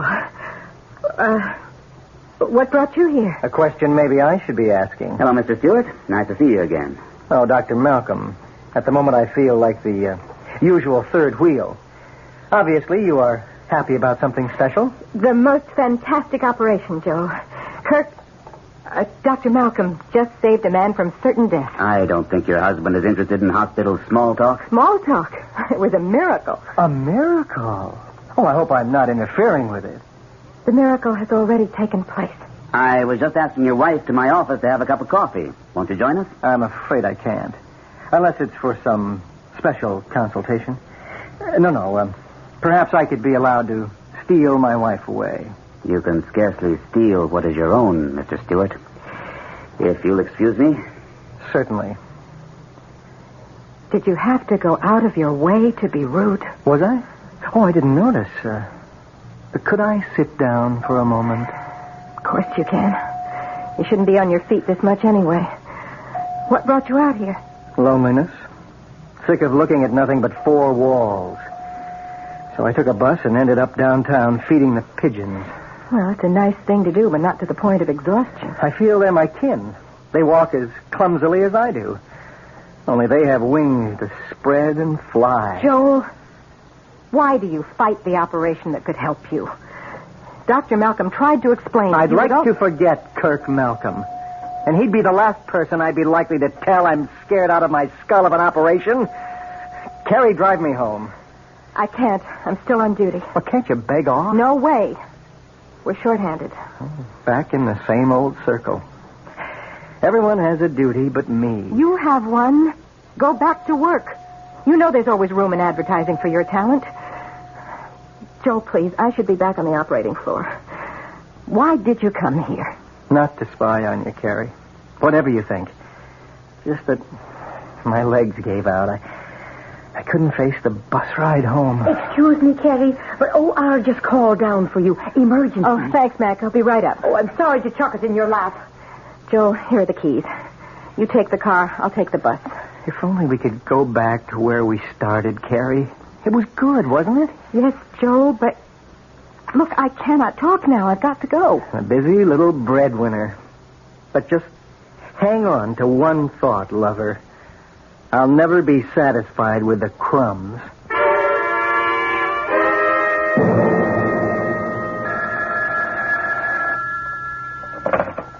Yeah?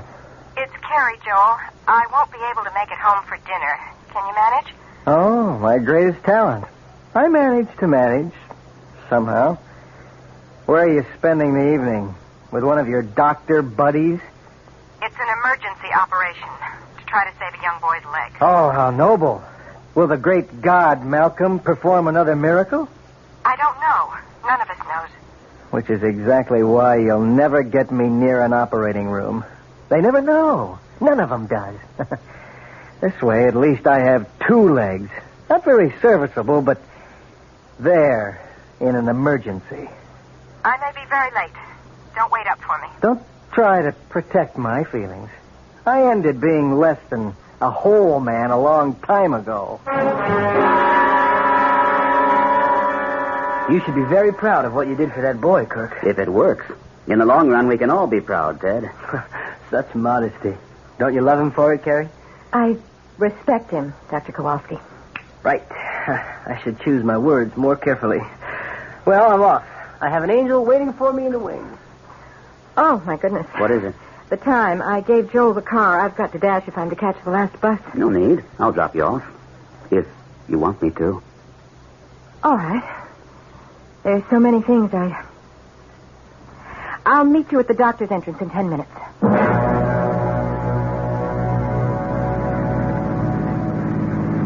I thought inviting you to dinner might help you understand the way things are. You mean with Joel?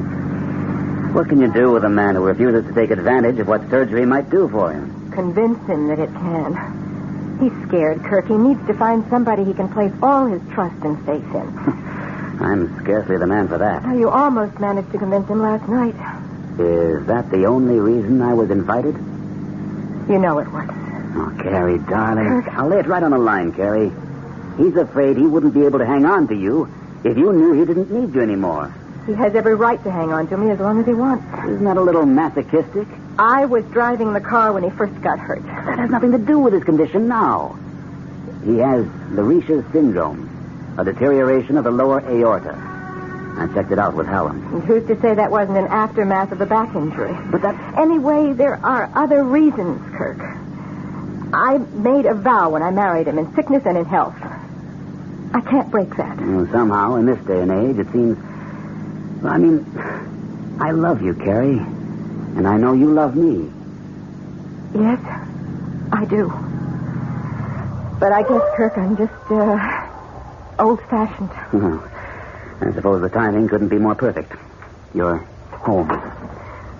Thank you for delivering me right to my door. You're an important package. And the best-loved surgical nurse I've ever had. Professionally, we make a team. You were wonderful tonight. You are wonderful. Oh, how I wish... Carrie.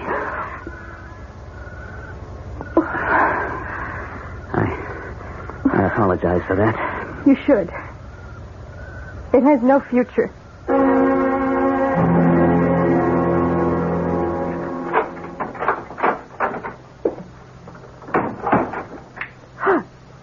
Joe. You startled me. I just thought I'd throw a little light on the subject.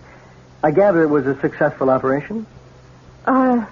It'll be a year before we know that for sure. Funny, I thought you'd already gotten far enough to predict results.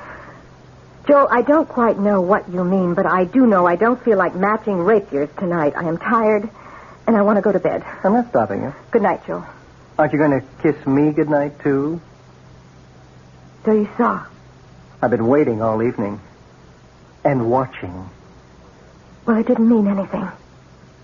Or if it did, it was an end. Not a beginning. Whatever you say, Carrie.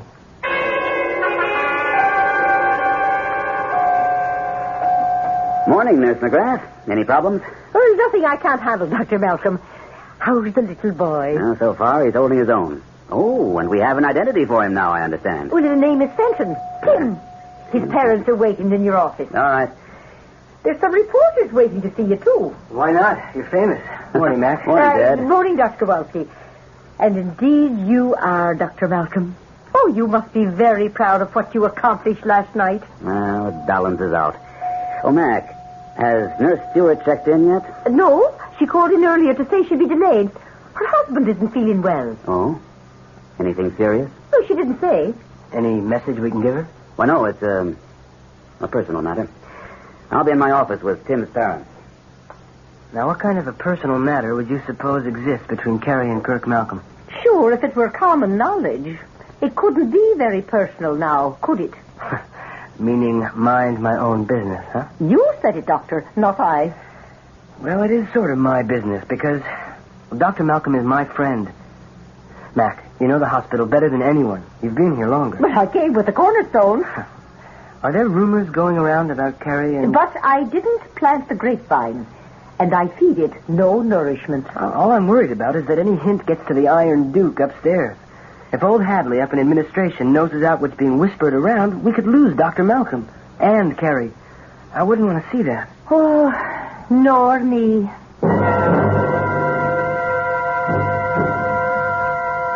I stayed home because I'm your wife, Joe. Not by choice.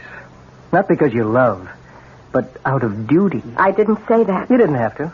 Maybe because it isn't true. What? You might be a little ashamed after last night. I told you that's a closed chapter. I doubt it. Why don't you admit you'd give anything to be rid of me? What good am I? I can't support you. I can't even make love to you. I'm a husband in name only. If I had any guts, I'd walk out of your life. Only I'm not very good at walking either. That's something that could be fixed. How? Under your surgical boyfriend's scalpel? No, thank you. I wouldn't give him the chance to dispose of me so easily. That's a terrible thing to say. And a terrible thing that two of you are doing to me. I may be no damn good, but you're my wife. And that's what you're going to stay till... Joe? Oh, Joe, what is it? Pain. The pain. Joe. Again. Maybe you'll get your wish after all. But you hear this, Gary? You get me my own doctor, or I'll haunt you the rest of my life.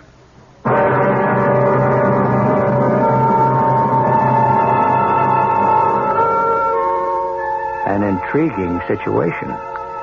A woman struggling desperately to live up to her marriage vows, committed by her conscience to a man she does not love, and a surgeon in whose hands may be placed the life of this man. There are gathering factors which could end his career as he found himself accused not only of negligence, but murder. I'll return shortly with Act Two. Oh, I thought I saw a putty cat. I did see a putty cat. Hi, I'm Mel Blanc, and that's another of my 1,000 voices. And that's why they asked me to tell you about lemon mint Listerine lozenges. Because when your throat is hot and dry from a cold, they make it feel cool and soothed. And Listerine's anesthetic medicine helps give fast, temporary relief from minor sore throat pain. Lemon mint Listerine lozenges. No matter how many voices you've got, you've only got one throat. So you get Listerine lozenges, folks. Use only as directed. Here's Ralph Flinger, better known as Mr. I Know Where They Are. Ralph, whatever became of Edwin Lowdy, the inventor of the bridge lamp? Oh, yes. Well, he's well up in his 90s now, but he still works every day taking chain-link fences apart. A listener would like to know whatever became of a young daredevil named Warner Bromley, who flew a Zeppelin upside down. Yes. He once tried to fly a Zeppelin upside down through the framework of the Eiffel Tower. What's he doing now? He inflates weather balloons for the government. All right, Mr. I Know Where They Are. How about Stuffy Hodgson, Calvin Hoogerman, Jimmy Schwab, Fred Falvey, and Mary Backstage? Oh, they're all to be found in the pages of the new Bob and Ray book, Right If You Get Work, along with Wally Ballou, Tippy the Wonder Dog, and many more fascinating characters. That's Right If You Get Work, the best of Bob and Ray, at your bookstore now. Incidentally, Edwin Lowdy claimed he invented the bridge lamp, but he didn't. Well, he's in his 90s now. I don't see any point in reopening that controversy. In the Bahamas, we got it here for you. 700 islands, we got it here for you. Everyone is different, we got it here for you. Whatever your pleasure, we got it here for you. Welcome to the Bahamas, the country of 700 islands. I'm Captain Henry Pytham of Bahamas Air, the Bahamas' own airline, and I'd be pleased to show you our islands. I can fly you to colonial-style Nassau Paradise Island, or to swinging Freeport Bucaya, to Eleuthera, where the pineapples grow, or to Bimini, where the fishing is fantastic. Every one of our Bahama islands is a whole different experience. You choose your favorites, and I'll fly you there. Here in the Bahamas, we got it here for you. 700 islands, we got it here for you. Flights leave every day for the Bahamas, the country of 700 islands. Shouldn't you be on one of them? See your travel agent or call toll-free 800-327-0787. Bahamas Tourist Office.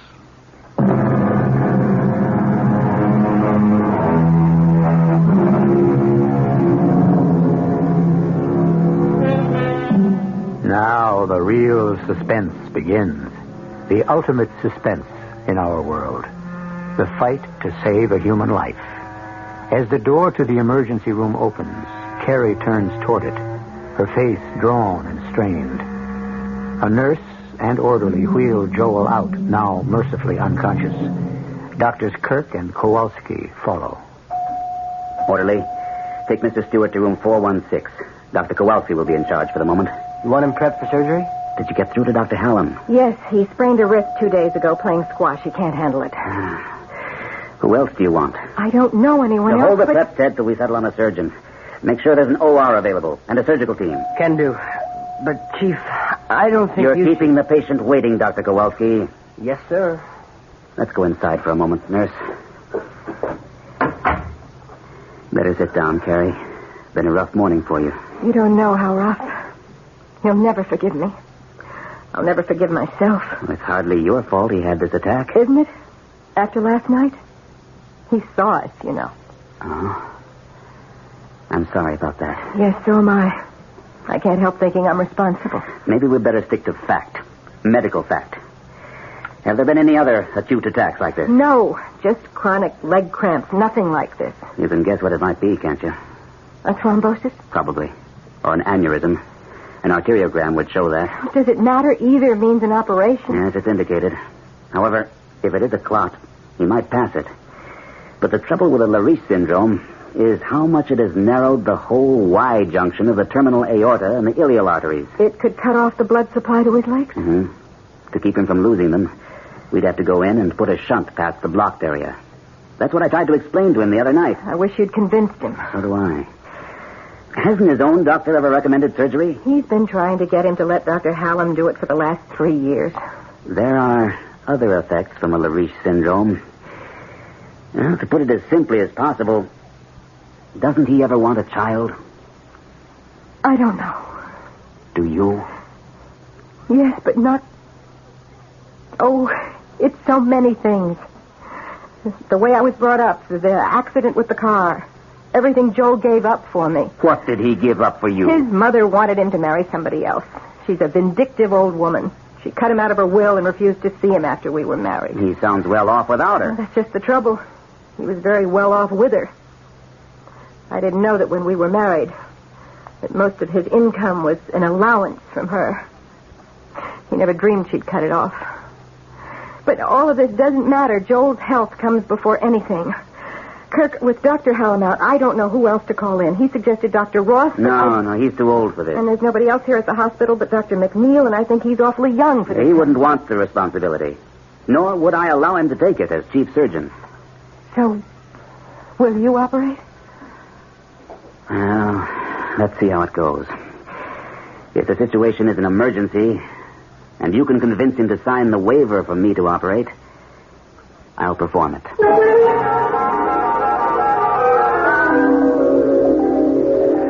What do you want? I'm sorry if I woke you, Mr. Stewart. Every 2 seconds someone does.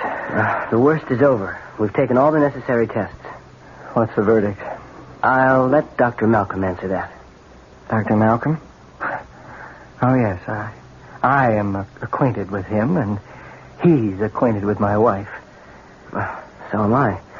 I'm Dr. Kowalski, by the way. I've heard of you. Your wife's most ardent admirer. Nice try, Doctor. Not the most ardent, though.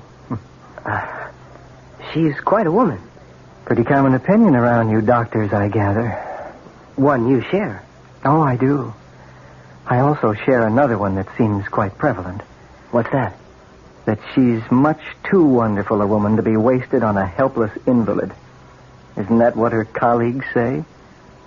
I've never heard anyone say it. As to your being a helpless invalid, that isn't accurate. In a sense, what happened to you this morning may turn out to be your lucky break. In what sense? Well, you could have gone along for years with a chronic circulatory condition. Now that it's acute, something has to be done about it. An operation? That's up to Dr. Malcolm. Oh, no, my friend. It is not. Only over my dead body. How's the patient, Dr. Kowalski? Just fair, Dr. Malcolm. Forgive me, Carrie. That's all right. I want to know. Okay, this is right to the roots. There's advanced claudication in the lower extremities. I'd say immediate operative procedure is indicated. Does my husband agree? I didn't tell him directly. I said that was up to the surgeon. Well, then let's settle it right now. Why don't you have a talk with him first, Carrie? All right. But you do feel it's an emergency, Dr. Kowalski. I know damn well it is. Then I'll prepare him. Thanks. Who is going to operate, sir? I am. If Mr. Stewart agrees, Mrs. Stewart has asked me to. Oh. Well, he's in pretty poor general health. He might not come through. I know. But if he isn't operated on, he could lose one or both of his legs. Or his life. Look, why stick your neck out? A surgeon sticks his neck out every time he takes that knife in hand. I'm the only surgeon in this hospital, or presently available, that's best suited for the job. Anything else you want to say, Dr. Kowalski? No, sir. Except, good luck.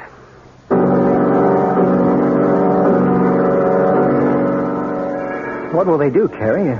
Stop the pain, or can they really put me all the way back to what I was before? There's every chance they can. You sound pleased at the prospect. Why wouldn't I be? Joe, I want to see you healthy and complete. So you can walk out on me at last? You should know me better than that. Okay. Okay, you win. But first, if I agree to an operation, do you promise never to leave me? I promise. Then let's get Dr. Hallam and get this over with. Hallam? Well, isn't he the surgeon? He sprained his wrist. He's not available. Well, then who else? The finest surgeon you could want right here in this hospital. Malcolm? Yes. You think I'd let him touch me? The man who wants you every bit as much in the world as I want you? Joe, where a surgeon is concerned, there are no emotions involved. But where love is concerned, there is nothing else.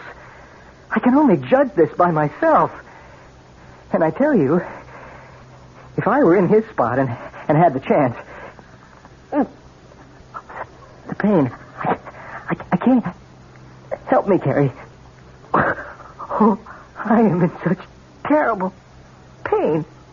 Help me.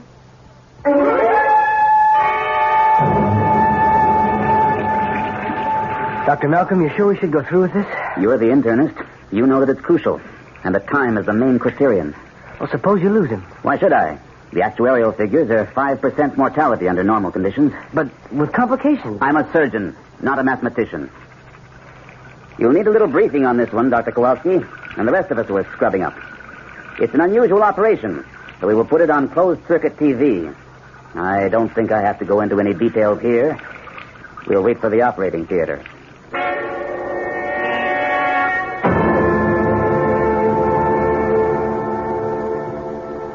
Blood pressure?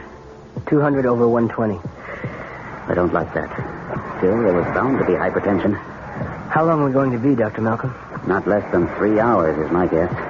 Could be twice that. Ask Dr. Frost on anesthesia if he can hold him. Nurse, let me see your instrument tray. You can switch on the closed-circuit TV now.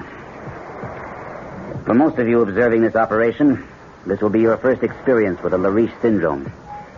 The patient involved is at a critical stage, since a large thrombus or blood clot is cutting off the main circulation to the interior organs and the lower extremities. So, operative procedure is mandatory. Is everyone ready, Dr. Kowalski? Ready, Dr. Malcolm. Very well. Nurse, skin knife.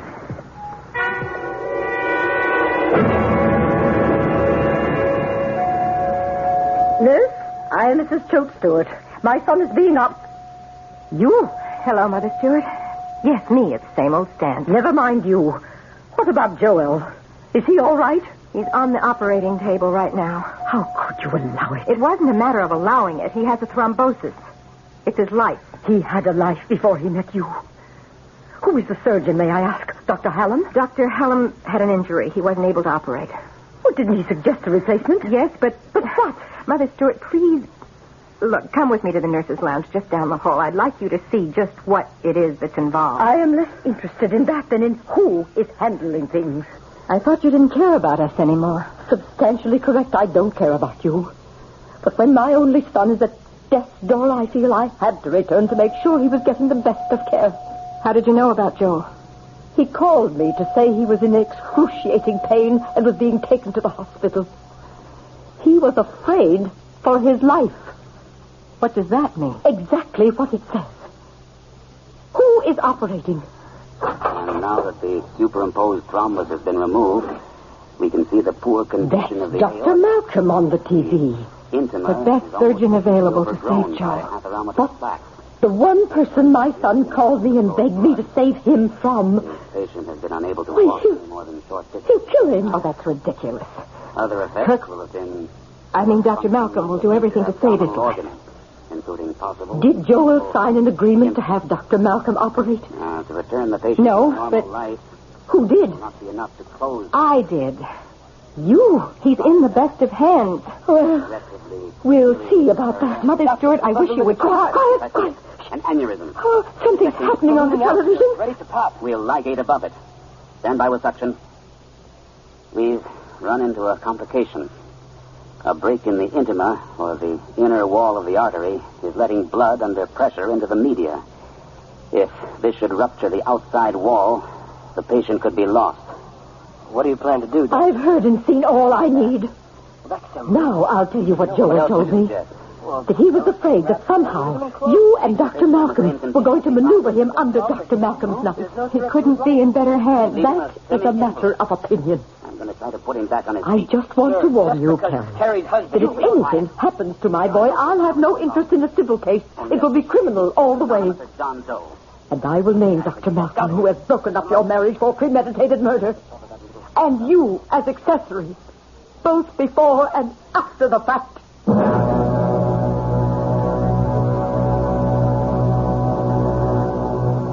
In the operating theater, the drama of life and death is played out according to established rules. Or is it?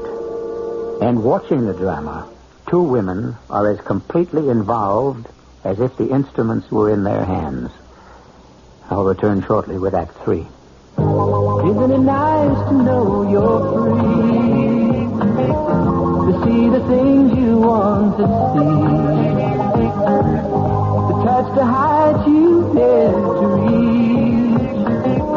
To know you're all that you can be. In the Free Spirit department, Buick's midsize 1976 Century has a lot going for it.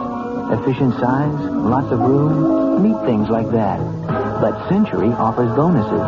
It's a Buick, remember, which says one heck of a lot about how nicely it takes care of you.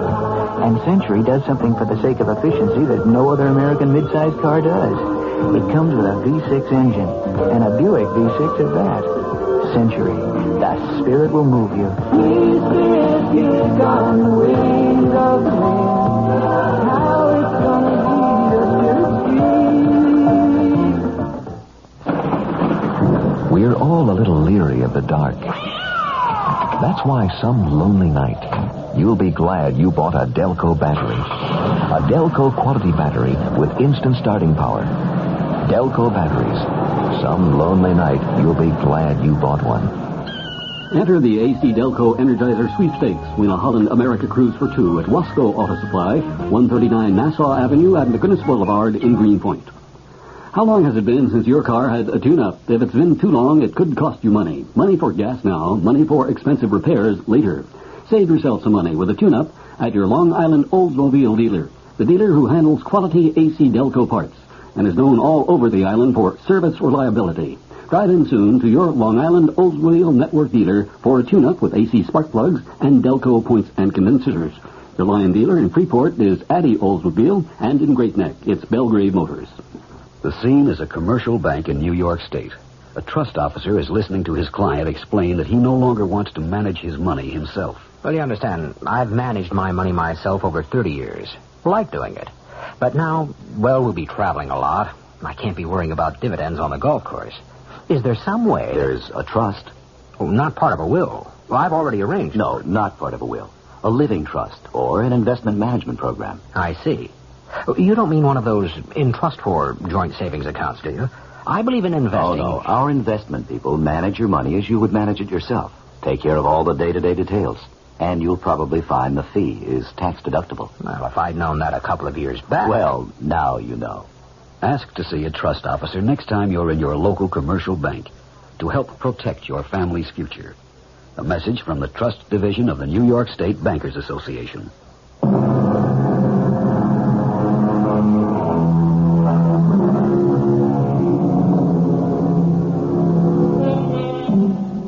A high point of drama. Suspense piled upon suspense. Conflict on conflict. Watching on closed-circuit TV are the wife of the patient, whose life rests in the hands of the surgeon, and with her, the patient's mother, to whose biased, bitter, horrified mind her son appears to be helpless. I want it stopped. You can't do that. This is Joel's chance to become a whole man again. Or a dead one. I want it stopped. There is no way we can now. Now be quiet and listen. After consultation, we have decided to continue with the operation. The object now is to bypass the degenerated arteries by means of artificial ones. I'm aware that there is some risk to the patient.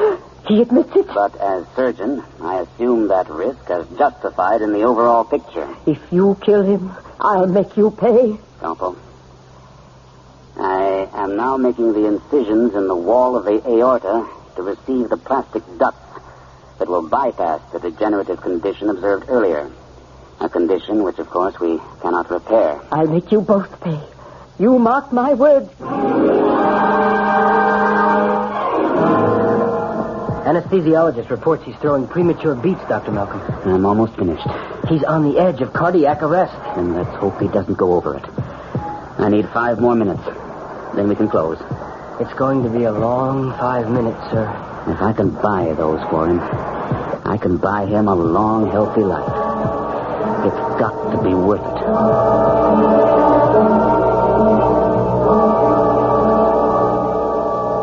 How much longer do I have to wait here till someone tells me whether my son is alive or not? Mother Stewart, you know he's alive. You saw on the monitor and heard the end of the operation. He looked more dead than alive after all that. Joel came through it. He lived. And he's going to be everything he ever was before. Then why isn't someone down here to tell us so? Because it takes a few minutes for the surgeons to clean up. The first moment he can, I'm sure Dr. Malcolm will be down to give his report. Kirk? Mm-hmm. Nurses call doctors by their first names. So Joel was correct. Yes, I'm sure he'll be down to report to you. Not to me. He doesn't even know I'm here. He should be here any moment. Oh, I don't want to talk to him. I don't want to even be near him. Not the man who planned to break up my son's marriage. You were the one who was against Joel marrying me. I should think you'd have been glad to have any excuse for something to break it up. Oh, is that what you have in mind? You think I'd permit a little snip like you to walk out on my son? I have no intention of walking out. As long as Joel wants me, I'm his. If I know Joel, he'd never allow you to make a fool of him.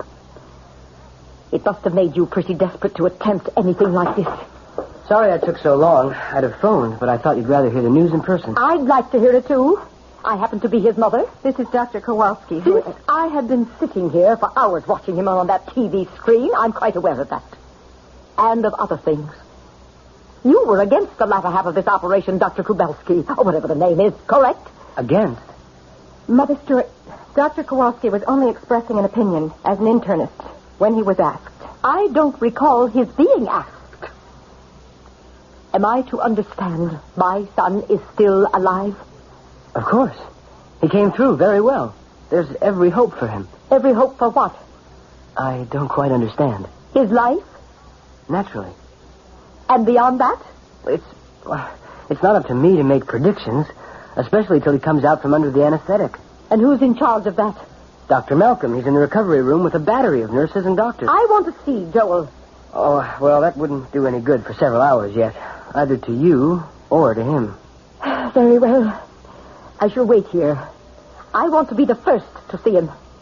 By hospital procedure, it would be his wife. His wife and I can straighten that out between us. I just want to be sure I am notified at the first moment.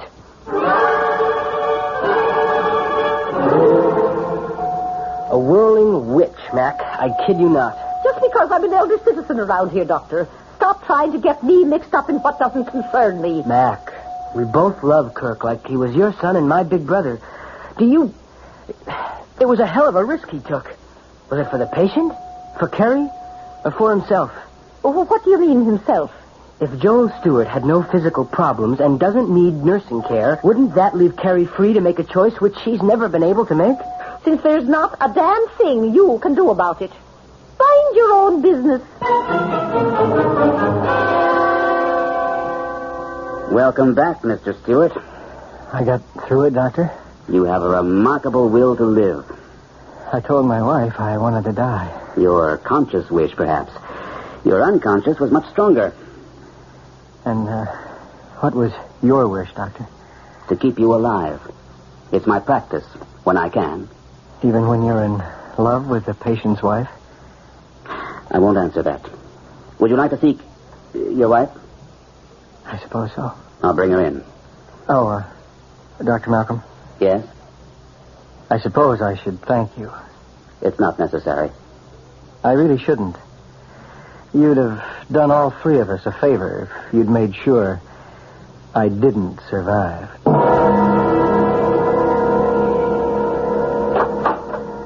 Well, Carrie, it looks as though... Excuse me, Dr. Malcolm. I don't believe you've met Joel's mother, Mrs. Choate Stewart. Pleasure, ma'am. That remains to be seen. Is my son still alive? Well, of course. I came to tell his wife she could see him briefly. Both of you, if you desire. You can see him first if you want, Mother Stewart. I think I do. One question, Doctor. Do you expect him to live? I haven't a doubt, barring unforeseen complications. And will he be his old self? If you mean physically, I confidently expect, with therapy and proper care, in 3 months he'll be as active and healthy as all of us. I want to see him. All right. Nurse, take Mrs. Stewart to the recovery room. Shall we go along? No. Give Mother Stewart a little time with him alone first. Very well. Shall I accompany you? I would prefer to see him alone. As you wish. If you'll just go with the nurse. Quite an old battle axe. Well, that's about the politest name I can think of for her. Oh, Kirk, you took some awful risks. I did what I felt had to be done. Not just for me. Of course not.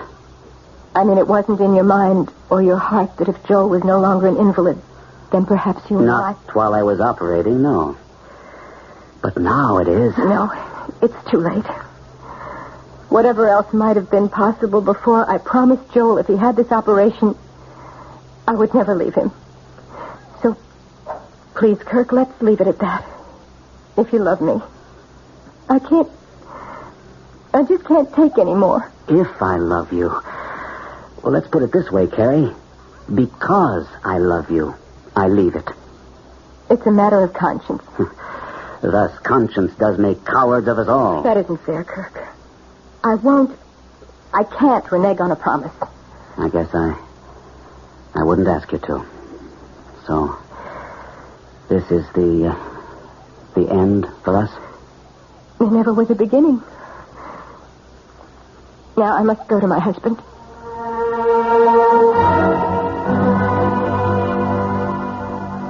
Please don't pretend, Carrie. I'm not pretending. You can hardly wait to start nursing me again, Does that mean I still have a wife? Yes.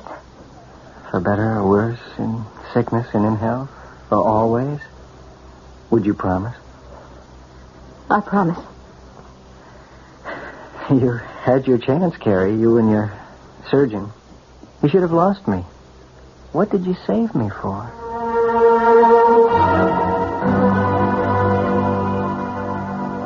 I'm a hard and unpredictable old woman, Carrie. And I've learned a lot of things today. A respect for others that I give seldom and grudgingly. A recognition of my own selfishness and of your unselfishness. The dedication of your surgeon, Dr. Malcolm. The weaknesses in my own child. Some of which he inherited from me. Mother Stewart, let me finish. It will be a long and expensive convalescence. I can afford it. You can't. He will mend physically. But all the flaws in his character, which I see so clearly for the first time, will still be there. When I told him I would remake my will in his favor and renew his allowance, he jumped at the chance. Mother, I can manage. I am perfectly willing. I know you are, Carrie. And now that it's too late, I wish you were to be my daughter-in-law. I don't understand. Everything I offered Joel was contingent on one thing. That he gave you your freedom. It didn't take him a second to make up his mind. But he needs me. No, he needs a crutch. I can provide him all the various sizes and shapes he needs. You and your Kirk put my Joel back on his feet. Now let me do the same for you. There's one thing your surgeon, no matter how sharp his scalpel, could never do. Cut the umbilical cord. I've set you free from Joel. How can you answer for him? It's all been discussed. I can answer. And what about me? It's my unwedding gift to you. Whatever your heart most desires.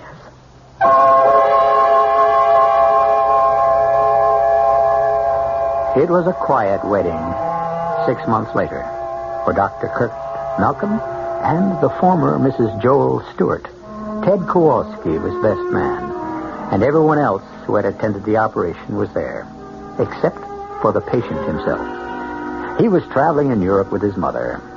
A Gordian knot had been untied by the ancient method of cutting through it. But whose scalpel was sharper, the surgeon or that vitriolic old lady who had strength enough to admit her mistakes? I'll be back shortly. I want that sinus medicine. Headache tablet? No, the sinus medicine that relieves headache and congestion, internal sinus pressure, and postnasal drip. You mean sign-off? Exactly. Compare sign-off tablets with anything you've ever taken for sinus. No sinus tablet you can buy relieves more symptoms. Sign-off gives you a full dose of pure aspirin plus a powerful sinus drainer. Sign-off works fast to help sinus pain while you drain. Sineoff. Sign-off, the sinus medicines in the bright red box. Take when needed, only as directed.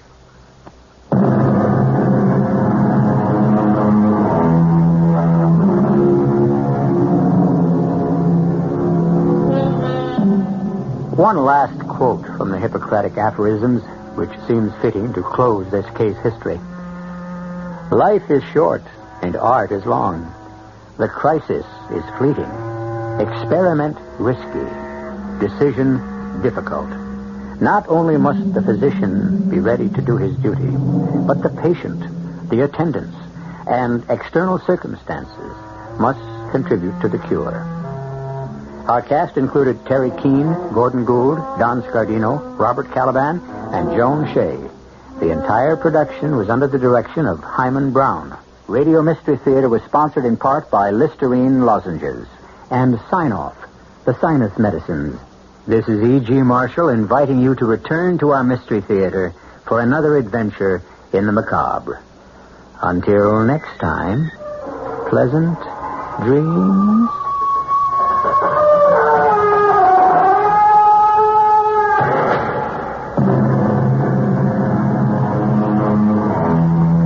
Tonight's Mystery Theater was also brought to you in part by ShopRite Supermarkets, where you get a lot more for a little less.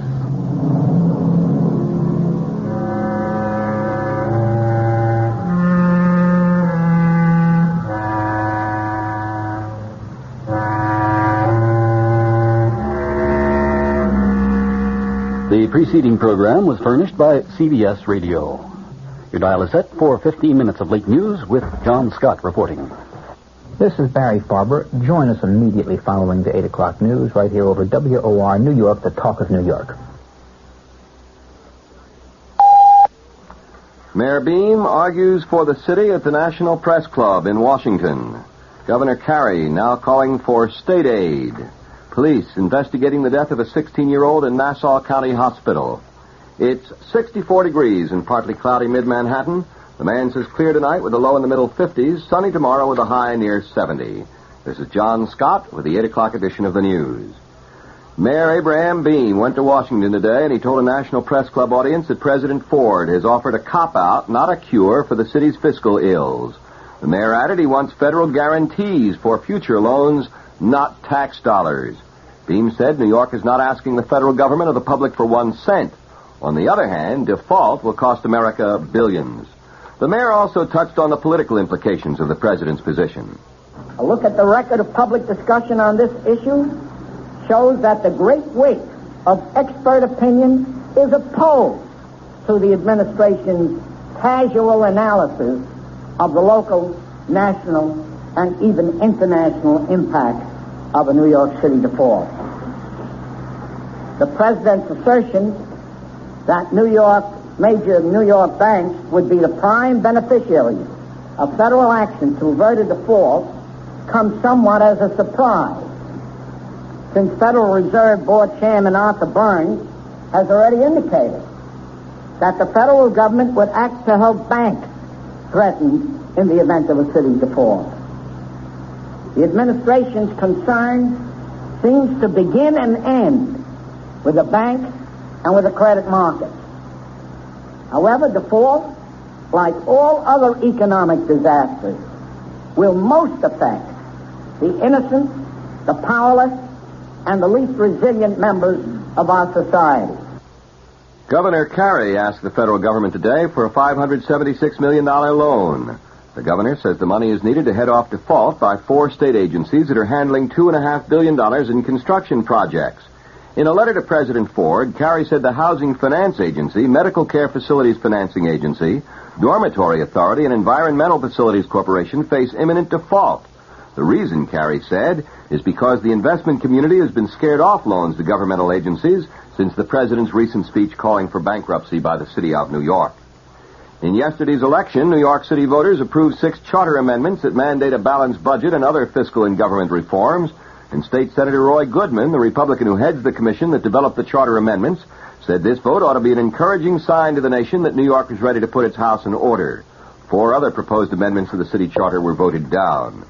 Triumphant opponents of the proposed Equal Rights Amendment to the state constitution, defeated in yesterday's election, have already launched a drive to get the legislature to rescind its earlier approval of a similar proposed amendment to the U.S. Constitution. The voters also turned down proposed constitutional amendments that would have allowed some local governments to bypass constitutional tax limits to pay for employee benefits and would have clarified the right of municipalities to borrow for storm sewer systems. Amendments were approved to allow the legislature to call itself into special session and to set up a new disciplinary system for the courts. Still undecided are proposals to expand the types of gambling allowed for charitable organizations and another to set up a new administrative structure for the court system. Nassau County's medical examiner said today that Mrs. Janet Sarvant asked doctors on several occasions to halt the use of a life-preserving kidney dialysis machine and take no extraordinary steps to save her terminally ill daughter. The girl, 16-year-old Mary Jane Dahl, died Sunday at Nassau Hospital. Police said a respirator, which also was used to sustain life, had been disconnected about 15 minutes before her death, and they termed it highly unlikely the plug was pulled by accident. Mary Jane was admitted to the hospital a week earlier for treatment of meningitis, complicated by Hodgkin's disease and uremia. Mrs. Sarvant and Mary Jane's aunt, Mrs. Jane Sheehan, had visited the girl a short time before her death, police said. An attorney for the 2 women said he would not permit either of them to make a written statement to police, but emphasized that neither would take the life of another person. The federal government filed a civil rights suit today against a citizens group in Queens, accusing them of harassing and intimidating black homeowners in the predominantly white community of Rosedale. The community has been the scene in the past year of the burning of 2 homes newly bought by black families. The WOR News Time, it's now 5 minutes past 8. Back to the news. Argentina's President Isabel Perón has scheduled a nationwide broadcast address, but there is no word yet on what the speech will deal with. The announcement comes as Mrs. Perón's grip on the presidency appears to be slipping. Many are demanding the replacement of the 44-year-old president through some formula that respects Argentina's constitution. Egypt's President Anwar Sadat has accused the U.S. of neglecting the Palestinian problem, the problem that Sadat believes to be at the core of the entire Middle East dispute. Sadat told a joint meeting of the U.S. House and Senate that once the Palestinian problem is solved, all other outstanding issues can be solved. Sadat told a final meeting with President Ford this afternoon that after that session, reporters were told the U.S. has not given Egypt any specific promise of military aid, but as Deputy Secretary of State Joseph Sisko put it, obviously this is an issue that in time will have to be confronted. Sadat was the first modern Arab leader to address the U.S. Congress, receiving a friendly and sometimes enthusiastic response. His comments on the Palestinian question, however, were met with silence. Britain is rushing in troops, aircraft, and a Royal Navy frigate to reinforce its garrison in the Central American colony of Belize. The move is in response to what officials in the colony are describing as a possible threat of invasion from neighboring Guatemala. The Guatemalan government is calling the move an act of intimidation. Sources in Belize said the British government had received reports that Guatemala had sent 10 armored troop carriers to a town about 15 miles from the Belize border. Belize, formerly known as British Honduras, is claimed by Guatemala on grounds it inherited Spanish sovereignty over the area. Britain rejects that claim. Morocco's King Hassan today said he's going ahead with his march on the disputed Spanish Sahara tomorrow, despite Spanish and Algerian threats to stop it by force. However, the king said he won't personally lead the march of some 350,000 unarmed volunteers. The Spanish military commander has warned the marchers would be met by minefields should they try to move beyond a Spanish blockade set up 6 miles inside the border. However, there's been no independent confirmation of the presence of mines, and the Moroccans have expressed skepticism. Wendy Yoshimura pleaded innocent today to 3 counts of possessing weapons and explosives, and a trial has been set for January 14th. Ms. Yoshimura was arrested with Patricia Hearst in September. Lynette Fromm, who's acting as her own attorney, sat quietly today as a federal judge questioned potential jurors for her trial on a charge of trying to kill the president. She interjected comments only twice during the morning session. She asked the judge to rephrase a question and objected when the judge dismissed one juror. At another point, she gave the judge a written question to ask. The price of food continues to spiral. The Agriculture Department today said retail food prices will continue to edge up in 1976, but perhaps at only about half of their rate of increase this year. It is the first Agriculture Department appraisal of what food prices might do in 1976. Officials say much depends on livestock production this winter. Now I'll have the weather and the top of the news after this. Are you tired of paying $6,000 to $7,000 for a Detroit automobile and finding it not as well made as the car you paid a lot less for so many years ago? There is an alternative, the Lancia Beta from Italy. You can own a car that's meticulously put together. The trunk, the doors, and seams all fit. Front-wheel drive, genuine leather upholstery. A responsive, efficient engine for outstanding performance. Come into a Lancia showroom and see how much more you get for your money. The Lancia Beta Coupe sells for $6,793 POE. The 4-door sedan, a lot lower. Inland transportation, dealer preparation, taxes additional. For this kind of money, don't settle for less. In Larchmont, see Alfredo's Foreign Cars, 2030 Boston Post Road. In New Jersey, see White House Imported Motors Limited, Route 22, White House. Lancia. It's what you expect. The Weather Watch update for New York City and the vicinity. The man says clear tonight with a low in the middle 50s. Sunny tomorrow with a high near 70. Clear again tomorrow night with a low near 50. Increasing cloudiness tomorrow with a high near 70. Clear again tomorrow night with a low near 50. Increasing cloudiness Friday with a high near 70. The chance of rain is near 0 through tomorrow night. Winds northwesterly at 10 to 15 miles an hour tonight and tomorrow. Right now in partly cloudy mid-Manhattan, 64 degrees. The humidity, 33%. The wind northwest at 5 miles an hour. The barometer is rising from 30.17 inches. The top stories, Mayor Beam argues for the city at the National Press Club in Washington. Governor Carey calls now for state aid. Police investigating death of 16-year-old in Nassau County Hospital. The temperature once again, 64 degrees. And that, friends, is the 8 o'clock edition of the news. This is John Scott bidding you good night. Next news as it happens. Next scheduled news tonight at 9 with Lester Smith over WOR Radio 710, The Talk of New York.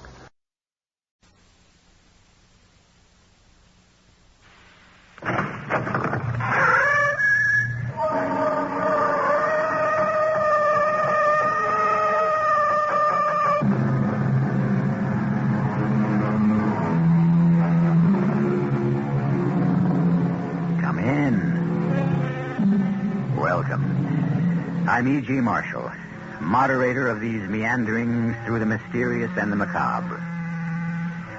We say revenge is sweet, but the accurate quote is, Sweet is revenge.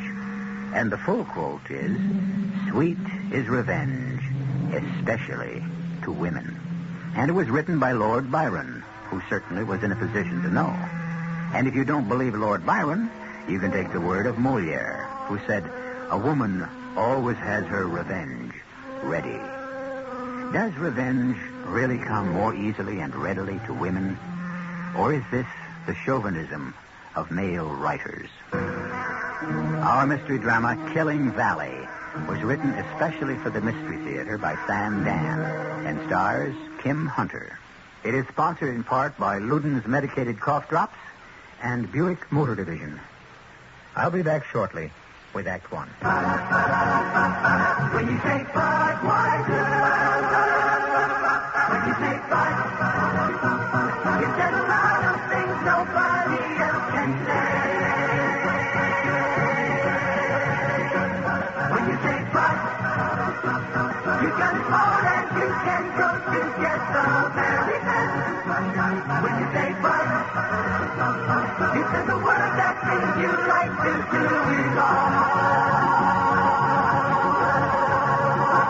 When you say Bud, you say you care enough to only want the king of beer. There is no other love. There's only something less. Because the king of beer is leading all the rest. When you say Budweiser, you said it all. Anheuser-Busch, St. Louis. Hey, Mom, what's for dinner? Hey, Mom, what you got? ShopRite's answer to what's for dinner this week is center cut beef rib steak, just $1.39 a pound. Fresh ground chuck, 89 cents a pound. Fresh snow white mushrooms, only 89 cents a pound. For a quick and delicious meal, try Farmland entrees, frozen assorted varieties, a 2-pound package for 89 cents. Save on Fleischmann's margarine, 1-pound package, only 59 cents. Golden ripe bananas, 19 cents a pound. Don't miss these and other great values at your nearby ShopRite. She loves the family. She wants the best. She does all that she can do. She lets ShopRite do the rest. Hey, Ma, what's for dinner? ShopRite has the answer. Let's hear it for Martin Payne. We've got decorative lumber, lighting fixtures galore. We've got tiles and bulbs and brushes. We've got covering for the floor. Rollers, paints, and spackles, wall covering till you'll faint. Martin's home decorating standards. It ain't just paint. Martin saves you money today by rolling back prices to 1972 on 3 paints. Latextra outside paint, Wall Pride dripless flat wall paint, Wall Pride semi-gloss enamel paint. These paints all carry the Terrence Magazine guarantee of product performance. Buy 2 gallons, save 50% on special Martin ceiling paints, wall paints, porch and deck and house paints. Buy cushion soft bathroom seats, $9.99 each. Galore. We've got tiles and bulbs and brushes. We've got covering for the floor. Rollers, paints, and spackles, walls covering till you'll faint. Martin's home decorating standards. It ain't just paint.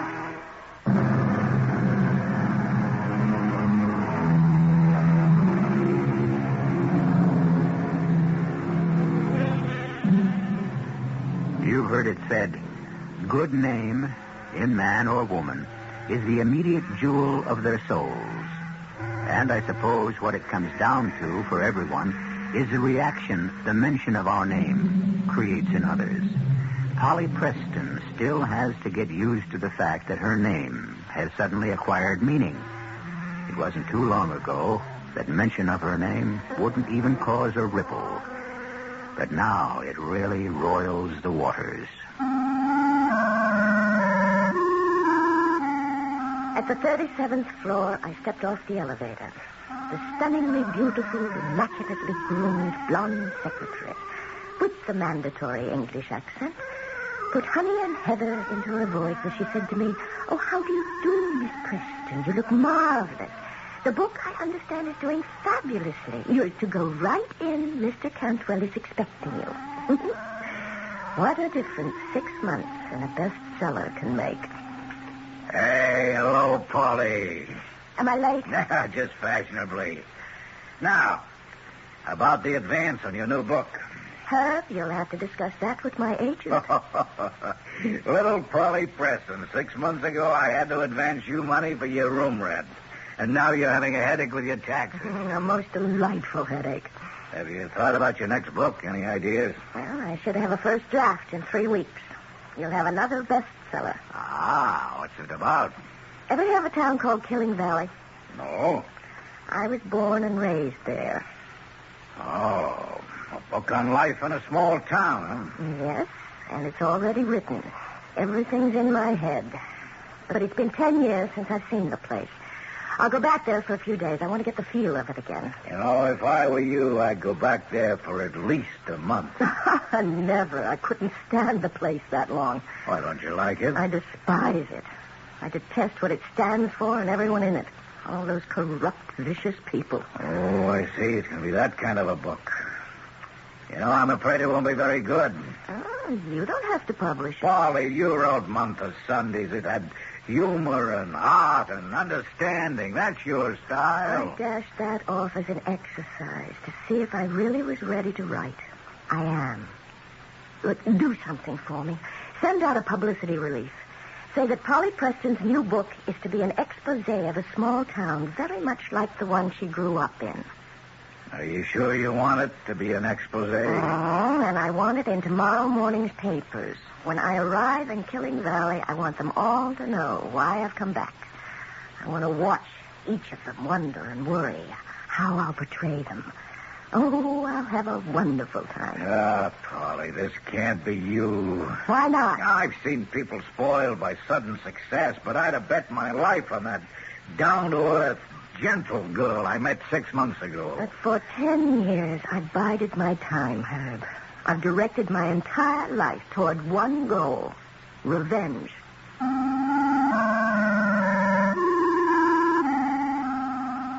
Killing Valley. Named after its first settler back in 1823, Josiah Killing. Oh, what a prophetic name. And through the generations, the family has practically owned the place. As I started down the hill, there was the town spread out before me. On the left, the old red brick buildings of the Killing Wire Copper Company. And moving in past the sprawl of shops and houses was the main street, named, of course, Killing Boulevard. The National Bank also had Killing's name on it as president. He was the latest Killing, Josiah IV. It was like a dynasty. The imperial holdings included the old Killing Insurance Company building, and a new shopping arcade called Killing Mall. Finally, I parked in front of the only place on the street I had any affection for, Martha's Luncheonette. Cup of coffee, please. Right away. Holy! Hello, Martha. Oh, kid, you're a sight for sore eyes. Let me look at you. Oh, well, now, who'd have known little Polly Preston? And that dress. It's got to be from Paris. Oh, you look wonderful, too, Martha. Oh, I'm just getting older and fatter.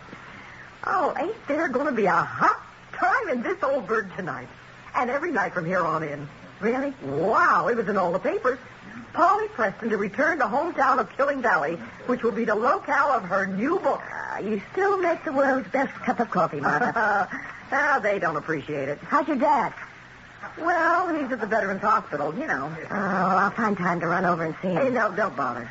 Why? Your dad was always so good to me. Polly, he doesn't know anybody. His mind's just about gone. Yeah, he's kind of old, you know. So you're writing another book? Yes. Will I be in it? Sure. You, Fred, my Aunt Grace, naturally my father. And, and that's all for the good guys. The rest? Yeah, listen, kid. That book, it won't make you popular. I already figured that out for myself. You know, something's going on in this town. What? I don't know. It's just something in the air. The only thing in the air is the pollution from Josiah Killing's factory. Polly, you know what it's like to try to swim against the tide in this town. Look what happened to your father. My father was a poor, friendless, beaten man. I'm somebody, Martha. I can't be pushed around by the likes of Josiah Killing or anyone else. Oh, I still say it could be dangerous. You mean someone would try to do me harm? I mean that book of yours. I would say some people would do anything to stop you from writing it.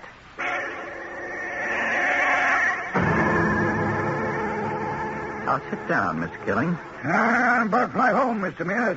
Thought I'd say goodbye. I've given you folks all the information you need. Yes.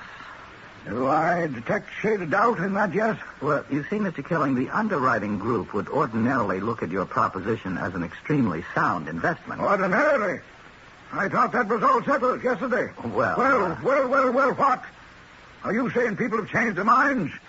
If so, sir, I'm entitled to an explanation. Well, I think we may be entitled to an explanation. You have asked our group to invest millions in the revitalization of the town of Killing Valley. And I tell you, it's a fantastically sound investment. Yes.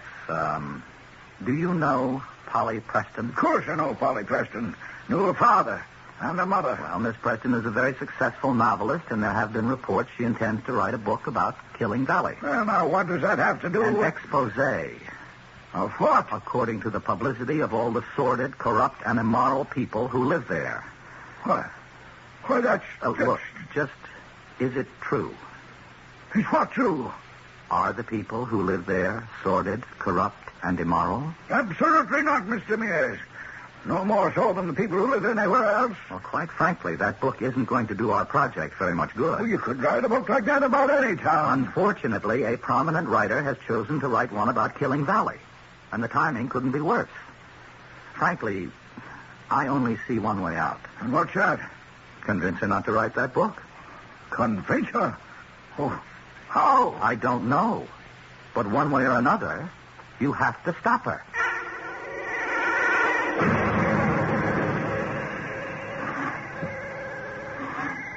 Just a minute. Hello. Helen. Oh, it's Helen. Oh, where have you been all these years? No, Aunt Grace, it's me, Polly. Oh, of course, Polly. Oh, you look so much like your mother.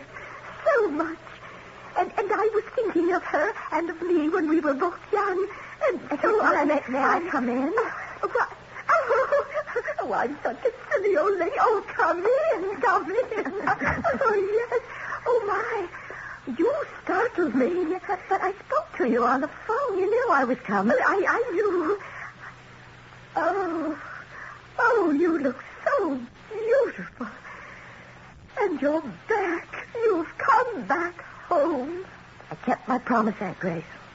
I said I'd come home when I'd be able to make this town pay the price for Dad and Mother. Now I can collect. How long can you stay, child? Until I finish this book. The book. Is it to be the book the whole town seems to be talking about? Mm-hmm. Oh, my. Why?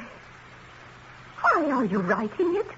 Aunt Grace, you of all people should know what this town did to my father. And to your own sister. Yes. I want revenge. Oh, Polly, don't write that book. The past is gone.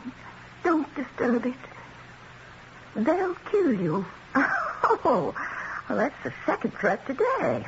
Martha's afraid for my safety, too. Oh, that's not the sort of thing I mean. Polly, you're writing this book in order to kill people. Well, that's so you'll become a killer also. And the first person you'll kill is yourself. The self that is kind and generous and open-hearted. Oh, don't kill that person. That young girl I knew.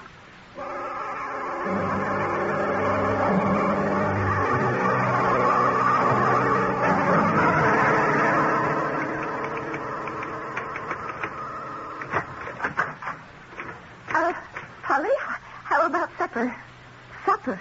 Oh, Aunt Grace, don't tell me it's that time already. Your favorite stew is in the oven.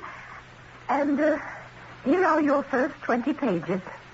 How do you like it so far? Well, I don't know. Now, why don't you like it? Well, I didn't say I didn't like it. On the other hand, you didn't say you dislike it. Josiah Killing is a selfish, arrogant man. That's putting it mildly. And everyone in town is afraid of him. They have to be. He doles out their daily bread, Could you expect folks to side with your father against him? Josiah framed my dad. My father was not a thief. The jury was guided by the evidence. The jury constantly kept one eye on Josiah killing. I'll answer that, please. Hello? Hello? Get out of town. Who is this? Get out of killing Valley. Who are you? Polly, what's wrong? You write that book, and you're dead. Hello? Hello?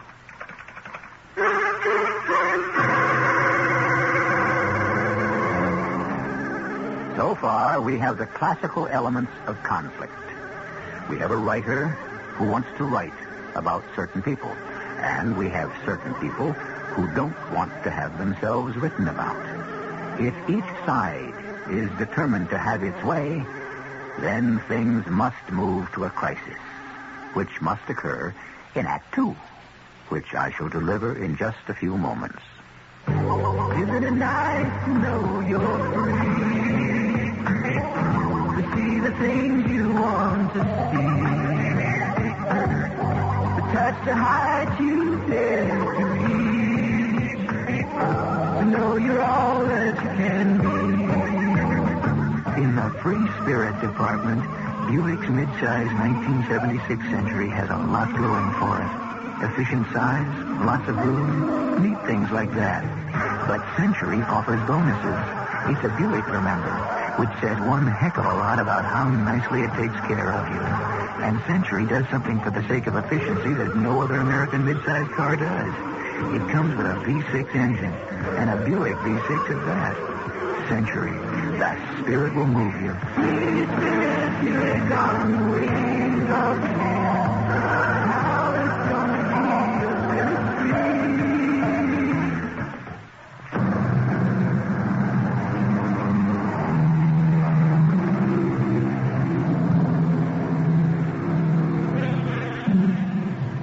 Life in a democracy is filled with problems, which is probably why it is so fascinating.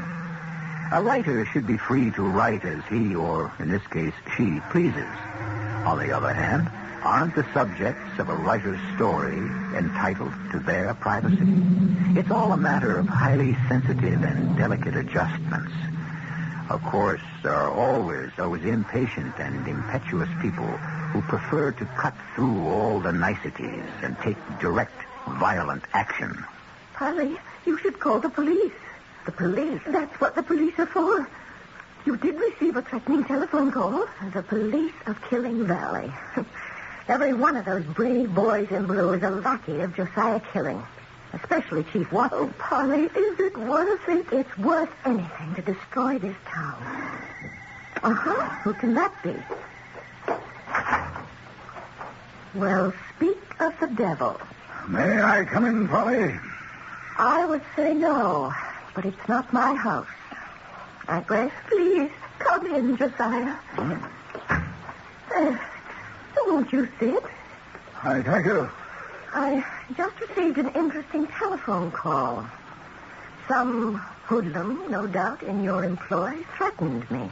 Oh, why do you say in my employ? Well, doesn't everyone in this town work for you? If you receive such a call... If? There are people in this town who are nervous and upset. And with good cause. I'm sure it was just someone letting out steam, just as you are. Just as I am? Well, that's what this book's all about, isn't it? Letting out steam. Polly, I've come here to ask you not to write that book. You've come here to threaten me. I'm here to appeal to your sense of fairness. Fairness? Oh, my. Look, I'll be as fair to you as you were to my father. Polly, are you... Miss Preston, please. This town cannot defend itself against your charges. Who's being charged? I'm writing a book about a small town. Who says it's this one? Well, everyone's going to assume... I'm not responsible for that. Do you want to destroy us? I can't do that. I can cause you all some embarrassment. But after a while, who will really care? You can destroy us. I'll divulge a secret. You're talking about the welfare of 10,000 human beings. And how indifferent were those 10,000 to the suffering of one human being named Jim Preston? Polly, I came here to appeal to your sense of justice. Now, you've come at the wrong time. To the wrong place. Now, Polly, You hated my father. Do you deny it? No. I did hate your father. And why did you hate my father? No, Polly. You hated my father because he married my mother. Because he married Helen McLeod, the girl you had chosen for yourself. He did what no one else around here would ever dream of. He took something that you wanted. He had the audacity to defy you. And you hounded him to his grave. You saw to it that no one would ever hire him. You killed him. And that broke my mother's heart, so you killed her, too. Polly, you must... And now get out.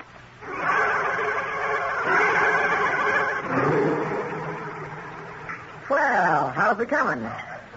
Oh, just great. Oh, by the way, Polly, I'm financially grateful to you. Why? Everybody knows you and I are old chums. Well, if I have a true friend in this world, it's you. You stood by me when no one else did. No, it was nothing. I didn't have any friends. Nobody wanted their kids to play with that Preston girl. After all, wasn't my father a bum and a jailbird? Ah, he never did that robbery. Oh, well, you know it and I know it. But Josiah Killing had him framed for it. Albie Stewart swore he found Dad's watch near the office safe. And didn't Josiah promote Albie to foreman a month after the trial? Well, you don't have to convince me, kid. And Artie Horn identified the man who was running away as my friend. Didn't Artie get a big loan from the bank a few weeks later?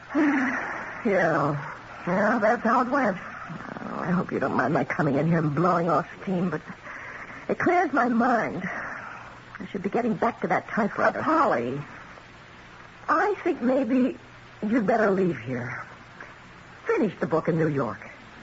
Why? Well, I got a feeling...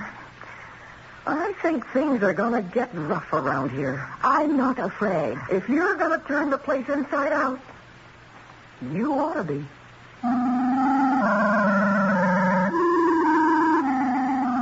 As I walked home, I kept thinking about what Martha said. Why not finish the book in New York? Why was I staying? What was keeping me here? What was I enjoying it? After all, I didn't have to stay here longer. As a writer, there was nothing more to get from the town itself. I heard the car before I saw it. It was bearing down on me. Surely I'd be killed for what seemed an eternity, but it must only have been a fraction of a second. I was frozen. And then, as I was about to be overwhelmed by massive metal, somehow I managed to hurl myself out of the way. I fell against the curb. I felt a stab of pain, but I knew it was from the fall. I wasn't hit. I knew I'd be all right.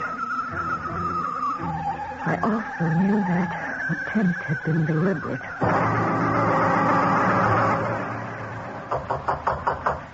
Come in. Your aunt said that you'd see me. Mr. Killing. And I spoke to Dr. Wellborn. Did you? He said your injuries are superficial, that you should be up and about in a day or so. Oh, he said that, did he? Oh, yes. Well, now you know why I'm writing this book. You see, I'm Dr. Wellborn's patient. Information concerning me should be confidential between my doctor and me. Oh, but of course, Dr. Wellborn is your doctor. You own him the way you own everyone else in this town. Oh, Polly. I'm sorry about the accident.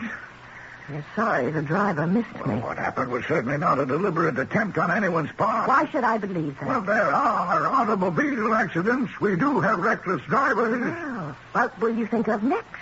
Please, Polly. Oh, as a writer, let me give you some ideas. Have me shot and frame some poor derelict as a burglar. Now, Polly. You'll have no trouble getting witnesses. I've come here to offer you a proposition. how the world has changed. Now, your entire purpose is to ruin me. All right, do it. But leave the town alone. How? I'll pay you whatever you ask. Oh, money. A great deal of money. But I'm no longer poverty-stricken little Polly Preston. And I'll make a fortune on this book. You name the figure you think you'll make, and I'll double it. But I'm not writing this book for money. Listen to me. Polly, you must take my money. Oh, no.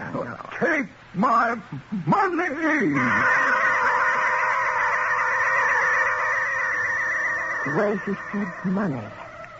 The way the words seemed to explode on his lips. Money. The words sent an electric shock through my body as if I'd touched a live wire. That word, money.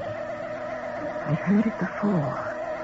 I'd heard him say it before, a long, long time ago. But where? And for what reason? Money. You must take my money. You must listen. You're wasting your time, Mr. Killing. Oh, don't be a fool, Helen. Helen? Oh, I'm somewhat out of sorts. Why did you call me Helen? I don't know. I suppose it's because you look so much like your mother. And now you think about what I said. And I'll call on you later. He was quite agitated. Walked quickly out of the room. I was feeling agitated myself. Where had I heard him say that word money before? And why had he called me Helen? What did Josiah say to you? He offered me money. I knew he would. You knew? Oh, yes. That's why I let him see you. What? You must take his money, Helen. You can't be proud. Why do you call me? You were wrong, my dear, wrong. And now, Helen, I'm not. Jim will never work again. Grace, there are times when suddenly you disappear. Disappear? I can't account for it.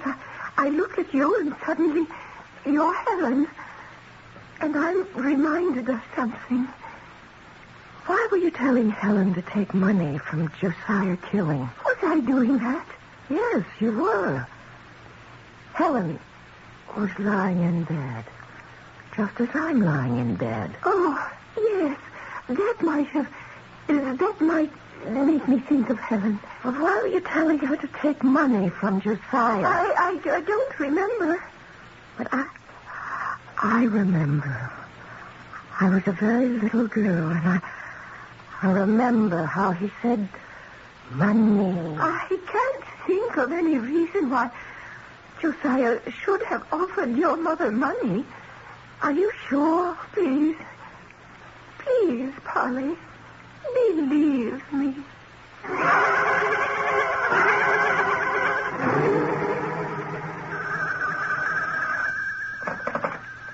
Hello? Mr. Killing, it's John Mears. Oh, yes. Oh, what do you have to tell me? What do you have to tell me? Anything new on that book? Have you been able to kill it? Oh, not yet. Well, it's still the fly in the ointment, you know. I have a way of stopping her. I hope so. But you realize, of course, you can't take her to court. The publicity would defeat the purpose. Yes, I understand. And not that either of us would even consider it, but any kind of rough stuff is out. Well, naturally. Well, what have you come up with? I can put an end to the book completely. Well, then do it. What's holding you back? I'm not sure. It'll be worth it. Mr. Killing, you're talking about millions of dollars. I know. And I'm still not sure it's worth it. To me.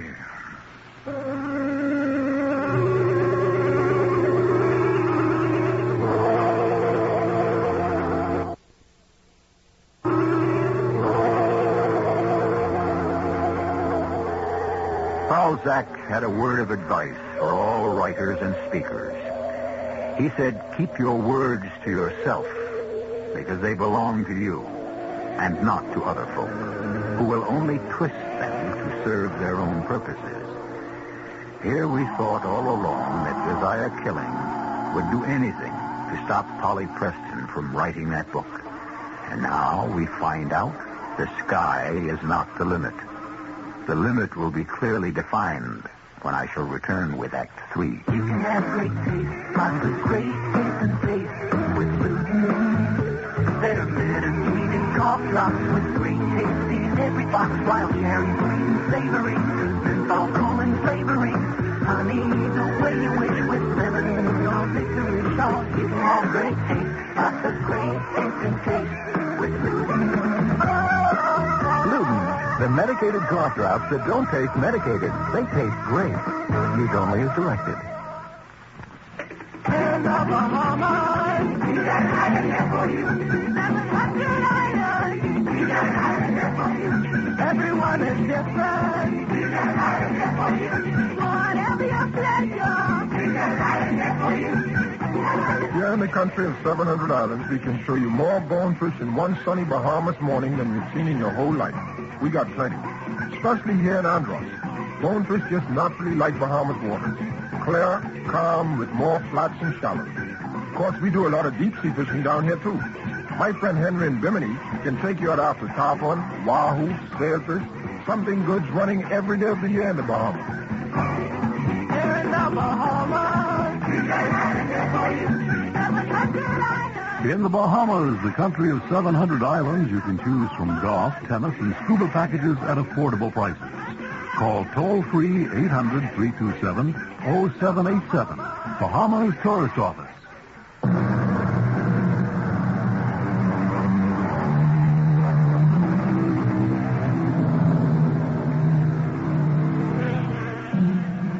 It must be wonderful to be able to pay back the people who hurt you, to hurt them even worse. Maybe it's wrong, but it feels wonderful. That is, it's supposed to feel wonderful. Polly Preston has it in her power to destroy an entire town. So why doesn't she feel wonderful at this moment, which should be her moment of triumph? Well, kid, I told you to go back to New York. I'll be careful crossing streets from now on. You know, people can get awfully ugly when it's going to hit their bread and butter. Martha, why would my mother take money from Josiah Killing? Whoever says she did. She did. When I was a little girl, something somehow lit up in my memory. I remember she was very sick. She was in bed. Oh, yeah. Yeah, she was real sick when you were no more than 5 or 6 years old. And I remember Aunt Grace was there and Josiah Killing. Well, now, what would he be doing in your mother's room? I don't know. Well, did you ask Aunt Grace? She doesn't remember. Oh, how can she not remember? Oh, she's old, and maybe she doesn't want to. And I can't ask Josiah Killing. No. Well, there's nobody left who remembers those days. Your mother's dead, so's your dad, and my father's. Well, your father. Now, honey, my father, he's so sick. He's in another world.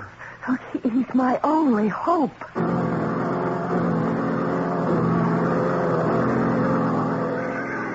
Oh, sure. You're Jimmy's little girl. Yeah? I remember you. Your name is Helen. Oh, no, my mother's name is Helen. Oh, sure, Helen. I know Helen. Helen McLeod. How is your mother? Mother, she's... Oh, you know, Jimmy's supposed to come to see me today. We got a veterans meeting. Jimmy and I, we're going to go to the convention in Washington. Mr. Doyle. Oh, no. Not Mr. Doyle. Uncle Jack. Right, Uncle Jack. Did Mr. Killing ever give my mother any money? Oh, sure. Lots of money. Now, what can be keeping your old man? When did Josiah Killing give my mother money? Always, all the time. You know, if your old man keeps me waiting much longer... Why did he give my mother money? I'll go without him. That's what I'll do. Why did he give my mother money? Oh, why, poor Jimmy. He never had any money to give your mother. I don't mean my dad. I mean Mr. Killing. You see, Jimmy meant well, but if he ever got his hands on $1, he'd spend it on the booze. I'm not talking And about... I helped him. The good Lord forgive me. Forgive me. Tell me about my mother and Josiah Killing. Your mother. She was the prettiest girl in town. And Josiah Killing was sweet on her. Engaged they was. And Jimmy said to me, Jack, I'll bet you $5 I can get her away from him. And I said, man, you're crazy. And he was. But he did it.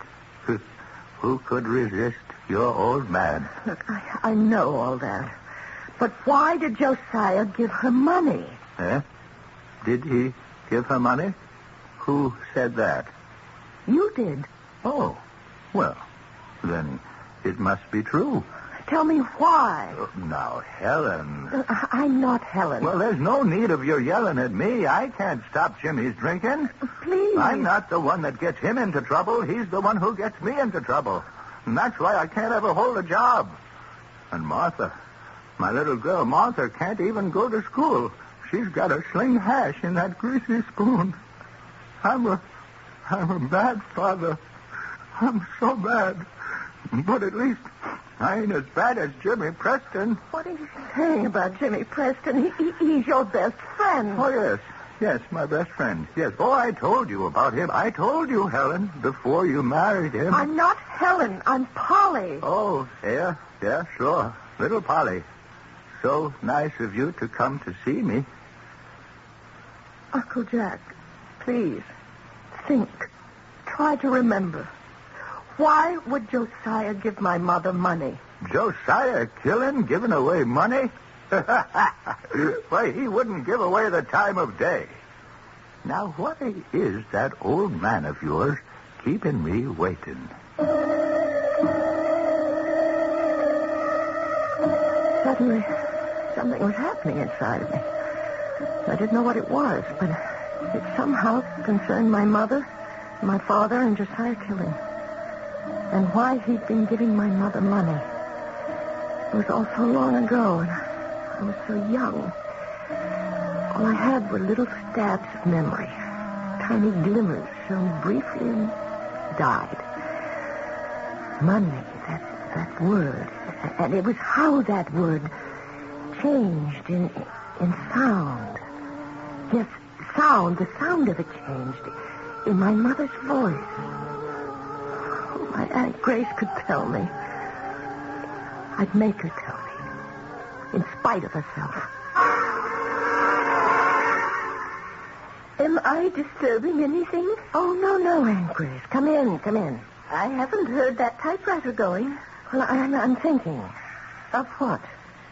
Money. Aunt Grace, I look more and more like my mother every day, don't I? Oh, God rest her soul, yes. It's the same face. And my voice? Oh, Helen. I can't take the money, Grace. I can't. Is it tried, my dear? What about the child? Don't make me take his money. Jimmy will never know. Grace, I don't know what to do. He loves you. I know. A woman always knows. Josiah loves you. And so, therefore, it isn't wrong. But take the money. It's all right. He loves you. But I'm married now. It doesn't matter. How can you say that it doesn't matter? Let him be good to you. But it's wrong. No. If it's an act of love, then it's right. Aunt Grace. What? So my mother betrayed my father?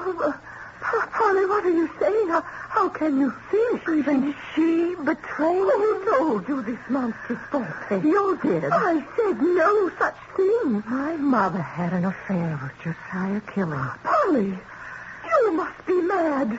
He corrupted everybody, even her. He robbed my father of everything. Even of me. Polly, what What are you saying? And it was my mission to write that book as a memory to my father, to save his name. Polly! But Josiah is going to stop me. You see how? Just before the book goes to press, he'll confront me with the proof. Proof of what? Proof of the fact that my mother was his mistress. His bought and paid for mistress. You can't say that. Oh, yes. Here I am writing about the gutter morality of this town, and who's down in the mud with the rest of them? My own mother. That's not true. It's not what happened. Well, what did happen? You mustn't think badly of your mother, dear. Oh, no, of course not. Look, why don't you sit back in the chair and relax? I'll try to nap also. Just relax, Aunt Grace. Relax and close your eyes. Yes, relax, Aunt Grace. Grace, are you asleep? It's me, Helen. Yes, Helen. Look, I don't feel well. Oh, try to rest. Try. Grace, Yes? if something happens to me, what will you tell Polly about me and Josiah? Nothing. You know that. You made me swear she should never know. Oh, yes, that's right. But Helen, dear, Polly should know. Oh, no, it would destroy her memory of her father. It should be destroyed. He was a bum, a drunk. He abused you. It was Josiah who kept this home going. His money. Polly must never know. And the money to send her to college. Am I supposed to lie about it? Am I supposed to say it was my money? Yes, please, Grace, for me. There was never anything between you and Josiah. He never did more than touch your hand. Oh, please, Grace, Let Polly have her memory. Let her keep her father. He was no good. Even Josiah's influence couldn't get him free on that charge of burglary. Jim's dead. Let Polly have something. And Josiah? Ask him to show you a certain letter.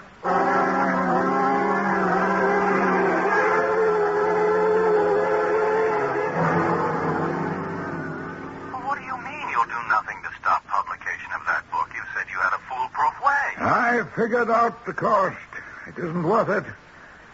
Let her publish, Mr. Mears. Well, then this has to be the end of our interest in Killing Valley. I'm sorry. Yeah, so am I. Mr. Killing, Josiah. How did you both get in here? I want to see a certain letter. What letter? Show her the letter, Josiah. Grace, I promised Helen. I swore to her. She was my sister. I give you the right to break your word. I broke mine. I told Polly who her father was. What he was. I don't believe it. This is the man who loved your mother. Your father and mother weren't married long before Helen had ample reason to regret it. Ah, Grace, don't. But she was a woman who had to be loyal to her husband. She was loyal to the day she died. You're making it up. Show her the letter, Josiah. Well, I promised. She has to know. I've carried this letter with me for years. No one has... well, here. Read it. I can't. You must. And then you'll be free forever. My dearest Josiah, I can only write you a very short note to thank you for everything you did for me and Jim and Polly. No woman ever had a dearer, truer friend. I know now that I loved you always. And we were both foolish one night very long ago. And so my life and yours has been different. Josiah, after Jimmy and I are dead, please look after Polly. and see that she never learns the truth about her father. Please, swear to me she'll never know the truth.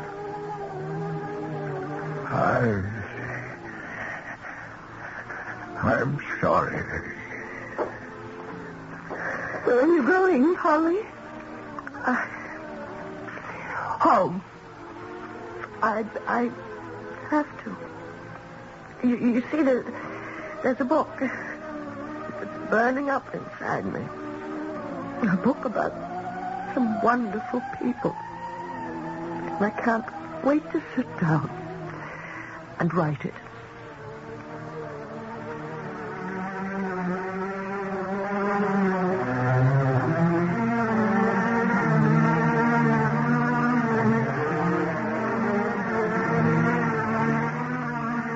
And she did. And it was a very good book, too. It was well received and sold a fair amount of copies. But a bestseller it wasn't. And a blockbuster it never became. The other one? That would have been a different story. Well, I'll have a different story for you when I return shortly. Would you say that Macy's has just about the most complete selection of fine china and glassware anywhere? Yes, I'd say that. Would you say lovers of fine china and glass would be excited to hear Macy's is having its biggest and best sale of the year, reducing $1 million worth of these items 20 to 50%? I'd not only be excited, I'd be on my way out the door. When? It's one day, tomorrow, at Macy's. How much off on Mikasa bone china? 47% off. What about Royal Dalton and Wedgwood? 20% off and 50% off Mikasa stoneware. 20 to 30% off Noritake. Fabulous. Oh, tell me about Macy's stunning glassware. 50% off Royal Brierley English Crystal. 20% off Royal Dalton stemware. 50% off French lead crystal. What else? 20 to 50% off lead crystal bowls, vases, decanters, and more. Macy's has enlarged their departments and added extra sales help for this event. I can't wait. You won't have to. Take your purchase or get immediate free delivery. Macy's $1 million China and Glass sale. One day, tomorrow. Don't miss it. Miss it? You've got to be kidding.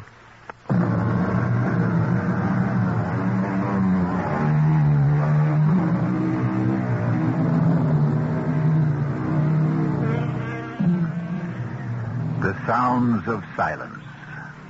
The people who cry without tears, like Helen McLeod Preston. And those who love without ever touching or even speaking, like Helen and Josiah Killing. And too often, we listen for words and look for actions as the clue to meaning. But all the while, all that matters is that which is hidden inside. But we hide nothing at all from you here, 7 times each week. Our cast included Kim Hunter, Joan Shea, Ian Martin, and William Redfield. The entire production was under the direction of Himan Brown. Radio Mystery Theater was sponsored in part by Anheuser-Busch Incorporated, brewers of Budweiser. This is E.G. Marshall inviting you to return to our Mystery Theater for another adventure in the macabre. Until next time, pleasant dreams.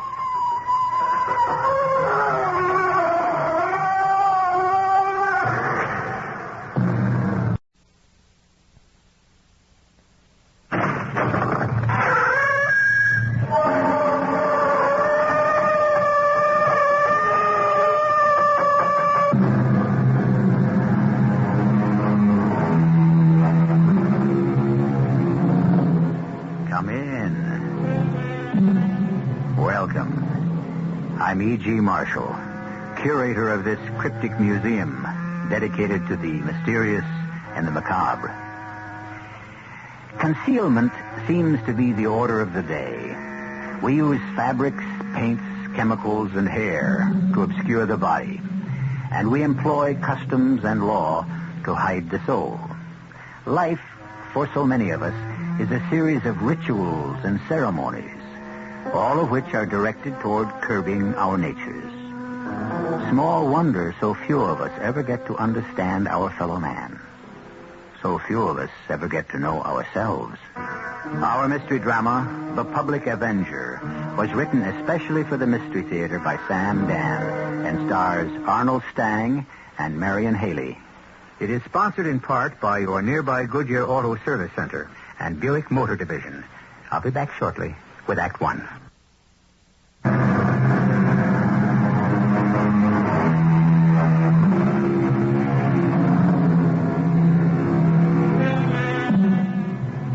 Full many a gem of purest ray serene, the dark unfathomed caves of ocean bear. Full many a flower was born to blush unseen and waste its fragrance on the desert air. Few poets ever wrote truer sentiments. How many of us know such gems and flowers? Indeed, so many of us ourselves can be classed as hidden diamonds and wasted blossoms. Well, to business. Our scene is a warehouse. Specifically, a warehouse that stores groceries. But don't get too hung up on the product. It really has nothing to do with the story. Miss Ellenbogen. Yes, sir? Get stored in here. Oh, I'm going to fire that clown. Maybe I'm not a camel, but this is the last straw. My back is rusted. I don't care if he's worked here 50 years. You sent for me, Mr. Fenris? Stewart, you're fired. Fired? Get your money and get out of here. But why, Mr. Fenris? Why? Because you're stupid, muddle-headed, and useless. You've got no ability, initiative, ambition. Yes, sir, but what did I do? What did you do? You cost me the biggest account I got in the house. That's all you did. Atlantic Stores. Their order has to be out of here by the 15th. I'm walking through the warehouse just before, and there it is. Still piled up against the wall. Oh. Yeah, all it takes is one idiot like you, and I can lose 25% of my annual volume. But, Mr. Fenn... I don't want to hear any more. But, sir, Atlantic Stores doesn't want that order sent out until the 20th. You've got to be lean and not have 1 ounce of excess baggage. And Atlantic Stores doesn't want the order sent out till the 20th. What do you mean they don't want the order? They called up and they said... Why wasn't I told? Well, I left the message on your desk. Well, what kind of communications have we got around here? Where on my desk? There it is, sir. There. Where? Right on the right-hand side. The right-hand side? Yes, sir. Mr. Fenris. Well, no wonder. You've been working here 15 years, and you don't know by now that you have to put messages on the left-hand side. Oh, yes, sir, Mr. Fenris. On account of your stupidity, I almost had a heart attack. Oh, I'm sorry, Mr. Fenris. Well, I'm going to give you one more chance. Yes, sir. One more chance, well, that's it. Oh, thank you, Mr. Fenris. Yes, drop the ball one more time, and you are through. Oh, yes, sir. Now, get out of here. Yes, sir. And see if you can keep out of trouble for the rest of the day. Mr. Haskins? Yes, Miss Ellenbogen. May I ask you a personal question? Well, yes, I suppose so. Why do you allow him to bruise your psyche like that? Bruise my psyche? Well, I'm afraid I don't understand. Oh, I'm sorry. Is that an expression you learned at college? How do you know? I'm going to college. Well, I see those books on your desk. Oh, yes.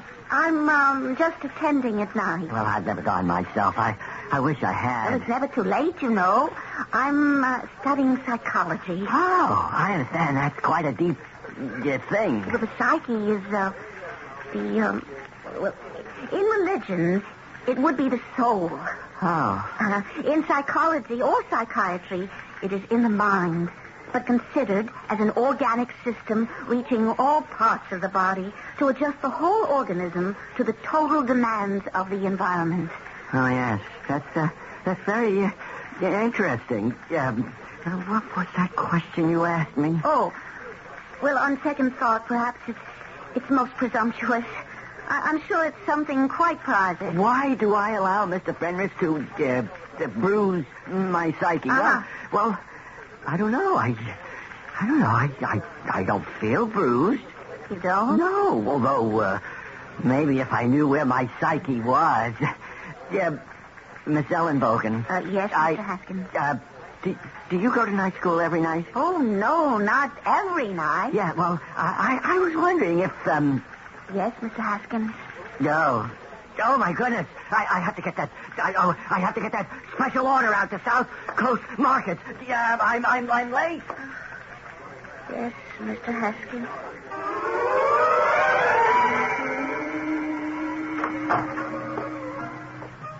Good evening, Professor Temple. Yes? I'm Rose Ellenbogen. Ah, So, Miss Rose Ellenbogen, and you're here for a conference, Professor Teppel. Ach so, conference. We were to discuss my term paper. No? Yes, well, I was thinking of doing a study of a certain person. Ah. Yes, he works in the place where I'm employed. Oh. And he displays an abnormal behavior pattern. Male, white, 32 years ago. Been employed in years. His name is Stuart Haskins. And he is the daily recipient of the most vicious mental abuse imaginable. From whom? From our employer, a Mr. Ferdinand Fenris. Why? Well, I can understand Mr. Fenris's attitude. Oh, yes, indeed. I can understand it very well. Can you? Uh-huh. Mr. Fenris is completely incompetent, and Mr. Fenris knows it. It's Mr. Haskins who actually runs the business. Now, this angers and frustrates Mr. Fenris so completely that in an attempt to salvage his manhood, he must attack Mr. Haskins constantly. Mm-hmm. Now, how does Mr. Haskins manage to maintain his sanity? We bring you a late bulletin. The mysterious public avenger has struck again. The public avenger? Gangster Chief Punch Gumbo was gunned down as he was taking tea in the garden at his country estate. According to Mr. Gumbo's bodyguard, the killer appeared suddenly and as he fired bullet after bullet into Mr. Gumbo, shouted, "The public avenger struck again." The killer was seen about 5 feet now. The bodyguard returned the fire.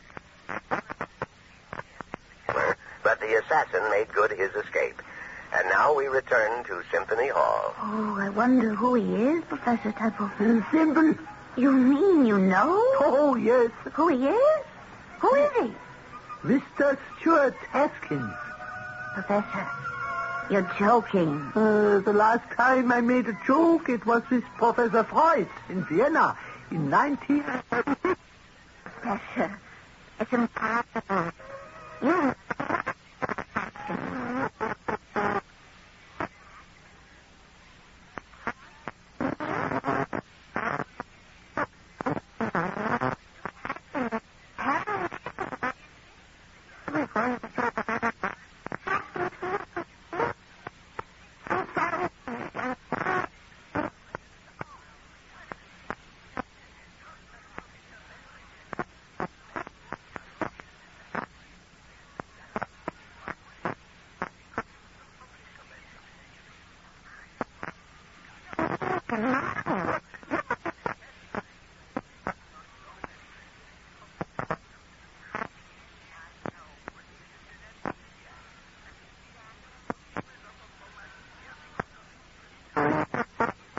People suffer from amnesia because they need amnesia. Are you saying that Mr. Haskins... Psychogenic amnesia. We forget because we wish to forget. Yes. No. What was that joke I told Dr. Freud? Stuart Haskins, the public avenger. It's incredible. Oh, he couldn't be my Stuart Haskins. He couldn't.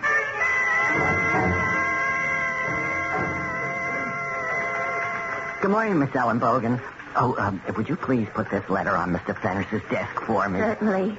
Although I think he's looking for you. Oh? Yeah, he said if you came in from the warehouse, you're to go into his office. Oh, well, I really would rather not. Do you suppose you might not mention that I was around here? I won't. Stuart! Oh, gosh. You come right in here, Stuart. Yes, sir. Oh, excuse me, Miss Ellenbogen. You wanted to see me, Mr. Fenris. Where's that invoice from Pleasant Valley Markets? Or did you lose it? Oh, no, I put it in your in basket, sir. I thought that way it wouldn't get mislaid on either side of your desk. Oh, yeah. Well, Stuart. Huh? Where's your jacket?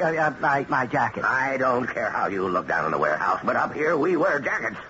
Now, how dare you come upstairs without a ticket? I have customers, clients, yes, sir. Important people coming in and out.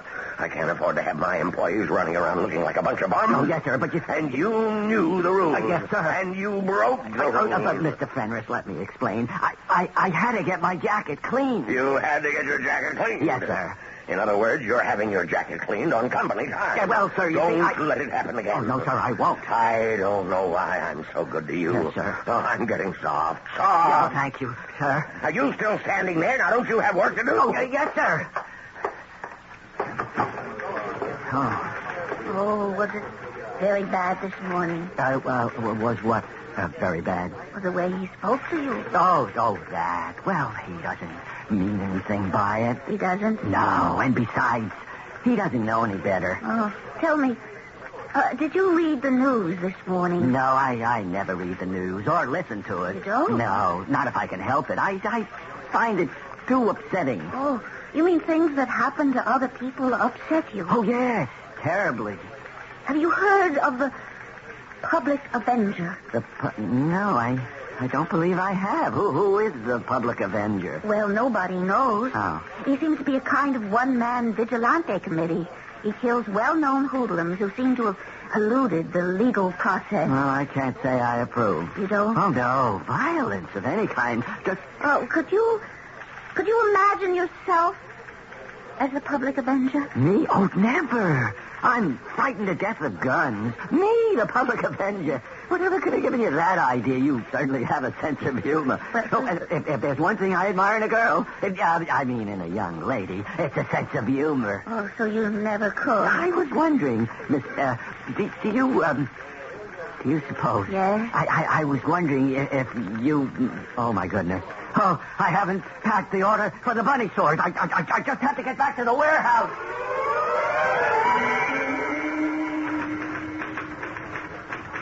Yes, may I help you? I'm supposed to leave this jacket for Mr. Stuart Haskins at the reception desk. All right.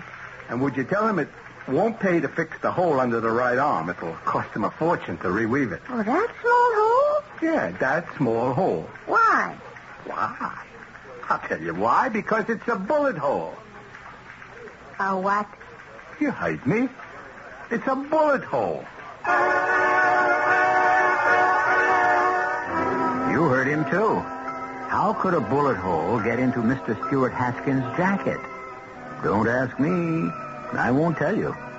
Actually, I may have already told you.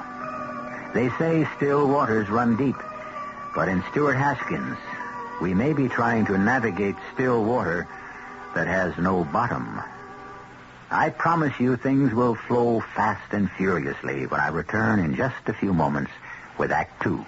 Come see, there's good news round the corner. Goodyear, wherever you are. Shake the winter wearies from your car with a gas-saving Goodyear tune-up. Just $36.88 includes installing new plugs, points, and condenser, time engine, and adjust carburetor for a 6-cylinder car. And $2 if it's air-conditioned. Now at Goodyear for just $36.88. $4 more for most 8-cylinder cars. Goodyear tires and Goodyear service.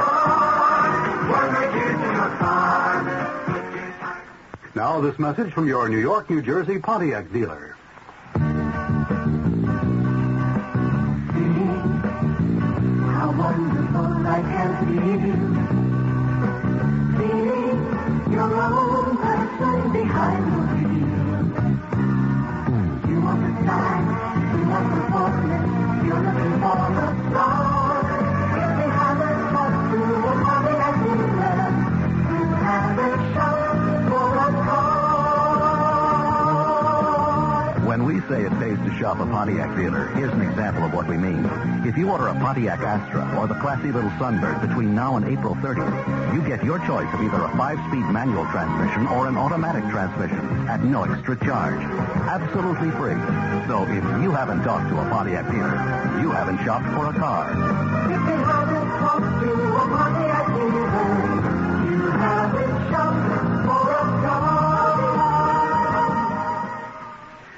Gimbel's Great April Sale is Gimbel's biggest store-wide sale of the season. Right now, find big savings in Gimbel's Budget Store. Women's spring coats are just $19.99, save $25.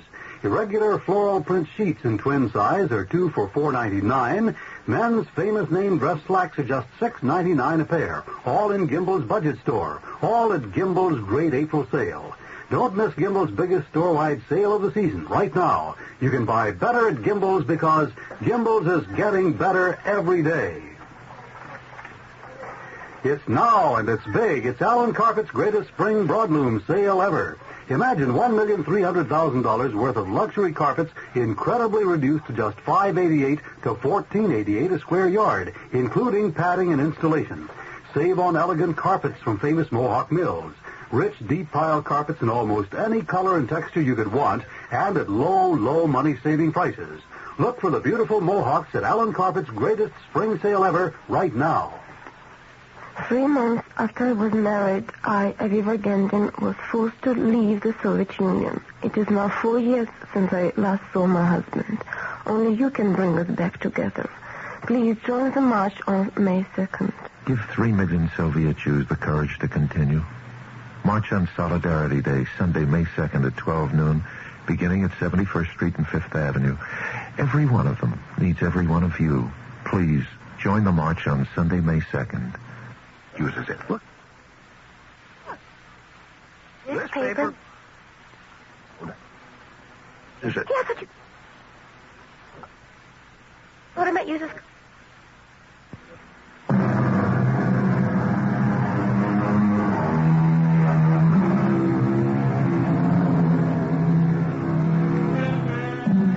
We live in a time when no speculation can be too extravagant. Because the fact is, everything is possible. Practically all of the once considered far-out fantasies of Jules Verne have not only come to pass, but most of them have already been passed by. So when Professor Franz Joseph Teppel and his student, Miss Rose Ellenbogen, speculate that Mr. Milquetoast himself, Stuart Haskins, can actually be a one-man vigilante committee known as the Public Avenger, who is to say them nay? Yeah, lady, that's a bullet hole. A bullet hole? You see the material all around the hole? That's burned. Those are powder burns. Powder? Yeah, gunpowder, lady. Like you get close to the muzzle of a gun that's going off. The flash, like you see in the movies, that flame that spouts out of the barrel, that burns. So all the material's ruined. But how could Mr. Haskins get a bullet hole through his jacket? Don't ask me.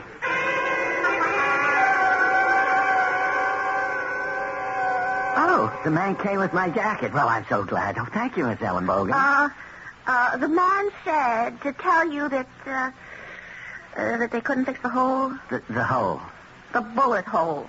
Because all the material around it burned. Oh, yes, I see. May I ask you how you got a bullet hole in your jacket? Oh, my goodness, I don't have the faintest idea. You don't? Oh, no. But how is that possible?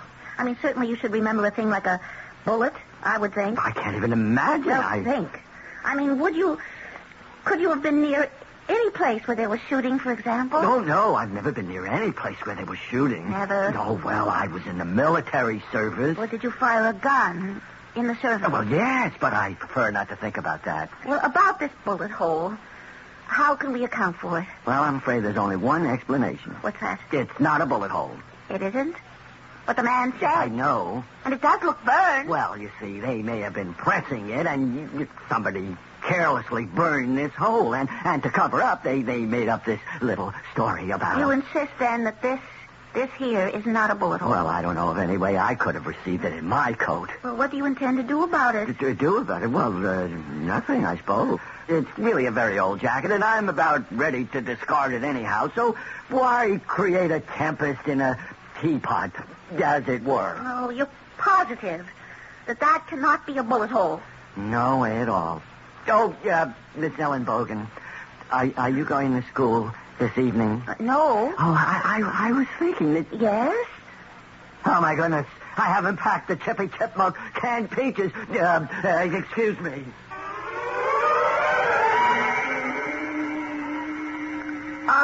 So, a hole created by a bullet. Well, but now that I think about it, he may have been right. It could have been carelessness on the part of the cleaners. No. It was a bullet. It's impossible now that I think of it. He's so meek. I said, confront him. Ah, confrontation. And I looked at his face. The very thought seemed to make him ill. Is that joke I told Dr. Freud? Professor, we are discussing Stuart Haskins. Oh, yeah. Well, what is there to discuss? Stuart Haskins is the public avenger. How can you make such a statement? I explained to you. I know. And I've gone through the literature on disorders of orientation. Well, then, if you have gone through the literature, where is the problem? One look at Stuart Haskins would be enough to convince you that he couldn't possibly... You do not want him to be the avenger. And now our half-hour news bulletin. Joseph Folsom, known as Joe the Jabber, reputed kingpin of the drug traffic, has been released by the authorities. The federal prosecutor in New York City says he cannot proceed because of lack of evidence.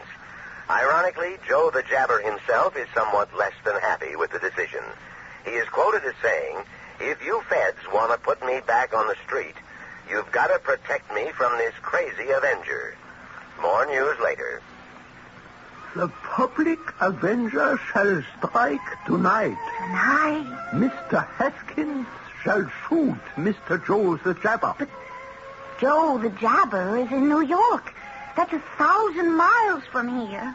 This is Friday night? Yes. There is work at the warehouse tomorrow? No. And so, Mr. Haskins has 2 days to accomplish his mission, no? And return Monday? Oh, the public avenger is tough, resourceful. Oh, yes. And Stuart is so timid and ineffectual. Then why are you in love with him? Because Who says I'm in love with him? You are in love with him because you believe he is the public avenger. His hidden masculinity... Oh, no, he can't be. If only you could see him. Very well. I shall see him. Oh. When shall he take you out again? Take me out? Yes, this is the name for the rites of courtship in America, no? To take the loved one out? Well, he doesn't take me out. Oh, then where does the wooing occur? There isn't any. That's what I mean. He doesn't even have the courage to ask me for a date. Since he will not ask you, then you must ask him. Ask him? Ask him what? Ask him to dinner. To dinner? We must assume he eats. Oh, well, I just can't. I mean... Why not? What can I tell him? Oh, say you are with a friend and we have a fine dinner here that we would like to share. Call him just like that? One lifts the telephone, dials the number, and science performs the rest. Well, all right. I mean, once you meet Stuart, you will admit he couldn't possibly be the public avenger. Ah, that's interesting. What is interesting, Professor Tucker? How does it happen you know his number? But I don't know his number. Then how does it happen you can dial it without consulting the directory? Oh, well, I don't know. Have you wished to do this before? Have you subconsciously found out the information? Oh, I don't know. So, can you also be an amnesiac? Have you another existence where you telephone Mr. Stuart Haskins? Oh, that's impossible. Then how do you know his number? Professor, there's no answer. Of course not. What do you mean, of course not? How can there be an answer? Mr. Stuart Haskins has already left for New York. Oh, no. Where he will kill Mr. Joe the Jabber. We must stop him. Yes, we must. We should call the New York police. And tell them... No. We can't tell anybody anything. All we'll do is get him killed. Oh, but there must be a way. There is. How? We must make him fight for something, for someone. And therefore, he will not be driven to amnesia for fulfillment. Oh, but how does that help us now? This gangster, this drug traffic kingpin, he's expecting Stuart. He'll surround himself with bodyguards. Stuart will be killed. Mm-hmm. Professor, You're not listening. What? Oh, Miss Ellenbogen, what did you say? I said this gangster will be expecting Stuart. No. You said something else. You said I was not listening. Oh, now I remember the joke. Oh. You know, we psychoanalysts, we spend all our time in listening. Professor? And Professor Freud said to me, Doctor, you see so many patients here, so many problems, day and night. You listen to such terrible trouble. Professor. How do you keep from going off the deep end? And I said, who listens?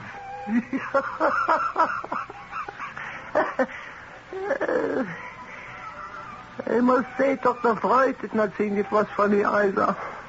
Oh, what are we going to do about Stuart, Professor? I'm so worried. Now you see why I do not tell jokes. Once bitten, twice shy. But you got me into this. I got you into But if it weren't for you, I'd have never known Stuart was a public avenger. Oh, please. Please, Professor. Maybe there's a chance he isn't. My dear Miss Ellenbogen, I have never been wrong. He is.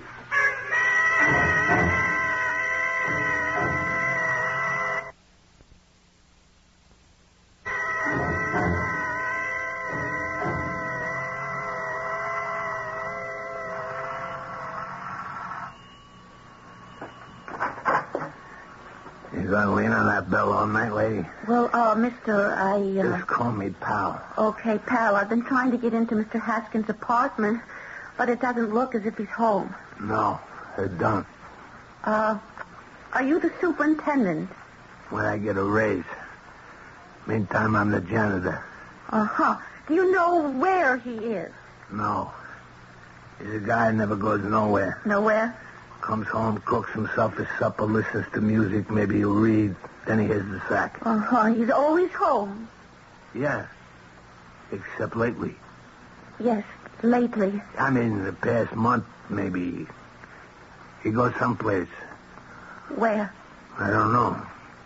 But he'd get in his car, he'd drive away. He'd be out most of the night. Like, this is Saturday, huh? Okay, last night I see him get in the car, he drove off, and he ain't been back since. Has he, did he seem to be acting in a peculiar way, pal? He always acts in a more or less peculiar way. I mean, I know quiet guys, but him, hey, look, if you're gonna marry this guy, you better be prepared to do all the talking. He's been gone all this time, and we don't know where? Well, when he gets back, why don't you ask him? Time for your late Sunday evening wrap-up. Well, the big news, as you might expect, was the latest killing by the public avenger. Oh, no. All the king's horses and all the king's men couldn't save Joe the Jabber Folsom from the vengeance of the public avenger. Even though Joe the Jabber was heavily guarded, the killer managed to evade the protective cordon, fire his fatal shots, and make good his escape. In just a few moments, we shall have more details for you.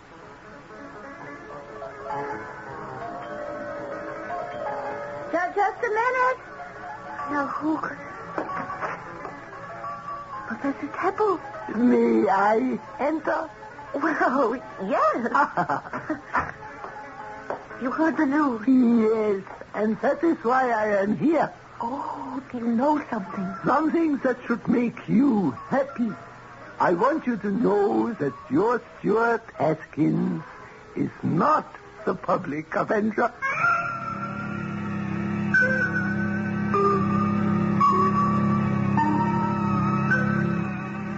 That's a happy announcement for Rose Ellenbogen. But how does Professor Teppel know? Is he the public avenger? Well, somebody's the public avenger. Somebody's depopulating the underworld. Who? On this show, you never know.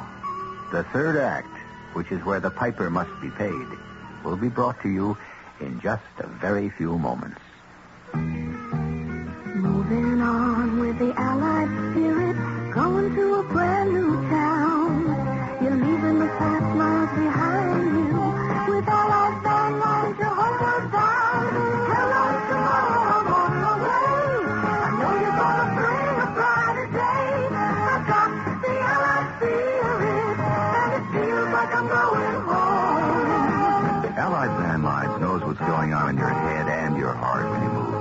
We move more families every year than anybody else. We'll move you with a kind of pride that says just good enough isn't good enough. The kind of understanding that says we've been there before.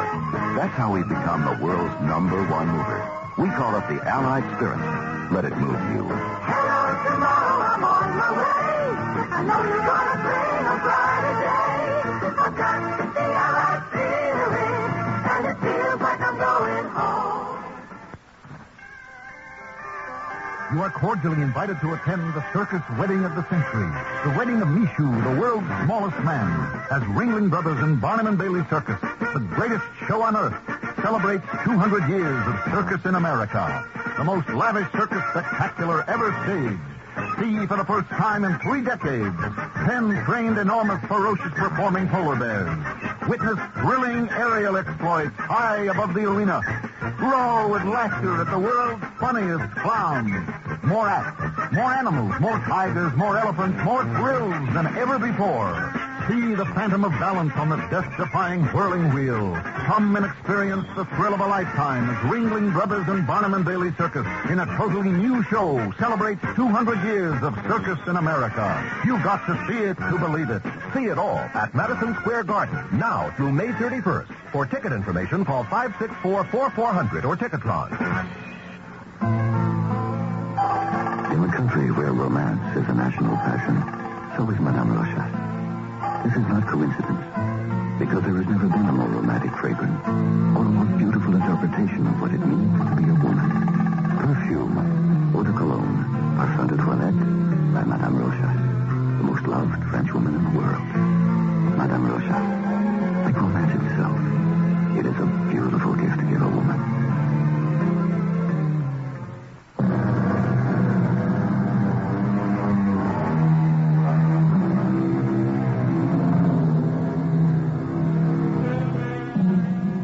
You take a timid soul, subject him to harassment and abuse.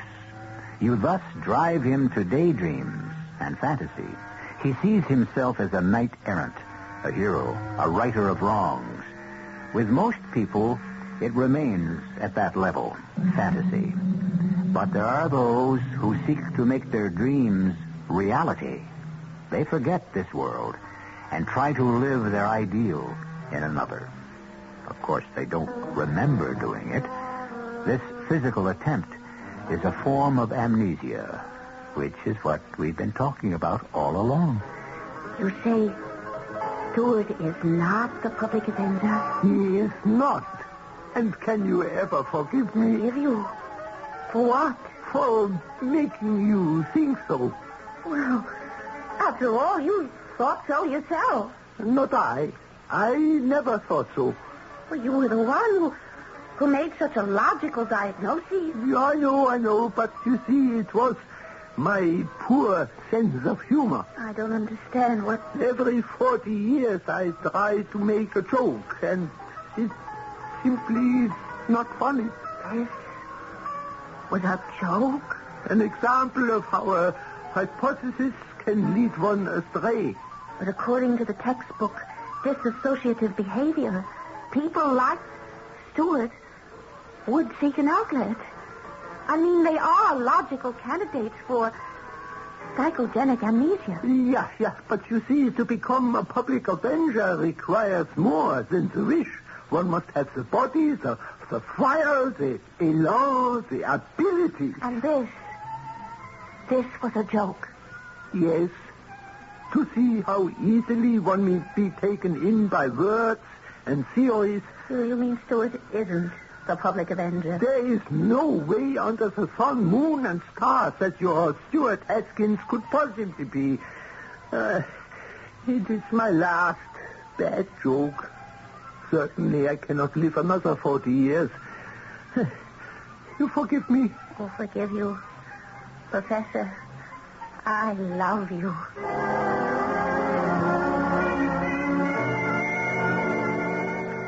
Good morning, Miss Ellen Bogan. Good morning, Mr. Haskins. Yeah, is Mr. Fenris in yet? No. Oh, that's good. I'm late. Well, I better get downstairs. Mr. Haskins. Hmm? Do you have a cigarette? Do I have a cigarette? Oh, sure. Yeah, here. Oh, thank you. Yeah, keep them. Oh, I couldn't. No, go ahead. I decided to give up smoking. Oh, since when? Since just now. Oh. Well, I have to be getting back to... Do you know, I just happened to be in your neighborhood Saturday night. Oh, you were? Yes, I was visiting some friends just down the block, and on my way home I said, well, why don't I just stop and say hello to Mr. Haskins? Yeah, well, why didn't you? I did. You did? Yes. I rang your bell. Oh, but you couldn't have rung my bell. But I did. You didn't, because if you did, I would have heard you. How could you have heard me? You weren't home. Oh, yes, I was. I was home all weekend. Where would I have gone? But I did ring your bell. Are you sure you had the right address, 217 Lauren, apartment 5? Oh, yes, and the superintendent came out, and he said, pal, his name was, you've gotten into your car Friday night and driven off someplace. I was home, Miss Ellen Bogan. Miss Ellen Bogan, is something wrong? What did he say? Well, all of a sudden, it's as if you, as if something hit you. You're not sick, are you? Look, if Mr. Fenris comes in and asks for me, tell him I wasn't feeling well. Is there anything I can do for you? Just tell Mr. Fenris I'll be back in a while.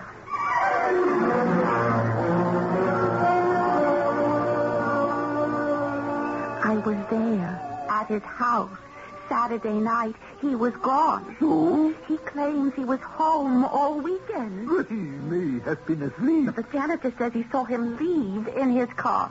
The janitor may not have seen him come back. But when I telephoned the house Friday, I rang the bell Saturday.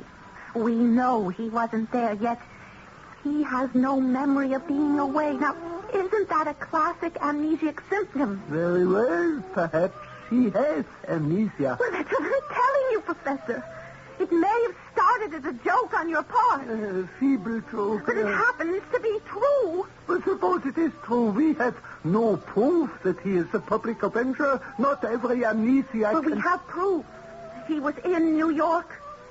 We have what? Proof. What proof? Here, this package of cigarettes. He gave them to me, see?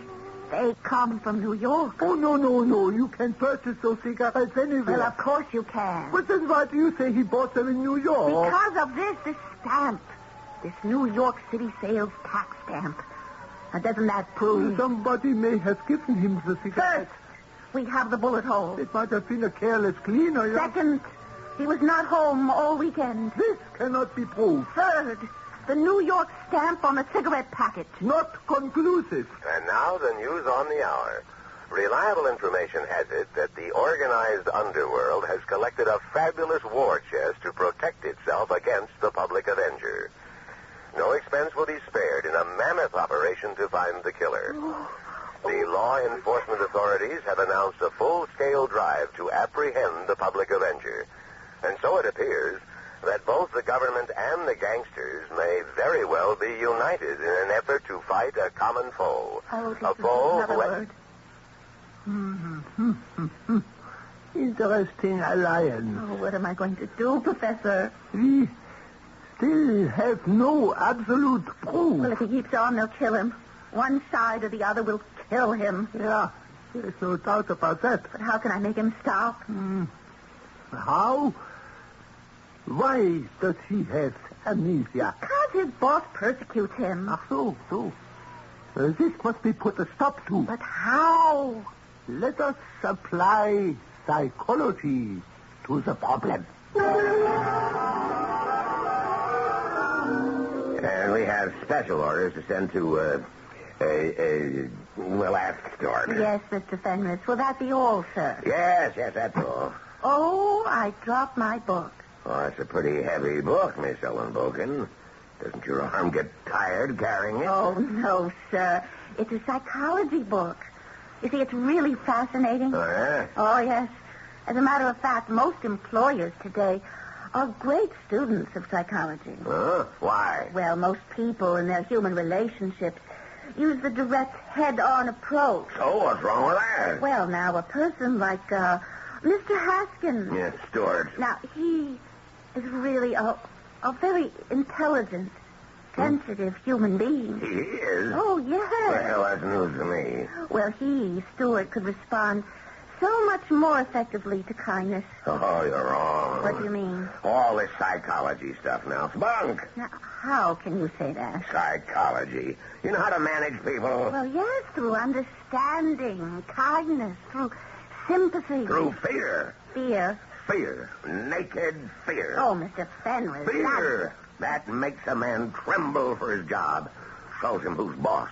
Makes him toe the mark. Keep in line. But, Mr. Fenris... You've got to be as tough as nails. You've got to be a hard-nosed, two-fisted, iron-jawed... Oh, Mr. Fenris, what fantasy? Are you lost in? As I was saying, I don't want love. But you should. I want fear. No, Fear. That's what gets the work done. Why, all those Greeks and Romans, when they wanted to get their ships to move, how did they do it? With psychology? With a whip. Yeah, which reminds me, get Stuart up here. It was awful. Awful. Oh, poor Stuart, I felt so badly. What am I going to do? Well, you have tried psychology. Now you must try something else. Well, what else is there? You must approach the problem as a woman. A woman? Well, I am a woman. Then you must begin to behave like one. But I've been behaving like a woman. Have you? Like a desirable, seductive, enticing woman? Well, I'm not sure I know how. Then you must learn. Oh. We interrupt to bring you a news bulletin. Oh, no, not again. Ebenezer Twitchell, the mass murderer and leader of the macabre devil worshipper sect known as the Moonblood, has been released from prison on a technicality and is now free. No, I don't want to hear any more. Stuart is going to try. Oh, how can we stop him? Yeah, I told you. You must learn to be a seductive, enticing... Oh, I don't have time. Stuart will go there tonight. And this person is surrounded by an army of human fiends. Ah, that is difficult. Well, we have tried psychology. We have attempted to use the law. And with no success. We are left with one remaining approach. What's that? Sex. Sex? But how can I? My dear Miss Ellenbogen, forget psychology. Do what comes naturally.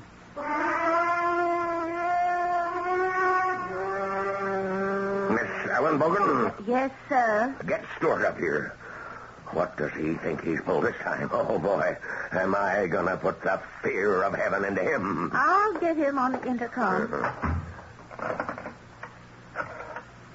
Shipping room, Haskins speaking. Mr. Haskins, Mr. Fenris wants you. Oh, well, I'll be right there. Sex. Well, here goes. Mr. Fenris? Yes? Mr. Fenris? Well, what is it? Don't you touch me. What? Don't you dare touch me. What are you talking about? Who's... Please, don't. But I'm not doing anything. Take your hands off me. Oh! Stop screaming. Hey, Stop that.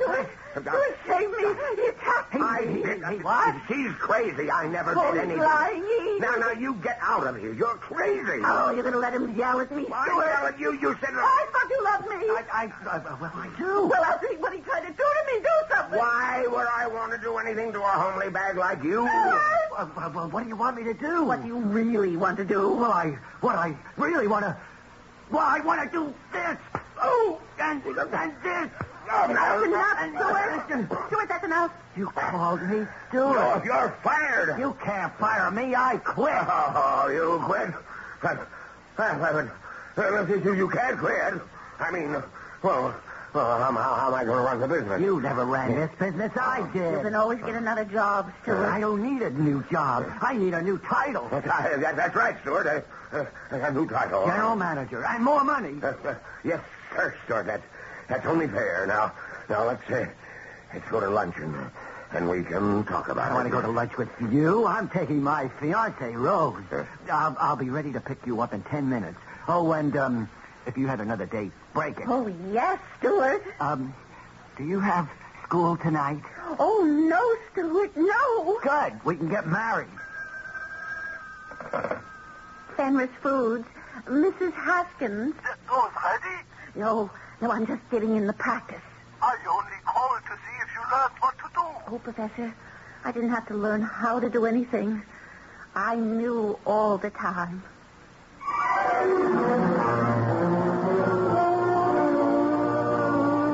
And so they were married.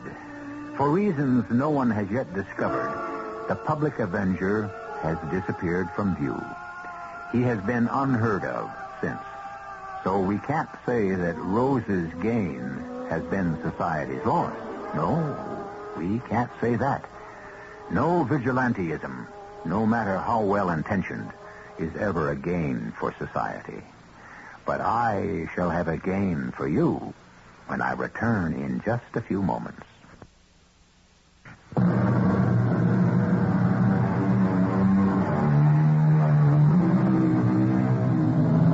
Our cast included Arnold Stang, Marion Haley, Robert Dryden, and Leon Janney. The entire production was under the direction of Himan Brown. Radio Mystery Theater was sponsored in part by Allied Van Lines.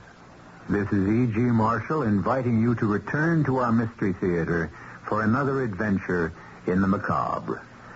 Until next time, pleasant dreams.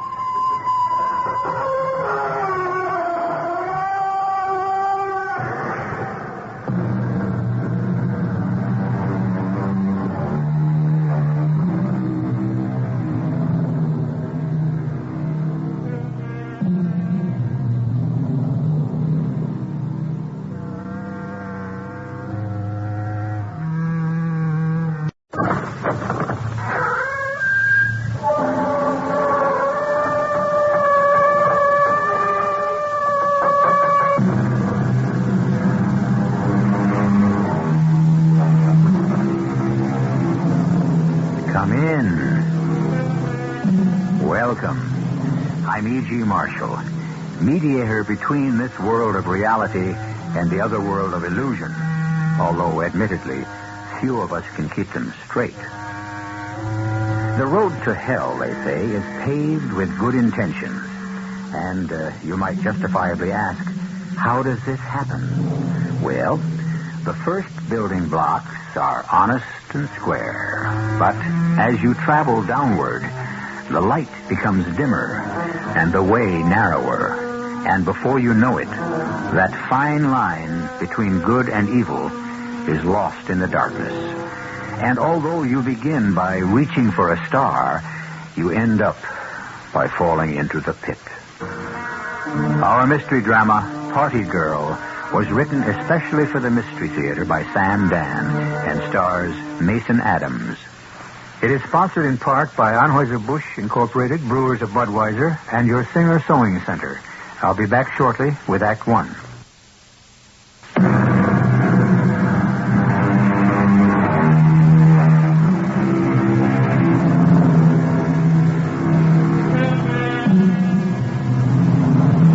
You're about to meet two beautiful people. Let us consider the gentleman first. He's just past 35. He's handsome. He's intelligent. He's rich. He's destined to go far. Or so it seems. The young lady is in her 20s. She is slender, blonde, pretty.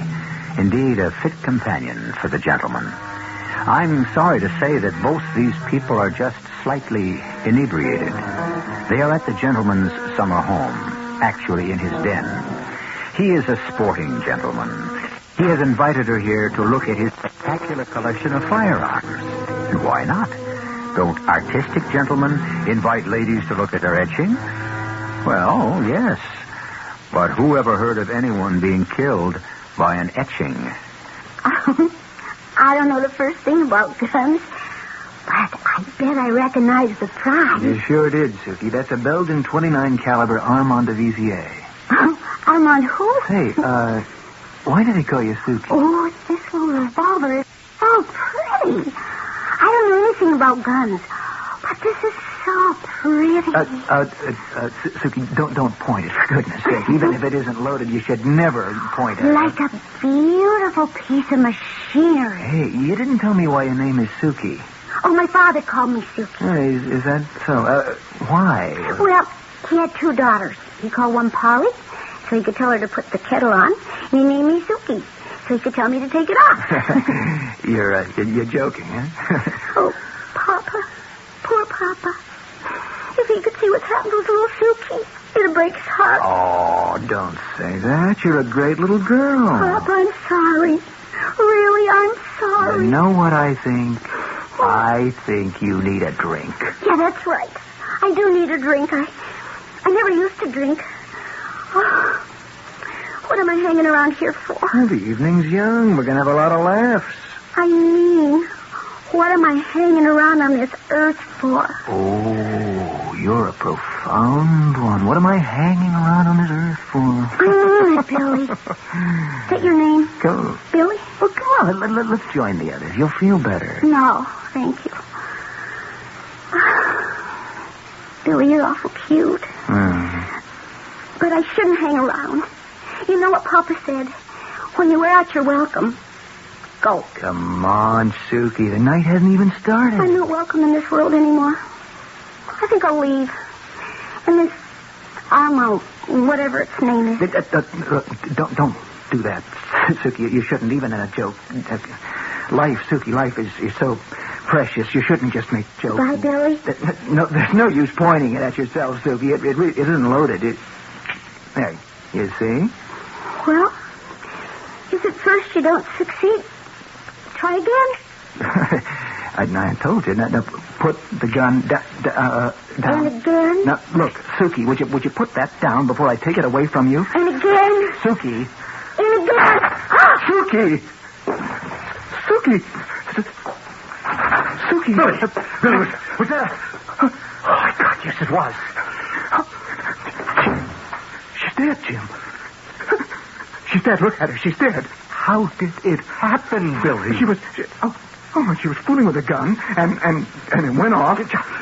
Just like that, Jimmy. You've got to believe me. I want to believe you. I want to believe you in the worst way. Oh, I don't know. I think she was depressed. She really thought she wanted to kill herself. Why? Well, how would I know why? This was the first time I ever met her. Jimmy, we're going to have to call the police. No. Listen, now, just sit for a minute. What else can we do? Now, you know what happens if we call the police. Well, what do you mean, if we call the police? The press, the media, they'll be all over this thing like a swarm of locusts. But we have to call the police, don't we? You see, Billy, look, what everyone will want to know is, what was she doing here? Oh. That way we've got to think about this from every angle. Oh, Jim, what are we going to do? All right, okay, now, the first thing we have to do is to be calm. Calm. Yeah. Now, what time is it now? It's 8 o'clock. Now, you're going to have to come down with a headache, a very bad headache. Oh, Lord, I have got a headache. All right, now, I'll get rid of everybody at the party. All right. But, Jim, we have to call the police. I know. You keep saying that. You have to keep saying that. They all will know that she was here, Jim. No. Nobody knows her. Nobody has seen her. The two of you got here early, and you hadn't made your grand appearance yet. We're covered on that score. Now, what do you mean, covered? Billy, just let me handle everything. Now, don't you move out of this room. Don't you show your face. 8 o'clock now. We can't make it too abrupt. We'll have to let the party run for a couple of hours. Jim. And once we get everybody out of the house, What are you doing? Hi there. Hey, how's it coming? Everybody having enough to eat and drink? Hey, great. Is Arthur around? Yeah, please. Jim. Artie, you've got to come to the den this minute. We have got problems. Who's that? Now, who would it be? Billy. Artie took care of everything. Now, first he got everybody out of the house, diplomatically and Jim, I've been thinking. You don't have to think anymore. All you have to do is forget. Oh, yeah, forget. Well, we got everybody out by 10:30. And then when we were all alone, we arranged the other thing. Jim, don't use weasel words to cover up. Say what you did. You got rid of the body, right? We drove her car back to town. We parked it in front of her apartment building. And the police will find her in the front seat. Oh, Jim, this is wrong. In politics, you see, right and wrong become a matter of time and place. The police will think she was robbed and murdered, and, well, that'll be the end of the matter. The end of the matter. What could we have done? She was a foolish girl. It wasn't your fault. It was my fault. Every gun in the collection, I'm so careful to make sure that they're empty. But there was a live round in one of the chambers of the Armand de Vizier. All right, but she was a girl who wanted to kill herself. What I'm not facing up to is the other thing. What other thing? Why did I bring her here in the first place? Oh, you know why. You need her. And all the others, because you and Cecily are finished. Well, then why don't I divorce Cecily? Because if you do, the career is finished. Oh, the career. It's all the career now, isn't it? It's not even my career. It's the career. It belongs to all of us. Look, the way we work for you, the way we just put everything out on the line. Yeah, sure. Billy, please. Oh, please, don't throw yourself and all of us away. Will you just let me think for a while, Jim? Just let me think.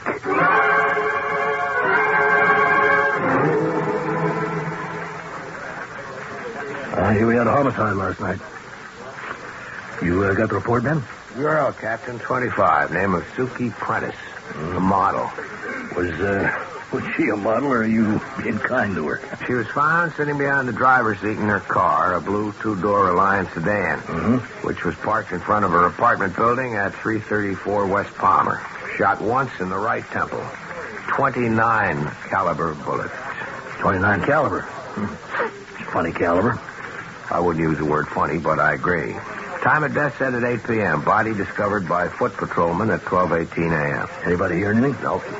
And nobody saw anything. It's a very quiet residential neighborhood. Motive? Apparent motive, robbery. Purse was lying beside her, open and empty.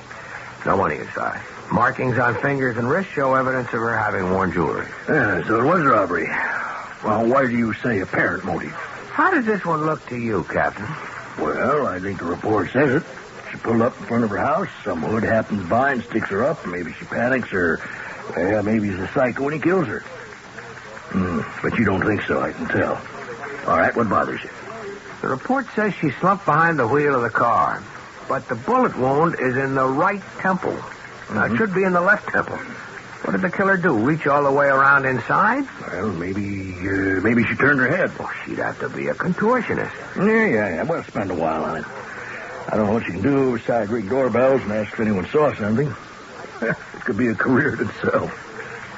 Something else bothers me. Where was the cop on the beat?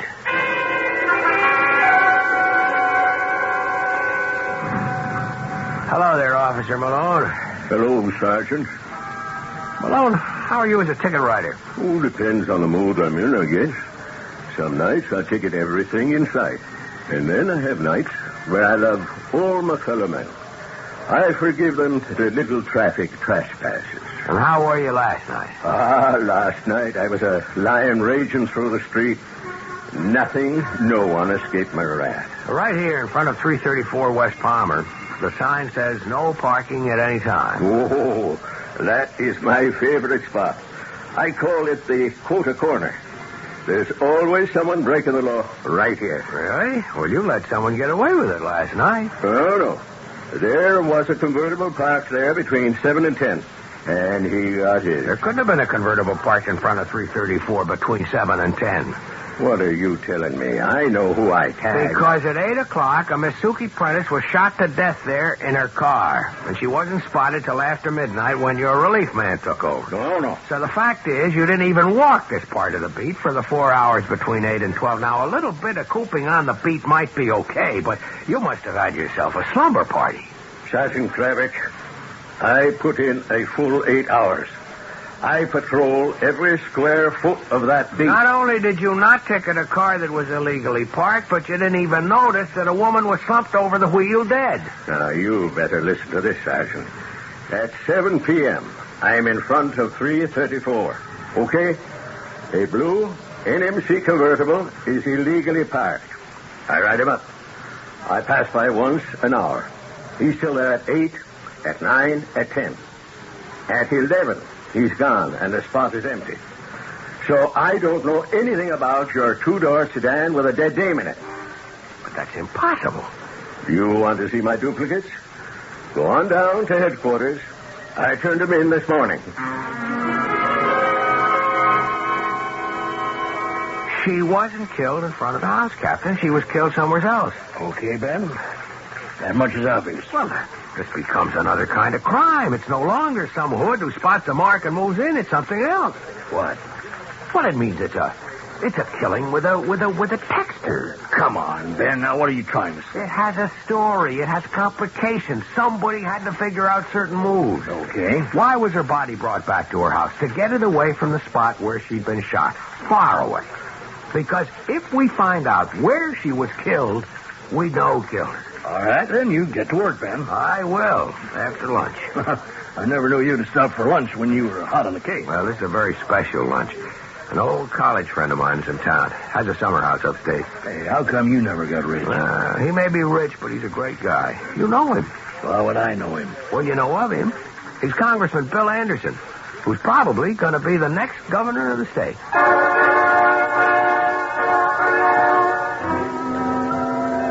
All right, and now we have that laid out for you. Bill Anderson and Benny Craddock, two boys who, through an accident of fate, became friends, and through another accident will become adversaries. Perhaps unconscious adversaries would be more accurate. Well, you make sure you stay conscious, because I shall return in just a few moments with Act Two. Isn't it nice to know you're free? To see the things you want to see. To touch the heights you dare to reach. To know you're all that you can be. In the Free Spirit Department, Buick's midsize 1976 Century has a lot going for it. Efficient size, lots of room, neat things like that. But Century offers bonuses. It's a Buick, remember, which says one heck of a lot about how nicely it takes care of you. And Century does something for the sake of efficiency that no other American midsize car does. It comes with a V6 engine, and a Buick V6 at that. Century, the spirit will move you. Buick on the wings of wind. How it's gonna be a spirit. Now this word from WPIX-TV. When I started out, I'm sure there were an awful lot of men poking each other in the ribs, elbow pokers. You're listening to Pat Harper, anchorwoman on the Channel 11 10 o'clock news. I think men are trying really hard to go along with everything that we're asking them to go along with, but I still think they're elbow pokers. Channel 11's Pat Harper, anchorwoman, newswoman. But I've done hard news on the scene since 1962. Well, she wades in where normal people fear to tread. That's Joe Harper, anchor man on the Channel 11 10 o'clock news. I've got 28 years in the business. Without being braggadocious, I think Patty knows something about the business.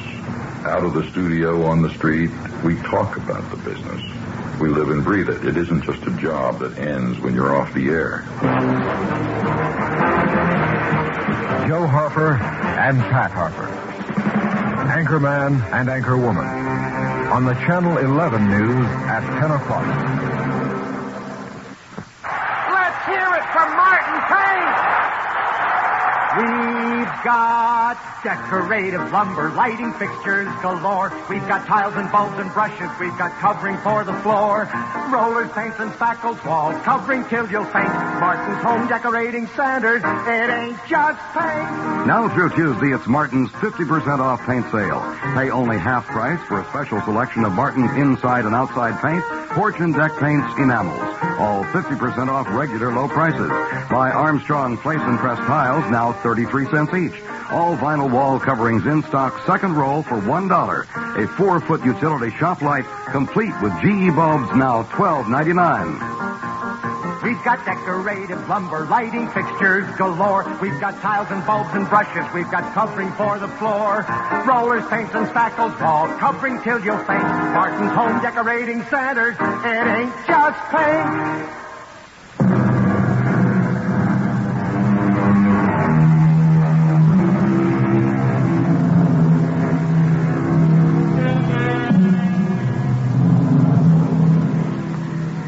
She was a party girl, and since a term like that can be defined in many ways, you can define it to suit yourself.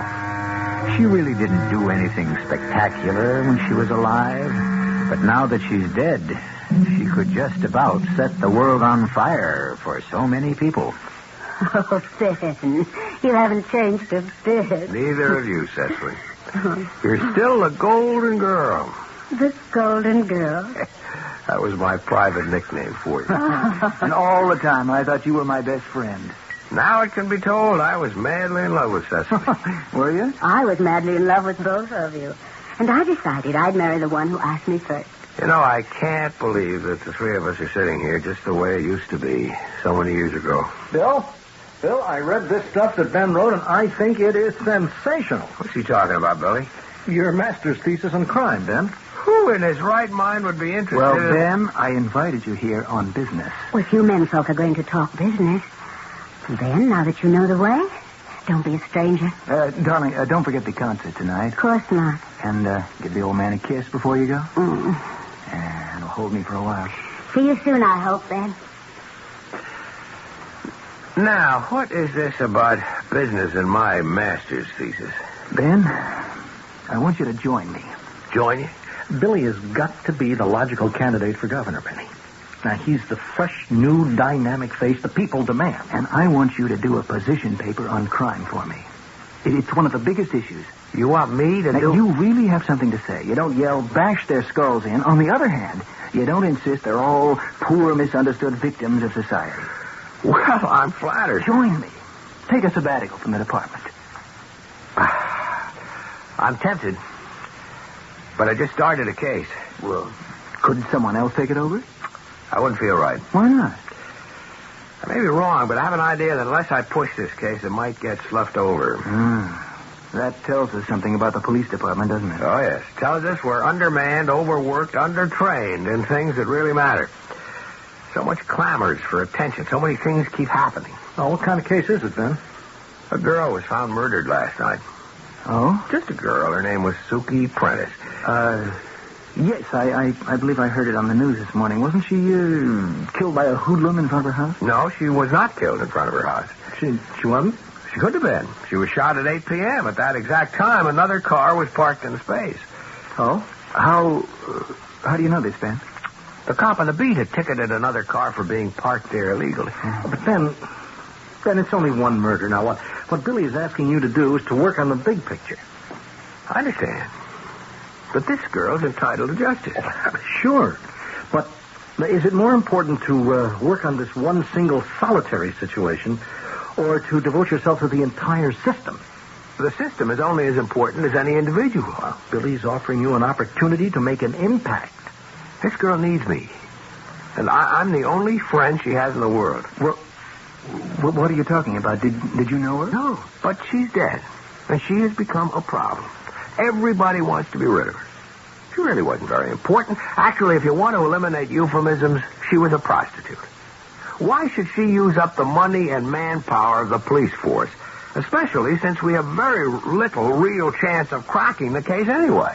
I think you've just stated the reason for dropping the case and coming to work with us, Ben. If we refuse to give this girl justice because it is awkward or difficult or more convenient to work on other things, then there is no justice. Somebody has to be on her side. Man, I really need you. I want to be a part of it, Billy. Just let me wind up this case. I want us to be in touch. Sure, we still want to be able to pick your brains, Ben. How about lunch on Friday? Huh? Yeah, if I'm not held up. What? It was good meeting you, Jim. I'll see you, Billy. I think I can find my way out. Jim. Hold it. What are we going to do, Jim? Just don't worry, Billy. We're taking care of it. Jim, I've got a conscience. And you've got to learn to live with it. No, I don't think I can live with this. There's the welfare of the whole state, Billy. You're the best qualified man. Now, are you going to throw it away for some dumb little hooker? Don't say that. Oh, come on. We've worked too long and too hard. You are a sensitive guy, and maybe you need these moments to search your soul. But snap out of it. Let's move onward and upward.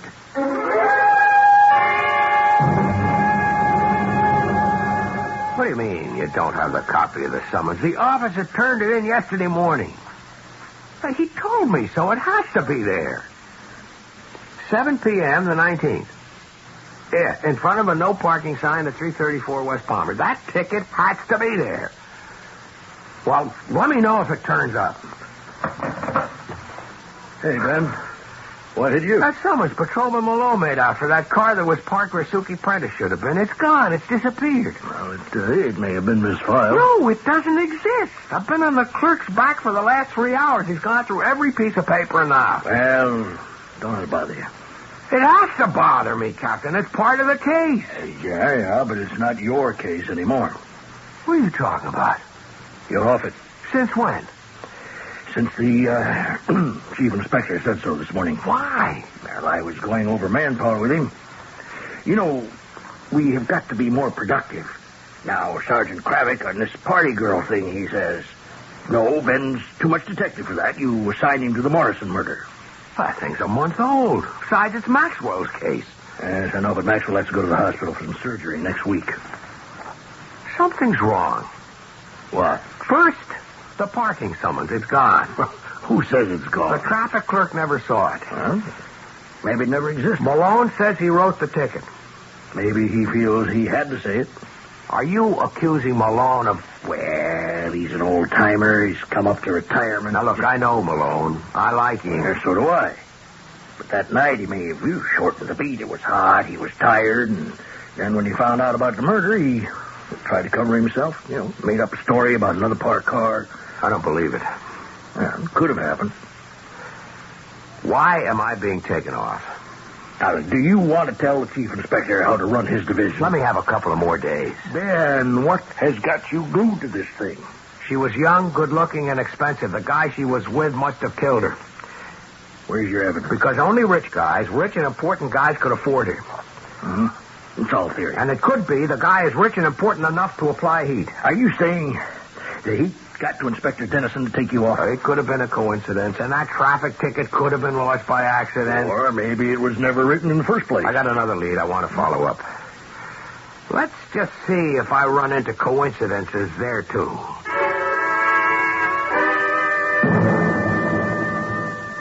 How are things coming on the murder case, Ben? I may have a break. She must have been out with some man that night, and he killed her. Is that the latest police theory on the case? It's all I have to go on so far. Well, what's your lead? I didn't think you'd be interested in the grubby details of some tawdry little murder. Anyhow, I decided to work on this position paper for you at night. Oh, Ben, that is great. Yeah. What is this lead that you have, Ben? I'm fascinated. Well, an informer of mine, or to give him his proper name, a stool pigeon, is going to meet me at about 4 o'clock. At which time he should be able to tell me who arranged, shall we say, liaisons for Suki Prentice. I see. And that way I'll know who Suki was with on the night she died.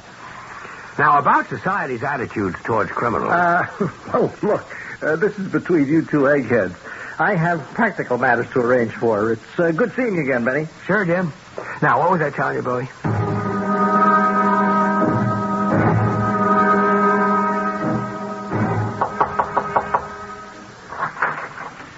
Yeah? Police. Police, I see, police, yeah. What's your name? Jojo, what can I do for you? Jojo, I'm looking for Big Margie. She ain't here. Now, where would I find her? How would I know? Where did you last see her? I don't remember. Do you remember a girl named Suki Prentice? Never heard of her. She's never been in this apartment? No, sir, never. Do you know what being an accessory to a murder can buy? Oh, yes, sir. So let us make a fresh, new beginning, Jojo. You knew Suki? Yeah, she'd come around. I mean, Margie would book jobs for her. And the night she died, did Margie arrange that one? Well, you'd have to ask Margie. Where's Margie? Well, Jojo, you tell me or you'll talk down at headquarters. What is it now, 5 o'clock? Well, maybe about 1:30. The bell rings. A couple of guys come in, very well-dressed guys, and I figure there were a couple of Johns. You see what I mean? And I don't pay them no attention. So I'm watching the ball game on TV, and they're talking to Margie, and I hear her say, all that money. And then she comes up to see me, and she says, I'm going away for a while. Here's a couple of bills to keep you out of trouble. And she tosses me $500. And then she packs. I mean, she loads up them suitcases like she's really moving on, and off they go. Did you ask her where? Sure. I says, where you going? And she says, if I told you, you'd know something. These men, did she seem to go with them willingly? Oh, yeah. There was laughing, everything. And when did she say she was coming back? You want to know something? I don't think she's ever coming back. I said all I needed was one more coincidence, Captain, and I got it. I get a line to somebody who knows where Suki Prentice went that night, and that somebody disappears 3 hours before I get there. Well, that doesn't have to mean anything. This big Margie, she was bought off. There's heat there. There is real heat. Look, Ben, you got to take over for Maxwell right away. Now, I told the inspector I'd give you a few more days on this, and he blew his lid. I'm staying on the case. Ben, you can't disobey a direct order from upstairs. Captain, here's what I'm going to do. I'm going to leak it to the press. What are you saying? Why is the department soft-pedaling the Suki Prentice killing? Ben. Who's turning on the heat? You can't prove it. I don't have to. I'll just let the press run with it. You won't do yourself any good. Look, if I were out to do myself that kind of good, I wouldn't be a cop. Well, okay. Take another day or two. I'll hold the wolves off somehow.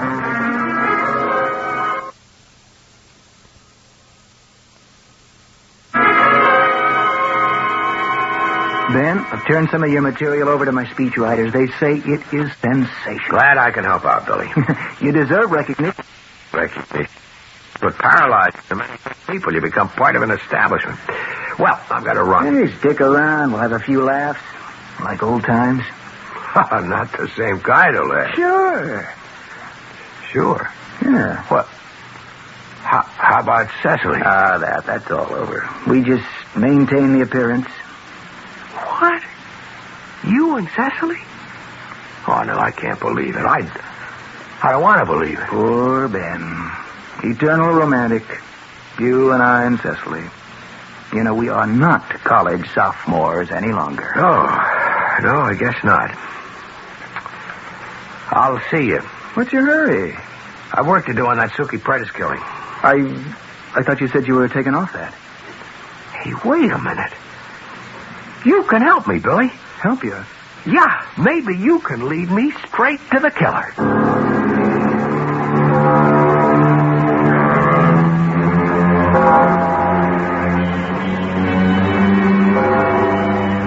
And he could do it, too. Well, not to the killer exactly, because we know it wasn't a murder, but certainly to the heart of the problem. Obviously, Billy Anderson is going to be kept in suspense. And hopefully, you will be too, until I return in just a few moments with Act 3. There's no place like Singer, and no time like now to save. Right now, save on a Singer machine with Flip and Sew. Flip and Sew, the two-way sewing surface Singer invented. Makes it easy for you to sew necklines, collars, and sleeves. Get this Singer machine with its handsome cabinet now and save $100 off the regular price.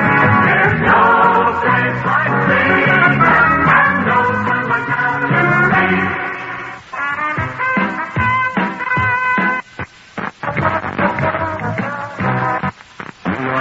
The 1890s. Mr. Louis Sherry's New York, a city of elegance. If J.P. Morgan wanted to dine in the style to which he was accustomed, he'd go to Mr. Louis Sherry's celebrated restaurant. Good evening, sir. The highlight of dinner at Sherry's was the ice cream dessert. Louis Sherry's ice cream still has that old-fashioned flavor, yet none of today's additives. It's made only from real cream, milk, pure cane sugar, egg yolks. Natural flavor. No artificial anything. you'll see that we haven't lost our taste for old-fashioned elegance. Mr. Louis Sherry's the natural flavor in the 1970s. Here's Ralph Flinger, better known as Mr. I Know Where They Are. Ralph, whatever became of Edwin Lowdy, the inventor of the bridge lamp? Oh, yes. Well, he's well in his 90s now, but he still works every day taking chain-link fences apart.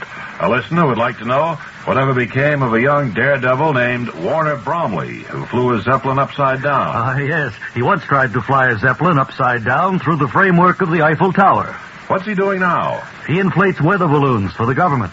All right, Mr. I Know Where They Are. How about Stuffy Hodgson, Calvin Hoogovan, Jimmy Schwab, Fred Falvey, and Mary Backstage? Oh, they're all to be found in the pages of the new Bob and Ray book, Right If You Get Work, along with Wally Ballou, Tippy the Wonder Dog, and many more fascinating characters. That's Right If You Get Work, the best of Bob and Ray, at your bookstore now. Incidentally, Edwin Lowdy claimed he invented the bridge lamp, but he didn't. Well, he's in his 90s now. I don't see any point in reopening that controversy.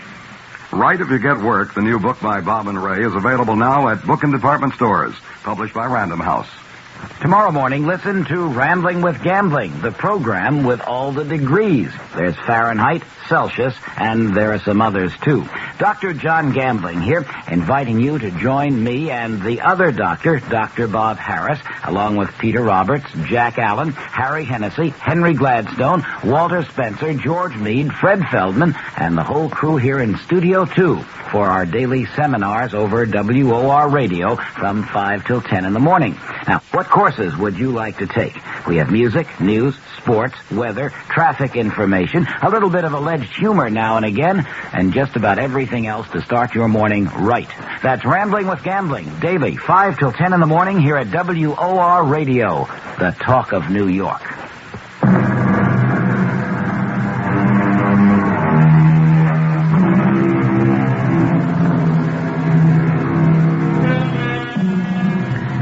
What is the basic difference between a lie and the truth? Well, there must be many, but a significant one would appear to be that a truth can stand firmly on its own. A lie needs constant support and nourishment. You can tell the truth and let it go at that, but a lie will continue to make demands of you for as long as both of you live. Ben, how could I possibly help you with this murder case? I should have thought of you at the very beginning. Me? Of course, Billy. You've always been interested in guns, haven't you? Yes. Sure. Now, this girl, Suki Prentice, she was killed by an unusual caliber bullet. She was? Yeah, a 29 caliber. 29? I told you it was unusual. Now, who would make a 29 caliber handgun? Who? Have you ever heard of one? I'm not sure. It's not your ordinary weapon, would you say so? Yes, I would say so. Hey, Billy, I hope I'm not imposing. No. Go ahead if I can help in any way. Now, here's what I know so far. I know that I've got a high-priced party girl. She must have been killed by the guy that she was with. An unusual caliber gun. Probably a custom-made weapon. Expensive, but so what? Her guy is rich. You seem to see it so clearly. Well, he has to be very rich, very well placed. I told you about all the heat I'm getting. I don't want to bother you or bore you with more of this. No. I'm fascinated. How do you plan to move ahead now? Well, I've got a request out for information. Who makes a 29 caliber? And when I get the answer, I may be able to trace the gun. That's pretty smart. Yeah, it's just routine police work. Well, Billy, I'll see you. You sure you can't stay around, Ben? I can't get over it. Can't get over what? I can't get over you and Cecily. Guess it's just one of those things. It can't be. I'm sure that the two of us... we're happy, Ben. We found a way of life that suits us. Yeah. Could you finish the paper for me this week?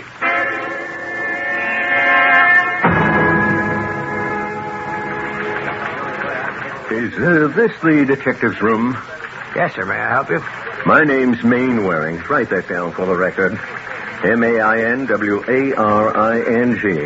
Now, I'm here about that robbery. Oh, well, you want to see a man from the larceny squad. One of them should be inside. Oh, now, I'm sick of being tossed around from one office to another. You a detective? Yes, but I'm not the one you want. Now, don't hand me the old this ain't my table routine. My place was robbed the other night. The cop on the beat comes in, takes out his pad, writes something down, I don't know what, and that's the last I hear. Now, what happens now? The larceny squad will handle it. Come back after lunch. I can be put out of business. The law says I have to keep a record of every gun I sell. Oh, what am I blowing off steam at you for? Just steer me toward the right place. Wait a sec. Do you sell guns? Tell me about it. Well, what do I want to waste my time with you for? You just said you're not the right detective. But maybe I can help you. That's crazy. I got the most exclusive gun shop in the country. I sell mostly to connoisseurs, collectors. Who else can afford me? Yeah, go ahead.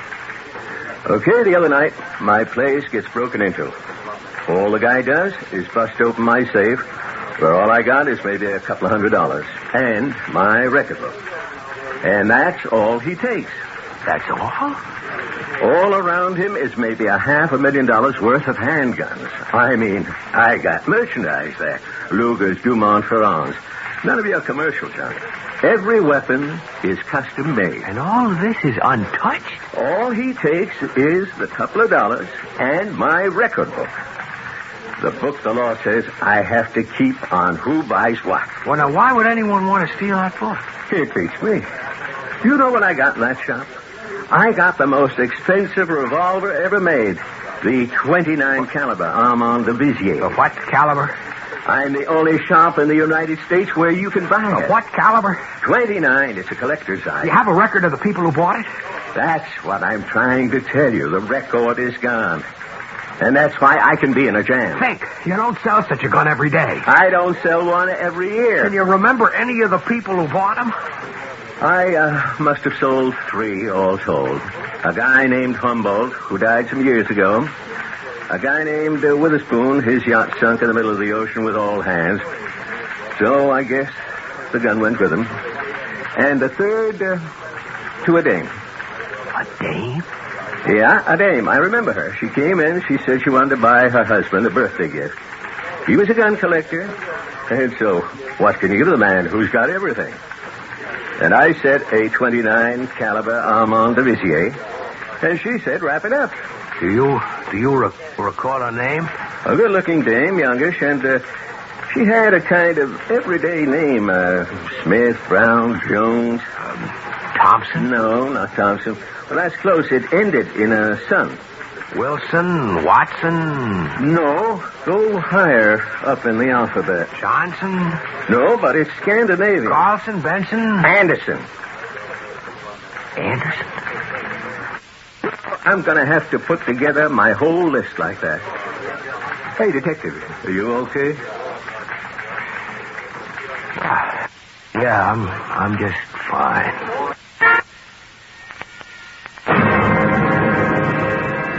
Ian. May I come in, Cecily? Of course. Oh, Billy's tied up with Jim or Artie or somebody. I wanted to see you. Please. You didn't know. I guess I didn't know till just now. You're the great detective, too. Cecily, I want to ask you something. I don't know the answer. That's a simple question. No, it isn't. I don't know what happened to us. Maybe Billy became too famous too quickly. Maybe he's not the same Billy. Maybe I'm not the same Cecily. Did you ever buy Billy a gun for his birthday? Did I ever buy Billy a gun for his birthday? Why do you ask? Did you? Yes. Do you know why? I thought it would save the marriage. Imagine. A revolver. An instrument of death to keep a marriage. Billy, the things that interested him were also of interest to me. We discussed them intelligently. Would you remember what kind of gun you bought him? Would I remember? Oh, it was a custom-made 29 caliber Armand de Vizier. Let's find it. Cecily! Really, what's the matter? Cecily, you mustn't say another word. Why? Let me tell you why. Don't listen to him. You both have to listen to me. Because you both have a decision to make. A girl named Suki Prentice was murdered some days ago. Oh, I think I read something about it. Looked like a robbery. I went to work on it. And I was stymied at every step. Evidence disappeared. Witnesses vanished. But why? It was as if someone very rich, very powerful, with connections everywhere, was applying heat against me. I was even taken off the case.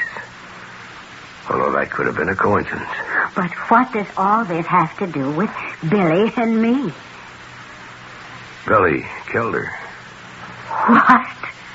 You see, I had discussed the case with Billy. And every time I mentioned a lead, that lead disappeared. Ben, are you sure you're all right? Don't look at me. Look at Billy. Ask Billy here if he's all right. I don't understand. You have accused Billy of murder. Where's your evidence, your proof? I don't have any. Dan, this is monstrous. You, our dear friend, the oldest friend we have. Is this what politics can do? Have you been bought off? As of this moment, nothing exists to tie Billy into it. But how long can it last? So far, Billy, you bribed somebody at traffic. Billy, are you just going to stand there and You paid off Big Margie. But it got a little more serious with Mainwaring. That called for burglary. Mainwaring? That's what I bought. You'll have to tell her to deny that. Cecily, are you willing to perjure yourself for Billy? What does that gun I bought have to do? It's the gun that killed Suki Prentice. Oh, I don't believe it. What do we find out? Have the gun examined at the police ballistic lab. Or did you get rid of the gun by this time, Billy? Ask him, Cecily. The beautiful 29 caliber Armand de Vissier. Ask him if he still has it. What are you going to tell her, Billy? It's been lost? Stolen? No proof. Ever had such a gun. That really isn't the answer you wanted to hear, is it, Cecily? You didn't ever buy me such a gun. Did you, Cecily? Did you, Cecily? No. I could expect you to do nothing less, Cecily. You love him. But she's the least of your problems, Billy. You bribed somebody at traffic. He's a rotten apple in the barrel. How do you know he won't start becoming more curious? He doesn't know anything. How about Big Margie? She knows everything. Why should she stay bought? You lay golden eggs. What she knows is worth millions. Or how do you know she won't get loaded one night and shoot her mouth off? Billy, don't lose your cool. There is no evidence. And now the party's complete. Here's good, true, and faithful Jim. You can't prove a word of this. From now on, Jim will take care of everything. Your hands will never be dirty, Billy. Jim has already gone from bribery to burglary. He can also arrange for murder. And it's all being done for you. Did King Henry II kill Becket? No. He only said, who will rid me of this meddlesome priest? All of you have enough Jims and Arties. Ben, listen. I tell you, you are in the clear. Ben, believe me. What do you want me to believe? I didn't kill her. It's a lie. It's the truth. She killed herself. Billy. She was down, you know? And, well... Do you realize what you are saying, Billy? Yes. Yes, Jim, I'm sorry. Now, maybe her life was getting a little too much for her, but somehow I left a live round in the chamber, and she pulled the trigger. That's the way it happened. Yeah. Then what good will it do to expose this? Don't you understand? The state needs him. He is the best man. He was a week ago. But he's losing ground every day. Aren't you, Billy? Yes. You want to get out now, Billy, before you have to get in deeper? Will you come with me, Cecily? Yes. Why don't the three of us go downtown? You're crazy. That's right, Jim. He is. But you have to be crazy. How else can you hope to save your soul?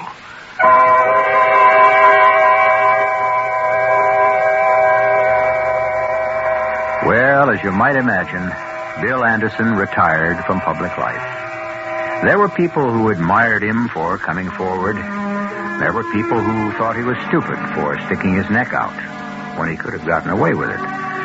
There were those who condemned him for being an adulterer, and those who praised him for not being a hypocrite.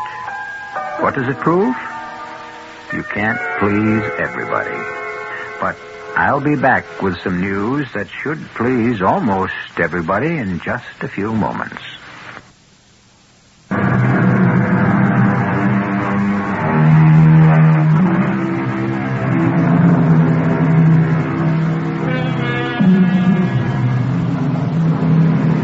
There are those who say history is shaped by inexorable forces that grind their relentless way, despite our best efforts to shape them. There are those who say history is made by unpredictable, random accidents. Suki Prentice, a young lady of the night. She may have changed history. Nothing changes here, though. 7 times each week, we bring you the best in mystery, terror, suspense, and the macabre. Our cast included Mason Adams, Russell Horton, Evie Juster, Earl Hammond, and Dan Ocko. The entire production was under the direction of Himan Brown. Radio Mystery Theater was sponsored in part by Buick Motor Division. This is E.G. Marshall inviting you to return to our Mystery Theater for another adventure in the macabre. Until next time, pleasant dreams.